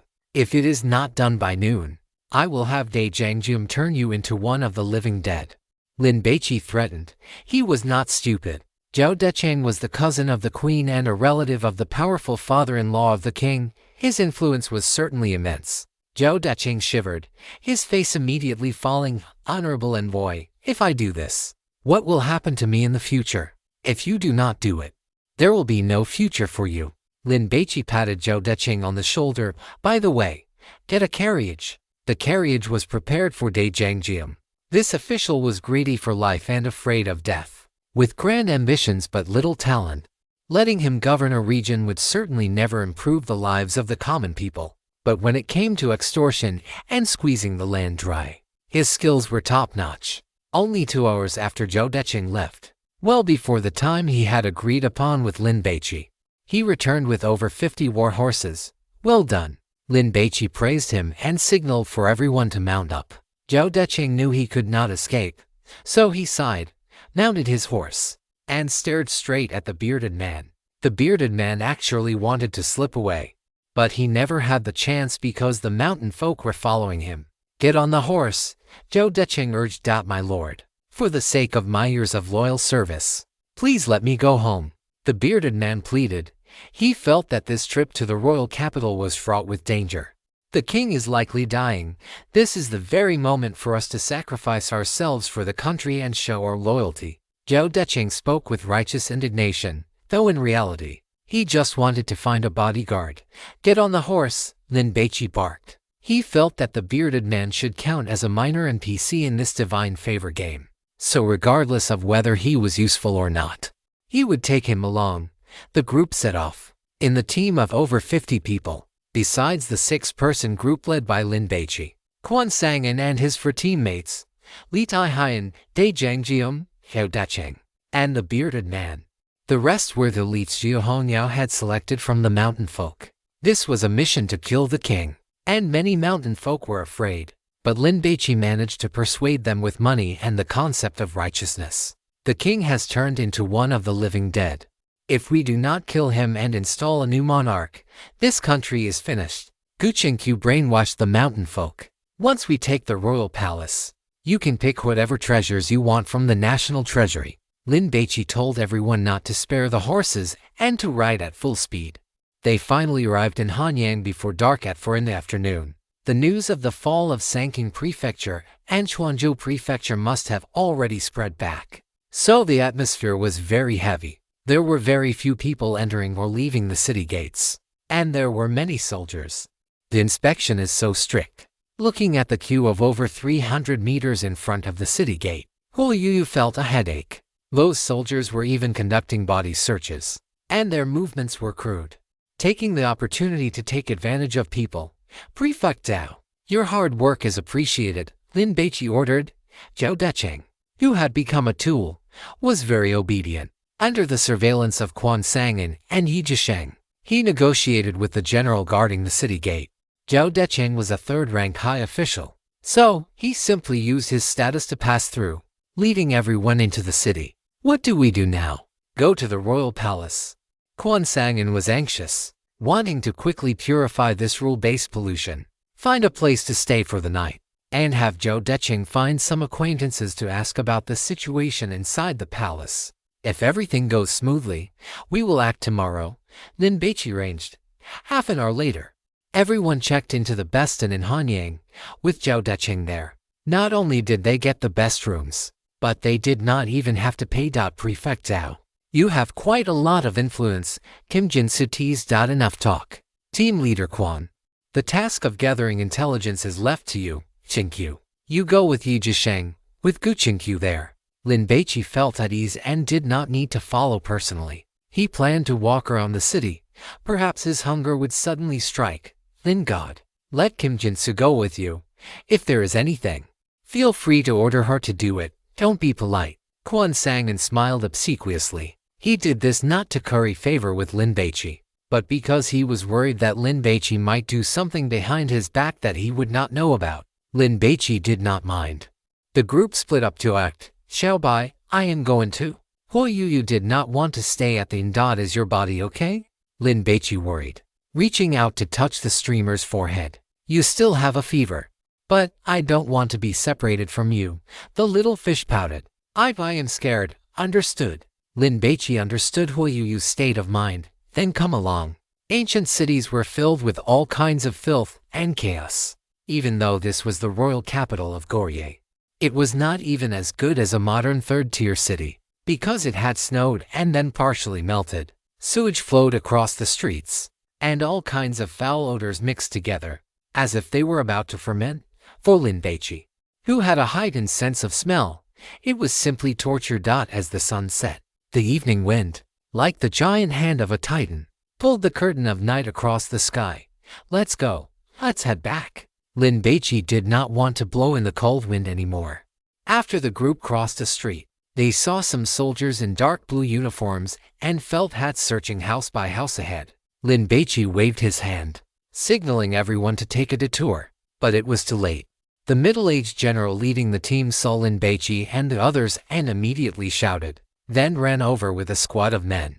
It is the Imperial Guard, the bearded man explained, then accompanied it with a fawning smile as he stepped forward. My lord, I am the captain of the thief-catching squad from Shanking Prefecture, here in Hanchang on official business with Lord Zhou Decheng. The middle-aged commander struck the bearded man across the face, his expression fierce. Did I tell you to speak? The bearded man shrank his neck like a startled turtle and gave a sheepish smile. We are acting under the orders of the father-in-law of the state to apprehend rebels. The middle-aged commander's eyes swept over Lin Baici, then flicked past Jiao Hongyao and Huo Yuyu. I think you lot look suspicious. Come with us. How could we possibly be rebels? They are friends of Lord Zhao. The bearded man grew anxious and hurriedly signaled Lin Baici with his eyes to take out some money. He had done this sort of thing himself. Being ordered to conduct a search was a golden opportunity to make some extra cash. If you ran into someone ruthless, you could make enough black money in 2 or 3 days to live on for a year. The middle-aged commander slapped the bearded man again. These people were dressed in fine, flashy clothes and were definitely wealthy. He was determined to squeeze them for a profit. Besides, this money wouldn't just go to him. He had to pay tribute to his superiors as well. Take them away. The middle-aged commander barked. His squad of 30 subordinates, each equipped with longbows and swords, looked sturdy and powerful. They wore mocking smiles, as if they had spotted fat sheep, and drove Lin Baici's group into a narrow alleyway. Extortion and blackmail certainly couldn't be done in public, and it was best to avoid colleagues so that fewer people would have to share the loot. Jiao Hongyao and the others looked at Lin Baici. Lin Baici pressed his left hand down, signaling them to stay calm. Killing people on the main street would attract even more Imperial Guards, which would be troublesome. Damn it, you guys are really throwing yourselves at the god of death. The bearded man was speechless, looking at the middle-aged commander as if he were an idiot with a brain full of excrement. Do you think having 30 fully armed soldiers makes you a big deal? The man in front of you can kill hundreds of living corpses by himself, and he even plans to enter the palace tomorrow to kill the king. Do you realize you are walking to your own deaths? After the middle-aged commander led everyone through 3 streets, they entered a narrow, cramped alley. By now, the sky had grown even darker. The middle-aged commander looked left and right, unable to restrain himself any longer. He reached out toward Jia Hongyao's chest. "Let me check if you are hiding any weapons here." Jia Hongyao grabbed the middle-aged commander's hand. "What are you doing? Are you trying to rebel?" The middle-aged commander threatened. Clang clang.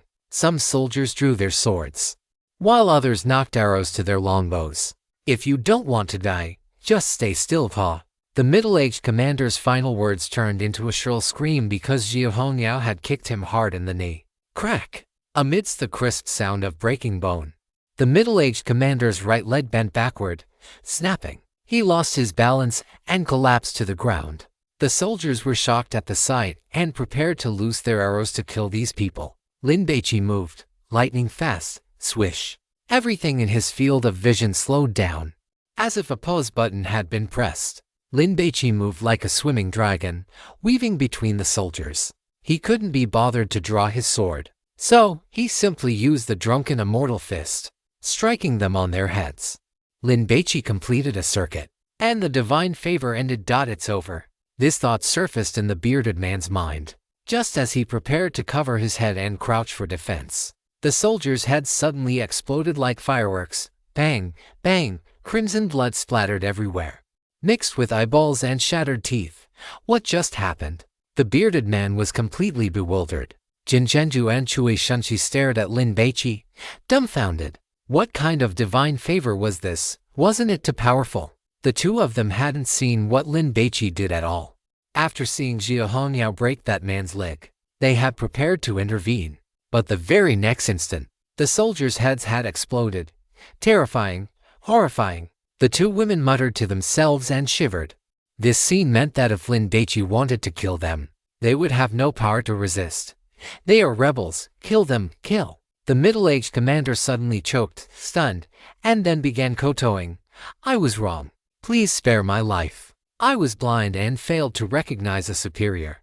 Lin Baici had no interest in talking to the middle-aged commander. He simply snapped his fingers and walked away quickly. His stomach growled. A sense of hunger had set in. The middle-aged commanders had exploded. In this environment, it was the perfect time for the red clay mud man to launch a sneak attack. The smell of blood permeated the alley. Lin Baici walked out of the alley, identified the direction of his hunger, and immediately headed to the right. Jinzhenju and Chui Shunshi stole glances at Lin Baici's back, then looked at each other, both seeing fear in the other's eyes. Should they leave Lin Baici? This person was too strong. Following him meant they were nothing but lambs waiting to be slaughtered. But if they left, what about the rule pollution?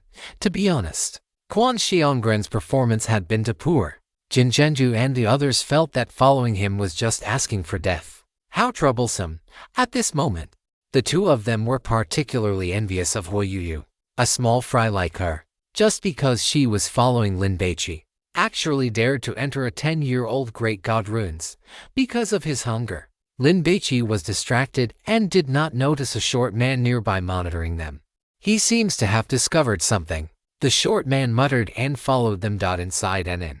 The jerkin woman Ashin, disguised as a prostitute, looked at the room full of people she had drugged with wine laced with datura flowers. She sneered, locked the door, and then pulled a small box out from the room. She carefully opened the wooden box, took a silver needle from a cloth bag, and screwed a small bottle filled with yellow liquid, dipped the needle into it, and then pierced it into the center of a man's brow. Drip, drip. The liquid flowed down the silver needle and into the man's head. "Father, uncle, and little doggy, Ahua, I will be able to avenge you all very soon." After Ashin finished infecting the third person, she suddenly felt that something was wrong. She looked up and saw a tall figure outside the window. Chapter 300, Pollution Outbreak. Sunshine Doll. The Boju Guard lived by hunting, and because their tribe was located on the border, the living environment was harsh. Therefore, Ashin had started practicing archery from a young age. Ashin was an excellent archer. The moment she caught a glimpse of the figure, she quickly retreated into the shadows of the room. At the same time, her hands flipped, and the ox horn longbow she carried on her back appeared in her hands. She drew the string and knocked an arrow. Whoosh!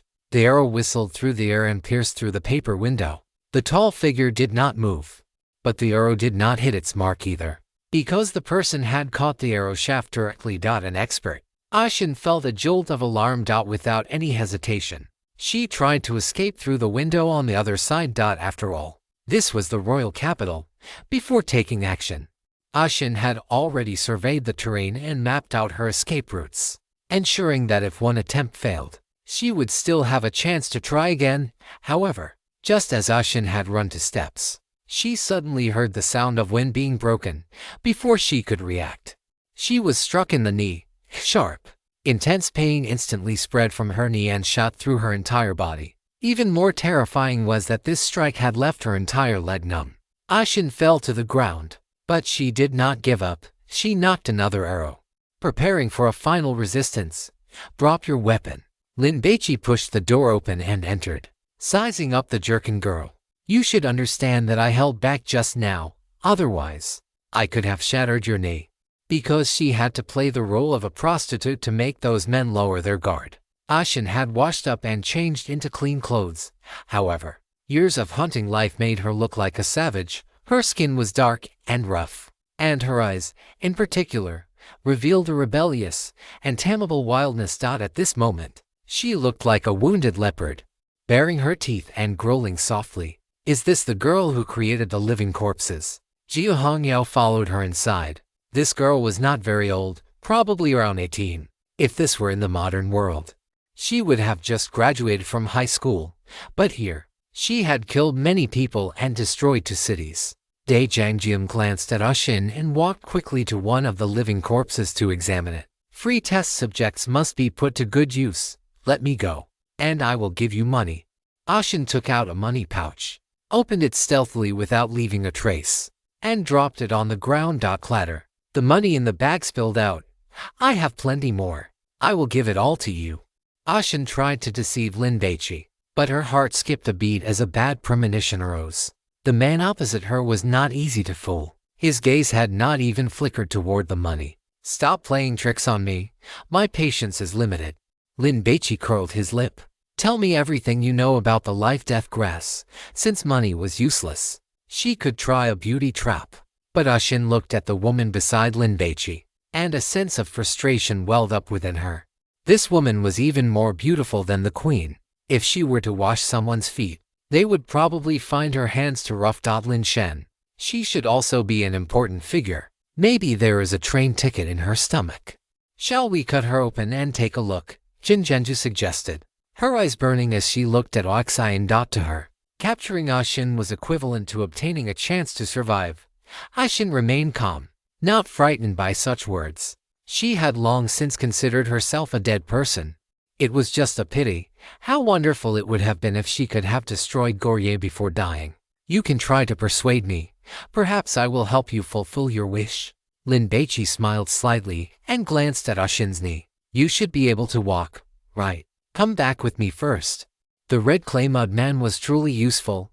Any target without high defense would suffer a loss. "How long will it take for these 3 people to turn into living corpses?" Jiangjian asked. Lin Baici's friendliness made Ashin lower her guard slightly. Besides, this was information they would find out just by waiting. So she did not hide it. At the earliest, half an hour. At the latest, 3 hours. Is there any way to save them? Jiangjian's eyes were filled with anticipation. Ashin sneered. Besides, what is the point of saving them? Working bitterly every day, exhausted to the bone, only to end up unable to afford a full meal, having to gnaw on radish strips and drink thin porridge, watching their wives and children starve and freeze. I am liberating them, and when they die, they can even drag those royals down with them. Ashin was righteous and indignant, feeling absolutely no guilt. "We pay our taxes obediently, yet those officials still do not let us go, finding all sorts of trouble and squeezing us dry. By what right? Who ruined you and your family? Go take revenge on them. Isn't it too cruel to destroy the entire Goryeo? Those innocent people didn't offend you, did they?" Jiangjian could not accept Ashin's methods. As long as the country of Goryeo exists for one more day, there will be more people suffering like me. By destroying it, I am saving others. Ashin was already insane. Every day she lived was for the sake of revenge. Jinzhenju, go rent a carriage and bring these 3 people back to the inn. Knock the others unconscious. Lin Baici arranged. He was not afraid that these people would report them to the authorities and bring the constables tomorrow morning, because he would be going to the royal palace tomorrow to resolve this rule-based pollution. An hour later, Lin Baici and his group returned to the inn. He let Dai Jiangjun take the 3 unlucky test subjects for experiments, while Lin Baici prepared a hot pot. After pouring a glass of cola for Ashin, he began to eat while questioning her. Ashin remained very vigilant. Lin Baici was in no hurry, continuing to eat his meal in a slow and leisurely manner. The short man who had noticed Lin Baici from the alley and followed him returned to the palace to report to his leader after seeing him capture Ashin and return to the inn. He was a god hunter from Great Yao. Bored with staying in the palace, he had joined the imperial guards in hunting down rebels. Never expecting to run into Lin Baici and his group by accident, people from Juzhou and Sejongjiang, the leader, Kuroki Koru, pondered for a moment. That Jerkin woman should be an important figure. Capture her alive if you can. If there is no opportunity, kill her. Hi. The short man, Nagoyasai, bowed his head to accept the order. As for the others, it went without saying that they were to be killed. Leader, Matsushita-kun went to the border with that detachment of imperial guards and hasn't returned yet. Could something have happened to him? Matsushita-kun was Nagoyasai's close friend, which was why he was worried. Nagai-kun, this is a mysterious and terrifying god ruins, not a game of house. Everyone faces the possibility of death. I hope you understand that. Kuroki Koru stared at Nagoyasai. Do not let pointless worrying lead to the failure of our mission. Hi, I was wrong. Nagoyasai lowered his head. This time, we must purify this Bizan god ruins, kill that god, and establish the prestige of Great Yao, making the name a household word in the hunter circles of every country. Kuroki Koru's tone was stern. Every one of us must be mentally prepared to become a cornerstone of Great Yao. Hi. Nagoyasai bowed his head once more. The words he had intended to say about supporting his friend Matsushita after completing the mission died in his throat. In truth, since Matsushita had been gone for so many days without returning, the answer was already self-evident. Takashi-kun, Furukawa-chan, you go with Nagai-kun. Kuroki Koru thought for a moment and, out of caution, arranged for another person to join them. Sato-kun, you go as well. Make it a quick battle. The palace was the priority. Kuroki Koru was waiting for Princely Mingzhou and Jin Haiyan and the divine physician Li to arrive. Killing them might purify this rule-based contamination. If not, then he would kill the father-in-law of the king, the queen, and the king himself, who had turned into a living corpse. This Kuroki Koru had used his divine grace to become a guest advisor to the king's father-in-law and was currently inciting him to usurp the throne. The 4 men, led by Nagoyasai, accepted the order and bowed as they exited the room. By the time they arrived at the inn where Lin Baici was staying, Kuchinkyu and the others had not yet returned. So Nagoyasai was in no rush to act. At 1:00 a.m., Zhou Deqing returned. After Furukawa Rika confirmed that Quan Zhongren, Kuchinkyu, and the other god hunters had all returned, she signaled to Nagoyasai, Vice Leader, we can proceed. Nagoyasai nodded.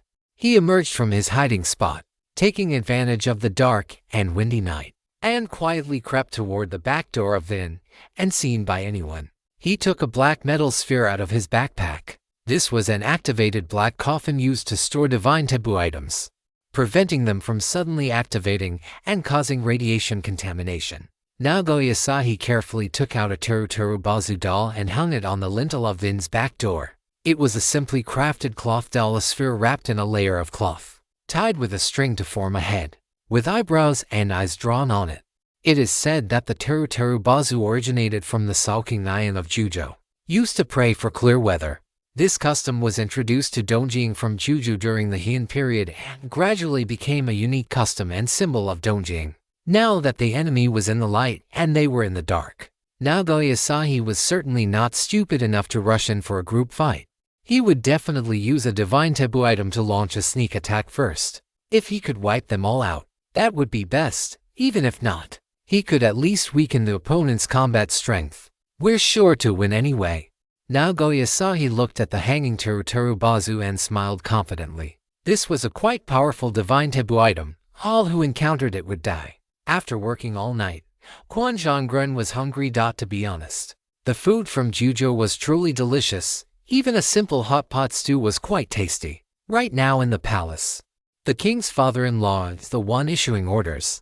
The ministers have requested to see the king several times, but they have all been rejected by him. Zhao Decheng picked up a piece of lamb, dipped it in an oil-based sauce, and shoved it into his mouth in one go. So delicious. The father-in-law claims that Prince Li Mingzhi is plotting a rebellion and is searching the whole city for rebels. But I think he's just using this as an excuse to eliminate his political rivals. Anyway, everyone is living in fear now. Aside from the stubborn chief scholar, the voices of others have quieted down significantly. The father-in-law has hired an Onmyoji from Dongjing. It is said that he can summon wind and rain and turn stones into gold. He is very powerful. Zhao Decheng said as he ate. An Onmyoji. That must be a god hunter, right? Choi Soon-sil said with concern. Judging by the current situation, the father-in-law also had reinforcements, making it difficult to kill him. With so many god hunters entering the god ruins, we are bound to run into them sooner or later. Kim Jin-soo sighed. There's no helping it. If we run into them, we'll just have to fight. Choi Soon-sil picked up her teacup, took a sip, and snuck a glance at Lin Baici. He should help us, right? If he took action, their chances of winning would be very high, sir. The panicked shouting of one ear rang out from outside the hallway. He ran over in a rush and slammed the door open. Sir, Abba is dead. One ear's expression was filled with terror, as if he had seen something unbelievable. How did he die? Lin Baici frowned. We were eating, and he suddenly just stopped breathing. These mountain folk had been starved for so long that now that there was free food, they would add an extra meal even if they weren't hungry. I'll go take a look. Lin Baici stood up. I'll go too. Gu Qingqiu loved solving mysteries the most. He's just a mountain villager. If he's dead, he's dead. What's the big deal? Choi Soon-sil muttered, picking up a chopstick full of lamb and swishing it in the oil sauce. This trip to Bizen was truly miserable. Once I get back, I'm going to enjoy myself properly. Chui Shunshi was just about to eat some meat when a burning, agonizing pain suddenly erupted in her chest. She felt terrible and wanted to scream, but with her mouth wide open, not a single sound could escape. What is wrong with you? Jiu Hongyao was the first to notice Chui Shunshi's abnormality and tried to lean in to support her. Don't go near her. Gu Qingqiu was quick-witted and grabbed the high ponytail girl's arm. It might be rule-based contamination. Their side had definitely been discovered by the god hunter, and as a result, they had been ambushed. Quan Zhonggren was shocked. He lunged over into long strides, wanting to support her, but he was also worried. Shunshi, where do you feel unwell?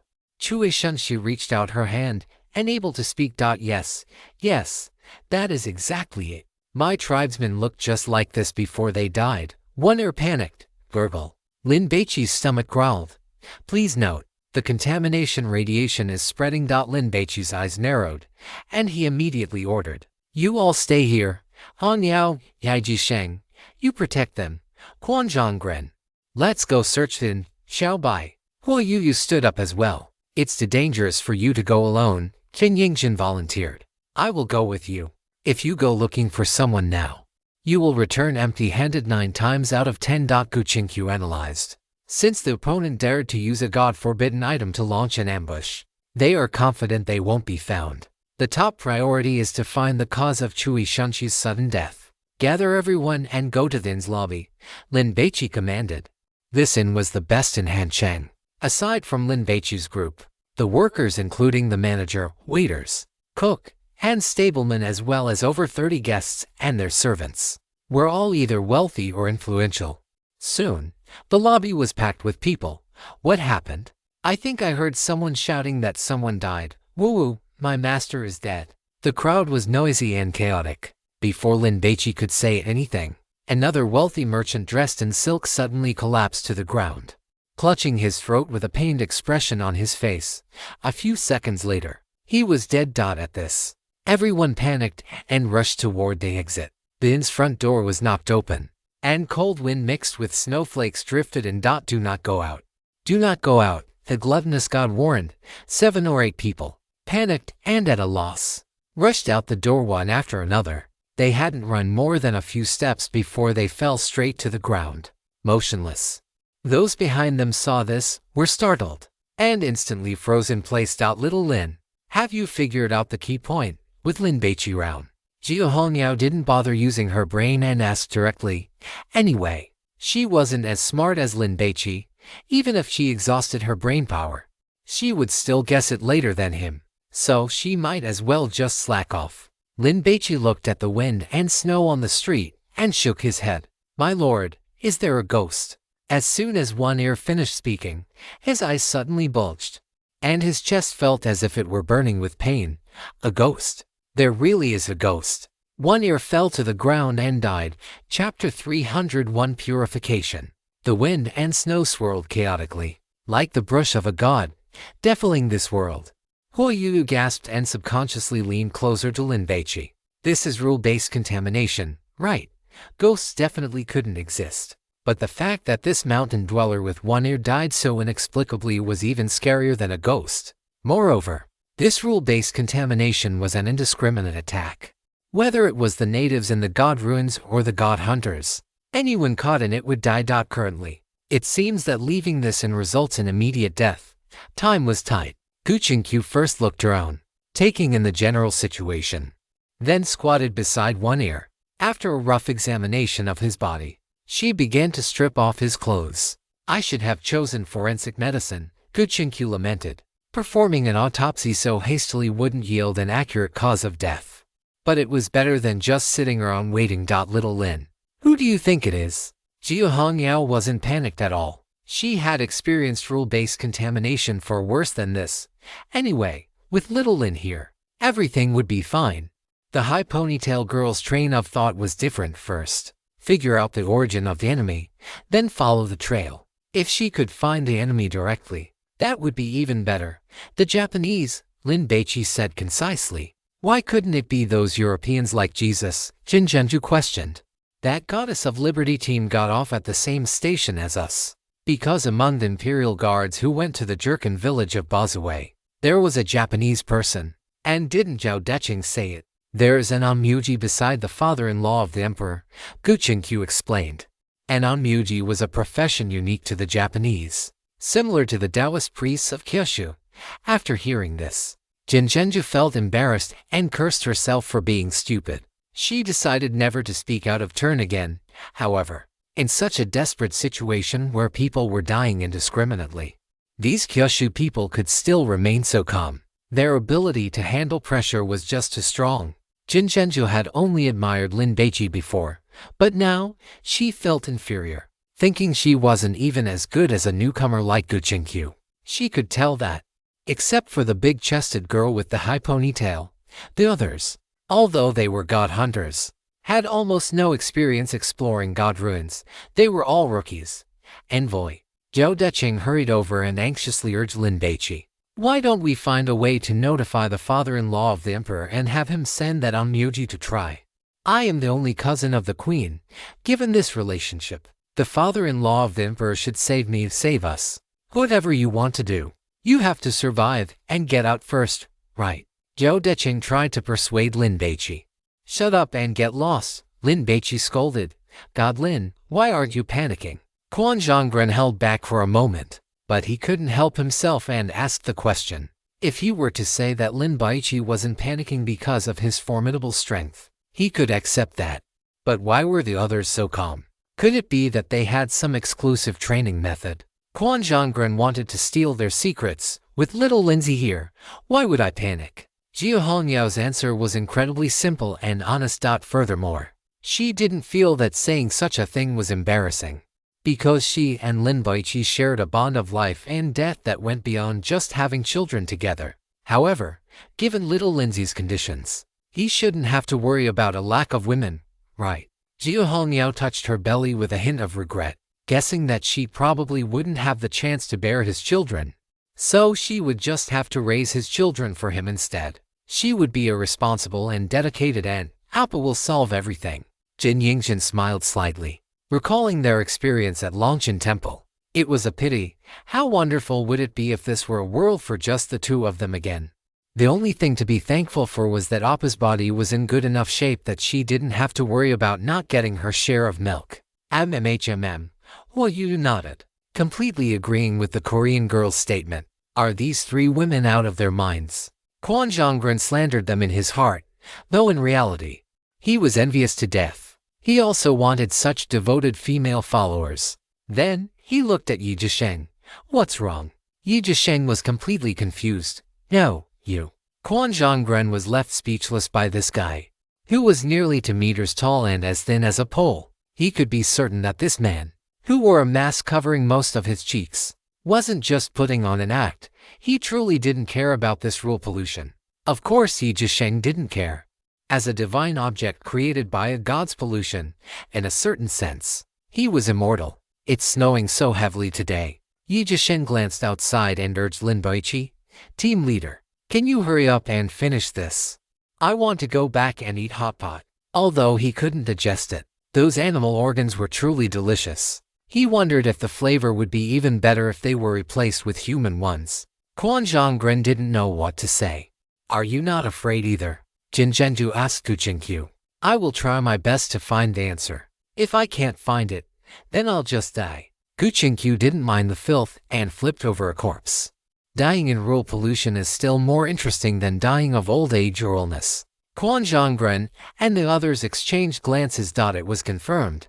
The people in Lin Baici's team were all crazy. Purely crazy. In the few minutes they had been talking, another kitchen maid collapsed to the ground without a sound, dying on the spot. The sound of the body hitting the floor gave everyone a huge fright. Your Excellency, what is going on? If you have a way, please hurry up and use it. Zhao Decheng was so terrified that his face turned ashen, and cold sweat poured down his back. He was a high-ranking official of the second rank, a man above men, and he still had a wonderful life to enjoy. He was not like those lowly peasants who struggled for every meal. If he died, it would be too great a loss. Zhao Decheng's left hand trembled as he used a silk handkerchief to wipe away his sweat incessantly. Lin Baici ignored him and rushed to the dead kitchen maid. After a brief observation, he tore off the greasy apron she wore over her chest and then stripped off her clothes. The kitchen maid was not pretty. She had a round face, small eyes, and her skin wasn't fair. She was just an ordinary-looking person. On the bodice covering her chest and abdomen, a character for fortune was embroidered. The scene was slightly suggestive, but no one had the leisure to appreciate the female corpse. Can we try leaving through the back door? You go and try. Why don't you go? Everyone was clamoring, because everyone who had tried to escape then earlier had died. No one dared to leave easily. Some people even started shouting for help, but their voices could not travel outside the inn. It was as if this place had become an isolated island cut off from the world. Jong-in, what do you think? Kwon Jong-gren looked behind him at the man who didn't like to talk. His name was Jong-in, and he was the most intelligent person in his team. Wait for a few more people to die and see, Jong-in advised. Being anxious is useless. This is indiscriminate killing. Our chances of survival are the same as those of the natives in the divine ruins. Jin Zhenju was afraid. Not the same. Jong-in's eyes were small, but they were very sharp. Proportionally speaking, ordinary people die more. And the more panicked and fearful one is, the faster they die. Then, why did Chui Shunshi die? Jin Zhenju retorted. If it came to guts, Chui Shunshi was definitely bolder than these natives. If I knew that, I would have already purified this rule pollution. Jong-in was also trying hard to think of a solution. He trusted the intelligence of Lin Baici and Gu Qingqiu, so he didn't go to examine the corpses again, but instead prepared to search the inn. Of course, he would need to take a few people along as cannon fodder. You, and you, come with me. Just as Jong-in finished calling out names, Zhao Decheng, who was standing beside Lin Baici, collapsed to the ground with a bang. Because of his obese body, he fell very heavily, causing the dust on the floor to splash up. Zhao Decheng tried to call for help, but he couldn't make a clear sound. Lin Baici immediately rushed over, took a stun gun from his black altar bowl, tore open Zhao Decheng's clothes, and pressed it against his chest. He pressed the switch. ZZZZD. Blue electric arc surged out, causing Zhao Decheng's body to twitch like a catfish out of water. Are you trying to perform CPR?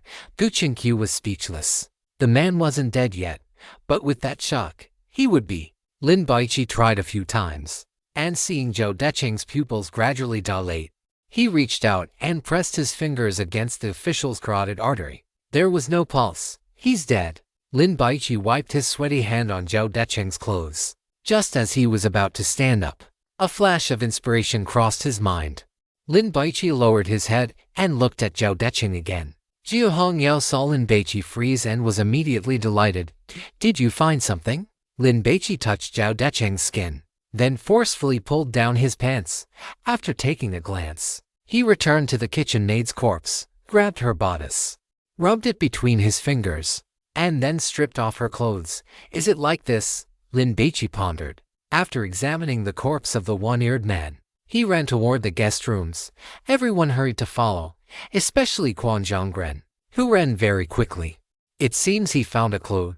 Jin Zhenju was excited. Quan Xiongren's mood was a complex mix of emotions. He both hoped Lin Baici would succeed in purifying this contamination and wanted him to fail, because once he succeeded, it would completely prove that he was inferior to him. Forget it. Better to succeed. The guy is a god hunter of Jin Xian's caliber.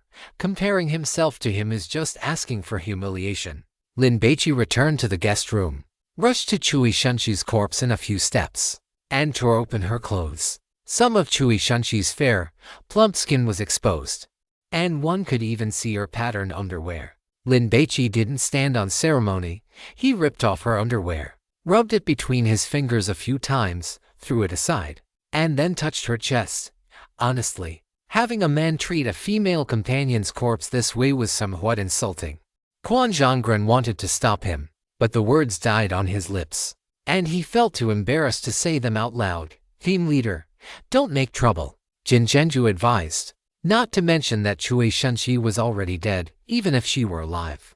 If Lin Baici needed to touch her to find a clue, she would have to endure it. What's more, Lin Baici wouldn't even deign to do such a thing. Look at Jin Yingzhen. She would be dying for Lin Baici to touch her all night long. Gu Qingqiu returned and glanced at the corpse. As expected, you guessed it too. Lin Baici took an alcohol-based disinfectant wipe from his pocket, wiped his hands vigorously, and then looked around. You. Go into the room and wipe your body clean.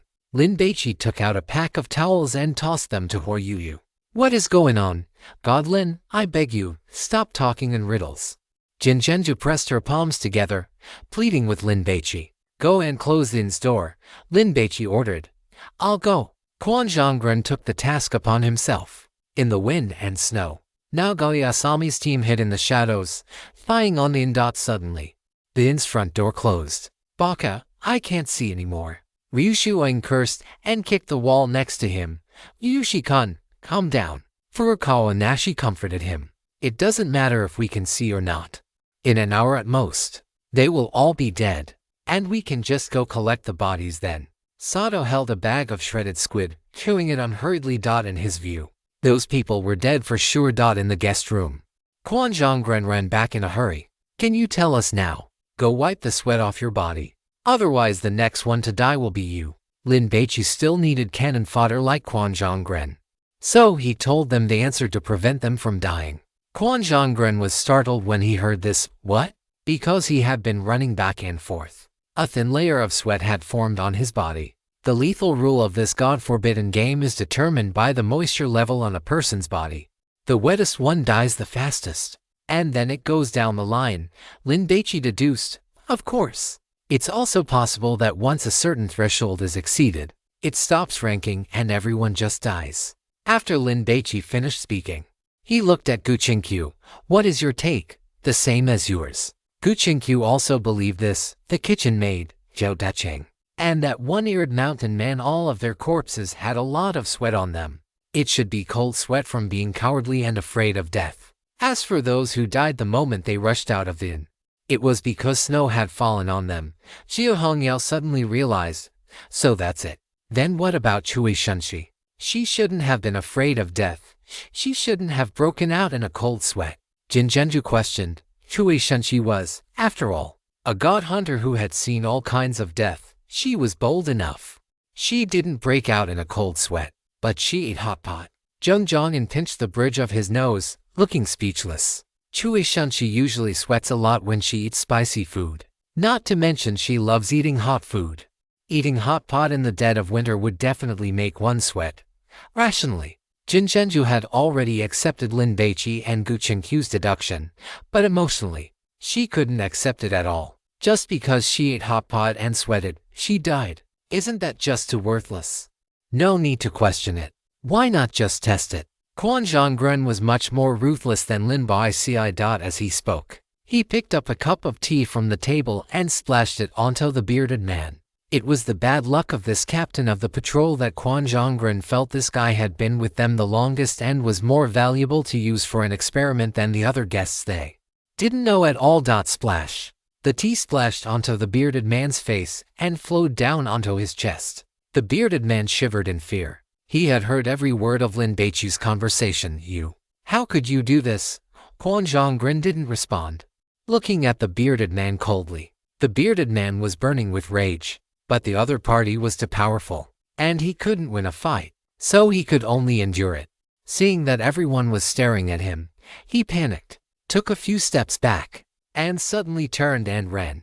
But just as he ran out of the guest room, his whole body suddenly lost its strength, and he collapsed to the ground. The bearded man struggled a few times and died. Shit, it really is related to water. Quan Zhonggren was shocked, then realized what was happening and hurriedly grabbed his clothes with both hands, rubbing them vigorously against his body. God Lin, you have a hairdryer, right? Lend it to me. Chapter 300 to Little Baka. I found you. Lend it to me too. Jinzhenju's face was full of anxiety. She clutched her clothes, wiping the sweat from her body vigorously, then took off her coat and began to rub her face and hair with force. Others were also rushing to wipe away their sweat. Although it was winter, the fear brought on by the threat of death had caused many to break out in cold sweats, leaving their bodies damp. Li Taxian and Dai Zhangjiam had eaten hot pot, and with the charcoal fire and heat steaming up the room, they were also sweating. If the deaths were indeed determined by the level of dampness, it would soon be their turn. Lin Shen, you guys are the number one in Juzhou. Zheng Zhongyan gave a thumbs up, completely convinced. He had always prided himself on his superior intelligence, but compared to Lin Baici and Gu Qingqiu, he was far behind. The bearded man's death proved that the deductions made by these two were entirely correct. The cause of death was actually the level of dampness. Zheng Zhongyan felt he had learned something new. He had accumulated a wave of important experience, and the next time he encountered similar rule-based pollution, he would be able to draw inferences from it. Terrifying. Jinzhenju felt a lingering fear. Those games that involved fighting monsters and killing were actually the simplest. What she feared most were these puzzle-solving types. If your brain wasn't sharp enough, you simply couldn't handle them. Fortunately, they had Lin Baici and Gu Qingqiu today. This was a double insurance policy. If one person couldn't see through it, the other was there as a backup. Jinzhenju felt envious. How wonderful it would be if her own team had two people with such high intelligence. Quan Zhonggren suddenly understood why Jinxian had shown that expression of helplessness and regret when he had spoken to him earlier. Who wouldn't want a genius like Lin Baici? But he happened to be from Juzhou, a different nationality. Jinxian allowed Lin Baici to enter the Bizun train, perhaps with the slight hope that he would die inside. Quan Zhonggren speculated. The stronger Lin Baici became, the greater the threat he posed to Sejong Zheng. Once he reached the dragon level, he would be a formidable enemy. Well done. Jiu Hongyao patted Lin Baici's shoulder hard. He was worthy of being her vice-captain. Having his children would truly be worth it. Where is that divine taboo? Can you find it? The divine taboos of the Japanese people surely carry a Japanese style. We just need to look for it, Gu Qingqiu suggested. Lin Baici nodded. Since he knew the cause of death and there was no immediate threat to their lives, there was no need to be too anxious. He walked out of the room, intending to look around, but he didn't get far before his stomach growled. Gurgle. A sense of hunger emerged. I've got it. Lin Baici didn't actually want to go over immediately, otherwise, finding the divine taboo so directly would arouse suspicion. However, the enemy was certainly watching from the shadows, and he was worried that once they realized the rule-based pollution was ineffective, they would use new assassination methods. Furthermore, that divine taboo was a trophy, and he didn't want to lose it. Thus, Lin Baici followed his hunger radar and quickly went to search. Did Lin Shen discover something? Jin Zhenju guessed. Does that even need to be asked? Zheng Zhonghan followed closely behind. Appa, you are my god. Jin Yingzhen's gaze was filled with worship. Lin Baici truly never disappointed anyone. If only he were Korean. Jin Yingzhen was ultimately concerned about his nationality, always feeling that there was a natural chasm between her and Lin Baici. Everyone followed Lin Baici straight to the back door of the inn, then stood in front of the door, watching the snow falling from the sky. The teru bazu, when hung on a window frame, will greatly increase the humidity in a certain area. Any living creature within this range that comes into contact with water will die of cardiac arrest. Sweat is also considered a form of moisture. When multiple living creatures are within the range of pollution, they will die in order according to the dampness of their bodies. In front of the back door, under the door beam, the teru bazu is smiling broadly, the gluttonous god commented. Seeing Lin Baici not moving, Quan Zhonggren asked urgently, Lin Shen, what is it? Lin Baici took out an umbrella, turned back, and looked at Li Taixian. Go open the back door. If you see something strange, take it down. Between the inn and the back door was a backyard paved with pebbles, over 40 meters long. And it was already covered in white snow, even with an umbrella. Lin Baici didn't want to take risks, after all. Many people had died on the spot earlier because they had rushed out of the inn. Li Taixian did not refuse.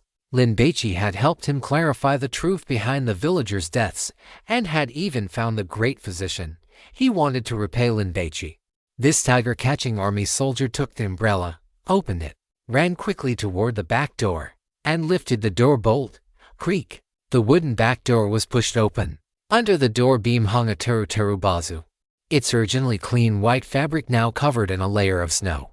Li Taixian jumped up easily, tore the teru bazu down, and then turned and ran back. If only there were vending machines in the divine ruins.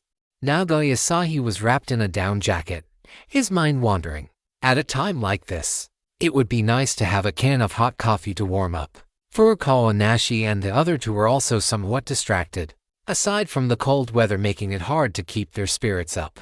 They were also bored, thinking about what divine taboo games they would encounter next and how to deal with them. As for those people in the inn, they are dead for sure, aren't they? So there was no need to care, but suddenly, the sound of a door opening rang out. Did someone escape? Nagoya-sahi glanced over, not taking it to heart. After all, they were exposed to the wind and snow, so they were dead for sure. But the next second, he was so shocked that his heart almost jumped out of his throat, because that native of the divine ruins was holding an umbrella, not running, but jumping up to snatch the teru bazu. Nagoya-sahi cursed, feeling that something was wrong. He raised the crossbow in his hand, wanting to attack, but the person had already run back. What is the situation? Ryushi Taiyo looked confused. Did they purify this rule-based pollution? Furukawa Nashi was shocked. Impossible. How long has the pollution been active? Not even 10 minutes. Who could purify it? Sato subconsciously retorted. This divine taboo item is extremely powerful. Nagoya-sai has used it to assassinate many people, and its power increases significantly when combined with rainy or snowy weather. No one has ever successfully escaped from it, let alone found the key to purifying it. What do we do now? Takashi Uyagi immediately looked at Nagoya-sai. This was not part of the plan. Should we attack? Nagoya-sai hesitated. Before he could make a decision, a woman with an exceptionally large chest walked out of the inn. You Japanese, come out. Stop acting like cowards hiding in their shells. They had been discovered. Swish. Furukawa Nashi and the other two looked at Nagoya-sai. Nagoya-sai was conflicted. If he hadn't lost the sunshine doll, he would have retreated cleanly and waited for another opportunity to assassinate them. But the divine taboo item was gone. He was so unwilling to give up. Nagoya-sai stood up. Let's charge them. No sooner had he finished speaking than a sense of extreme danger surged in his heart. He instinctively rolled to the side and roared, Dodge! Lin Baici smashed through the wall with a single punch, entering through the debris amidst the swirling dust. Little baka, I found you. Lin Baici laughed, revealing a mouthful of white teeth. To the four Japanese, this expression looked like the sinister grin of a demon before a feast. Chapter 303. Dogs bark in the alley. No one returns in the wind and snow so fast. Naoyasai felt a chill in his heart and cursed himself for being careless. Judging by the combat proficiency this young man displayed, he was definitely an expert. It took a very short time for the opponent to locate them. Naoyasai could do that too, but after finding them, he would never have charged in so recklessly. He would have planned carefully. The most terrifying thing was that the guy was laughing, full of confidence. There are only two types of people like this. One is a fool with a hole in his head, and the other is someone who has won so many times that they have built up immense self-confidence, no matter how one looked at it. That young man was the latter. Kill, Naoyasai roared. When two armies meet in a narrow path, the brave one wins. Taking advantage of the fact that the opponent had ventured deep alone, he decided to kill him first. Even if it meant trading lives, it was acceptable.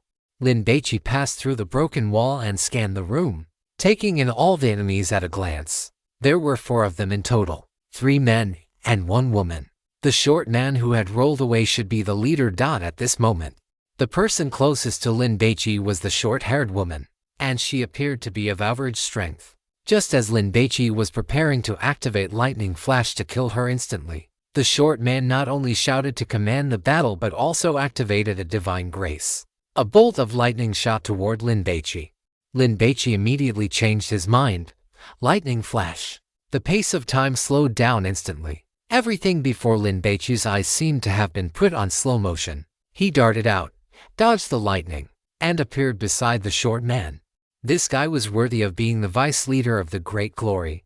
He had plenty of combat experience. Facing Lin Baici in the state of lightning flash, he knew that a direct confrontation might lead to defeat. So, he immediately activated the myriad turtle whisper. Dense, turtle shell-like patterns appeared all over Naoyasai's body, shining with a green light and covering him completely. This was his defensive divine grace, at top tier 1. The next instant, Lin Baici's right hand slapped onto Naoyasai's face. Is this guy trying to humiliate me? Naoyasai's expression turned ferocious. As the saying goes, one shouldn't hit a person in the face. Lin Baici's slap was clearly intended to insult him rather than deliver a killing blow. He decided that later, he would torture the women in Lin Baici's team right in front of him. Naoyasai wanted to save face and dodged backward, but he was still too slow. Lin Baici's right hand struck Naoyasai's face, hand of great impression. The struck Naoyasai was instantly plastered onto the snowy ground, turning into a flat painting. If time were slowed down, one could see Naoyasai being compressed like a piece of cake thrown into a dough press. First, his head was compressed into 2 dimensions, followed by his neck, shoulders, chest, and finally his feet, including his shoes, all pressed into a single sheet of paper. There was no terrifying death scene of blood splashing or mangled flesh, but the sight before them was even more chilling. In a single encounter, the vice leader had been killed. Even with his strongest defense, the myriad turtle whisper activated a top-tier divine grace said to be able to withstand even a nuclear explosion. Now, just from a single slap, the man was gone. In an instant, a chill ran from the tops of Takashi Uyagi and the other 2's heads down to their souls. They didn't think about revenge, they only wanted to escape. The enemy leader was too strong. They had to get the news back. But before the 3 of them could run a few steps, they saw a burly, perverted figure appear above them. It was shirtless, revealing knotted muscles, with abdominal muscles like steel plates. Below that was a pair of tight leather shorts, and its 2 large feet were frighteningly huge. Furukawa-chan dodge. Takashi Uyagi had a crush on Furukawa Nashi. Seeing the pervert falling toward her, he shouted in a hurry, but it was too late. Go to hell, Furukawa Nashi screamed, looking up with both hands pointed at the sky, continuously firing incandescent pellets from her index fingers. Shoo, shoo. 3 ping-pong ball-sized pellets slammed into the muscle Buddha, but unfortunately, they didn't leave a single scratch. The muscle Buddha fell, stepping onto Furukawa Nashi. The petite Japanese woman seemed like a water-filled balloon smashed by a hammer, exploding instantly. Blood, internal organs, shredded flesh, severed limbs, frayed everywhere. Furukawa Nashi no longer had a human form, leaving only a meat patty on the snow. Furukawa-chan. Takashi Uyagi's face was instantly covered in tears. He screamed and lunged at the muscle Buddha, wanting to kill it to avenge Furukawa Nashi. But after running a few steps, his body suddenly shuddered. A curved blade had been thrust into his kidney. Damn it. Killing an enemy with a single strike was something Quan Sang-in would have started bragging about under normal circumstances. But today, he felt nothing but stifled frustration. I know that guy from Jujo is strong, but isn't this a bit too ridiculous? And that muscular Buddha of his, it was truly ferocious. I am envious. I want one. Lin Baici did not know the origins of these people, but Quan Sang-in, as a member of the God Hunter team sent by the Sejong sect, knew exactly who they were. The short one was called Nagoya-sai, known as the #1 turtle of Ichigo. This wasn't an insult, but a testament to his unparalleled defensive capabilities. He could withstand tank fire with his bare body. Yet now, he had been slapped into a two-dimensional painting by Lin Baici. Dead as a doornail. The muscular Buddha sprinted, chasing after Sato Takeshi, its blood-stained feet leaving a trail of crimson prints like the hunting dance of a giant monster. Quan Sang-in, I'll leave this one to you, Lin Baici commanded. He looked down at the human painting on the ground. It was a pity. The divine favor known as the Hand of Great Impression affected the target along with their clothes and all carried items. So Lin Baici could not scavenge any loot from enemies killed by this ability. Quan Sang-in did not complain. Of the 4 enemies, Lin Baici had killed 2 himself. And since the muscular Buddha was summoned using a god-forbidden item, the kill count naturally belonged to him. Killing 1 more himself was perfectly fine. In truth, given Lin Baici's current status, even if he just gave orders without doing anything, Quan Sang-in would still comply. However, during his sprint, a faster figure caught up to the panicked and desperate Sato Takeshi. Sato Takeshi screamed, preparing to grab a hostage. But when Jia Hongyao appeared before him, she seemed to split into 2, as if using a shadow clone technique, passing him on both the left and right. Sato Takeshi froze for a moment, and then he was gone. The black-bladed short sword held by the girl with the high ponytail had sliced across his neck. When Quan Sang-in ran over, thud, Sato Takeshi's head fell to the ground, his eyes wide open in death. Jinjenju and the others arrived, ready to join the battle, but it was already over. Dogs bark in the alley. The wind and snow offer no path home. Achoo. Jung Jongin rubbed his nose. They're all dead? Isn't your killing speed a bit too fast? Jung Jongin glanced at Lin Baici, feeling terrified. Judging by the state of the corpses, he could tell this wasn't Quan Sang-in's handiwork. Jin Yingshan walked over and looked at the battlefield. Appa, what do we do now? Should we charge in? Definitely. Otherwise, if that Onmyoji waits all night and doesn't see his team members return, he will surely guess that something has happened. The counterattack will be fierce. So it's better to strike now and catch them off guard. But they are inside the royal palace. Jin Yingshan was worried. In people's perception, places like ancient royal palaces were bound to be heavily guarded with rows of imperial guards. We have to face it sooner or later. Jinjinju did not want to be ambushed again. Some bizarre rule-based contaminations were impossible to guard against. The group returned to the inn. Yi Jisheng chased everyone into the main hall to monitor them, preventing them from escaping and leaking important information. Lin Baici's luggage was all inside the Black Om's bowl, so he could leave at any time. But Quan Sang-in and the others had to return to their rooms to retrieve their travel bags, which contained all their belongings. I really envy Lin Shen's spatial god-forbidden item. It's so convenient. Jinjinju sighed. As soon as she said it, she realized that since they were all on the same side, calling Lin Baici Lin Shen might get her scolded. After all, Koreans were very discriminatory toward people from Jujo. But she soon noticed that Quan Sang-in and the others had no reaction to it at all. They must have been completely beaten into submission. Right, Daejangjeom, Ashin. I am going to the royal palace now. Please cooperate. Lin Baici mentioned it out of courtesy. Daejangjeom didn't actually want to go, but she knew she had no choice. Are you going to kill that dog of an emperor? Ashin looked excited. Why not kill the father-in-law of the emperor too? No, kill them all. Let's create a zombie riot in the royal palace and let those high and mighty nobles taste what it's like to be in hell. How about that? Whether we kill them or not depends on the situation. Lin Baici was indifferent. By the time Quan Sang-in came back down, Lin Baici had already knocked out all the natives in the inn and tied them up with ropes, ensuring at least that they wouldn't be able to escape until tomorrow night. The group set off into the wind and snow, arriving at the wall on the west side of the royal palace half an hour later. That's it. Huoyu was disappointed. Compared to the towering and magnificent Forbidden City, this small, dilapidated wall was simply pathetic. It wasn't even as good as the palace in the film city built artificially in her hometown to promote tourism. Quan Sang-in and the others felt awkward, even though they were in a god ruin.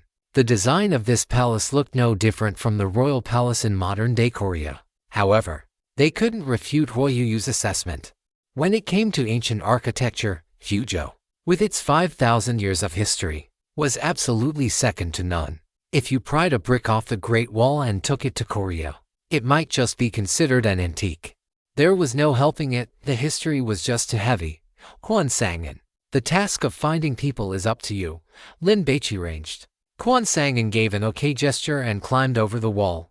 Lin Baici, feeling bored, took out the sunshine doll to appraise it. Do not take a bath. Do not take a bath. Do not take a bath. The gourmet god provided a critique using a strongly worded parallel structure. If you are within 25 meters of this sunshine doll while taking a bath, the skin all over your body will be washed away by the water. Does putting it in the black alms bowl not work? Lin Baici frowned. It does not work. Water is forbidden. Lin Baici felt completely numb. Did this mean he had to put this thing far away every time he took a bath? If his house wasn't big enough, he would have to leave it outside. It seems buying a villa is a must. Half an hour later, Quan Sang-in jumped down from the top of the wall. Found them. Let's go. Jiu Hongyao wanted to pull off something big. Wait, Guqinkyu stopped them. What are the defenses like inside? Usually, there are many people around, but with this heavy snowfall today, the guards have all huddled inside the buildings. Quan Sang-in looked at Huoyu, however. She and Dai Jiangjiam should not go. Their physical condition is too poor. They will easily hold us back. We go together. Lin Baici disagreed. He could not rest easy leaving Huoyu here alone, but leaving another person behind to protect her would weaken the team's combat strength. You are God, Lin. You have the final say, Quan Sang-in shrugged. Everyone climbed over the palace wall and entered the royal palace. Treading through the thick snow, they followed Quan Sang-in as he led them to sneak toward the location of the Great Sun team leader. Kuroki Ko or Udot at this moment, the team, in addition to Lin Baici and the other god hunters, also included Dai Jiangjiam, Li Daihayan, and the Jerkin, Aishin. Aishin was there for revenge and destruction, while Li Daihayan was there to protect Dai Jiangjiam. Under the cover of the snowy night, the group moved stealthily for over a quarter of an hour until they arrived at a small palace. Do you see that building? Kuroki Koru and the rest of the Great Sun team are staying inside. The one next to it is the residence of the emperor's father-in-law. Quan Sang-in reported. Courtesy demands reciprocity. Lin Baici handed the sunny doll to Quan Sang-in. Go ahead. Get the first sneak attack in. If they could assassinate Kuroki Koru, it would save a lot of trouble. Kuroki Koru definitely wouldn't expect that we would contain this sunny doll so quickly. Kill the people he sent out, and then come back to ambush him, Quan Sang-in chuckled. This move was a sure win. His movements were extremely fast and stealthy. Within a dozen breaths, he appeared at Kuroki Koru's residence. He looked at the door lintel and jumped up, preparing to hang the sunny doll. But at that very moment, it felt as if an invisible blade had slashed across his back. Swish. His clothes were shredded, and blood sprayed out like blooming flowers. Fortunately, Quan Sang-in was experienced. The moment the blade struck, he lunged forward, crashing into the palace with a bang, which dissipated much of the force. Otherwise, that single strike would have cut him into. What is going on? Jin Su's heart skipped a beat, and the skin all over her body tightened. She had been keeping her eyes on Quan Sang-in the whole time and hadn't seen any enemies. Why was he suddenly injured? The noise from Quan Sang-in's crash alerted the guards stationed at the palace, and they began to run over. The sound of footsteps was chaotic. Lin Baici and Jia Hongyao immediately rushed out. Let's go too. Seeing this, Zheng Zhongyin suddenly felt a surge of goodwill toward Lin Baici. To be honest, seeing the team leader get slashed, he wanted to go help, but he was hesitant. After all, the method of injury was unknown, and he was worried that if he went over, he would just be throwing his life away. But Lin Baici had charged in. Zheng Zhongyan suddenly realized that following Lin Baici was truly worry-free. He didn't need to manage anything. Lin Baici handled it all by himself. And the biggest benefit was not having to be afraid. For instance, right now, Lin Baici had charged. So he just needed to follow. There was absolutely no hesitation. All because the team leader was strong enough. Inside the palace, Quan sang and rolled continuously, moving in an irregular pattern. Beside him, some kind of invisible weapon was attacking. Occasionally, it would strike the marble-paved floor, sending sparks flying. God Lin. Quan sang and called for help, not daring to stop. Jin Jinsu took one look and felt her scalp tingle. What the hell is that? No one knew. Just as everyone was at a loss on how to respond, Jiu Hongyao suddenly swung her blade and shouted, "Watch out!" Clang! The black-bladed short sword in the high ponytail girl's hand blocked the weapon that was slashing toward her face. Except for Lin Baici, everyone instinctively scattered. That invisible ghost abandoned Quan Sang and came for them. Chapter 304. Divine Taboo Item. Red Ghost Maru. On the winter snowy night, the cold wind was biting. Jin Jinsu, however, was drenched in a cold sweat. An invisible enemy this was too terrifying, worried about being killed. Jin Jinsu immediately activated her divine grace and punched the ground. The marble-paved floor began to explode in certain areas. Limited to a 30-meter radius around Jin Jinsu. Bang bang, debris flew everywhere, pattering onto the ground. What are you doing? Zheng Zhongyan roared, so angry he could spit blood. Not to mention outsiders like Lin Baici. Even Jin Jinsu's own teammates were extremely dissatisfied. This kind of area of effect divine grace was very likely to accidentally injure their own people. Team leader, hurry and think of a way, Jin Jinsu urged, immediately retreating from the battle circle, and then punched the ground again. Bang bang, the ground exploded. She wanted to use this method to drive away that invisible enemy. Don't make noise. I can't hear anything. Jiu Hongyao was not afraid. Holding her black-bladed short sword, she tilted her head to listen. But the environment was too chaotic. Moreover, Kuroki Koru had clearly anticipated this. So high-pitched chanting began to emanate from within the palace, eerie and horrifying, creating an atmosphere as if 100 ghosts were walking in the night. It was very frightening. Lin Baici immediately activated recitation by ear and 100 flavors in a breath. But unfortunately, it was useless. The sounds were too messy. And it was also possible that the invisible ghost had no footsteps at all. As for the scent, the smell of sweat, body odor, the scent of moldy wood, and the stench of dog feces drifting from somewhere, dozens of smells were mixed together. It was incredibly foul, almost sending Lin Baici away on the spot. The muscle Buddha appeared in front of Lin Baici, and the red clay man flashed and vanished, disappearing into the wind and snow. It hid in the shadows, ready to ambush the enemy at any moment. Lin Baici took out the black alms bowl and quickly brought it to his lips, muttering, "Eat porridge, eat porridge." A vortex-like halo appeared at the mouth of the bowl, and the internal space opened. Lin Baici reached in and quickly pulled out a Western Gothic-style oil lamp. Engraved on the black metal lamp body were patterns of Western deities and demons. This was the prize Lin Baici received after clearing the maid game. Once lit and held in hand, it allowed one to see things that human eyes could not normally perceive. What does a female ghost taste like? I really want to chew on one and find out. What a pity. This one isn't it. How disappointing. The gluttonous god offered his commentary. This oil lamp did not require an open flame to be lit. Lin Baici lowered his head and blew two puffs of air toward it. Whoosh, whoosh. The wick burst into flames, igniting a cluster of orange-red fire that looked like the beating heart of the world. The slightly dim light radiated outward, covering about 70 or 80 meters.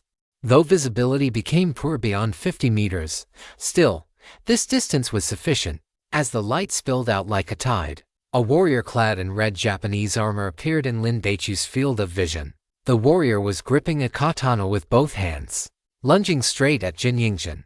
The warrior was a famous general who had died during the Warring States period. He wore a helmet, and his face was covered by a black oni mask with the character for benevolence inscribed on the forehead, looking eerie and terrifying. Yet, the violent aura radiating from this guy had absolutely nothing to do with benevolence. Yingxian, dodge! Lin Baici roared and lunged forward. Since the red clay golem was summoned by him, it could see the warrior the moment Lin Baici could. Thus, it unleashed a barrage of flying stones. Thwack, thwack, thwack. Walnut-sized stones struck the warrior's blade, deflecting the trajectory of the slash and causing the sharp edge to graze past the Korean girl's shoulder. By the time the warrior attempted a second strike, Lin Baici had arrived. Clang! The katana and the bronze sword collided, erupting with a crisp metallic ring. God Lin. You can see that thing? Quan Zhonggren was overjoyed. In their eyes, Lin Baici was currently holding an oil lamp in one hand and a sword in the other, engaged in a fierce battle with something invisible, which looked incredibly bizarre. God Lin really has so many top-tier divine relics, Zheng Zhongnan said with envy. Yeah. Quan Zhonggren felt a bitter ache in his heart, feeling like a beggar compared to him. He felt as though he had lived all these years in vain. Thump, thump, thump. The muscle Buddha strode forward, sprinting over. Let's go. Let's kill Haimushan. Jiu Hongyao called out and charged into the depths of the palace.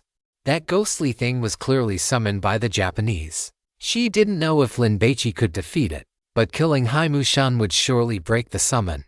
I am besieging Wei to rescue Zhao. Jiu Hongyao charged with determination. Not fearing how many people might be lying in ambush for her, Quan Zhonggren, however, was afraid. He wanted to wait for Lin Baici to finish off the monster in front of them before heading in together. Hongyao, come back, Lin Baici shouted. Don't go deep into enemy territory alone.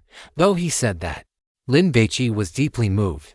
The ponytail girl was truly a good buddy, living and dying together, never abandoning him. Jin Yingxian did not hesitate and followed. Who should I help? Yi Zhisheng was at a loss. Help little Lin, help Hongyao. Lin Baici and Jia Hongyao spoke in unison. Help God Lin, Quan Zhonggren advised. You guys go kill the people from Dao. Lin Baici scolded these Koreans. Will you be in danger alone? Quan Zhonggren hesitated. The Warring States warrior realized Lin Baici was difficult to kill and immediately changed targets. Rushing toward Jinzhenju, Quan Zhonggren, it's coming for you? Lin Baici couldn't be bothered to provide backup. He went to chase after Jia Hongyao, taking the opportunity to trap these people. What? Quan Zhonggren was startled and went on high alert. On the other side, Jinzhenju, feeling uneasy, slammed a fist into the ground, unleashing an area of effect attack. Some of the flying stones clearly struck something, altering its trajectory. Cybele, team leader, that guy is here with me. Jinzhenju roared.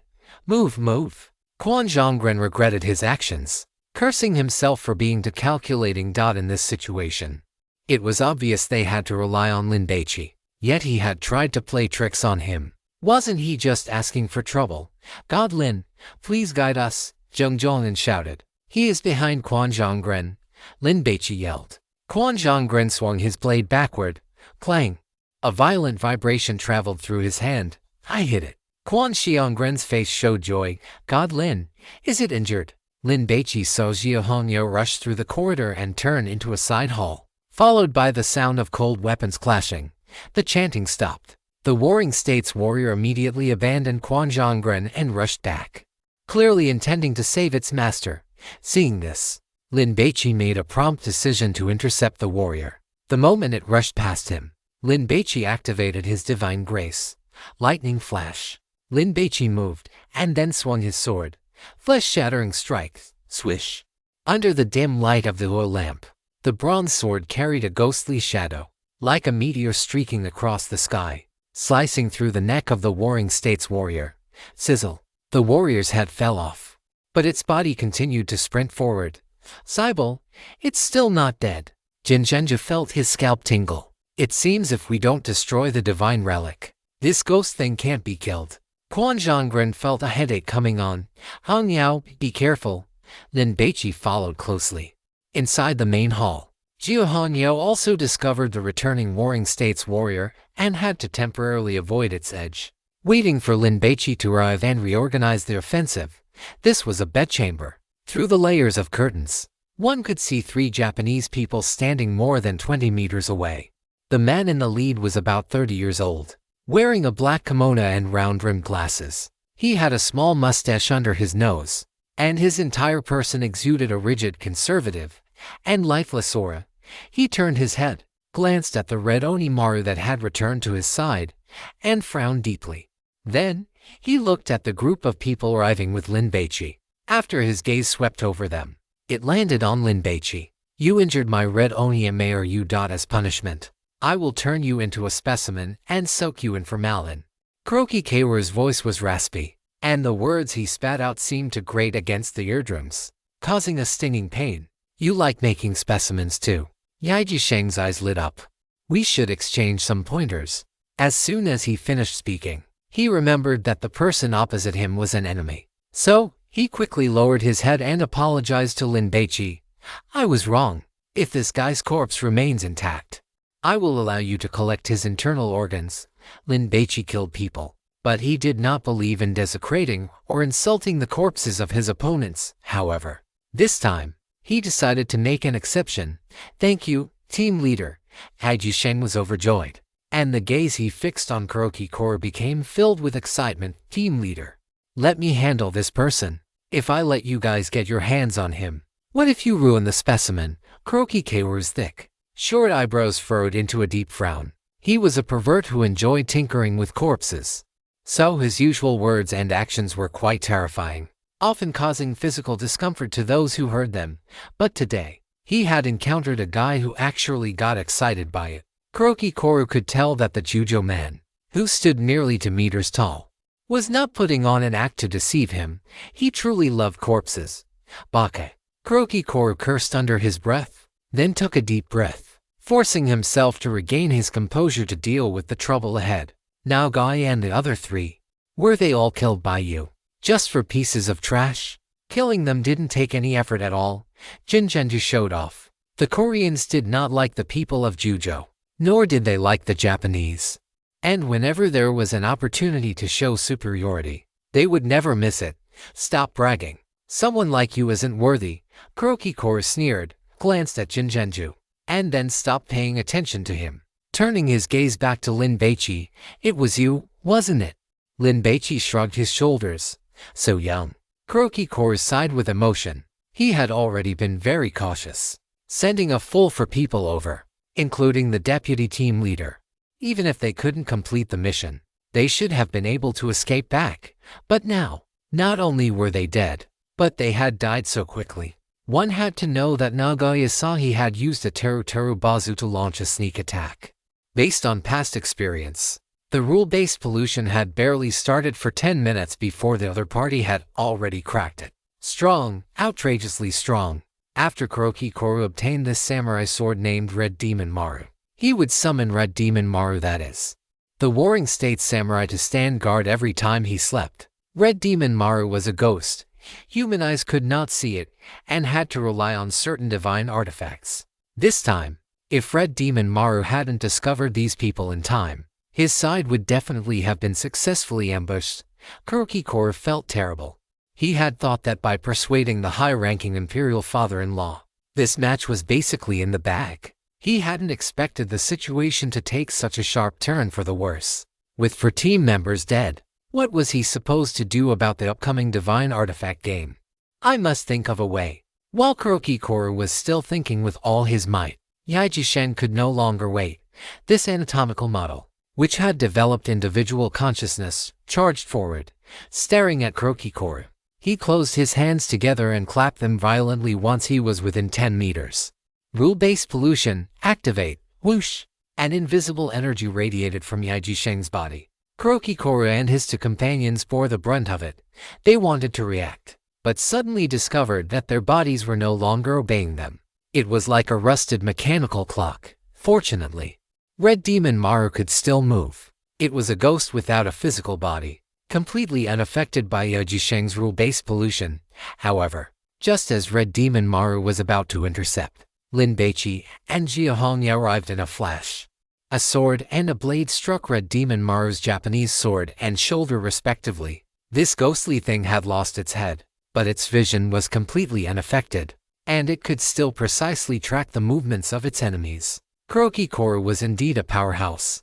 Even though his body couldn't move, he didn't panic. He looked coldly at the pouncing Yaiji Sheng, raised his right index and little finger, and pinched his thumb. middle finger, and ring finger together, forming a fox shape. Kuroki Keiru's lips didn't move, but a sound emerged, as if coming from the depths of his soul. From the other side of heaven, a fox head with 9 eyes on its face burst out from the ground and bit toward Yaiji Sheng. Crunch! Yaiji Sheng was completely swallowed by the fox, with only a severed arm falling in front of Kuroki Keiru.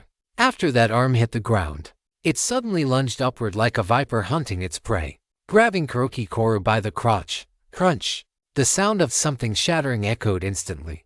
Kuroki Keiru went numb all over, his face contorted, and cold sweat instantly soaked his clothes. This intense pain caused Kuroki Keiru's limbs to stiffen out furthermore. Since Yaiji Sheng's rule-based pollution had not been dispelled, when the little mud doll's flying stone struck, Kuroki Keiru had no time to defend himself. The flying stone shattered Kuroki Keiru's head, and brain matter mixed with flesh splattered onto the faces of the other 2 Japanese men. They were stunned with fear. Such a powerful team leader. And he just died like this. It can't be. I must have seen it wrong. As Kuroki Keiru died, the giant fox head also disappeared. Yaiji Sheng fell from midair. Not only were the clothes on his body corroded, but the anatomical model itself had also sustained damage.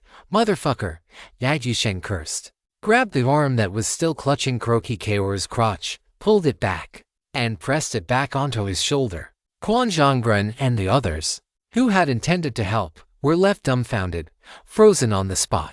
What is this thing? The body looked like the kind of anatomical model used in medical schools, with one side intact and the other revealing all the internal organs. It didn't look like a human at all. I hate being stared at.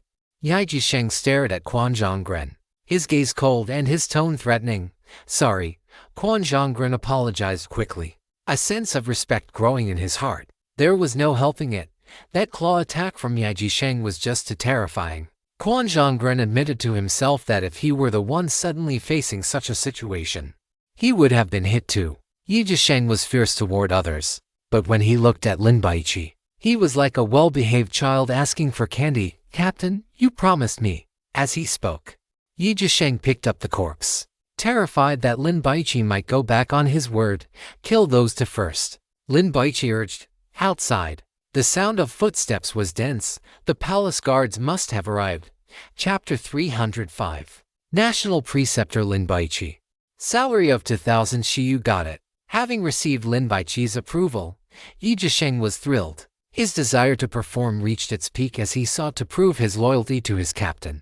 Die for me, Yaiji Sheng roared, lunging toward the 2 survivors from Dio. We are from Dio, members of the strongest god hunter group in the Kyoto of the East. If you kill us, you will be inviting massive trouble, Yohiro shouted. He knew how pathetic these words sounded, but he had no choice. Both the captain and vice captain were dead.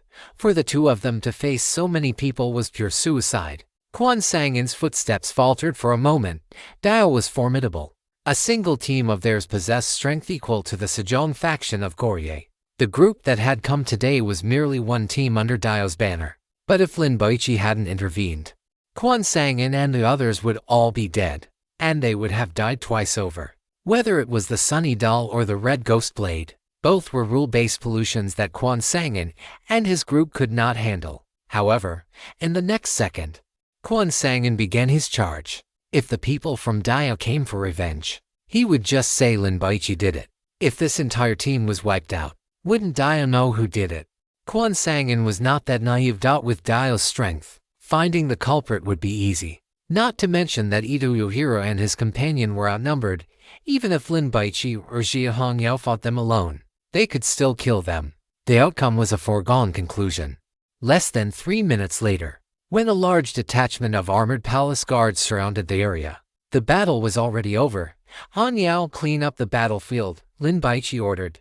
Be careful. Don't damage the corpse. Yaiji Sheng was very nervous, watching Yaiji Sheng kneel on one knee beside Kuroki Keiru's corpse, using a wet wipe to carefully clean its chest as if he were handling an antique. Jinjenju couldn't help but shiver. What a pervert. And what exactly is this guy? Jinjenju looked at Yaiji Sheng's arm. Why could it be reattached even after being severed? He didn't seem human.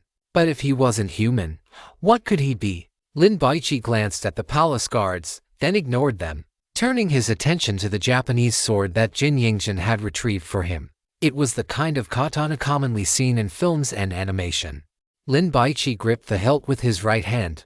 With a sharp clatter, he drew it out. The blade was 1.5 meters long, curved, and entirely red, engraved with patterns of evil spirits.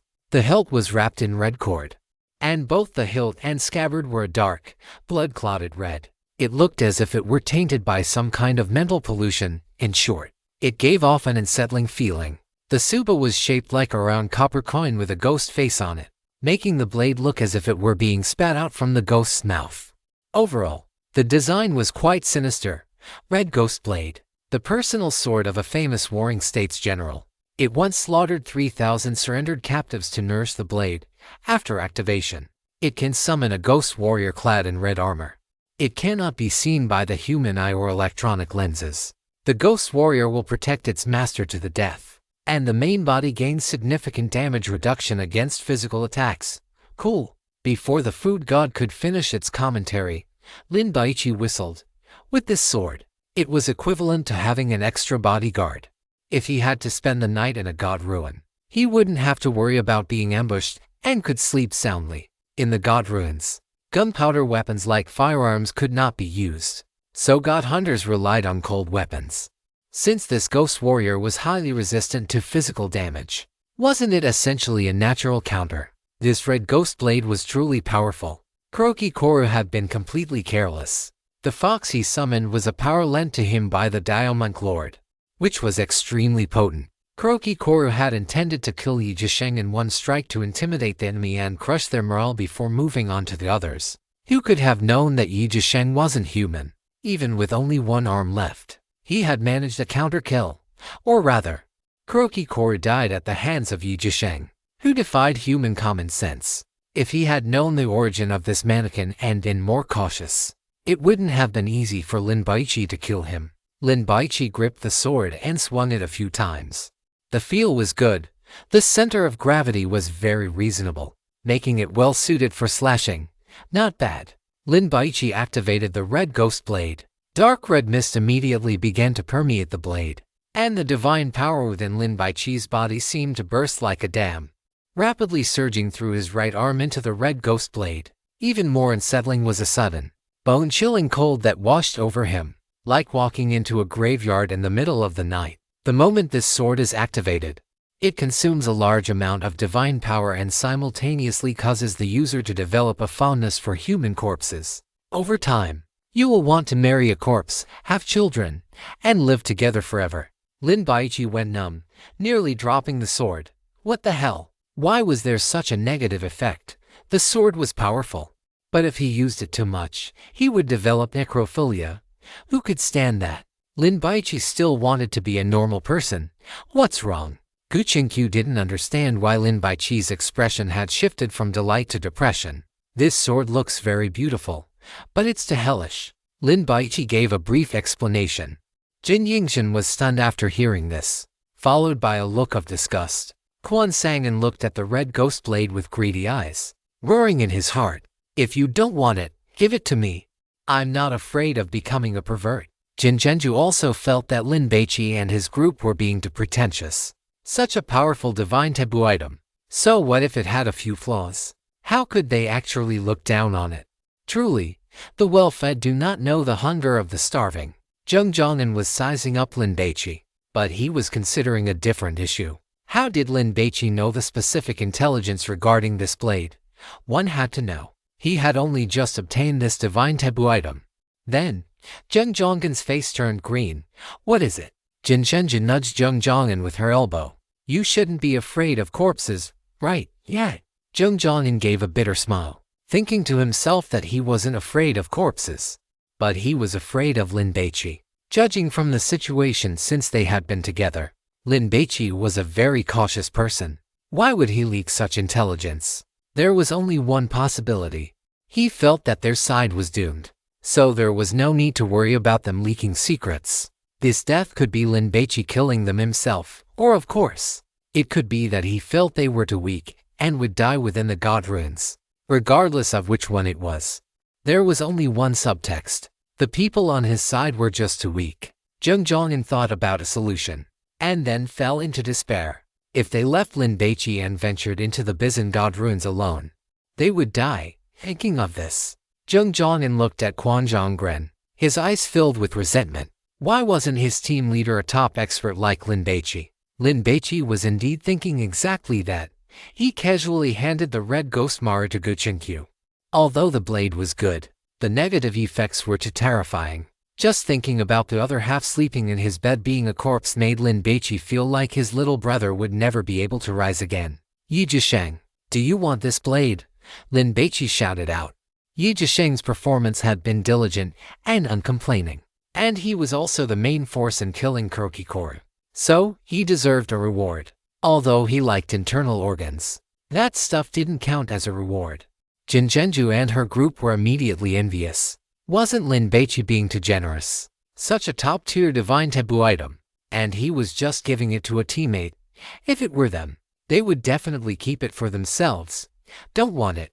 Yi Zhisheng had already cut open Kuroki Koru's chest. It's too long. It's inconvenient when dissecting corpses. How about giving it to me? Gu Qingqiu suggested. Yi Zhisheng, once I receive my share of the spoils, I will compensate you, whatever. I listened to the team leader. Yi Zhisheng was indifferent. Gu Qingqiu looked at Lin Baici. If you aren't afraid of becoming a pervert, then take it. Lin Baici shrugged his shoulders. Gu Qingqiu was indeed a psychopath. I actually want to experience the psychology of a pervert. Gu Qingqiu swung the blade. By the way, if I fall in love with someone, will I, under the influence of this blade, kill them and then keep the corpse as a collection? Hu Yu and Jin Yingxin panicked and hurriedly prayed that Gu Qingqiu wouldn't fall in love with Lin Baici. Everyone, who are you? The father-in-law of the state had arrived long ago, but he hadn't appeared rashly. He had hidden in the shadows to observe for a while before speaking. There was no help for it. These people had even killed that great Onmyoji, so they must be even more formidable. Moreover, compared to the Japanese, the father-in-law of the state had a better impression of the people from Kyushu. After all, they were from the suzerain state. Everyone looked at Lin Baici, and even Quan Zhonggren was no exception. Because in this kind of situation, there was an unwritten rule that the boss must be the one to speak. We are your friends, Lin Baici smiled slightly. We can help you ascend to the throne. What do you take me, Zhao, for? The father-in-law of the state was furious. Sibyl, who are you trying to lie to? You even turned the king into a living corpse. Jin Zhenju looked at him with contempt. It is not lying. It is loyal to the monarch and patriotic. Its greatest pursuit is to be ranked among the 3 ducal ministers, to be a peerless national scholar, to lead Goryeo to rise, and to leave its name in history. It wants an emperor who can listen to it and allow it to display its talents and ambitions. The gourmet god commented. Isn't this just the Goryeo version of Cao Cao? Lin Baici couldn't understand the mindset of this father-in-law of the state. He currently held immense power. If he usurped the throne, he might succeed. Of course, his daughter was the queen, and as long as she gave birth to a son, that would be the next king of Goryeo. You killed people in the royal palace, and the ones you killed were my guests. Don't you intend to give me an explanation? The father-in-law of the state snorted coldly. The fact that we could kill them shows that we are more powerful than them. Don't you want a state preceptor? Lin Baici retorted. I think you must already know the situation in the country. The corpse tide has already formed, destroyed Sangyong Prefecture and Chuanzhou City, and is now heading towards Hansheng. And there are those rebels like Prince Li Mingzhe. I can help you deal with them. What do you want? The father-in-law of the state was not naive. He knew there was no such thing as a free lunch in this world. Goryeo currently has a group of Europeans. I want them dead. Lin Baici put on a sinister expression. The father-in-law of the state pondered. After looking at Kuroki Koru's corpse, he nodded. From now on, you are the state preceptor of my Goryeo. With a salary of 2,000 shi, the father-in-law of the state, Yao, was quite bold. After waving the soldiers away, he negotiated with Lin Baici to discuss the details. I want to see the king first, Lin Baici demanded. Zhao, the father-in-law of the state, refused. Divine physician Li is dead, and this is his beloved disciple. Lin Baici pointed at Dai Zhangjian. The secret to stopping the corpse tide might lie with the king. Zhao, the father-in-law of the state, looked at Dai Jiangjim. This timid medical woman immediately knelt down and kowtowed. Only you and her can go. Zhao, the father-in-law of the state, took a step back. Lin Baici nodded. At dawn, the wind and snow did not stop. As the newly appointed great state preceptor of Goryeo, Lin Baici, escorted by a team of imperial guards, went to see the king, Japan, Kyoto, in a temple. A middle-aged monk wearing black monk robes was drinking tea, while several juniors sat kneeling beside him, listening patiently. The opening of the Qin Palace Divine Ruins is a once-in-a-millennium opportunity for our great Yao. No, for the entire Eastern land, regardless of the cost. We must bring that deity back, the great monk commanded. Everyone bowed their heads. The trip to the Qin Palace this time will be extremely competitive. The world-renowned deity hunter groups from every nation will be there. So, you must be careful. The great monk was filled with worry, because the team sent this time was composed of the great Yao's most elite personnel. If they were lost, the great Yao would be finished as well. For the sake of the deity in the Qin Palace Divine Ruins, he had given up on the Bizan trip, sending only 3 second-rate teams, intending to win through sheer numbers. He wondered how they were doing at the moment. The great monk hoped for a miracle. He picked up his teacup and was just about to take a sip when crack, a fissure appeared on the cup. The tea inside splashed out, gathered into a mass, and formed the shape of a fox head before letting out a mournful cry and bursting apart. Although this process was very brief, lasting only 2 or 3 seconds, the great monk had already seen the process of Kuroki Keiru's death from the water mass. Yi Zhisheng's face was clearly visible, but the great monk only glanced at him before looking at Lin Baici, who was at the edge of the water mass. With his rich experience, he could distinguish that this was the one in charge. The soul of this team, master. It is a person from Kyushu. Those qualified to kneel in the Buddha Hall and listen to the great monk's teachings were all geniuses of the great Yao, and they had also seen everything that happened on the water mass. As long as you take the Qin Palace Divine Ruins, that will be the most beautiful counterattack against the people of Kyushu. The great monk did not send anyone to investigate the identity of that person from Kyushu, because this was inside the Divine Ruins. Only the one who walked out at the end was the winner. As far as the great monk knew, several strong groups like Huanxi, Jindaoxu, the Statue of Liberty, and so on, had all sent their main forces. And with the addition of Shizongjian, it was impossible for those people from Kyushu to win in the end. Go, prepare diligently. After the Qin Palace trip, I want the whole world to know that our Eastern land Great Yao is spreading martial arts across the world. The group accepted the order. In Hanxiang, on the main street, a team was rushing toward the royal palace. Because it had snowed, the war horses were difficult to ride, so they could only proceed on foot. Almost there, almost there. Li Mingzhi felt a burning sensation in his heart. In a few more hours, he would be able to become the king of Goryeo. Leader, isn't it too reckless for us to charge in like this? Johnny worried. This isn't called reckless, it's called crushing. Hank, who was covered in muscles, shook his chest. You can block our edge, that's right. Those people who are in the same divine taboo game as us are just too unlucky. Let's hold a moment of silence for them. Send them to see God. The team members laughed, full of fighting spirit. Lin Baici was stopped in front of the palace where the king lived by a woman in grand attire. I wish everyone a happy new year. May the twilight of the old year fade, and the fireworks of the new year bloom. May you have peace and joy, morning and evening, year after year. May all your wishes be granted, and your paths be smooth in the coming year. May you chase the sun and the moon, never compromising with the mountains and rivers. May the gods favor you, and may everything be filled with joy in 2023. My goal is to do my best to write this book well, and I hope to bring a piece of happiness to everyone. There must be plenty of content. There must be a guarantee of quality. I will do my best. And I hope this book about gods can become a dessert for you all, adding a touch of sweetness to your lives. Respectfully, Downying. Chapter 306. The Queen Consort. The divine remains reappear. This woman was wearing a gorgeous robe and had her hair styled in a bun, which was filled with luxurious jade and jewelry. Even someone like Lin Baici, who didn't know much about such things, could tell that those accessories were extremely expensive. In any case, an ordinary family could work their whole lives and never be able to afford even one piece. She was not tall and had a slender figure, but her skin was very fair, giving her a delicate and petite appearance. If placed in the modern era, she would definitely be a sweet girl like Huoyu, but now, her cute image was ruined by that big belly. She was not old, but she was already pregnant. Her hands were currently wrapped under her belly, supporting it, as if she were worried that her belly wasn't firm enough and the fetus inside would fall out. "Is that the queen consort?" Yingjin guessed, looking at the woman with curiosity. In Goryeo, everyone addressed the empress as the queen consort.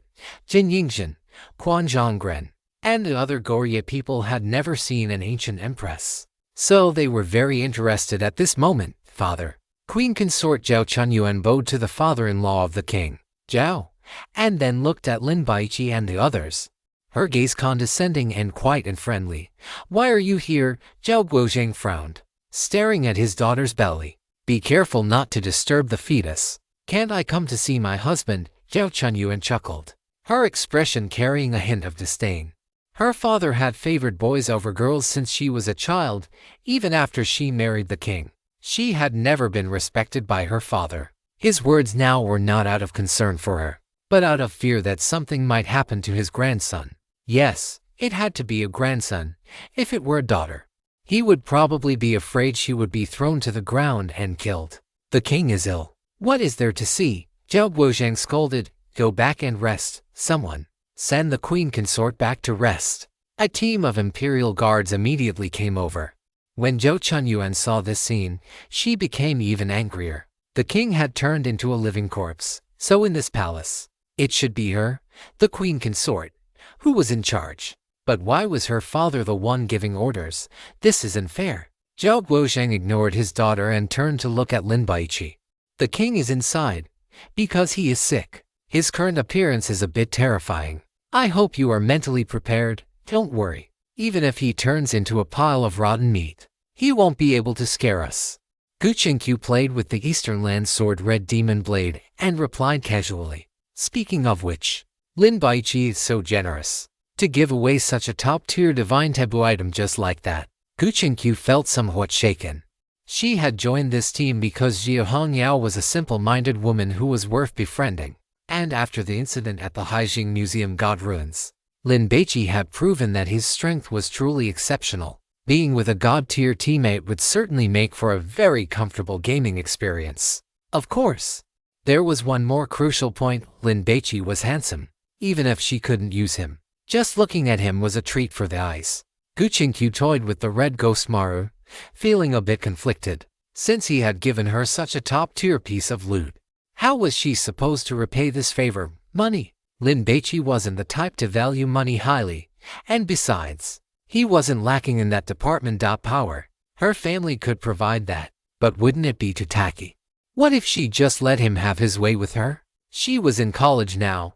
She definitely needed to let loose and enjoy her youth. If her first partner was a guy like Lin Baici, it wouldn't be a loss. Wait, maybe I would even be the one profiting. Gu Qingqiu glanced at Jin Yingjin and Huoyu. They were pretty, sure, but they were love-struck fools. Those two Sleeping Dragon and Young Phoenix were probably wishing Lin Baici would write the character gem all over their thighs right now. What a meaningless life. Gu Qingqiu curled her lip. Then imagine what it would be like to have her own thighs covered in those characters. Oh my. Why was she suddenly feeling a bit excited? Please watch your language. Father-in-law Zhao was displeased, and he led the group into the main hall.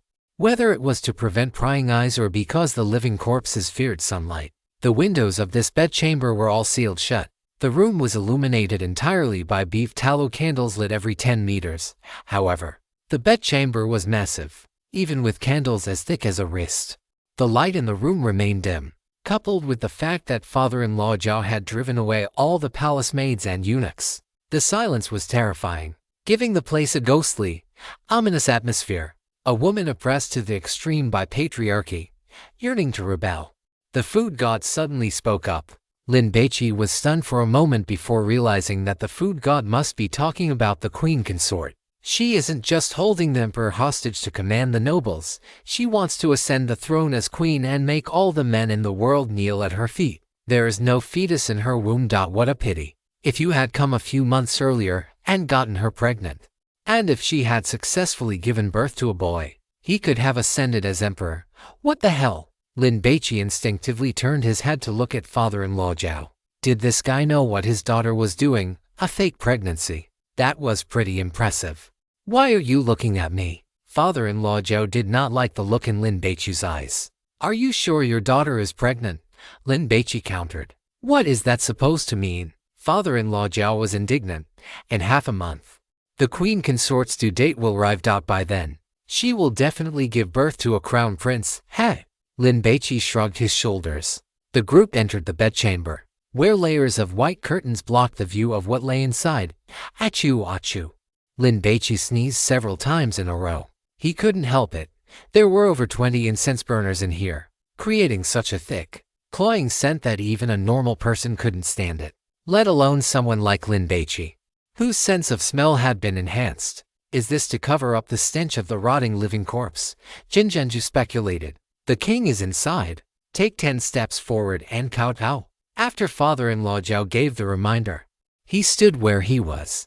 Dai Zhangjiam and Li Taiwu were trembling with fear and immediately prepared to step forward and kowtow. Axing gripped the hilt of her blade, although the king of Goryeo wasn't the culprit behind the destruction of her village. As a king, failing to protect his subjects was a dereliction of duty. I'll go. Quan Sangin walked forward. He didn't intend to kowtow. He wanted to get a look at the king's current state. Dai Zhangjiam and Li Taiwu knelt down and slammed their foreheads against the floor. Long live the king! Long live, long live! Before the two could finish their chant, a clattering sound of chains erupted. A living corpse, reeking of a thick, fishy stench, burst through the curtains and lunged out. The living corpse bellowed and pounced toward Dai Zhangjiam. Lin Baici was quick-witted. He reached out his right hand and activated a divine grace. Grasp of the death god, swish. A massive hand condensed from divine power shot out, grabbed Dai Zhangjiam and Li Taiwu, and yanked them back. Clatter. The living corpse missed its target, and then lunged toward Quan Sangin, who was closest to it. However, because it was bound by chains, it couldn't move any further forward. Shit! Quan Sangin was startled. Even though he knew he was safe, he couldn't help but take 2 steps back. Dai Zhangjiam and Li Taiwu, their hearts still pounding, stared dumbfounded at their king. Much of its hair and beard had fallen out, and the skin on its face was severely rotted, caked with dark red bloodstains. One could even see maggots crawling on it. Because of the king's violent movements, some of these white maggots fell off, only to be crushed under the king's soles, emitting faint popping sounds. The dragon robe it wore should have been majestic and imposing, but it hadn't been washed in months. Aside from being dirty, wrinkled, and stained with sweat, blood, dust, and pus oozing from its body, it emitted a nauseating odor. Oh wow! Its heart is a piece of God's remains. What are you waiting for? Thank nature for this gift and start your meal, the food god urged, setting aside the fact that the living corpse was filthy and stinking. Lin Baici couldn't bring himself to take a bite, even if he could eat it. Father-in-law Zhao wouldn't allow it. Eating a living corpse raw if he recorded a video or started a live stream, his popularity would definitely explode. But this was a piece of God's remains. He had to find a way to get his hands on it. Generally speaking, God's remains contained at least one divine grace. Lin Baici intended to ask the food god what it was, but the food god had already spoken. A top-tier great divine grace. If you miss this, you'll regret it for the rest of your life. Eat. I think letting it die would actually be a mercy. Will you sighed? Are you being naive? This is the king of Goryeo. Even as a corpse, he holds immense value. Gu Qingqiu examined the king of Goryeo. It seemed his diet while alive must have been excellent. Otherwise, these white maggots could not have grown so plump and fat. Have you seen enough? Grand Minister Zhao's eyelids drooped, his subtext clear. He was ready to see them out. This king should be a first-generation living corpse. He is a very precious specimen. Let Zhangjiam stay behind to study him, setting aside whether she can revive him. If she can uncover some of his mysteries, It might help in resolving the tide of living corpses currently sweeping through your Goryeo, Lin Baici suggested. Grand Minister Zhou thought it over and agreed. After all, if all the citizens of Goryeo turned into living corpses, he would have no way to realize his grand ambitions. Grand Minister Zhou had a dream to annex the 9 provinces, and even Japan, becoming the first person in history to do so. That was the true pursuit of a great man. Commander Quan, arrange for 2 men to stay behind and protect Jiangjiang, Lin Baici ordered. My lord, I will stay as well. Li Taiwu volunteered. Your Excellency. Jiangjiang was frightened. Whether Goryeo can be saved depends on you. Do your best. Lin Baici smiled slightly, encouraging the young physician. Grand Minister Zhao, make sure she is well fed and taken care of. I don't need that. Jiangjiang hurriedly refused, lowering her head and muttering softly, I want to eat that instant noodle. Ha, would you like an egg added to it? Lin Baici laughed and ruffled Jiangjiang's hair. In reality, this girl was not very old. In the modern world, she would just be a college student, yet he was making her study corpses. It felt a bit like he was being a heartless scoundrel. Stay calm, Lin Baici. Don't go getting soft-hearted. She is a native of the God Ruins. To you, she is just a tool. Her greatest value is to research all the mysteries of the resurrection grass. Lin Baici warned himself. The group exited the main hall and followed Grand Minister Zhou back. The Blackwood Smoke team had been wiped out, and the place where they had stayed had been cleaned by servants to accommodate Lin Baici and his party. I still have matters to attend to. You all should rest. I will arrange a banquet this evening, and we can discuss things in detail then. Grand Minister Zhou still had to deal with the rebels and clean up his political enemies. After Grand Minister Zhou left, Jin Zhenju teased, God Lin, that physician likes you. Are you interested in tasting the flavor of a God Ruins native? These people like Jiangjiang aren't really human, right? What species do they count as? If they were to, with Xiaobai, would they get pregnant? Hoi Yuyu was curious, but also worried. What if Lin Baici couldn't control himself later on? Just how mentally ill would a god hunter have to be to sleep with women in the God Ruins when you don't even know what they are? Jia Hongyao chuckled. Things like this have happened before, but without exception. Those god hunters met a miserable end, because what your eyes see is a person, but in reality, that might not be a person at all. Hoi Yuyu pressed, then what are they? I don't know. Jia Hongyao shook her head. Humanity's understanding of the God Ruins is still far too little. What are gods? Do they have genders? Gu Qingqiu also became interested. Her thirst for knowledge piqued. Does reproductive isolation exist between them and humans? If they could have children, what would that child be? Jia Hongyao spread her hands, indicating she didn't know either. She had once asked her sister, Jia Hongmian, but only received one sentence in reply. The love of a god is a disaster for humanity. However, gods probably wouldn't fall in love with humans, right? Grand Minister Zhou finished using his seal and ordered the 12 rebels to be taken to the vegetable market for beheading. Just as he picked up his teacup to take a sip, a trusted aide arrived and whispered in his ear, What? After hearing this, Grand Minister Zhao's expression changed drastically.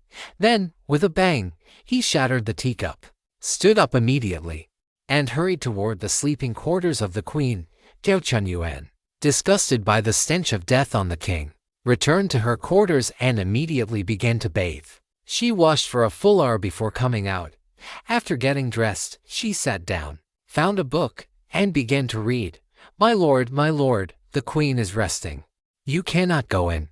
A palace maid chased after Grand Minister Zhao, trying desperately to stop him. Get out of the way. Grand Minister Zhao didn't listen at all and walked straight into the sleeping quarters.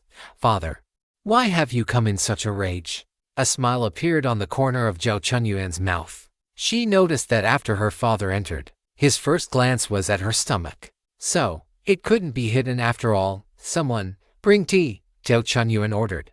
Grand Minister Zhao had intended to interrogate her, but such matters were not easy to expose. So, he waved away all the servants, everyone out. The maids and eunuchs looked toward Zhao Chunyuan. After the tea was brought in, Zhao Chunyuan waved her hand to leave us. Then, she personally poured tea for Grand Minister Zhao. Father, rest for a moment. Zhao Chunyuan sighed. It's no use being anxious. Is it truly fake? Grand Minister Zhao sat down. He had been thirsty from his journey. So, he picked up the tea and gulped down to mouthfuls before staring at Zhao Chunyuan. His aide had just told him that the queen had miscarried 3 months ago.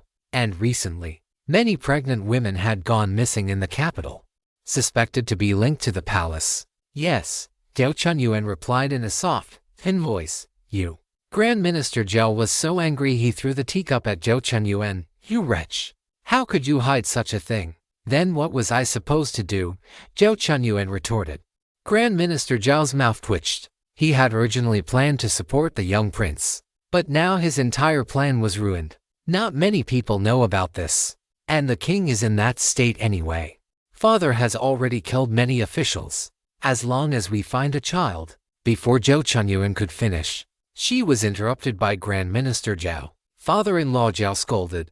That is a bastard child. The noble bloodline of our Goryeo royal family must not be tarnished. The current plan is to find a child from a prince's household. The age cannot be too old, otherwise, it will be difficult to control.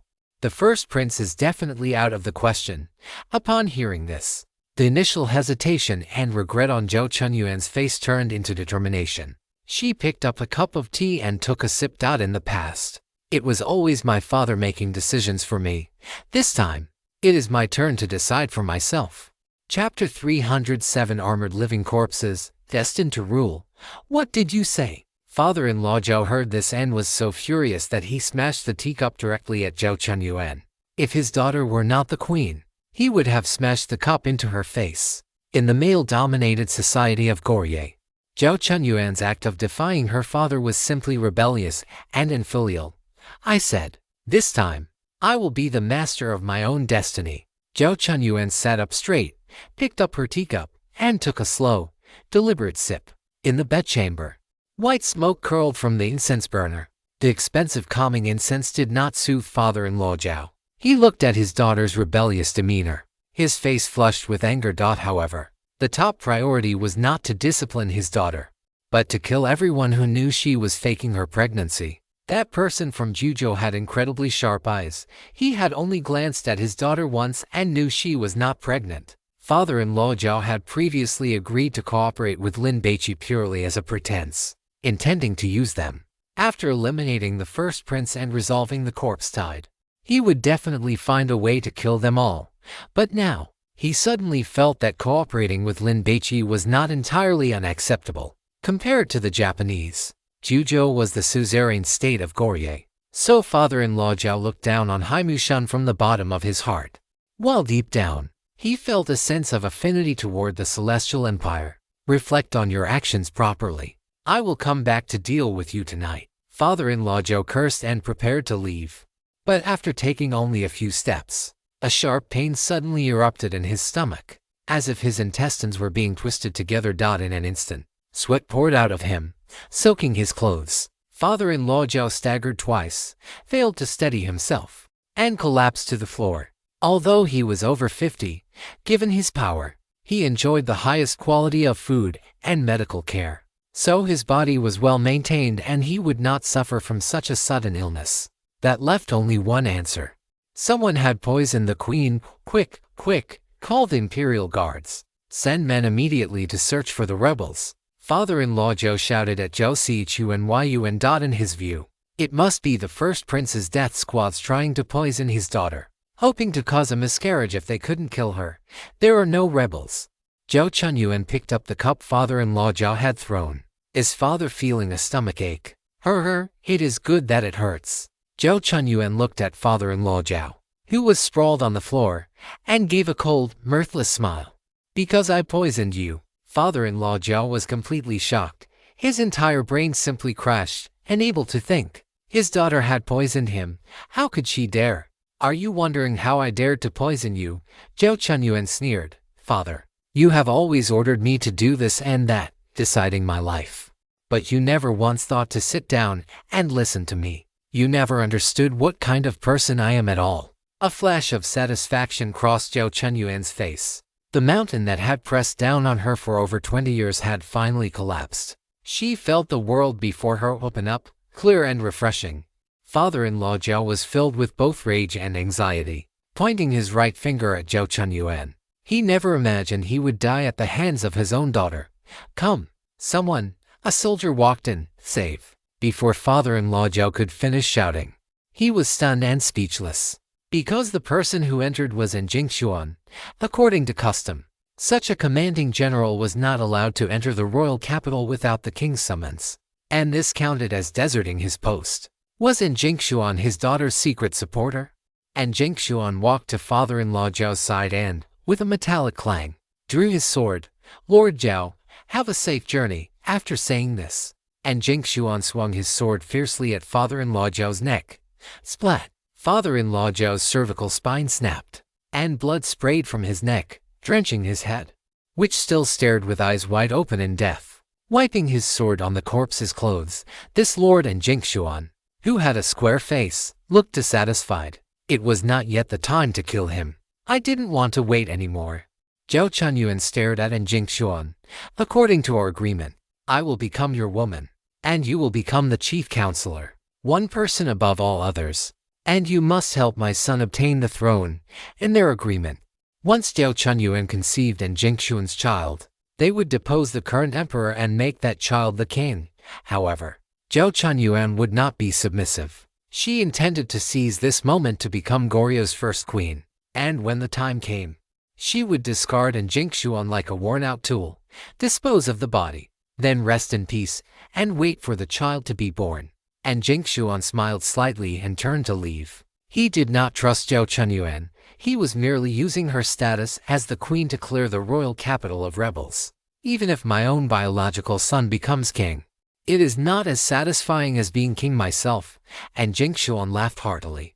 After mastering the power of the living corpses, he was no longer satisfied with being a mere minister. He wanted to be the master of the world, the kind of ruler whose anger would leave the ground littered with corpses. He left Zhou Chunyuan's bedchamber and began using the queen's imperial edicts to arrest father-in-law Zhou's men, preparing to purge the royal palace and replace everyone with his own subordinates. "First, I will go see the king, then return to enjoy the queen's body. Ah, life is truly wonderful." And Jingshuan laughed loudly. The middle-aged eunuch, a trusted confidant of father-in-law Zhou, was responsible for guarding a wooden box containing poison. When he saw a group of armored soldiers charging in, carrying the severed head of father-in-law Zhou and ordering everyone to kneel and surrender, he chose to consume the poison to end his life, fulfilling his loyalty to father-in-law Zhou and repaying the favor of his patronage. However, he did not know that what he had drunk was the juice of the modified life-death grass. He did not die, but instead turned into a living corpse and began to bite others. Just as he finished biting the face of a palace maid, a noose was tightened around his neck.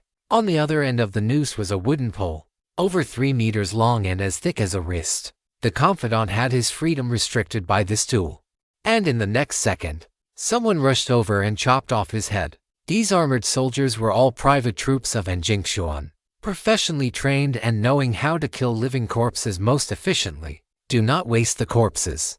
Drag them away to feed those things," the armored general ordered. Soon, they rushed to father-in-law Zhou's residence within the royal palace. "What is going on? Why is there crying and shouting?" Quan sang and frowned. He heard the commotion and went out to check, only to see a squad of armored soldiers killing people. "Father-in-law Zhou has rebelled and has been executed by Lord Jingshuan. All of you, kneel and surrender immediately, or be killed without mercy." The general held father-in-law Zhou's head in his left hand and ran wildly, using it as a deterrent. "Damn it!" Quan sang and cursed loudly. Has this Jingshuan rebelled? As expected, someone who could think of creating living corpses to defend against the Japanese pirates is a ruthless man. What is father-in-law Zhou doing? How did he get killed on his own turf? Kim Young-jin was speechless. So much for being powerful and influential. What do we do now? Kim Jin-soo looked at Lin Baici.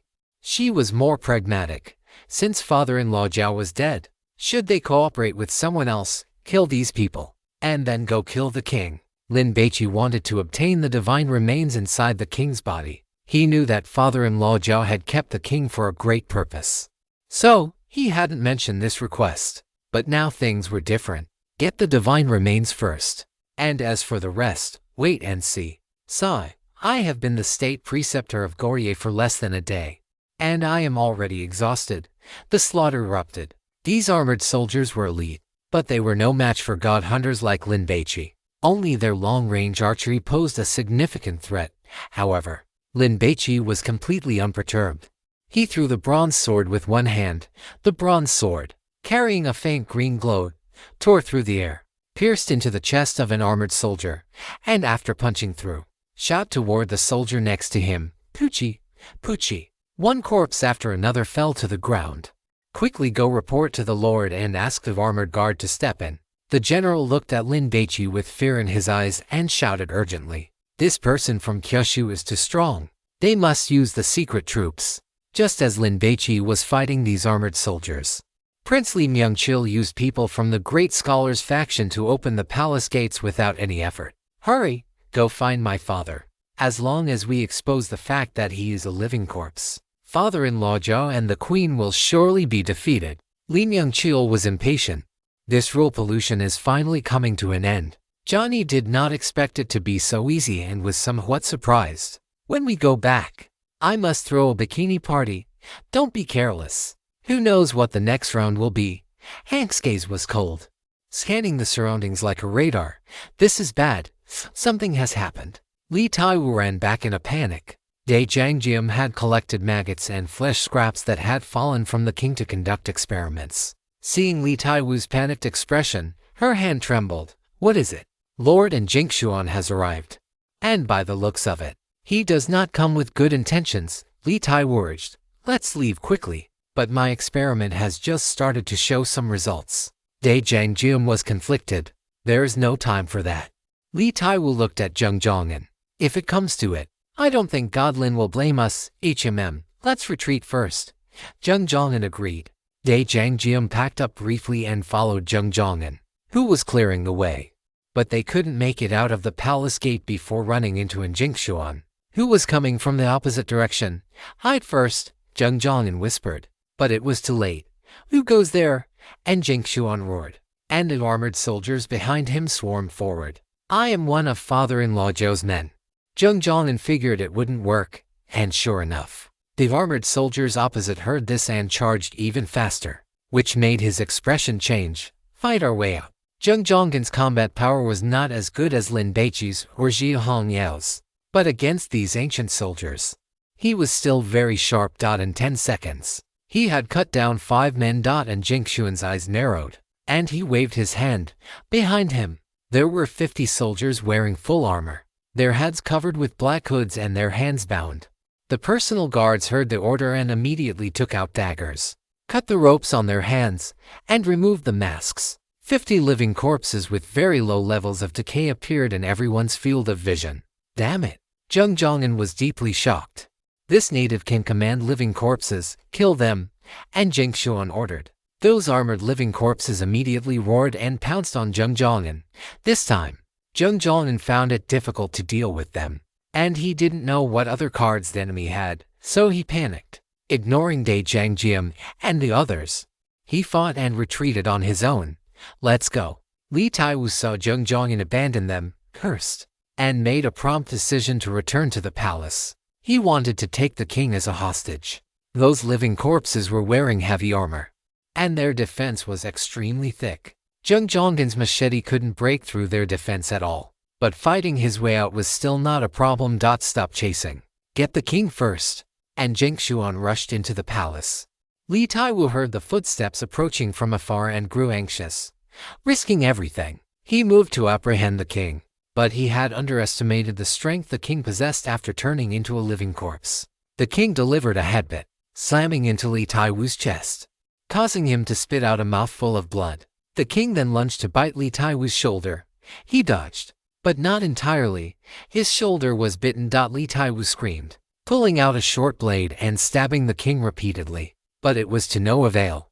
And Jin Hien entered and, seeing this scene, began to laugh, his expression full of mockery. The struggles of a mortal. And Jin Hien looked at Dai Jiangjiam and Ah Sin with a sneer, preparing to order their execution, when several people rushed in.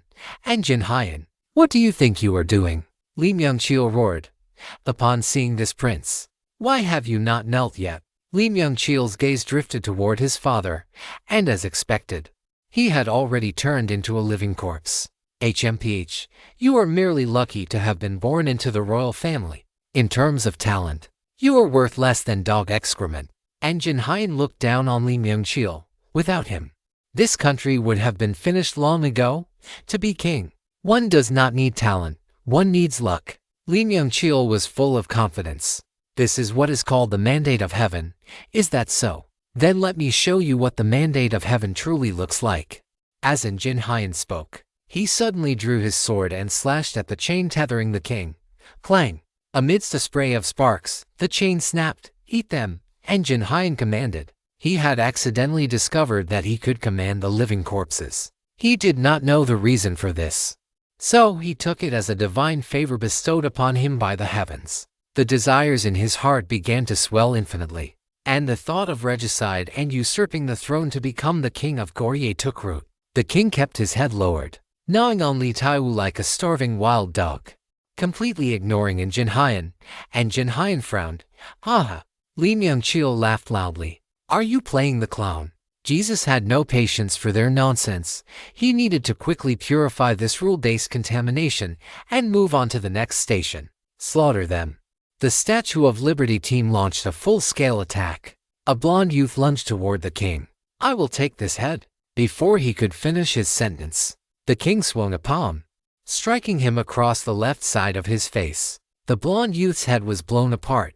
His headless corpse, driven by momentum, charged forward a few steps before collapsing to the ground. Inside the palace, a deathly silence fell, and Jin Hyun's pupils dilated instantly when the king's murky, bloodshot, and lifeless eyes turned toward him. He could not help but shiver. Fuck, it is a boss, Hank shouted. Go, go. Do not let a single one escape, Jesus yelled, lunging toward the king. A chaotic battle erupted, and Jin Hyun called back the armored living corpses to protect him as he retreated. What are you doing? Asin pulled at Dae Jangjeom, wanting to hide, but Dae Jangjeom broke free from her grip. I'm going to save Li Taiwu. Dae Jangjeom prepared to treat the dying horse as if it were still alive. Chapter 308 Warning, Warning, Unable to kill. He has been bitten by the king. There is no saving him. Asin tried to stop Dae Jangjeom. While those people are surrounding the king, let's run. If they waited any longer, it would be too late. The king is the first-generation living corpse. Those he has bitten should not be infectious. In any case, this is the first time I have seen such a sample. I must try. Dae Jangjeom shook off Asin's hand. To be alive, one must have pursuits.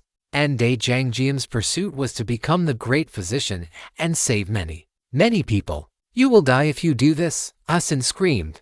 Then let me die. Dae Jangjeom grabbed Li Taiwu's arms, trying to drag him to the side, but her strength was too little, and she was drenched in sweat from anxiety. Damn it. Asin cursed and rushed over. I will help you. Dae Jangjeom and Asin, these two women, were clearly commoners. Li Myung-cheol did not care about such ants. His gaze remained fixed on Jin Hyun. Team leader Jesus. He is trying to run. Li Myung-cheol shouted urgently, although he did not know why Jin Hyun had seized the palace. This man was a commanding general with military power, and he had to die. Johnny, Hank, go kill him, Jesus ordered. His arms were covered in a layer of silver metal as he led his team to clash head-on with the king. Bang, bang. The king was struck heavily. Bits of flesh, pus, and blood scabs flew off his body, and the stench of the corpse grew even stronger. Swish. 3 thick vines suddenly erupted from the ground, wrapping around the king's ankles and causing him to stumble. Jesus arrived, pulling his right arm back to its limit, storing up power like a taut crossbow, and unleashed it. Divine grace activated. Metal hammer. Jesus's silver glowing fist slammed into the king's face, shattering half of his cheek and exposing the cheekbone and gums. The king was sent flying and crashed to the ground. The subordinates seized the opportunity and charged immediately, intending to finish it off. Catherine, with her long reddish-brown hair, was the fastest. She arrived first, and her rapier pierced the king's head with a metallic ring. But the king did not die. As if he were a corpse reanimating, he sprang up straight. His head slid along the blade, leaving behind disgusting green pus. Watch out, Jesus shouted.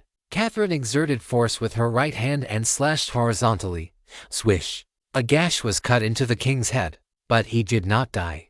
He opened his mouth and sprayed a cloud of green living corpse poison mist. Whoosh! The poison mist exploded rapidly, engulfing Catherine. Catherine held her breath immediately, but unfortunately, it was useless. The poison mist seeped into her body through her skin.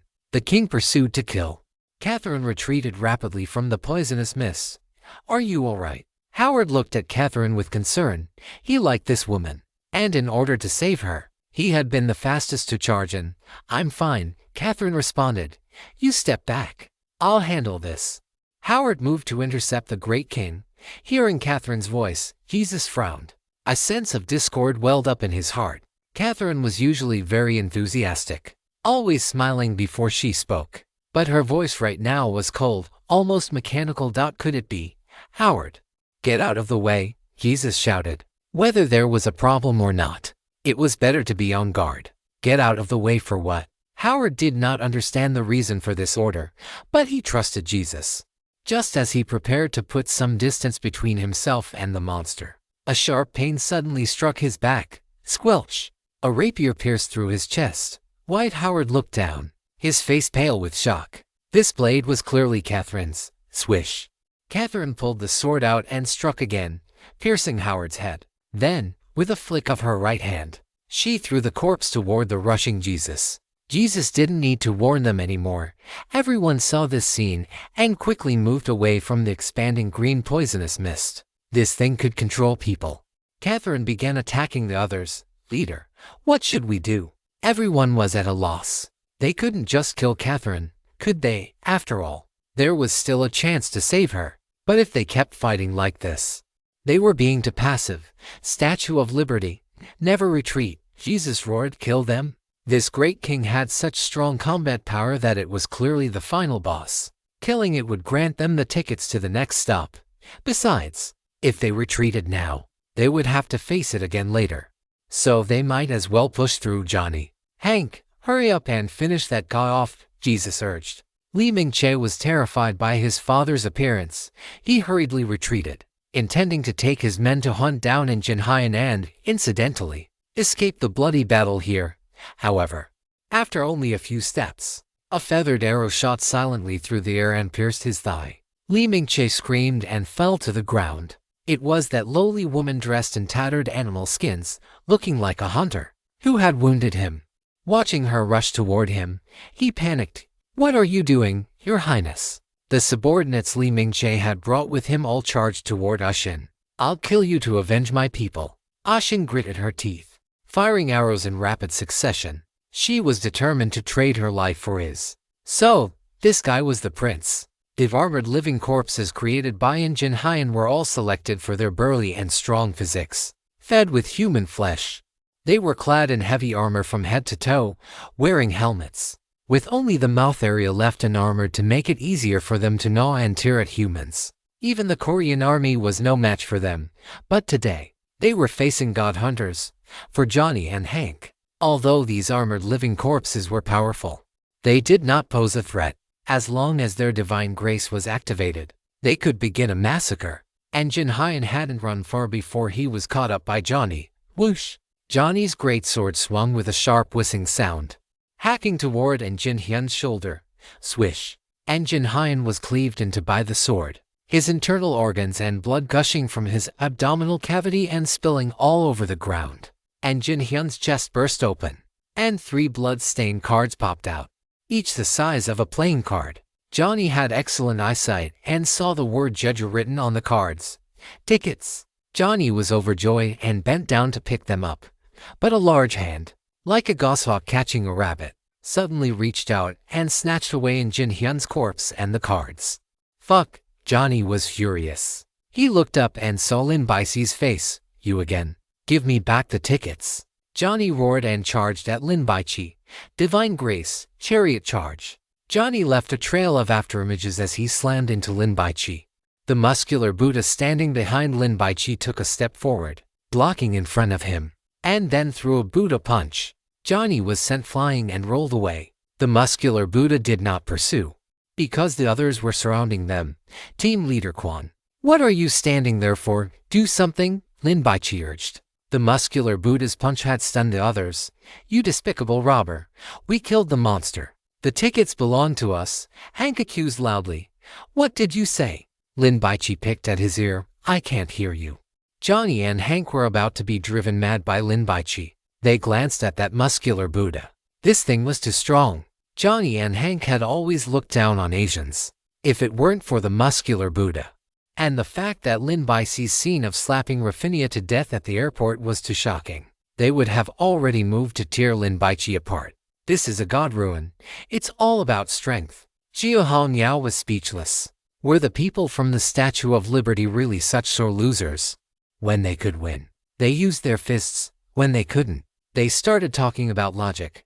How embarrassing. Kim Jin-soo felt incredibly refreshed. Usually, they were the ones bullied by those big teams. But she hadn't expected that now. She could bully others too. I'm following Godlin now, so I count as an external member, which means I have the right to feel this good. If only Lin Baici were my team leader. Thinking about a woman like Jia Hongniao who wasn't very bright. Just because she followed Lin Baici, she could suppress the Statue of Liberty and make them hesitate to act, which made her so envious. It would be perfect if Godlin were Korean. Kim Jin-soo knew that Lin Baici would never change his nationality, so it was a real pity. I could actually become a citizen of the 9 provinces. The only problem is, Godlin probably wouldn't look twice at me. If only I had gotten plastic surgery beforehand. Johnny, a homosexual, likes whiskey, hamburgers, and the streets of Los Angeles at 5 in the morning. Hank, gym workouts and protein powder make me radiant. And I like women with super big butts. Don't take off your jeans. I like it like that, the food god commented. And for the second half, it even imitated Hank's voice. Can you say something important, like their weaknesses? Lin Baici was speechless. This isn't a job interview. What use is it to know their personality traits? As for Hank accusing him on moral grounds, he didn't care at all. He had already learned through Jia Hongniao and the posts on the Dragon Soul forum that in the God Ruins, it is the law of the jungle where the strong prey on the weak. This is a paradise for the strong and a graveyard for the weak. Lin Baici believed that if he weren't strong enough, he would have been crushed to death by the other party long ago. Go and ask Aaron about the reputation of our Statue of Liberty in Europe. Johnny threatened. No need to ask. Lin Baici chuckled. After today, you will be wiped off the map. The moment Lin Baici's voice fell, the red clay figurine launched a sneak attack with a flying stone, while Gu Qingqiu had already infused divine power into the red Onimaru. That Warring States samurai had already silently moved to Hank's side. In Gu Qingqiu's view, this white guy was burly and a main combatant, so he had to be killed first. Of course, most importantly, Hank did not fit Gu Qingqiu's aesthetic. She preferred Asian faces like Lin Baici's. Hank spotted the rapidly incoming flying stone. He acted very tough, throwing a punch directly, intending to blast the stone to give the enemy a show of force. But before his fist could connect, the red Onimaru's katana descended a step earlier. Swish! Hank didn't even have time to react before he was slashed. His entire body split apart in the physical sense. Quan Zhonggren and the others felt a tremor in their hearts when they saw this scene. God hunters who are not from the Sejong sect must register when entering the God Ruins. So they knew the general strength of these people from the Statue of Liberty. The man who was hacked to death was named Hank, and he was very strong at the very least. He ranked in the top 5 within their team, yet now, he was easily killed by the red Onimaru. Thinking back to how Jia Hongniao had easily blocked the red Onimaru's sneak attack earlier, now with a direct comparison, Quan Zhonggren and the others finally realized that this big-chested woman was truly strong. Then their gazes fell on the katana in Gu Qingqiu's hand, and their eyes turned red with envy. What a top-tier god-forbidden item! Hank was killed in an instant, and Johnny was terrified. He turned and ran toward the palace leader. Hank is dead. It was that group of Jujo people. We could actually have come a little later and played the role of the Oriole. Deep down, Quan Zhonggren did not want to face the Statue of Liberty head-on. If they kill the Great King, they might just clear the level directly. Gu Qingqiu rolled her eyes. Perhaps the ownership of the kill determines the ownership of the ticket. So they must ensure the great king dies at the hands of their own people. Lin Baici's group rushed into the main hall and saw that Jesus was already closing in, about to take down the great king. Damn it, Quan Zhonggren was nervous. What do we do? Warning, warning. Only certain natives of the god ruins can kill the great king, the food god commented. Lin Baici's brows immediately furrowed. Does this mean god hunters cannot kill the great king? He scanned the area and saw Zhang Jian crouching by the unconscious Li Taiwu, feeding him a viscous liquid. Ashin was covered in wounds and was being sliced piece by piece by Li Minqiu to vent his anger. Lin Baici snapped his fingers. The flying stone was launched, but it was still a beat too slow. It wasn't clear which member of the Statue of Liberty had acted, but they used a long-range divine grace to blast Li Minqiu's head apart. Jesus snorted coldly, glancing at Lin Baici with disdain. As long as it's an important character, don't even think about stealing the kill. The prince's corpse fell to the ground, and no card dropped. Take Zhang Jian, Ashin, and Li Taiwu, and let's go, Lin Baici ordered. Yi Zhisheng took the initiative to shoulder this dirty work, carrying Ashin and Li Taiwu on his back as he followed Lin Baici out. How? We're not going to set up an ambush. Quan Zhonggren came out and was dumbfounded to see that Lin Baici was really leaving. We're going to find that queen consort. Lin Baici trusted the food god's commentary. Jesus can just wait to be humiliated. Leader, they actually left. John, a black man with short hair, was incredulous. He was worried that Lin Baici's group was setting an ambush. So, he used a divine grace to summon a rat to track them. But he soon discovered that they had truly left. Did they discover some key point? Johnny did not believe that Lin Baici had retreated out of fear. John, keep tracking. Jesus arranged. Let's hurry up and kill this great king. Then go find that Lin Baici. Hank's revenge must be avenged. When the great king, under the siege of the Statue of Liberty, was like a spent arrow and was once again sent stumbling back by a punch from Jesus. A dagger pierced its neck and sliced through with force. Swish. The great king's neck was half severed, its entire head hanging limply on its shoulder. The next second, Jesus used another metal hammer to knock that head flying. The head dropped to the ground. A cloud of blood mist exploded from the great king's chest, and 2 cards splashed out from within. We won. Everyone saw the ticket drop and immediately relaxed. John was fast and immediately rushed toward the great king's head, intending to destroy it completely. Perhaps there were more cards inside. But, as he bent down, the head suddenly sprang up and bit into his neck. Flesh-like mycelium threads rapidly grew wildly from the head's neck and burrowed into John's neck, making it look as if he had 2 heads. Leader. John was scared out of his wits. As soon as he finished shouting, his entire body began to run outside uncontrollably. Chapter 309. Eat it. This sudden turn of events caught everyone off guard. No one expected that the king could still be alive after having his head chopped off. Quick, chase him. Watch out for that body. Fuck. He really lives up to being the final boss. The members of the Statue of Liberty team shouted, their faces inevitably showing signs of anxiety. As they neared the end of the level, everyone was tense, worried that something might go wrong. Chase, Jesus urged. The king's headless body was also moving, but he felt that the head choosing to flee indicated it possessed self-awareness and was the true main body, making it of higher importance. Everyone wanted to pursue, but the headless body was ferocious. It leaped into the air, and then its chest exploded. A mist mixed with red and green instantly spread, obscuring everyone's vision. A blonde woman who had been chasing John was running the fastest, so she became the target of the headless body. Jesus was furious. He had no choice but to split the team into 2 groups, one to stay behind and intercept the headless body, and the other to chase after the John who now had an extra head. He hoped no one else would get there first. In the queen's bedchamber, a palace maid stumbled in. Your Majesty, it is a disaster. The first prince has brought men and stormed in. Lord and Jingshuan is dead, and the king has turned into a living corpse and is currently slaughtering those people. The young maid was terrified.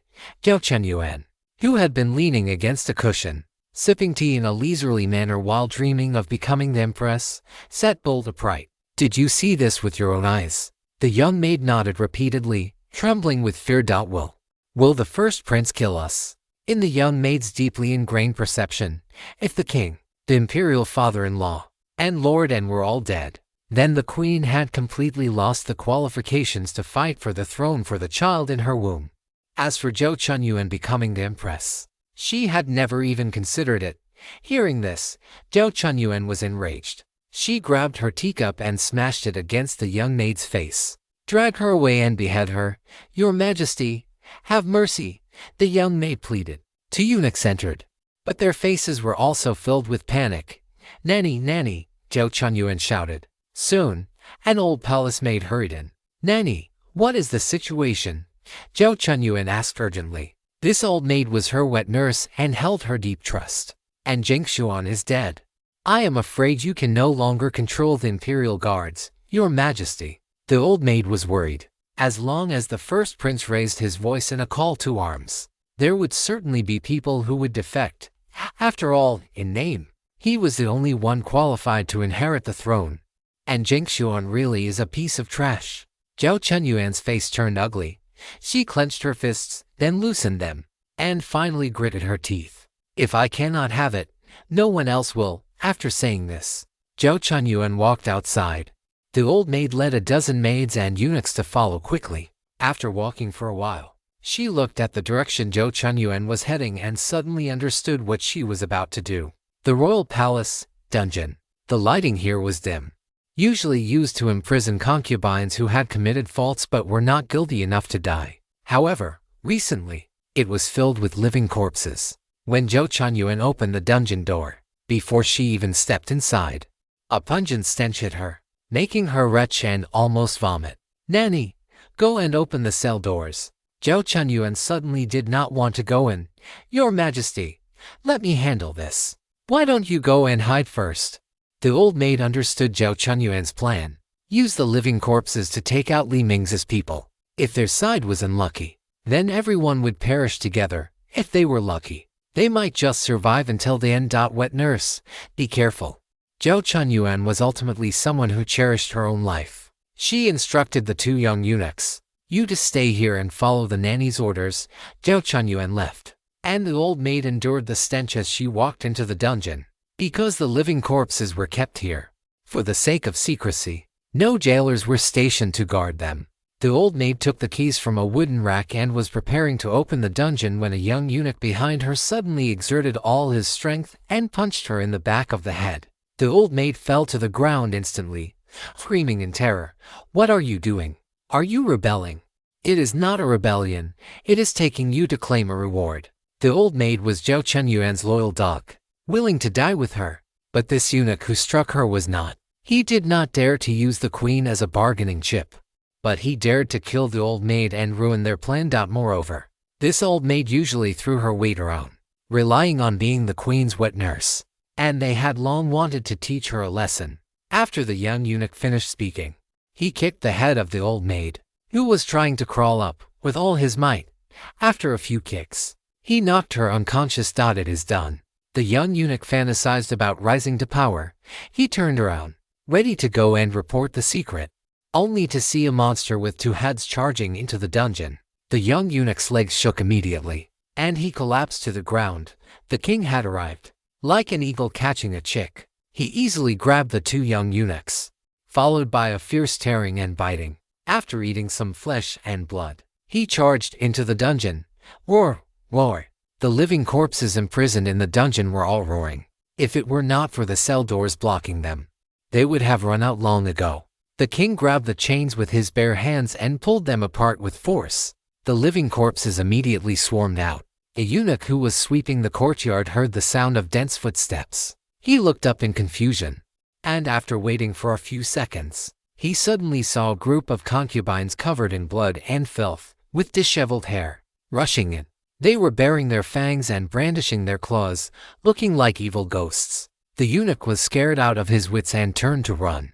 The entire palace was in complete chaos, and the number of living corpses was increasing rapidly. The maids and eunuchs without weapons could not kill these monsters at all. Lin Baici led the group toward Zhou Chunyuan's bedchamber. In his view, this woman could also be considered a native of the divine ruins, and perhaps she also had the qualifications to kill the king. Halfway there, Lin Baici's stomach growled. Gurgle. He was hungry. Lin Baici stopped immediately and felt carefully.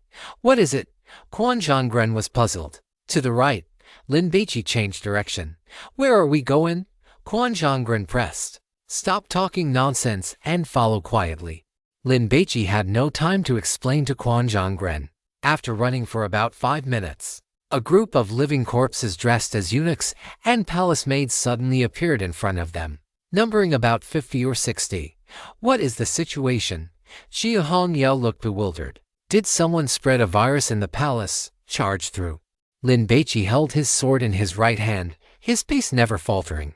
Are you crazy? Quan Zhongren did not understand. Can't we go around them? These things were monsters that could turn a person into a living corpse with just one bite or scratch. Unless absolutely necessary. Quan Zhongren did not want to take the risk. Seeing the humans, the living corpses ran even faster. Lin Baici took a deep breath and activated his divine favor. In the sky, a fine drizzle began to fall immediately. It felt slightly cool as it landed on his body, and the phantom image of a great Buddha condensed behind him, solemn, towering, sacred. The living corpses rushed to within 20 meters. Lin Baici exhaled in one breath, floating life night rain. Wild Buddha blows out the lamp, whoosh!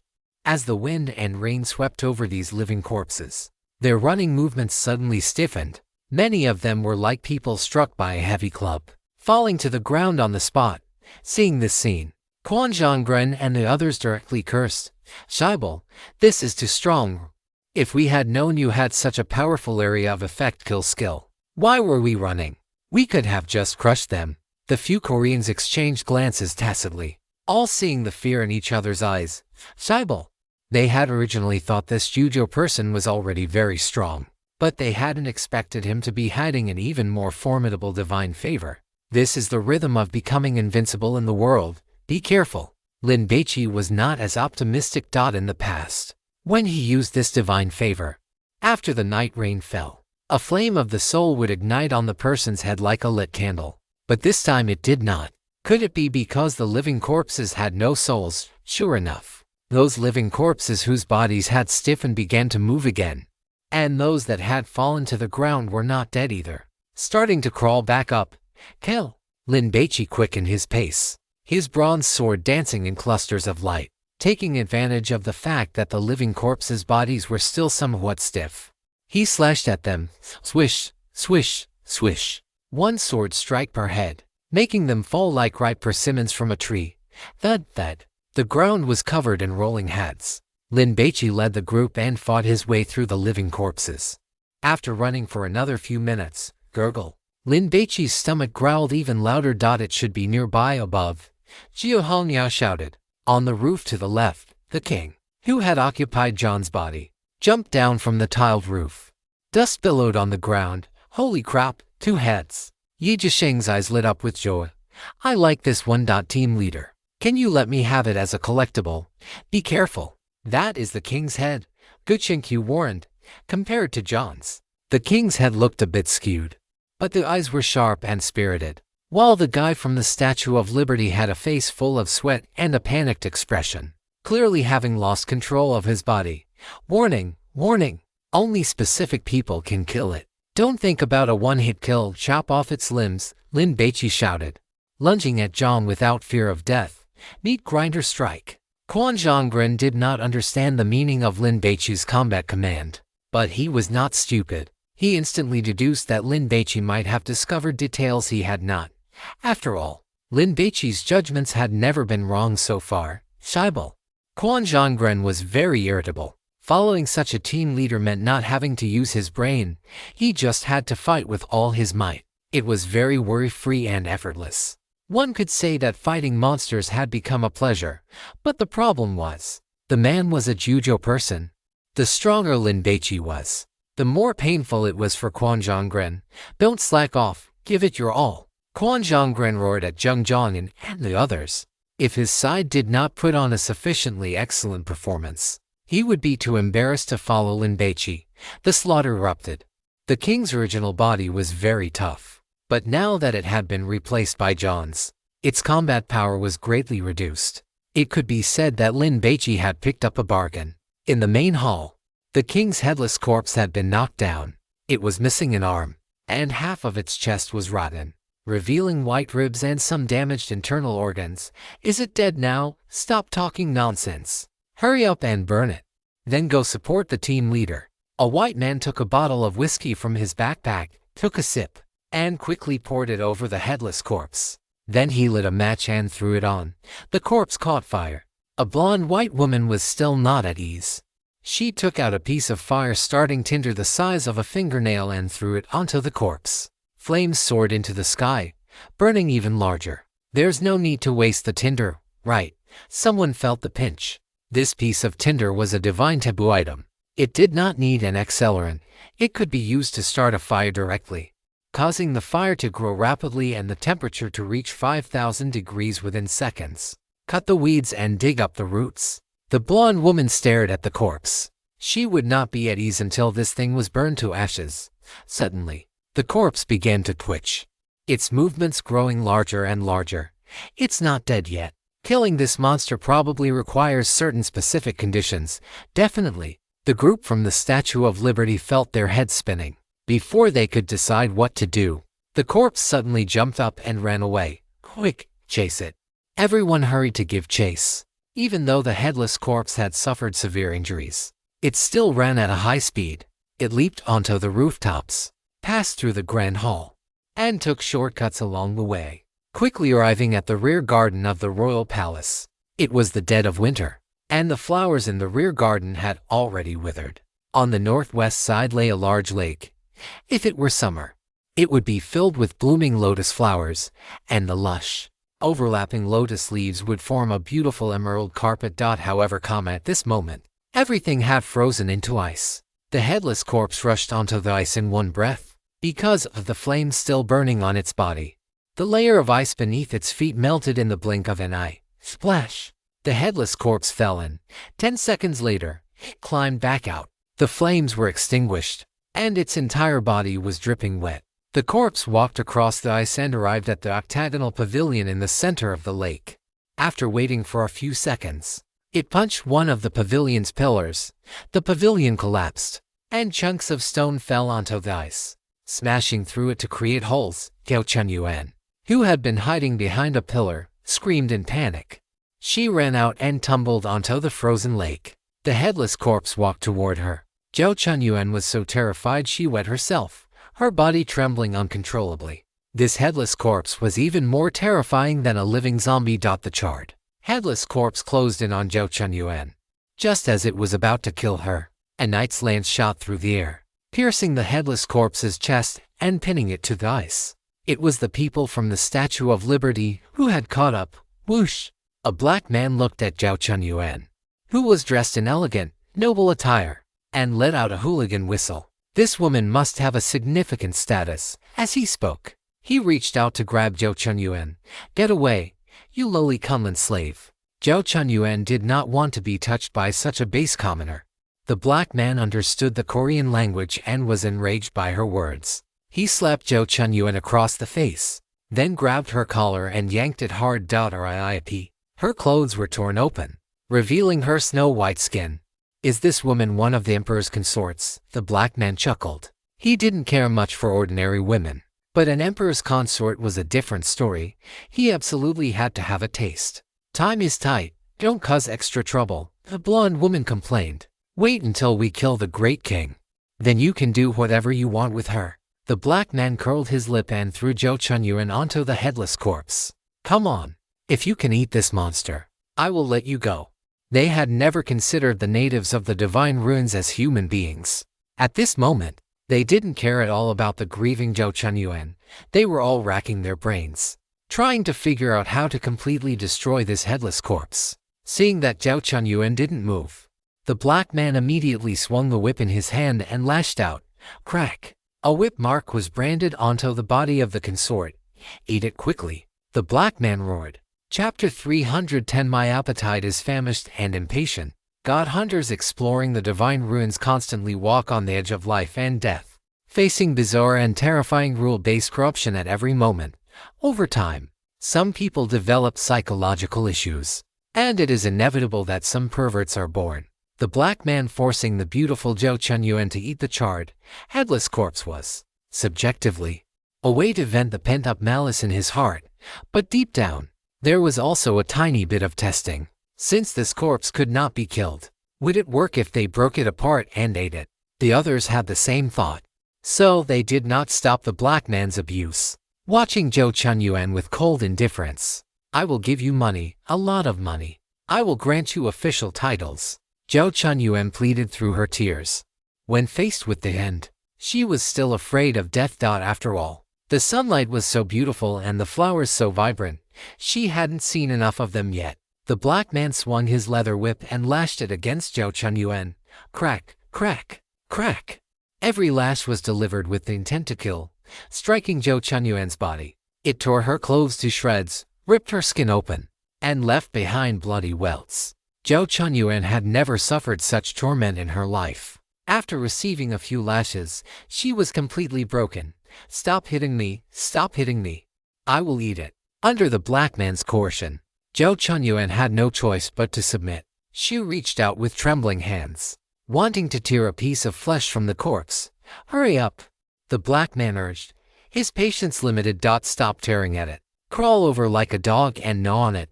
Zhou Chunyuan resisted, but after being whipped twice more, she completely collapsed.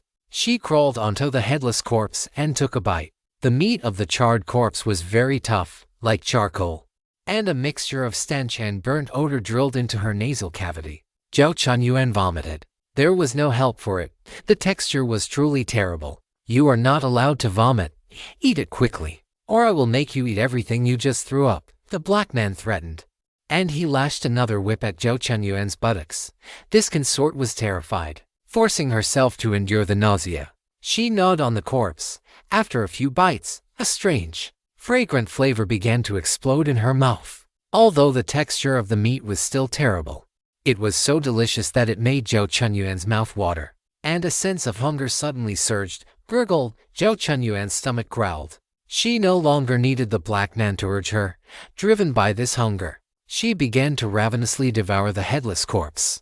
The black man found it quite interesting and laughed a few times, but suddenly, he sensed that something was wrong. Why was this consort, who was crawling on the ground like a dog, eating with such intensity? There is a problem. Kill it, the blonde woman shouted, lunging toward Zhou Chunyuan at the same time. Zhou Chunyuan suddenly lifted her head, roaring like an angry lioness. The sound waves were piercing.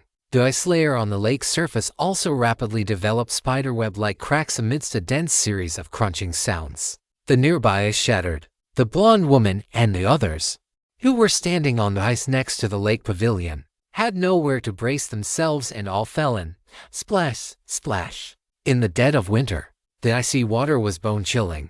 The black man held his breath, wanting to swim to the shore and climb out as quickly as possible. But after falling into the water, he saw long, strip-like objects wrapped tightly in linen cloth floating in the water.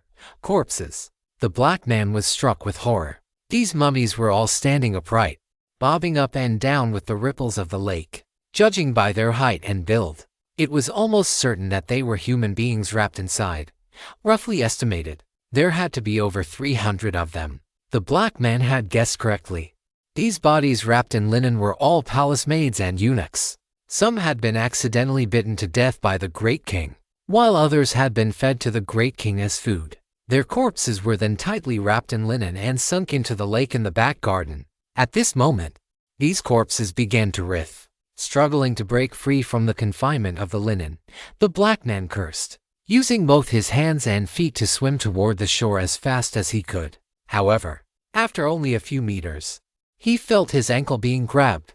Looking back, he saw the linen on a corpse beside his leg unraveling. An arm, bloated and whitened from soaking in the water, reached out from within and clamped onto his ankle. The black man immediately kicked out with his other foot, but because he was underwater, the resistance made it impossible to exert any real force. Just as he was about to use his divine grace to kill the monster, a living corpse swam over from behind, grabbed the linen with both hands, looped it around his neck, and pulled it tight. Soon, the black man was dragged onto the shore, where he was hauled toward Zhou Chunyuan by two living corpses like a dead fish. The lady had already shed her ornate robes and stood there naked. Her skin was snow white, and with over a dozen whip marks across it, she possessed a strange, eerie beauty. Zhao Chunyuan looked at the black man, raised her delicate, fair foot, and stomped down hard on his head. The black man's head shattered. The blonde woman gathered all her strength and swam toward the opposite bank. Some living corpses were in pursuit, but most of the others lacked her strength and luck. They were caught by the living corpses and dragged back to Zhao Chunyuan. Zhao Chunyuan crouched down and, as if eating sashimi, began to devour these god hunters from the Statue of Liberty. She discovered that the flesh of these people was delicious and full of nutrients. Every bite made her feel delighted. Happy. Zhao Chunyuan's eyes were scarlet and ruthless. From the corners of her mouth, irregular patterns glowing with a dark red light began to spread across her cheeks and body. God hunters could not kill the Great King. Only specific characters in the God Forbidden game could do so, including Physician Li, Dai Jiangjiam, and Jingshuan, the father-in-law of the emperor, the first prince. Zhao Chunyuan was one of them. The black man had stumbled upon the right method, but his approach was wrong.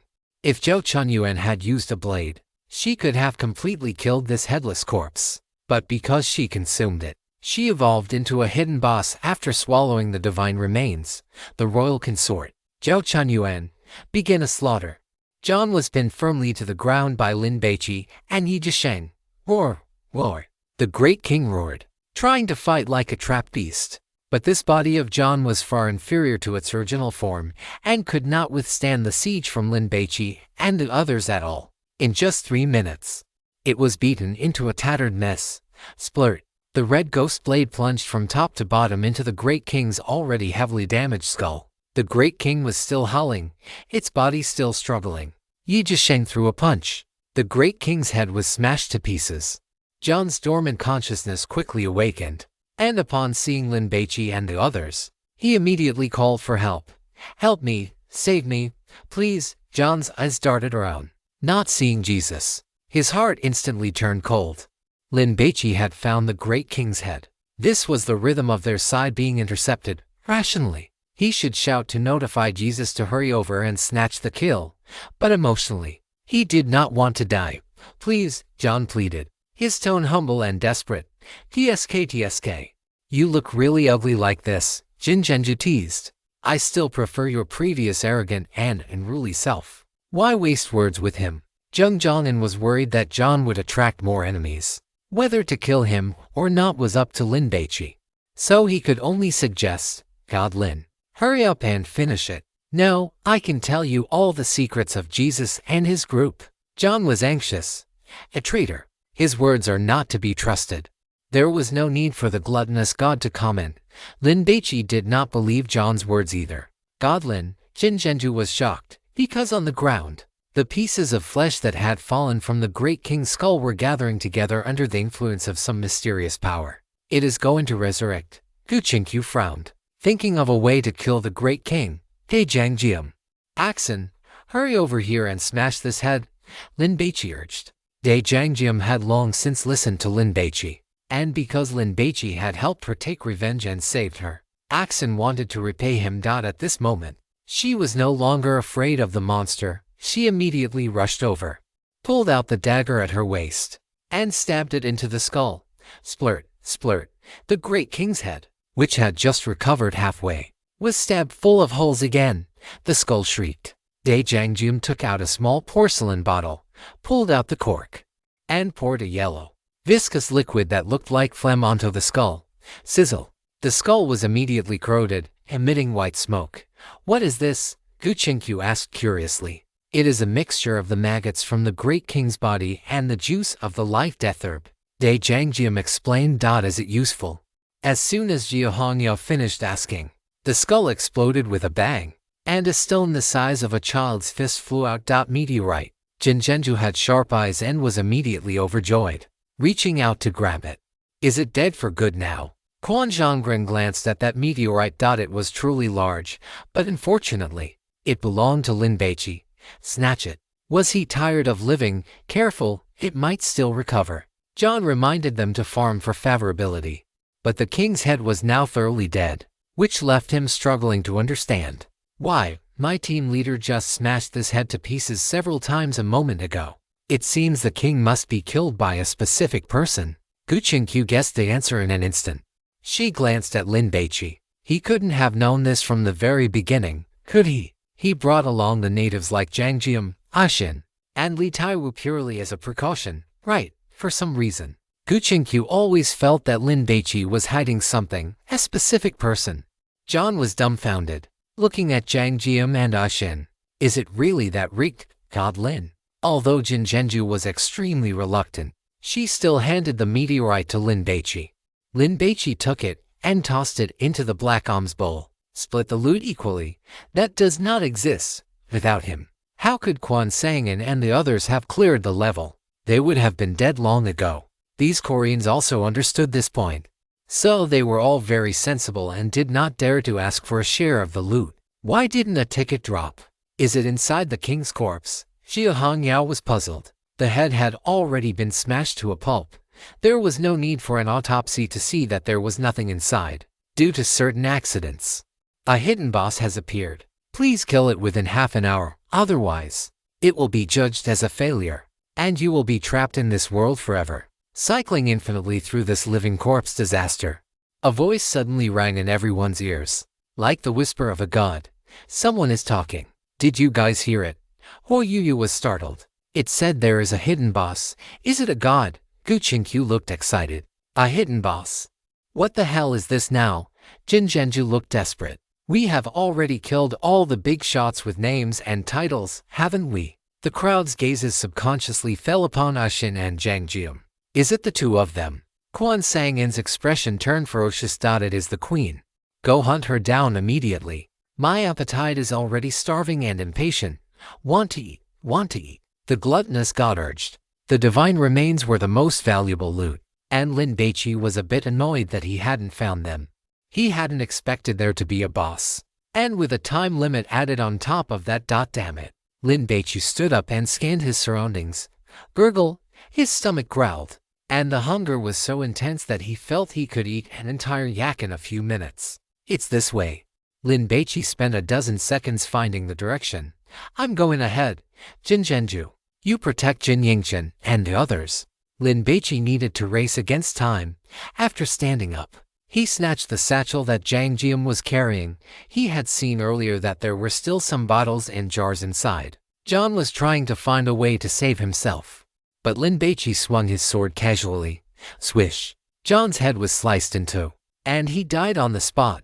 Xia Hongyao, Yi Jisheng, and Quan Sangin immediately followed. In the palace, the living corpses were even more frantic. Running around in groups like cockroaches, they were everywhere, and there were almost no living people left to be seen. Quan Sangin stared at Lin Baici, strongly suspecting that he had a way to pinpoint the hidden boss's location, because he didn't search at all, but instead sprinted straight ahead. After passing through a moon gate, the four of them entered the back garden. Over there, Xia Hongyao spotted a woman sitting in the pavilion in the middle of the lake without any clothes on. Shit, a lot of people have died here. Quan Sangin was nervous. On the surface of the lake, there were still some patches of ice that hadn't broken, and there were large swaths of bright red blood, along with some severed limbs, some bloated. Pale living corpses were gathered in twos and threes around the corpses like wild dogs, feeding. It's that queen. Yi Jisheng looked at Zhao Chunyuan. This body is so perfect. I want to collect it. Charge. Lin Baici led the charge. There were only 20 minutes left. They had to finish the battle quickly. Xia Hongyao rushed out a dozen meters and ran ahead of Lin Baici. Seeing this scene, Quan Sangin was so envious that he was almost drooling. I also want such a loyal dog. She can fight, she's loyal, and she's beautiful too. Look at this figure, a natural beauty. Definitely not comparable to those women who have gone under the knife. When the four of them reached the lakeside, the living corpses heard the commotion and immediately stood up, rushing toward them. Their bloody faces looked exceptionally terrifying. Special living corpses, immune to physical damage. Even if hacked into chunks of meat, they can recover quickly. Hearing this, Lin Baici quickly took out the pine torch. Spread out, Lin Baici growled. He bent down, holding the torch in his right hand, and swiped it across the ice. The torch ignited, and the orange-red flame seemed to make this cold winter day feel instantly warmer. Quan sang and stared fixedly at the flame, like a child longing for a mother's embrace, and lunged toward it. He wanted to hug it, to possess it. "Be careful," Yi Zhisheng shouted. Although Quan Sang was behind Lin Baici and he couldn't see, he had been on guard, because the pine torch, this divine taboo item, would make people develop the urge to throw themselves into the fire like moths. Once ignited, there was no hope of survival. Lin Baici turned around and swept a whip kick toward Quan Sang's face. Chapter 311. Thanks for nature's gift. The winter was biting, and the wind and snow raged. In the palace, the corpses stampeded, resembling hell. Quan Sang couldn't beat Lin Baici, but he wouldn't be killed in one hit either. Facing Lin Baici's sudden turning kick, he leaned back sharply, his entire upper body becoming parallel to the ground. After dodging Lin Baici's kick, he braced his hands on the ice and kicked his leg from bottom to top toward Lin Baici's chin. Lin Baici finished his move, but instead of attacking, he sprinted forward, incidentally dodging the kick. After a backflip, Quan Zhonggren landed and immediately crouched, preparing to pounce like a hunting leopard. But 3 stones flew through the air and struck the ice near his landing spot. Bang, bang, the ice, already riddled with cracks, developed even more spiderweb fractures but did not shatter. However, as Quan Zhonggren exerted force through his feet to dash forward, he ended up crushing the ice, causing him to fall in up to his waist. Listening to the sound of splashing behind him, Lin Baici was not surprised. He had never intended to kill Quan Zhonggren. That kick was merely to distract him, while the real lethal move was using the red clay figurines to shatter the ice. After falling into the water, the freezing lake temperature made Quan Zhonggren shudder violently. He looked at Lin Baici's retreating back and felt a chill run down his spine. "What have I done?" Quan Zhonggren shook his head vigorously, his gaze subconsciously falling on the torch in Lin Baici's hand. The flame was warm, gentle, and bright, like a mother's embrace. "Damn it. This is another top-tier divine taboo item." Quan Zhonggren quickly looked away, his heart filled with intense envy. Why does someone as young as Lin Baici possess so many top-tier divine taboo items? Could he really be Xiao Hongmian's boy toy? Or did he get them through his own strength? Even Jin Xian, hailed as the once-in-a-century genius of the Shizong sect, wasn't as outstanding as this guy at his age. But this guy is truly strong. If Lin Baici had held any murderous intent during their exchange just now, he would have been dead or at least severely crippled. Quan Zhonggren, stop spacing out. Fight the monsters, Lin Baici roared. Jiu Hongyao and Yi Zhisheng had spread out, drawing away some of the living corpses, but many were still lunging toward Lin Baici. Lin Baici flicked his left hand and threw his bronze sword. Whoosh! Longya carried a green afterimage as it swept across the necks of 7 palace-made living corpses. Thud, thud. 7 bloated heads fell off and rolled in different directions. But they were not dead yet. The headless bodies continued to charge, though without their facial features. Their ability to track enemies dropped significantly. Lin Baici arrived and swung the pinewood torch fiercely. Bang, bang. Even though the clothes on these palace maids were soaked, as soon as the flames of the pinewood torch touched them, they ignited instantly as if doused in gasoline, turning into human-shaped candles. Where they walked, the ice melted, and white steam rose in puffs, only to be blown away by the wind and snow before it could obscure his vision. Lin Baici wasn't throwing his flying sword randomly. He had a tactical purpose. Headless living corpses were easier to kill, so Lin Baici used his positioning to make these headless corpses block the others, ensuring he wouldn't be surrounded. He wasn't in a rush to kill Zhou Chenyuan. He was clearing out these palace-made living corpses first. "Little Lin, be careful. These living corpses can't be killed," Jiu Hongyao shouted. She had hacked a living corpse into 5 pieces, but in the blink of an eye, it reassembled itself as if it were made of modeling clay. "Don't fight them. Keep running and stall for time," Lin Baici commanded. 1 second, 2 seconds, 3 seconds. As expected of special living corpses that were immune to physical damage, they still persisted for over 20 seconds under the burning of the pinewood torch before falling to the ground with a thud. When the flames died out, one could see a charred, human-shaped piece of charcoal, emitting the stench of burning fat and black smoke. "Damn, this torch is really powerful," Quan Zhonggren sighed. He had already seen that blades couldn't kill these living corpses at all. They were incredibly difficult to deal with. In reality, Quan Zhonggren didn't know that if it were a human being, they would have been reduced to a pile of black ash within 3 seconds of being ignited by the pinewood torch. Quan Zhonggren, handle these few living corpses and draw their attention. Seeing Quan Zhonggren approach, Lin Baici immediately assigned him a task. Swish. Lin Baici quickly took out a card and activated it. Swish. After a flash of green light, over 100 green goblins appeared. They were short, about 50 to 60 centimeters tall, with ugly faces, green skin, and large wooden clubs. They shrieked and lunged at the living corpses, biting and hitting them.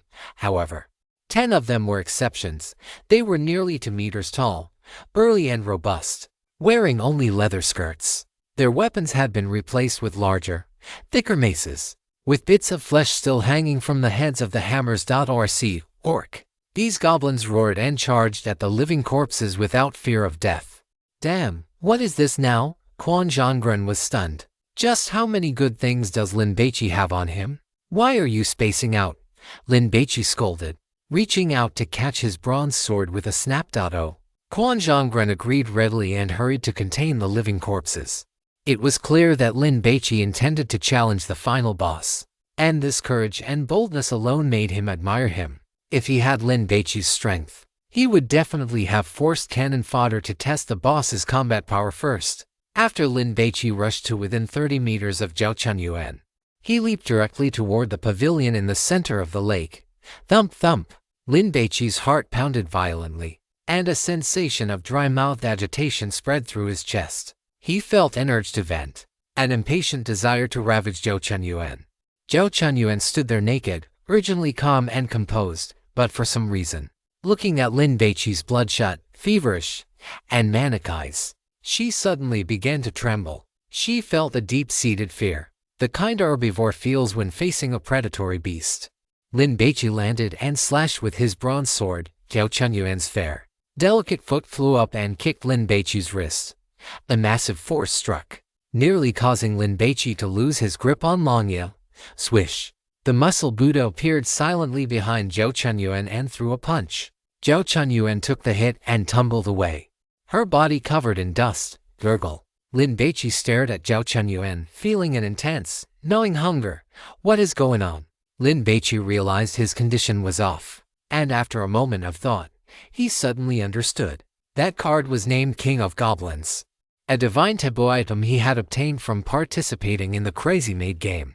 Using this card allowed him to summon an army of 100 goblins, including 10 great goblin warriors. Lin Baici had used it to have the goblins pin down the palace-made living corpses, buying him time to kill Zhao Chunyuan. But he had forgotten that this card had other effects. Once the card was activated, the user would emit an aura of soul pressure. This aura affected all female creatures. When facing the user, they would feel natural dread, fear, and even a psychological urge to submit. The strength of the effect depended on the target's mental fortitude. You have got to be kidding me. Zhao Chunyuan, who had turned into a living corpse, was also affected by the aura because she was female. That is correct. She is afraid of you. It just swallowed a divine remnant, so its self-awareness has only just been born, meaning its mental fortitude is very weak. Your chance has arrived. Before you eat it, do you want to have a go at it first? Lin Baici ignored the gluttonous god's teasing. He noticed Zhao Chunyuan's body trembling slightly, which left him speechless. He had originally intended to use the goblins, but he had not expected the aura effect to provide even greater value. An unexpected harvest, indeed. After rolling a few times, Zhao Chunyuan scrambled to her feet and immediately let out a shrill shriek. All the living corpses throughout the palace stopped instantly. Once they identified the direction of the sound, they began to sprint toward the back garden. A corpse tide is approaching. You only have 3 minutes of combat time. The longer you drag this out, the higher your mortality rate will be. Hurry and eat it, eat it. The muscle Buddha charged, rushing toward Zhao Chunyuan. Lin Baici frowned. The muscle Buddha was too heavy, and the ice beneath its feet creaked and groaned, threatening to shatter at any moment. Having taken a punch, Zhao Chunyuan understood the muscle Buddha's strength. She did a backflip with her bare feet and suddenly vanished into thin air. Scheibel. Quan Zhonggren, who had been keeping a close eye on the battle, cursed immediately. The boss could even turn invisible. This is incredibly troublesome. Lin Baici twisted his sword hilt, sheathed the bronze sword at his belt, and swiftly pulled out the ghost spirit oil lamp. He blew on it, igniting it. A dim, warm light immediately spilled outward. Zhao Chunyuan's figure appeared. She had already circled behind Lin Baici, preparing for a sneak attack. Lin Baici played along, feigning a panicked expression and shouting, "Where is it?" just as Zhao Chunyuan reached behind Lin Baici and prepared to bite him, turning him into a living corpse. The red clay mud man unleashed a barrage of flying stones. Thwack, thwack, thwack. The stone struck the back of Zhao Chunyuan's head, causing her to stumble and lose her balance. Lin Baici turned her on instantly and thrust the pine torch in his hand into the fair belly of the consort. The immense force caused Zhao Chunyuan to double over like a shrimp.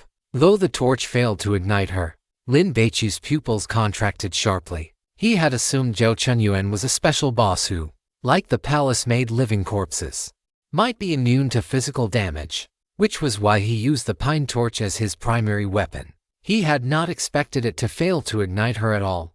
A miscalculation. Lin Baici immediately discarded the torch and switched back to his bronze sword. But Zhao Chunyuan endured the sharp pain and lunged at him. Damn it! Lin Baici did not have time to draw his sword, so he could only hold the oil lamp in one hand and strike with the other. Drunk in a mortal fist, bang, bang!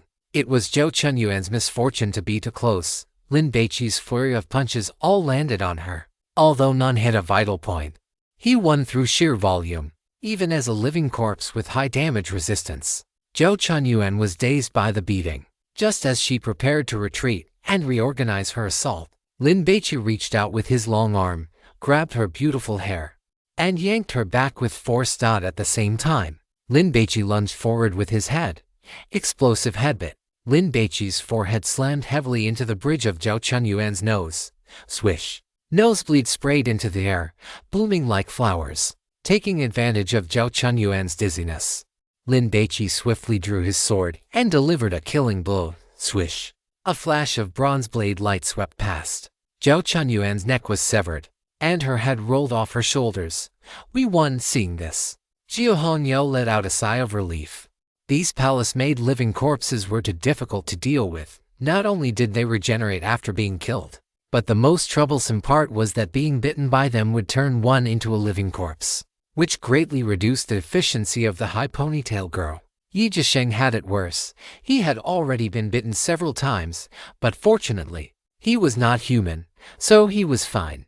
Quan Zhonggren had still been slacking off. After all, if he put in the effort, he would not get a share of the loot anyway. Zhao Chunyuan's head, which was rolling on the ground, suddenly opened its rouge-painted cherry lips and, with a puff, sprayed out a massive cloud of green poisonous mist. Lin Baici had been extremely cautious, but he still could not dodge it.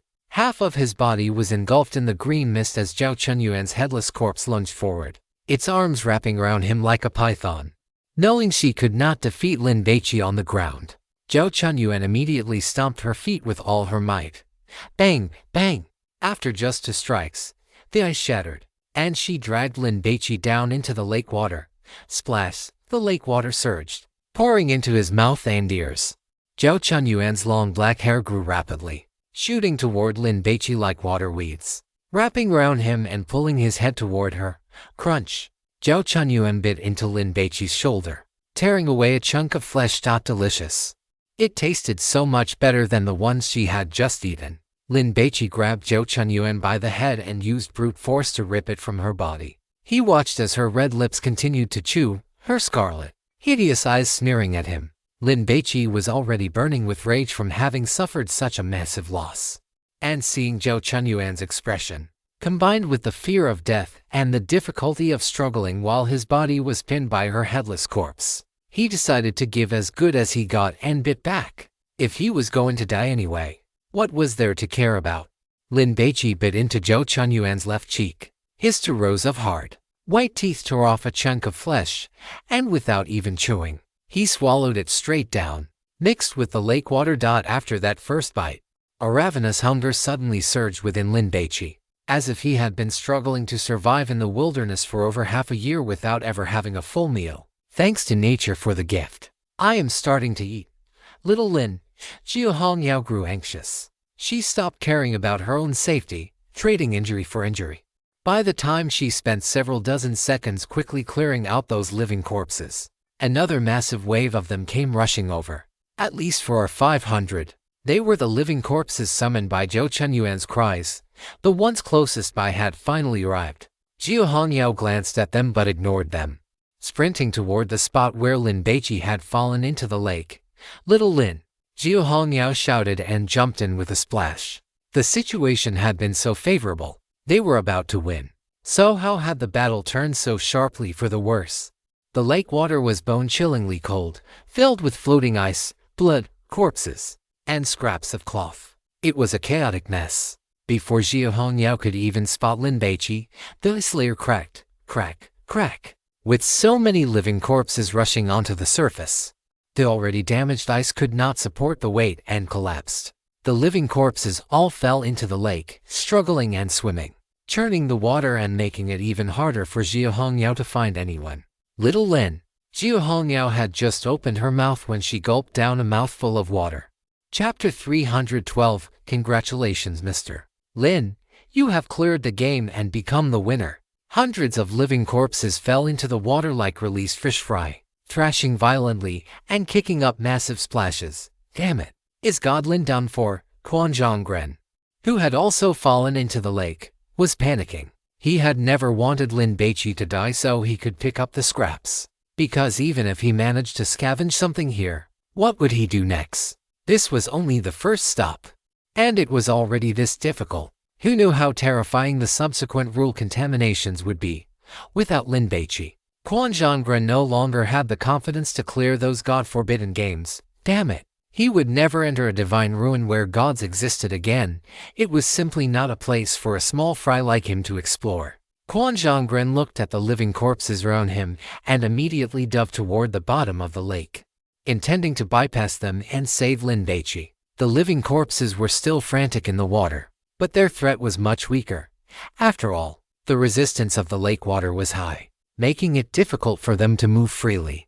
And many of the living corpses didn't even know how to swim. Jiu Hongyao held her breath and dove to the bottom of the lake, trying to find Lin Baici. Lin Baici was being entangled by Zhou Chenyuan's headless corpse as they sank toward the lake bed. He didn't care anymore. Like a starving shark, he tore into Zhou Chenyuan's head, bite after bite.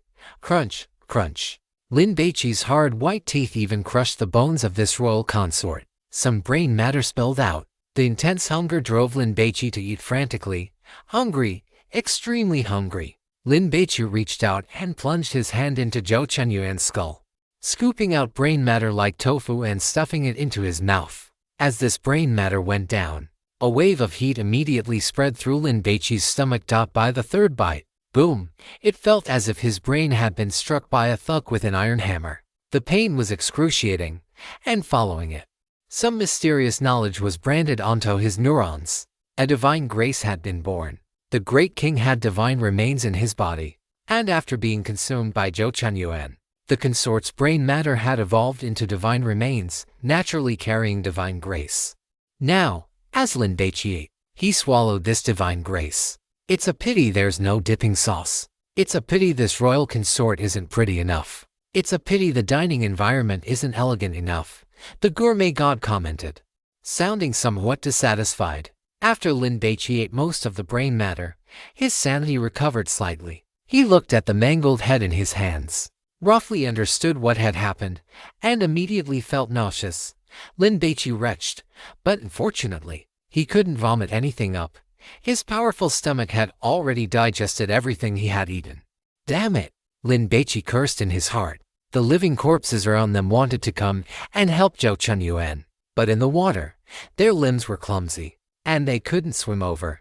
Lin Baici had swallowed quite a bit of water. His stomach felt uncomfortably bloated, and he was starting to feel the sensation of suffocation. Just as he was preparing to surface for air, he suddenly remembered the white pufferfish tooth he had obtained in the museum Divine Ruin. He took out the tooth, which was the size of a red date. as quickly as he could and held it in his mouth. Whoosh! Two streams of air immediately sprayed out from Lin Baici's nose. This god-forbidden item allowed the person holding it to stay underwater for about 30 minutes without needing to surface for air. However, this white pufferfish tooth could not be used frequently, or it would make the user loathe the land and crave a life in the water. Lin Baici swam, stirring up the silt at the bottom of the lake. Jia Hongyao was about to reach her limit, but she persisted for the sake of finding Lin Baici. It was a snowy winter day with dark clouds filling the sky. No sunlight reached the bottom of the lake. Combined with the obstruction of the living corpses, the light at the bottom was very dim, and visibility was extremely low. The lake was full of water, and she couldn't call out to anyone, which made Jia Hongyao sweat with anxiety. Suddenly, a giant hand condensed from divine power shot over from the distance like a harpoon, grabbed her, and pulled her out. "Is that little Lin?" Jia Hongyao's expression brightened. This was Lin Baici's divine grace, grasp of the Reaper. Sure enough, in the blink of an eye, she saw Lin Baici floating at the bottom of the lake, holding a woman's head. The long black hair on her head floated like seaweed, and paired with the expression of someone who had died with grievances. It was quite terrifying. Jia Hongyao was pulled to his side by Lin Baici, and she immediately reached out to check his body. Damn it, he had been bitten. Lin Baici looked at the girl with the high ponytail, who was filled with worry, and smiled. He then extended his thumb and pointed upward, signaling that they needed to surface immediately. Jia Hongyao nodded. She was also reaching her limit for holding her breath. Seeing this, Lin Baici kissed the girl with the high ponytail on her lips. HMM. Jia Hongyao was completely bewildered. What is little Lin doing? And what is with that tongue of yours, pushing against mine? Although the girl with the high ponytail didn't understand, she trusted Lin Baici implicitly. She didn't think for a second that he was taking advantage of her, so she obediently parted her teeth. A hard object the size of a candy cube was pushed into her mouth by Lin Baici's tongue. Jia Hongyao immediately felt oxygen flooding her system, and the sensation of suffocation faded away. Lin Baici patted Jia Hongyao on the shoulder and began to swim toward the surface. Is that the white pufferfish tooth? Jia Hongyao was deeply moved. Little Lin is truly so good to me. If I don't give little Lin a set of twins to carry on his family line, it wouldn't be enough to match this level of friendship. However, little Lin isn't lacking in women, so it seems I can only help him raise his children. Jia Hongyao was very happy because Lin Baici was holding the head of the royal consort, which meant the boss fight was over. We should have cleared the stage, right? Jia Hongyao felt wonderful. The first round, done and dusted. Lin Baici climbed onto the shore and tossed Zhou Chunyuan's head aside, before he could turn around to pull Jia Hongyao up. The girl with the high ponytail climbed up as well. She has been infected. In a few minutes, she will become a living corpse. I suggest you eat her quickly, otherwise, it will be a waste. What? Lin Baici was startled upon hearing the gourmet god's commentary. Hadn't the rule-based pollution already been purified? He looked at Jia Hongyao and discovered teeth marks from a living corpse's bite on her body. How did this happen? You actually got bitten. Lin Baici frowned. No choice. Just bad luck. Jia Hongyao shrugged. She didn't mention that it was because she was anxious to support Lin Baici and had used a life for a life fighting style. Otherwise, with her combat prowess and cautious approach, she never would have been bitten. But we killed the boss, so the rule-based pollution should be purified. We can clear the stage now. Jia Hongyao spat out the white pufferfish tooth, wiped the saliva off it, and handed it to Lin Baici. That's not necessarily true. Lin Baici opened the satchel he had taken from Dajiangjiam and poured out all the bottles and jars inside. Drink some of these. They should be useful, otherwise, Li Taiwu would have turned into a living corpse long ago. Come to think of it, the gourmet god didn't comment on whether I would turn into a living corpse. Lin Baici checked his own wounds and, for safety's sake, took a small bottle and drank some of the medicinal liquid in the lake. Those living corpses were struggling and splashing about. More were rushing into the back garden, but perhaps because Zhou Chunyuan had been killed, they no longer charged with a specific purpose. Instead, they stopped and wandered around in place. Some living corpses close to Lin Baici saw him and were still running toward him. Just as Lin Baici prepared to fight his way out, He heard the gourmet god's commentary.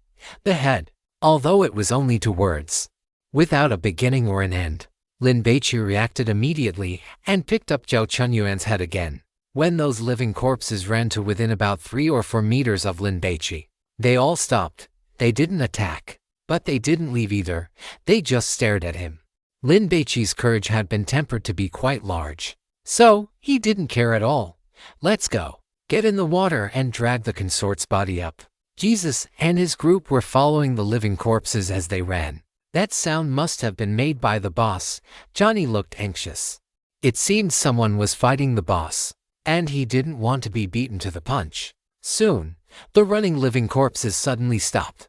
They had intended to wander, but upon discovering Jesus, they immediately began to chase and bite them. Fight through, Jesus roared.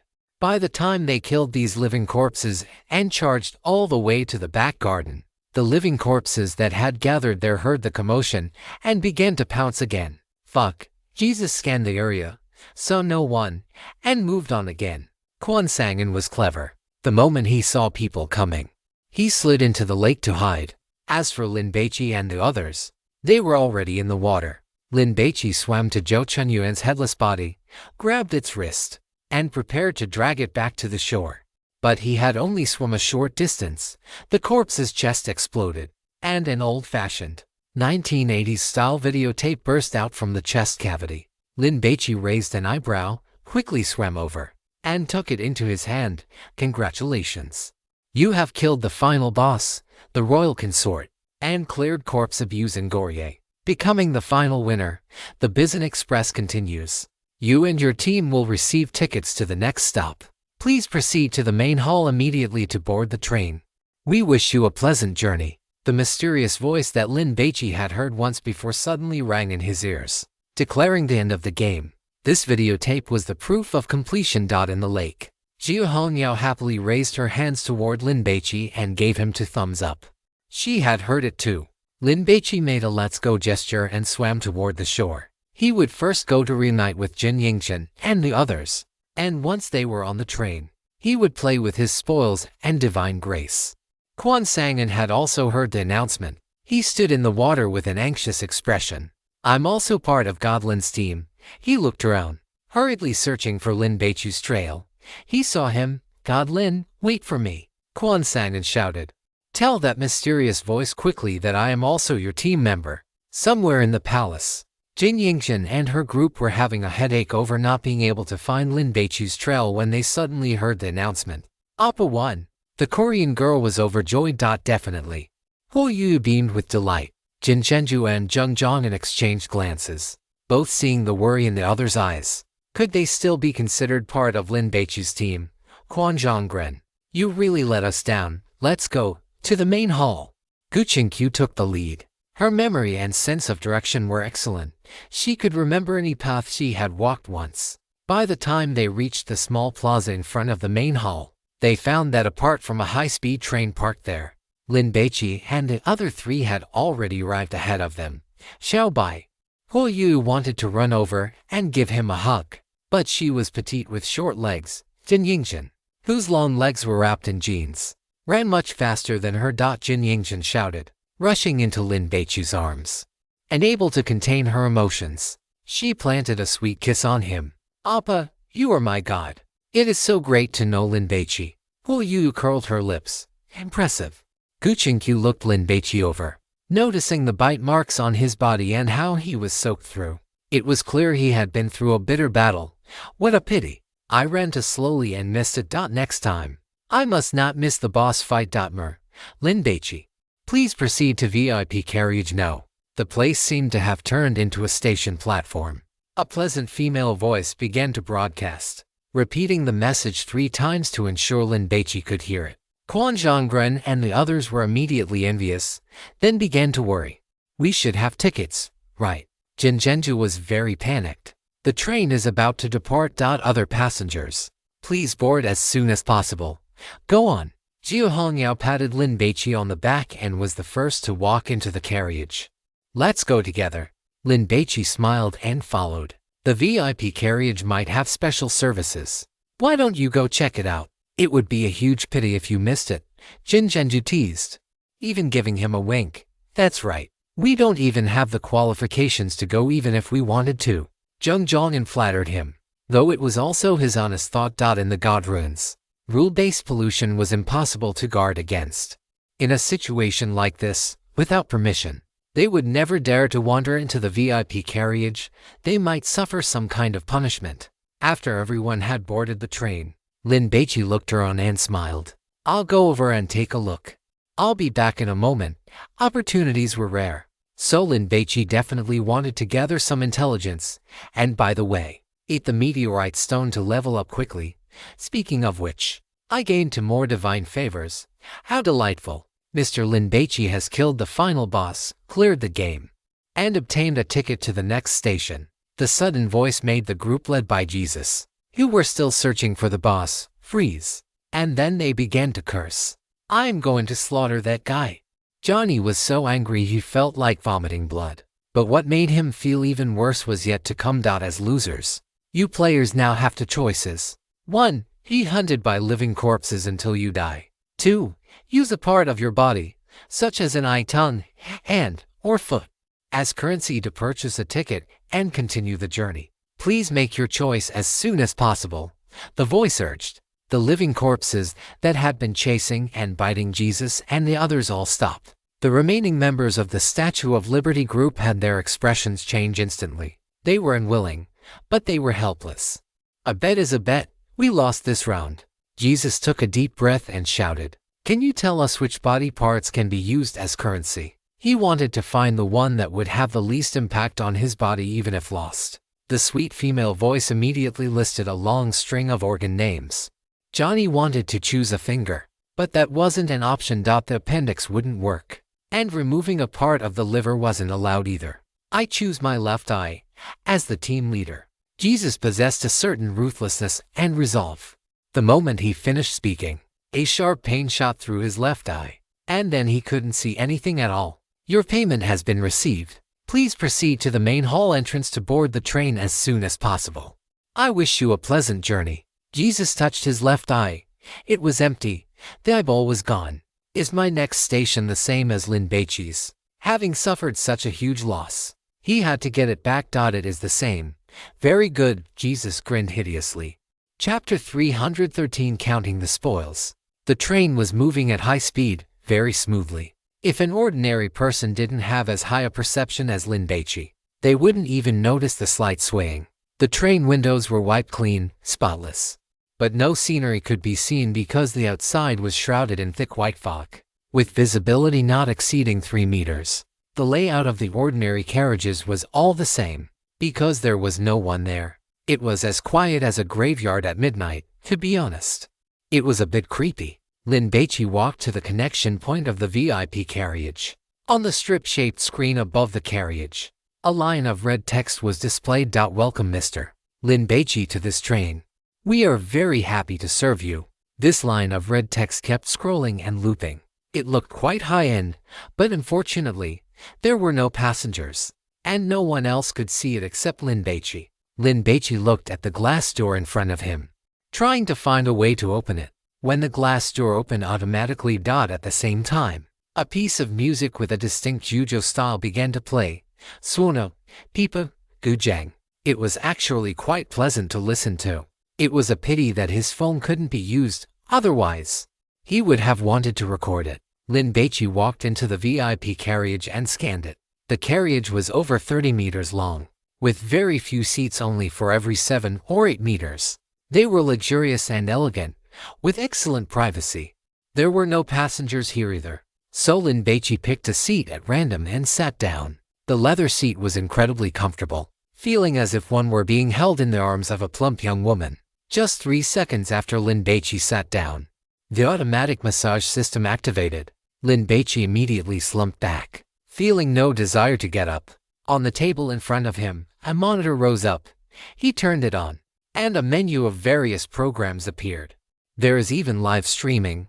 Lin Baici was surprised. Relying on the Korean he had crammed with Guching Xiong's help, he could understand some of it. He tapped the screen and selected the category labeled 18 with a plus sign next to it. Swish, the page changed. and rows of videos appeared, each with a real-time preview. Most of them were dancing, some were emotional late-night chats, and a small number were performing talents. The space under the table opened. Lin Baici leaned forward and looked down to see a built-in refrigerator. Inside were drinks, alcohol, desserts, fruits, tea bags, and coffee packets. He even saw a box of Durex. The selection was quite comprehensive. But Lin Baici dared not eat anything in the god ruins. It was better to be cautious. After checking the environment of the VIP carriage, Lin Baici took out the meteorite stone, rinsed it with clean water, and tossed it into his mouth. Gratitude for the gifts of nature, the gluttonous god prayed.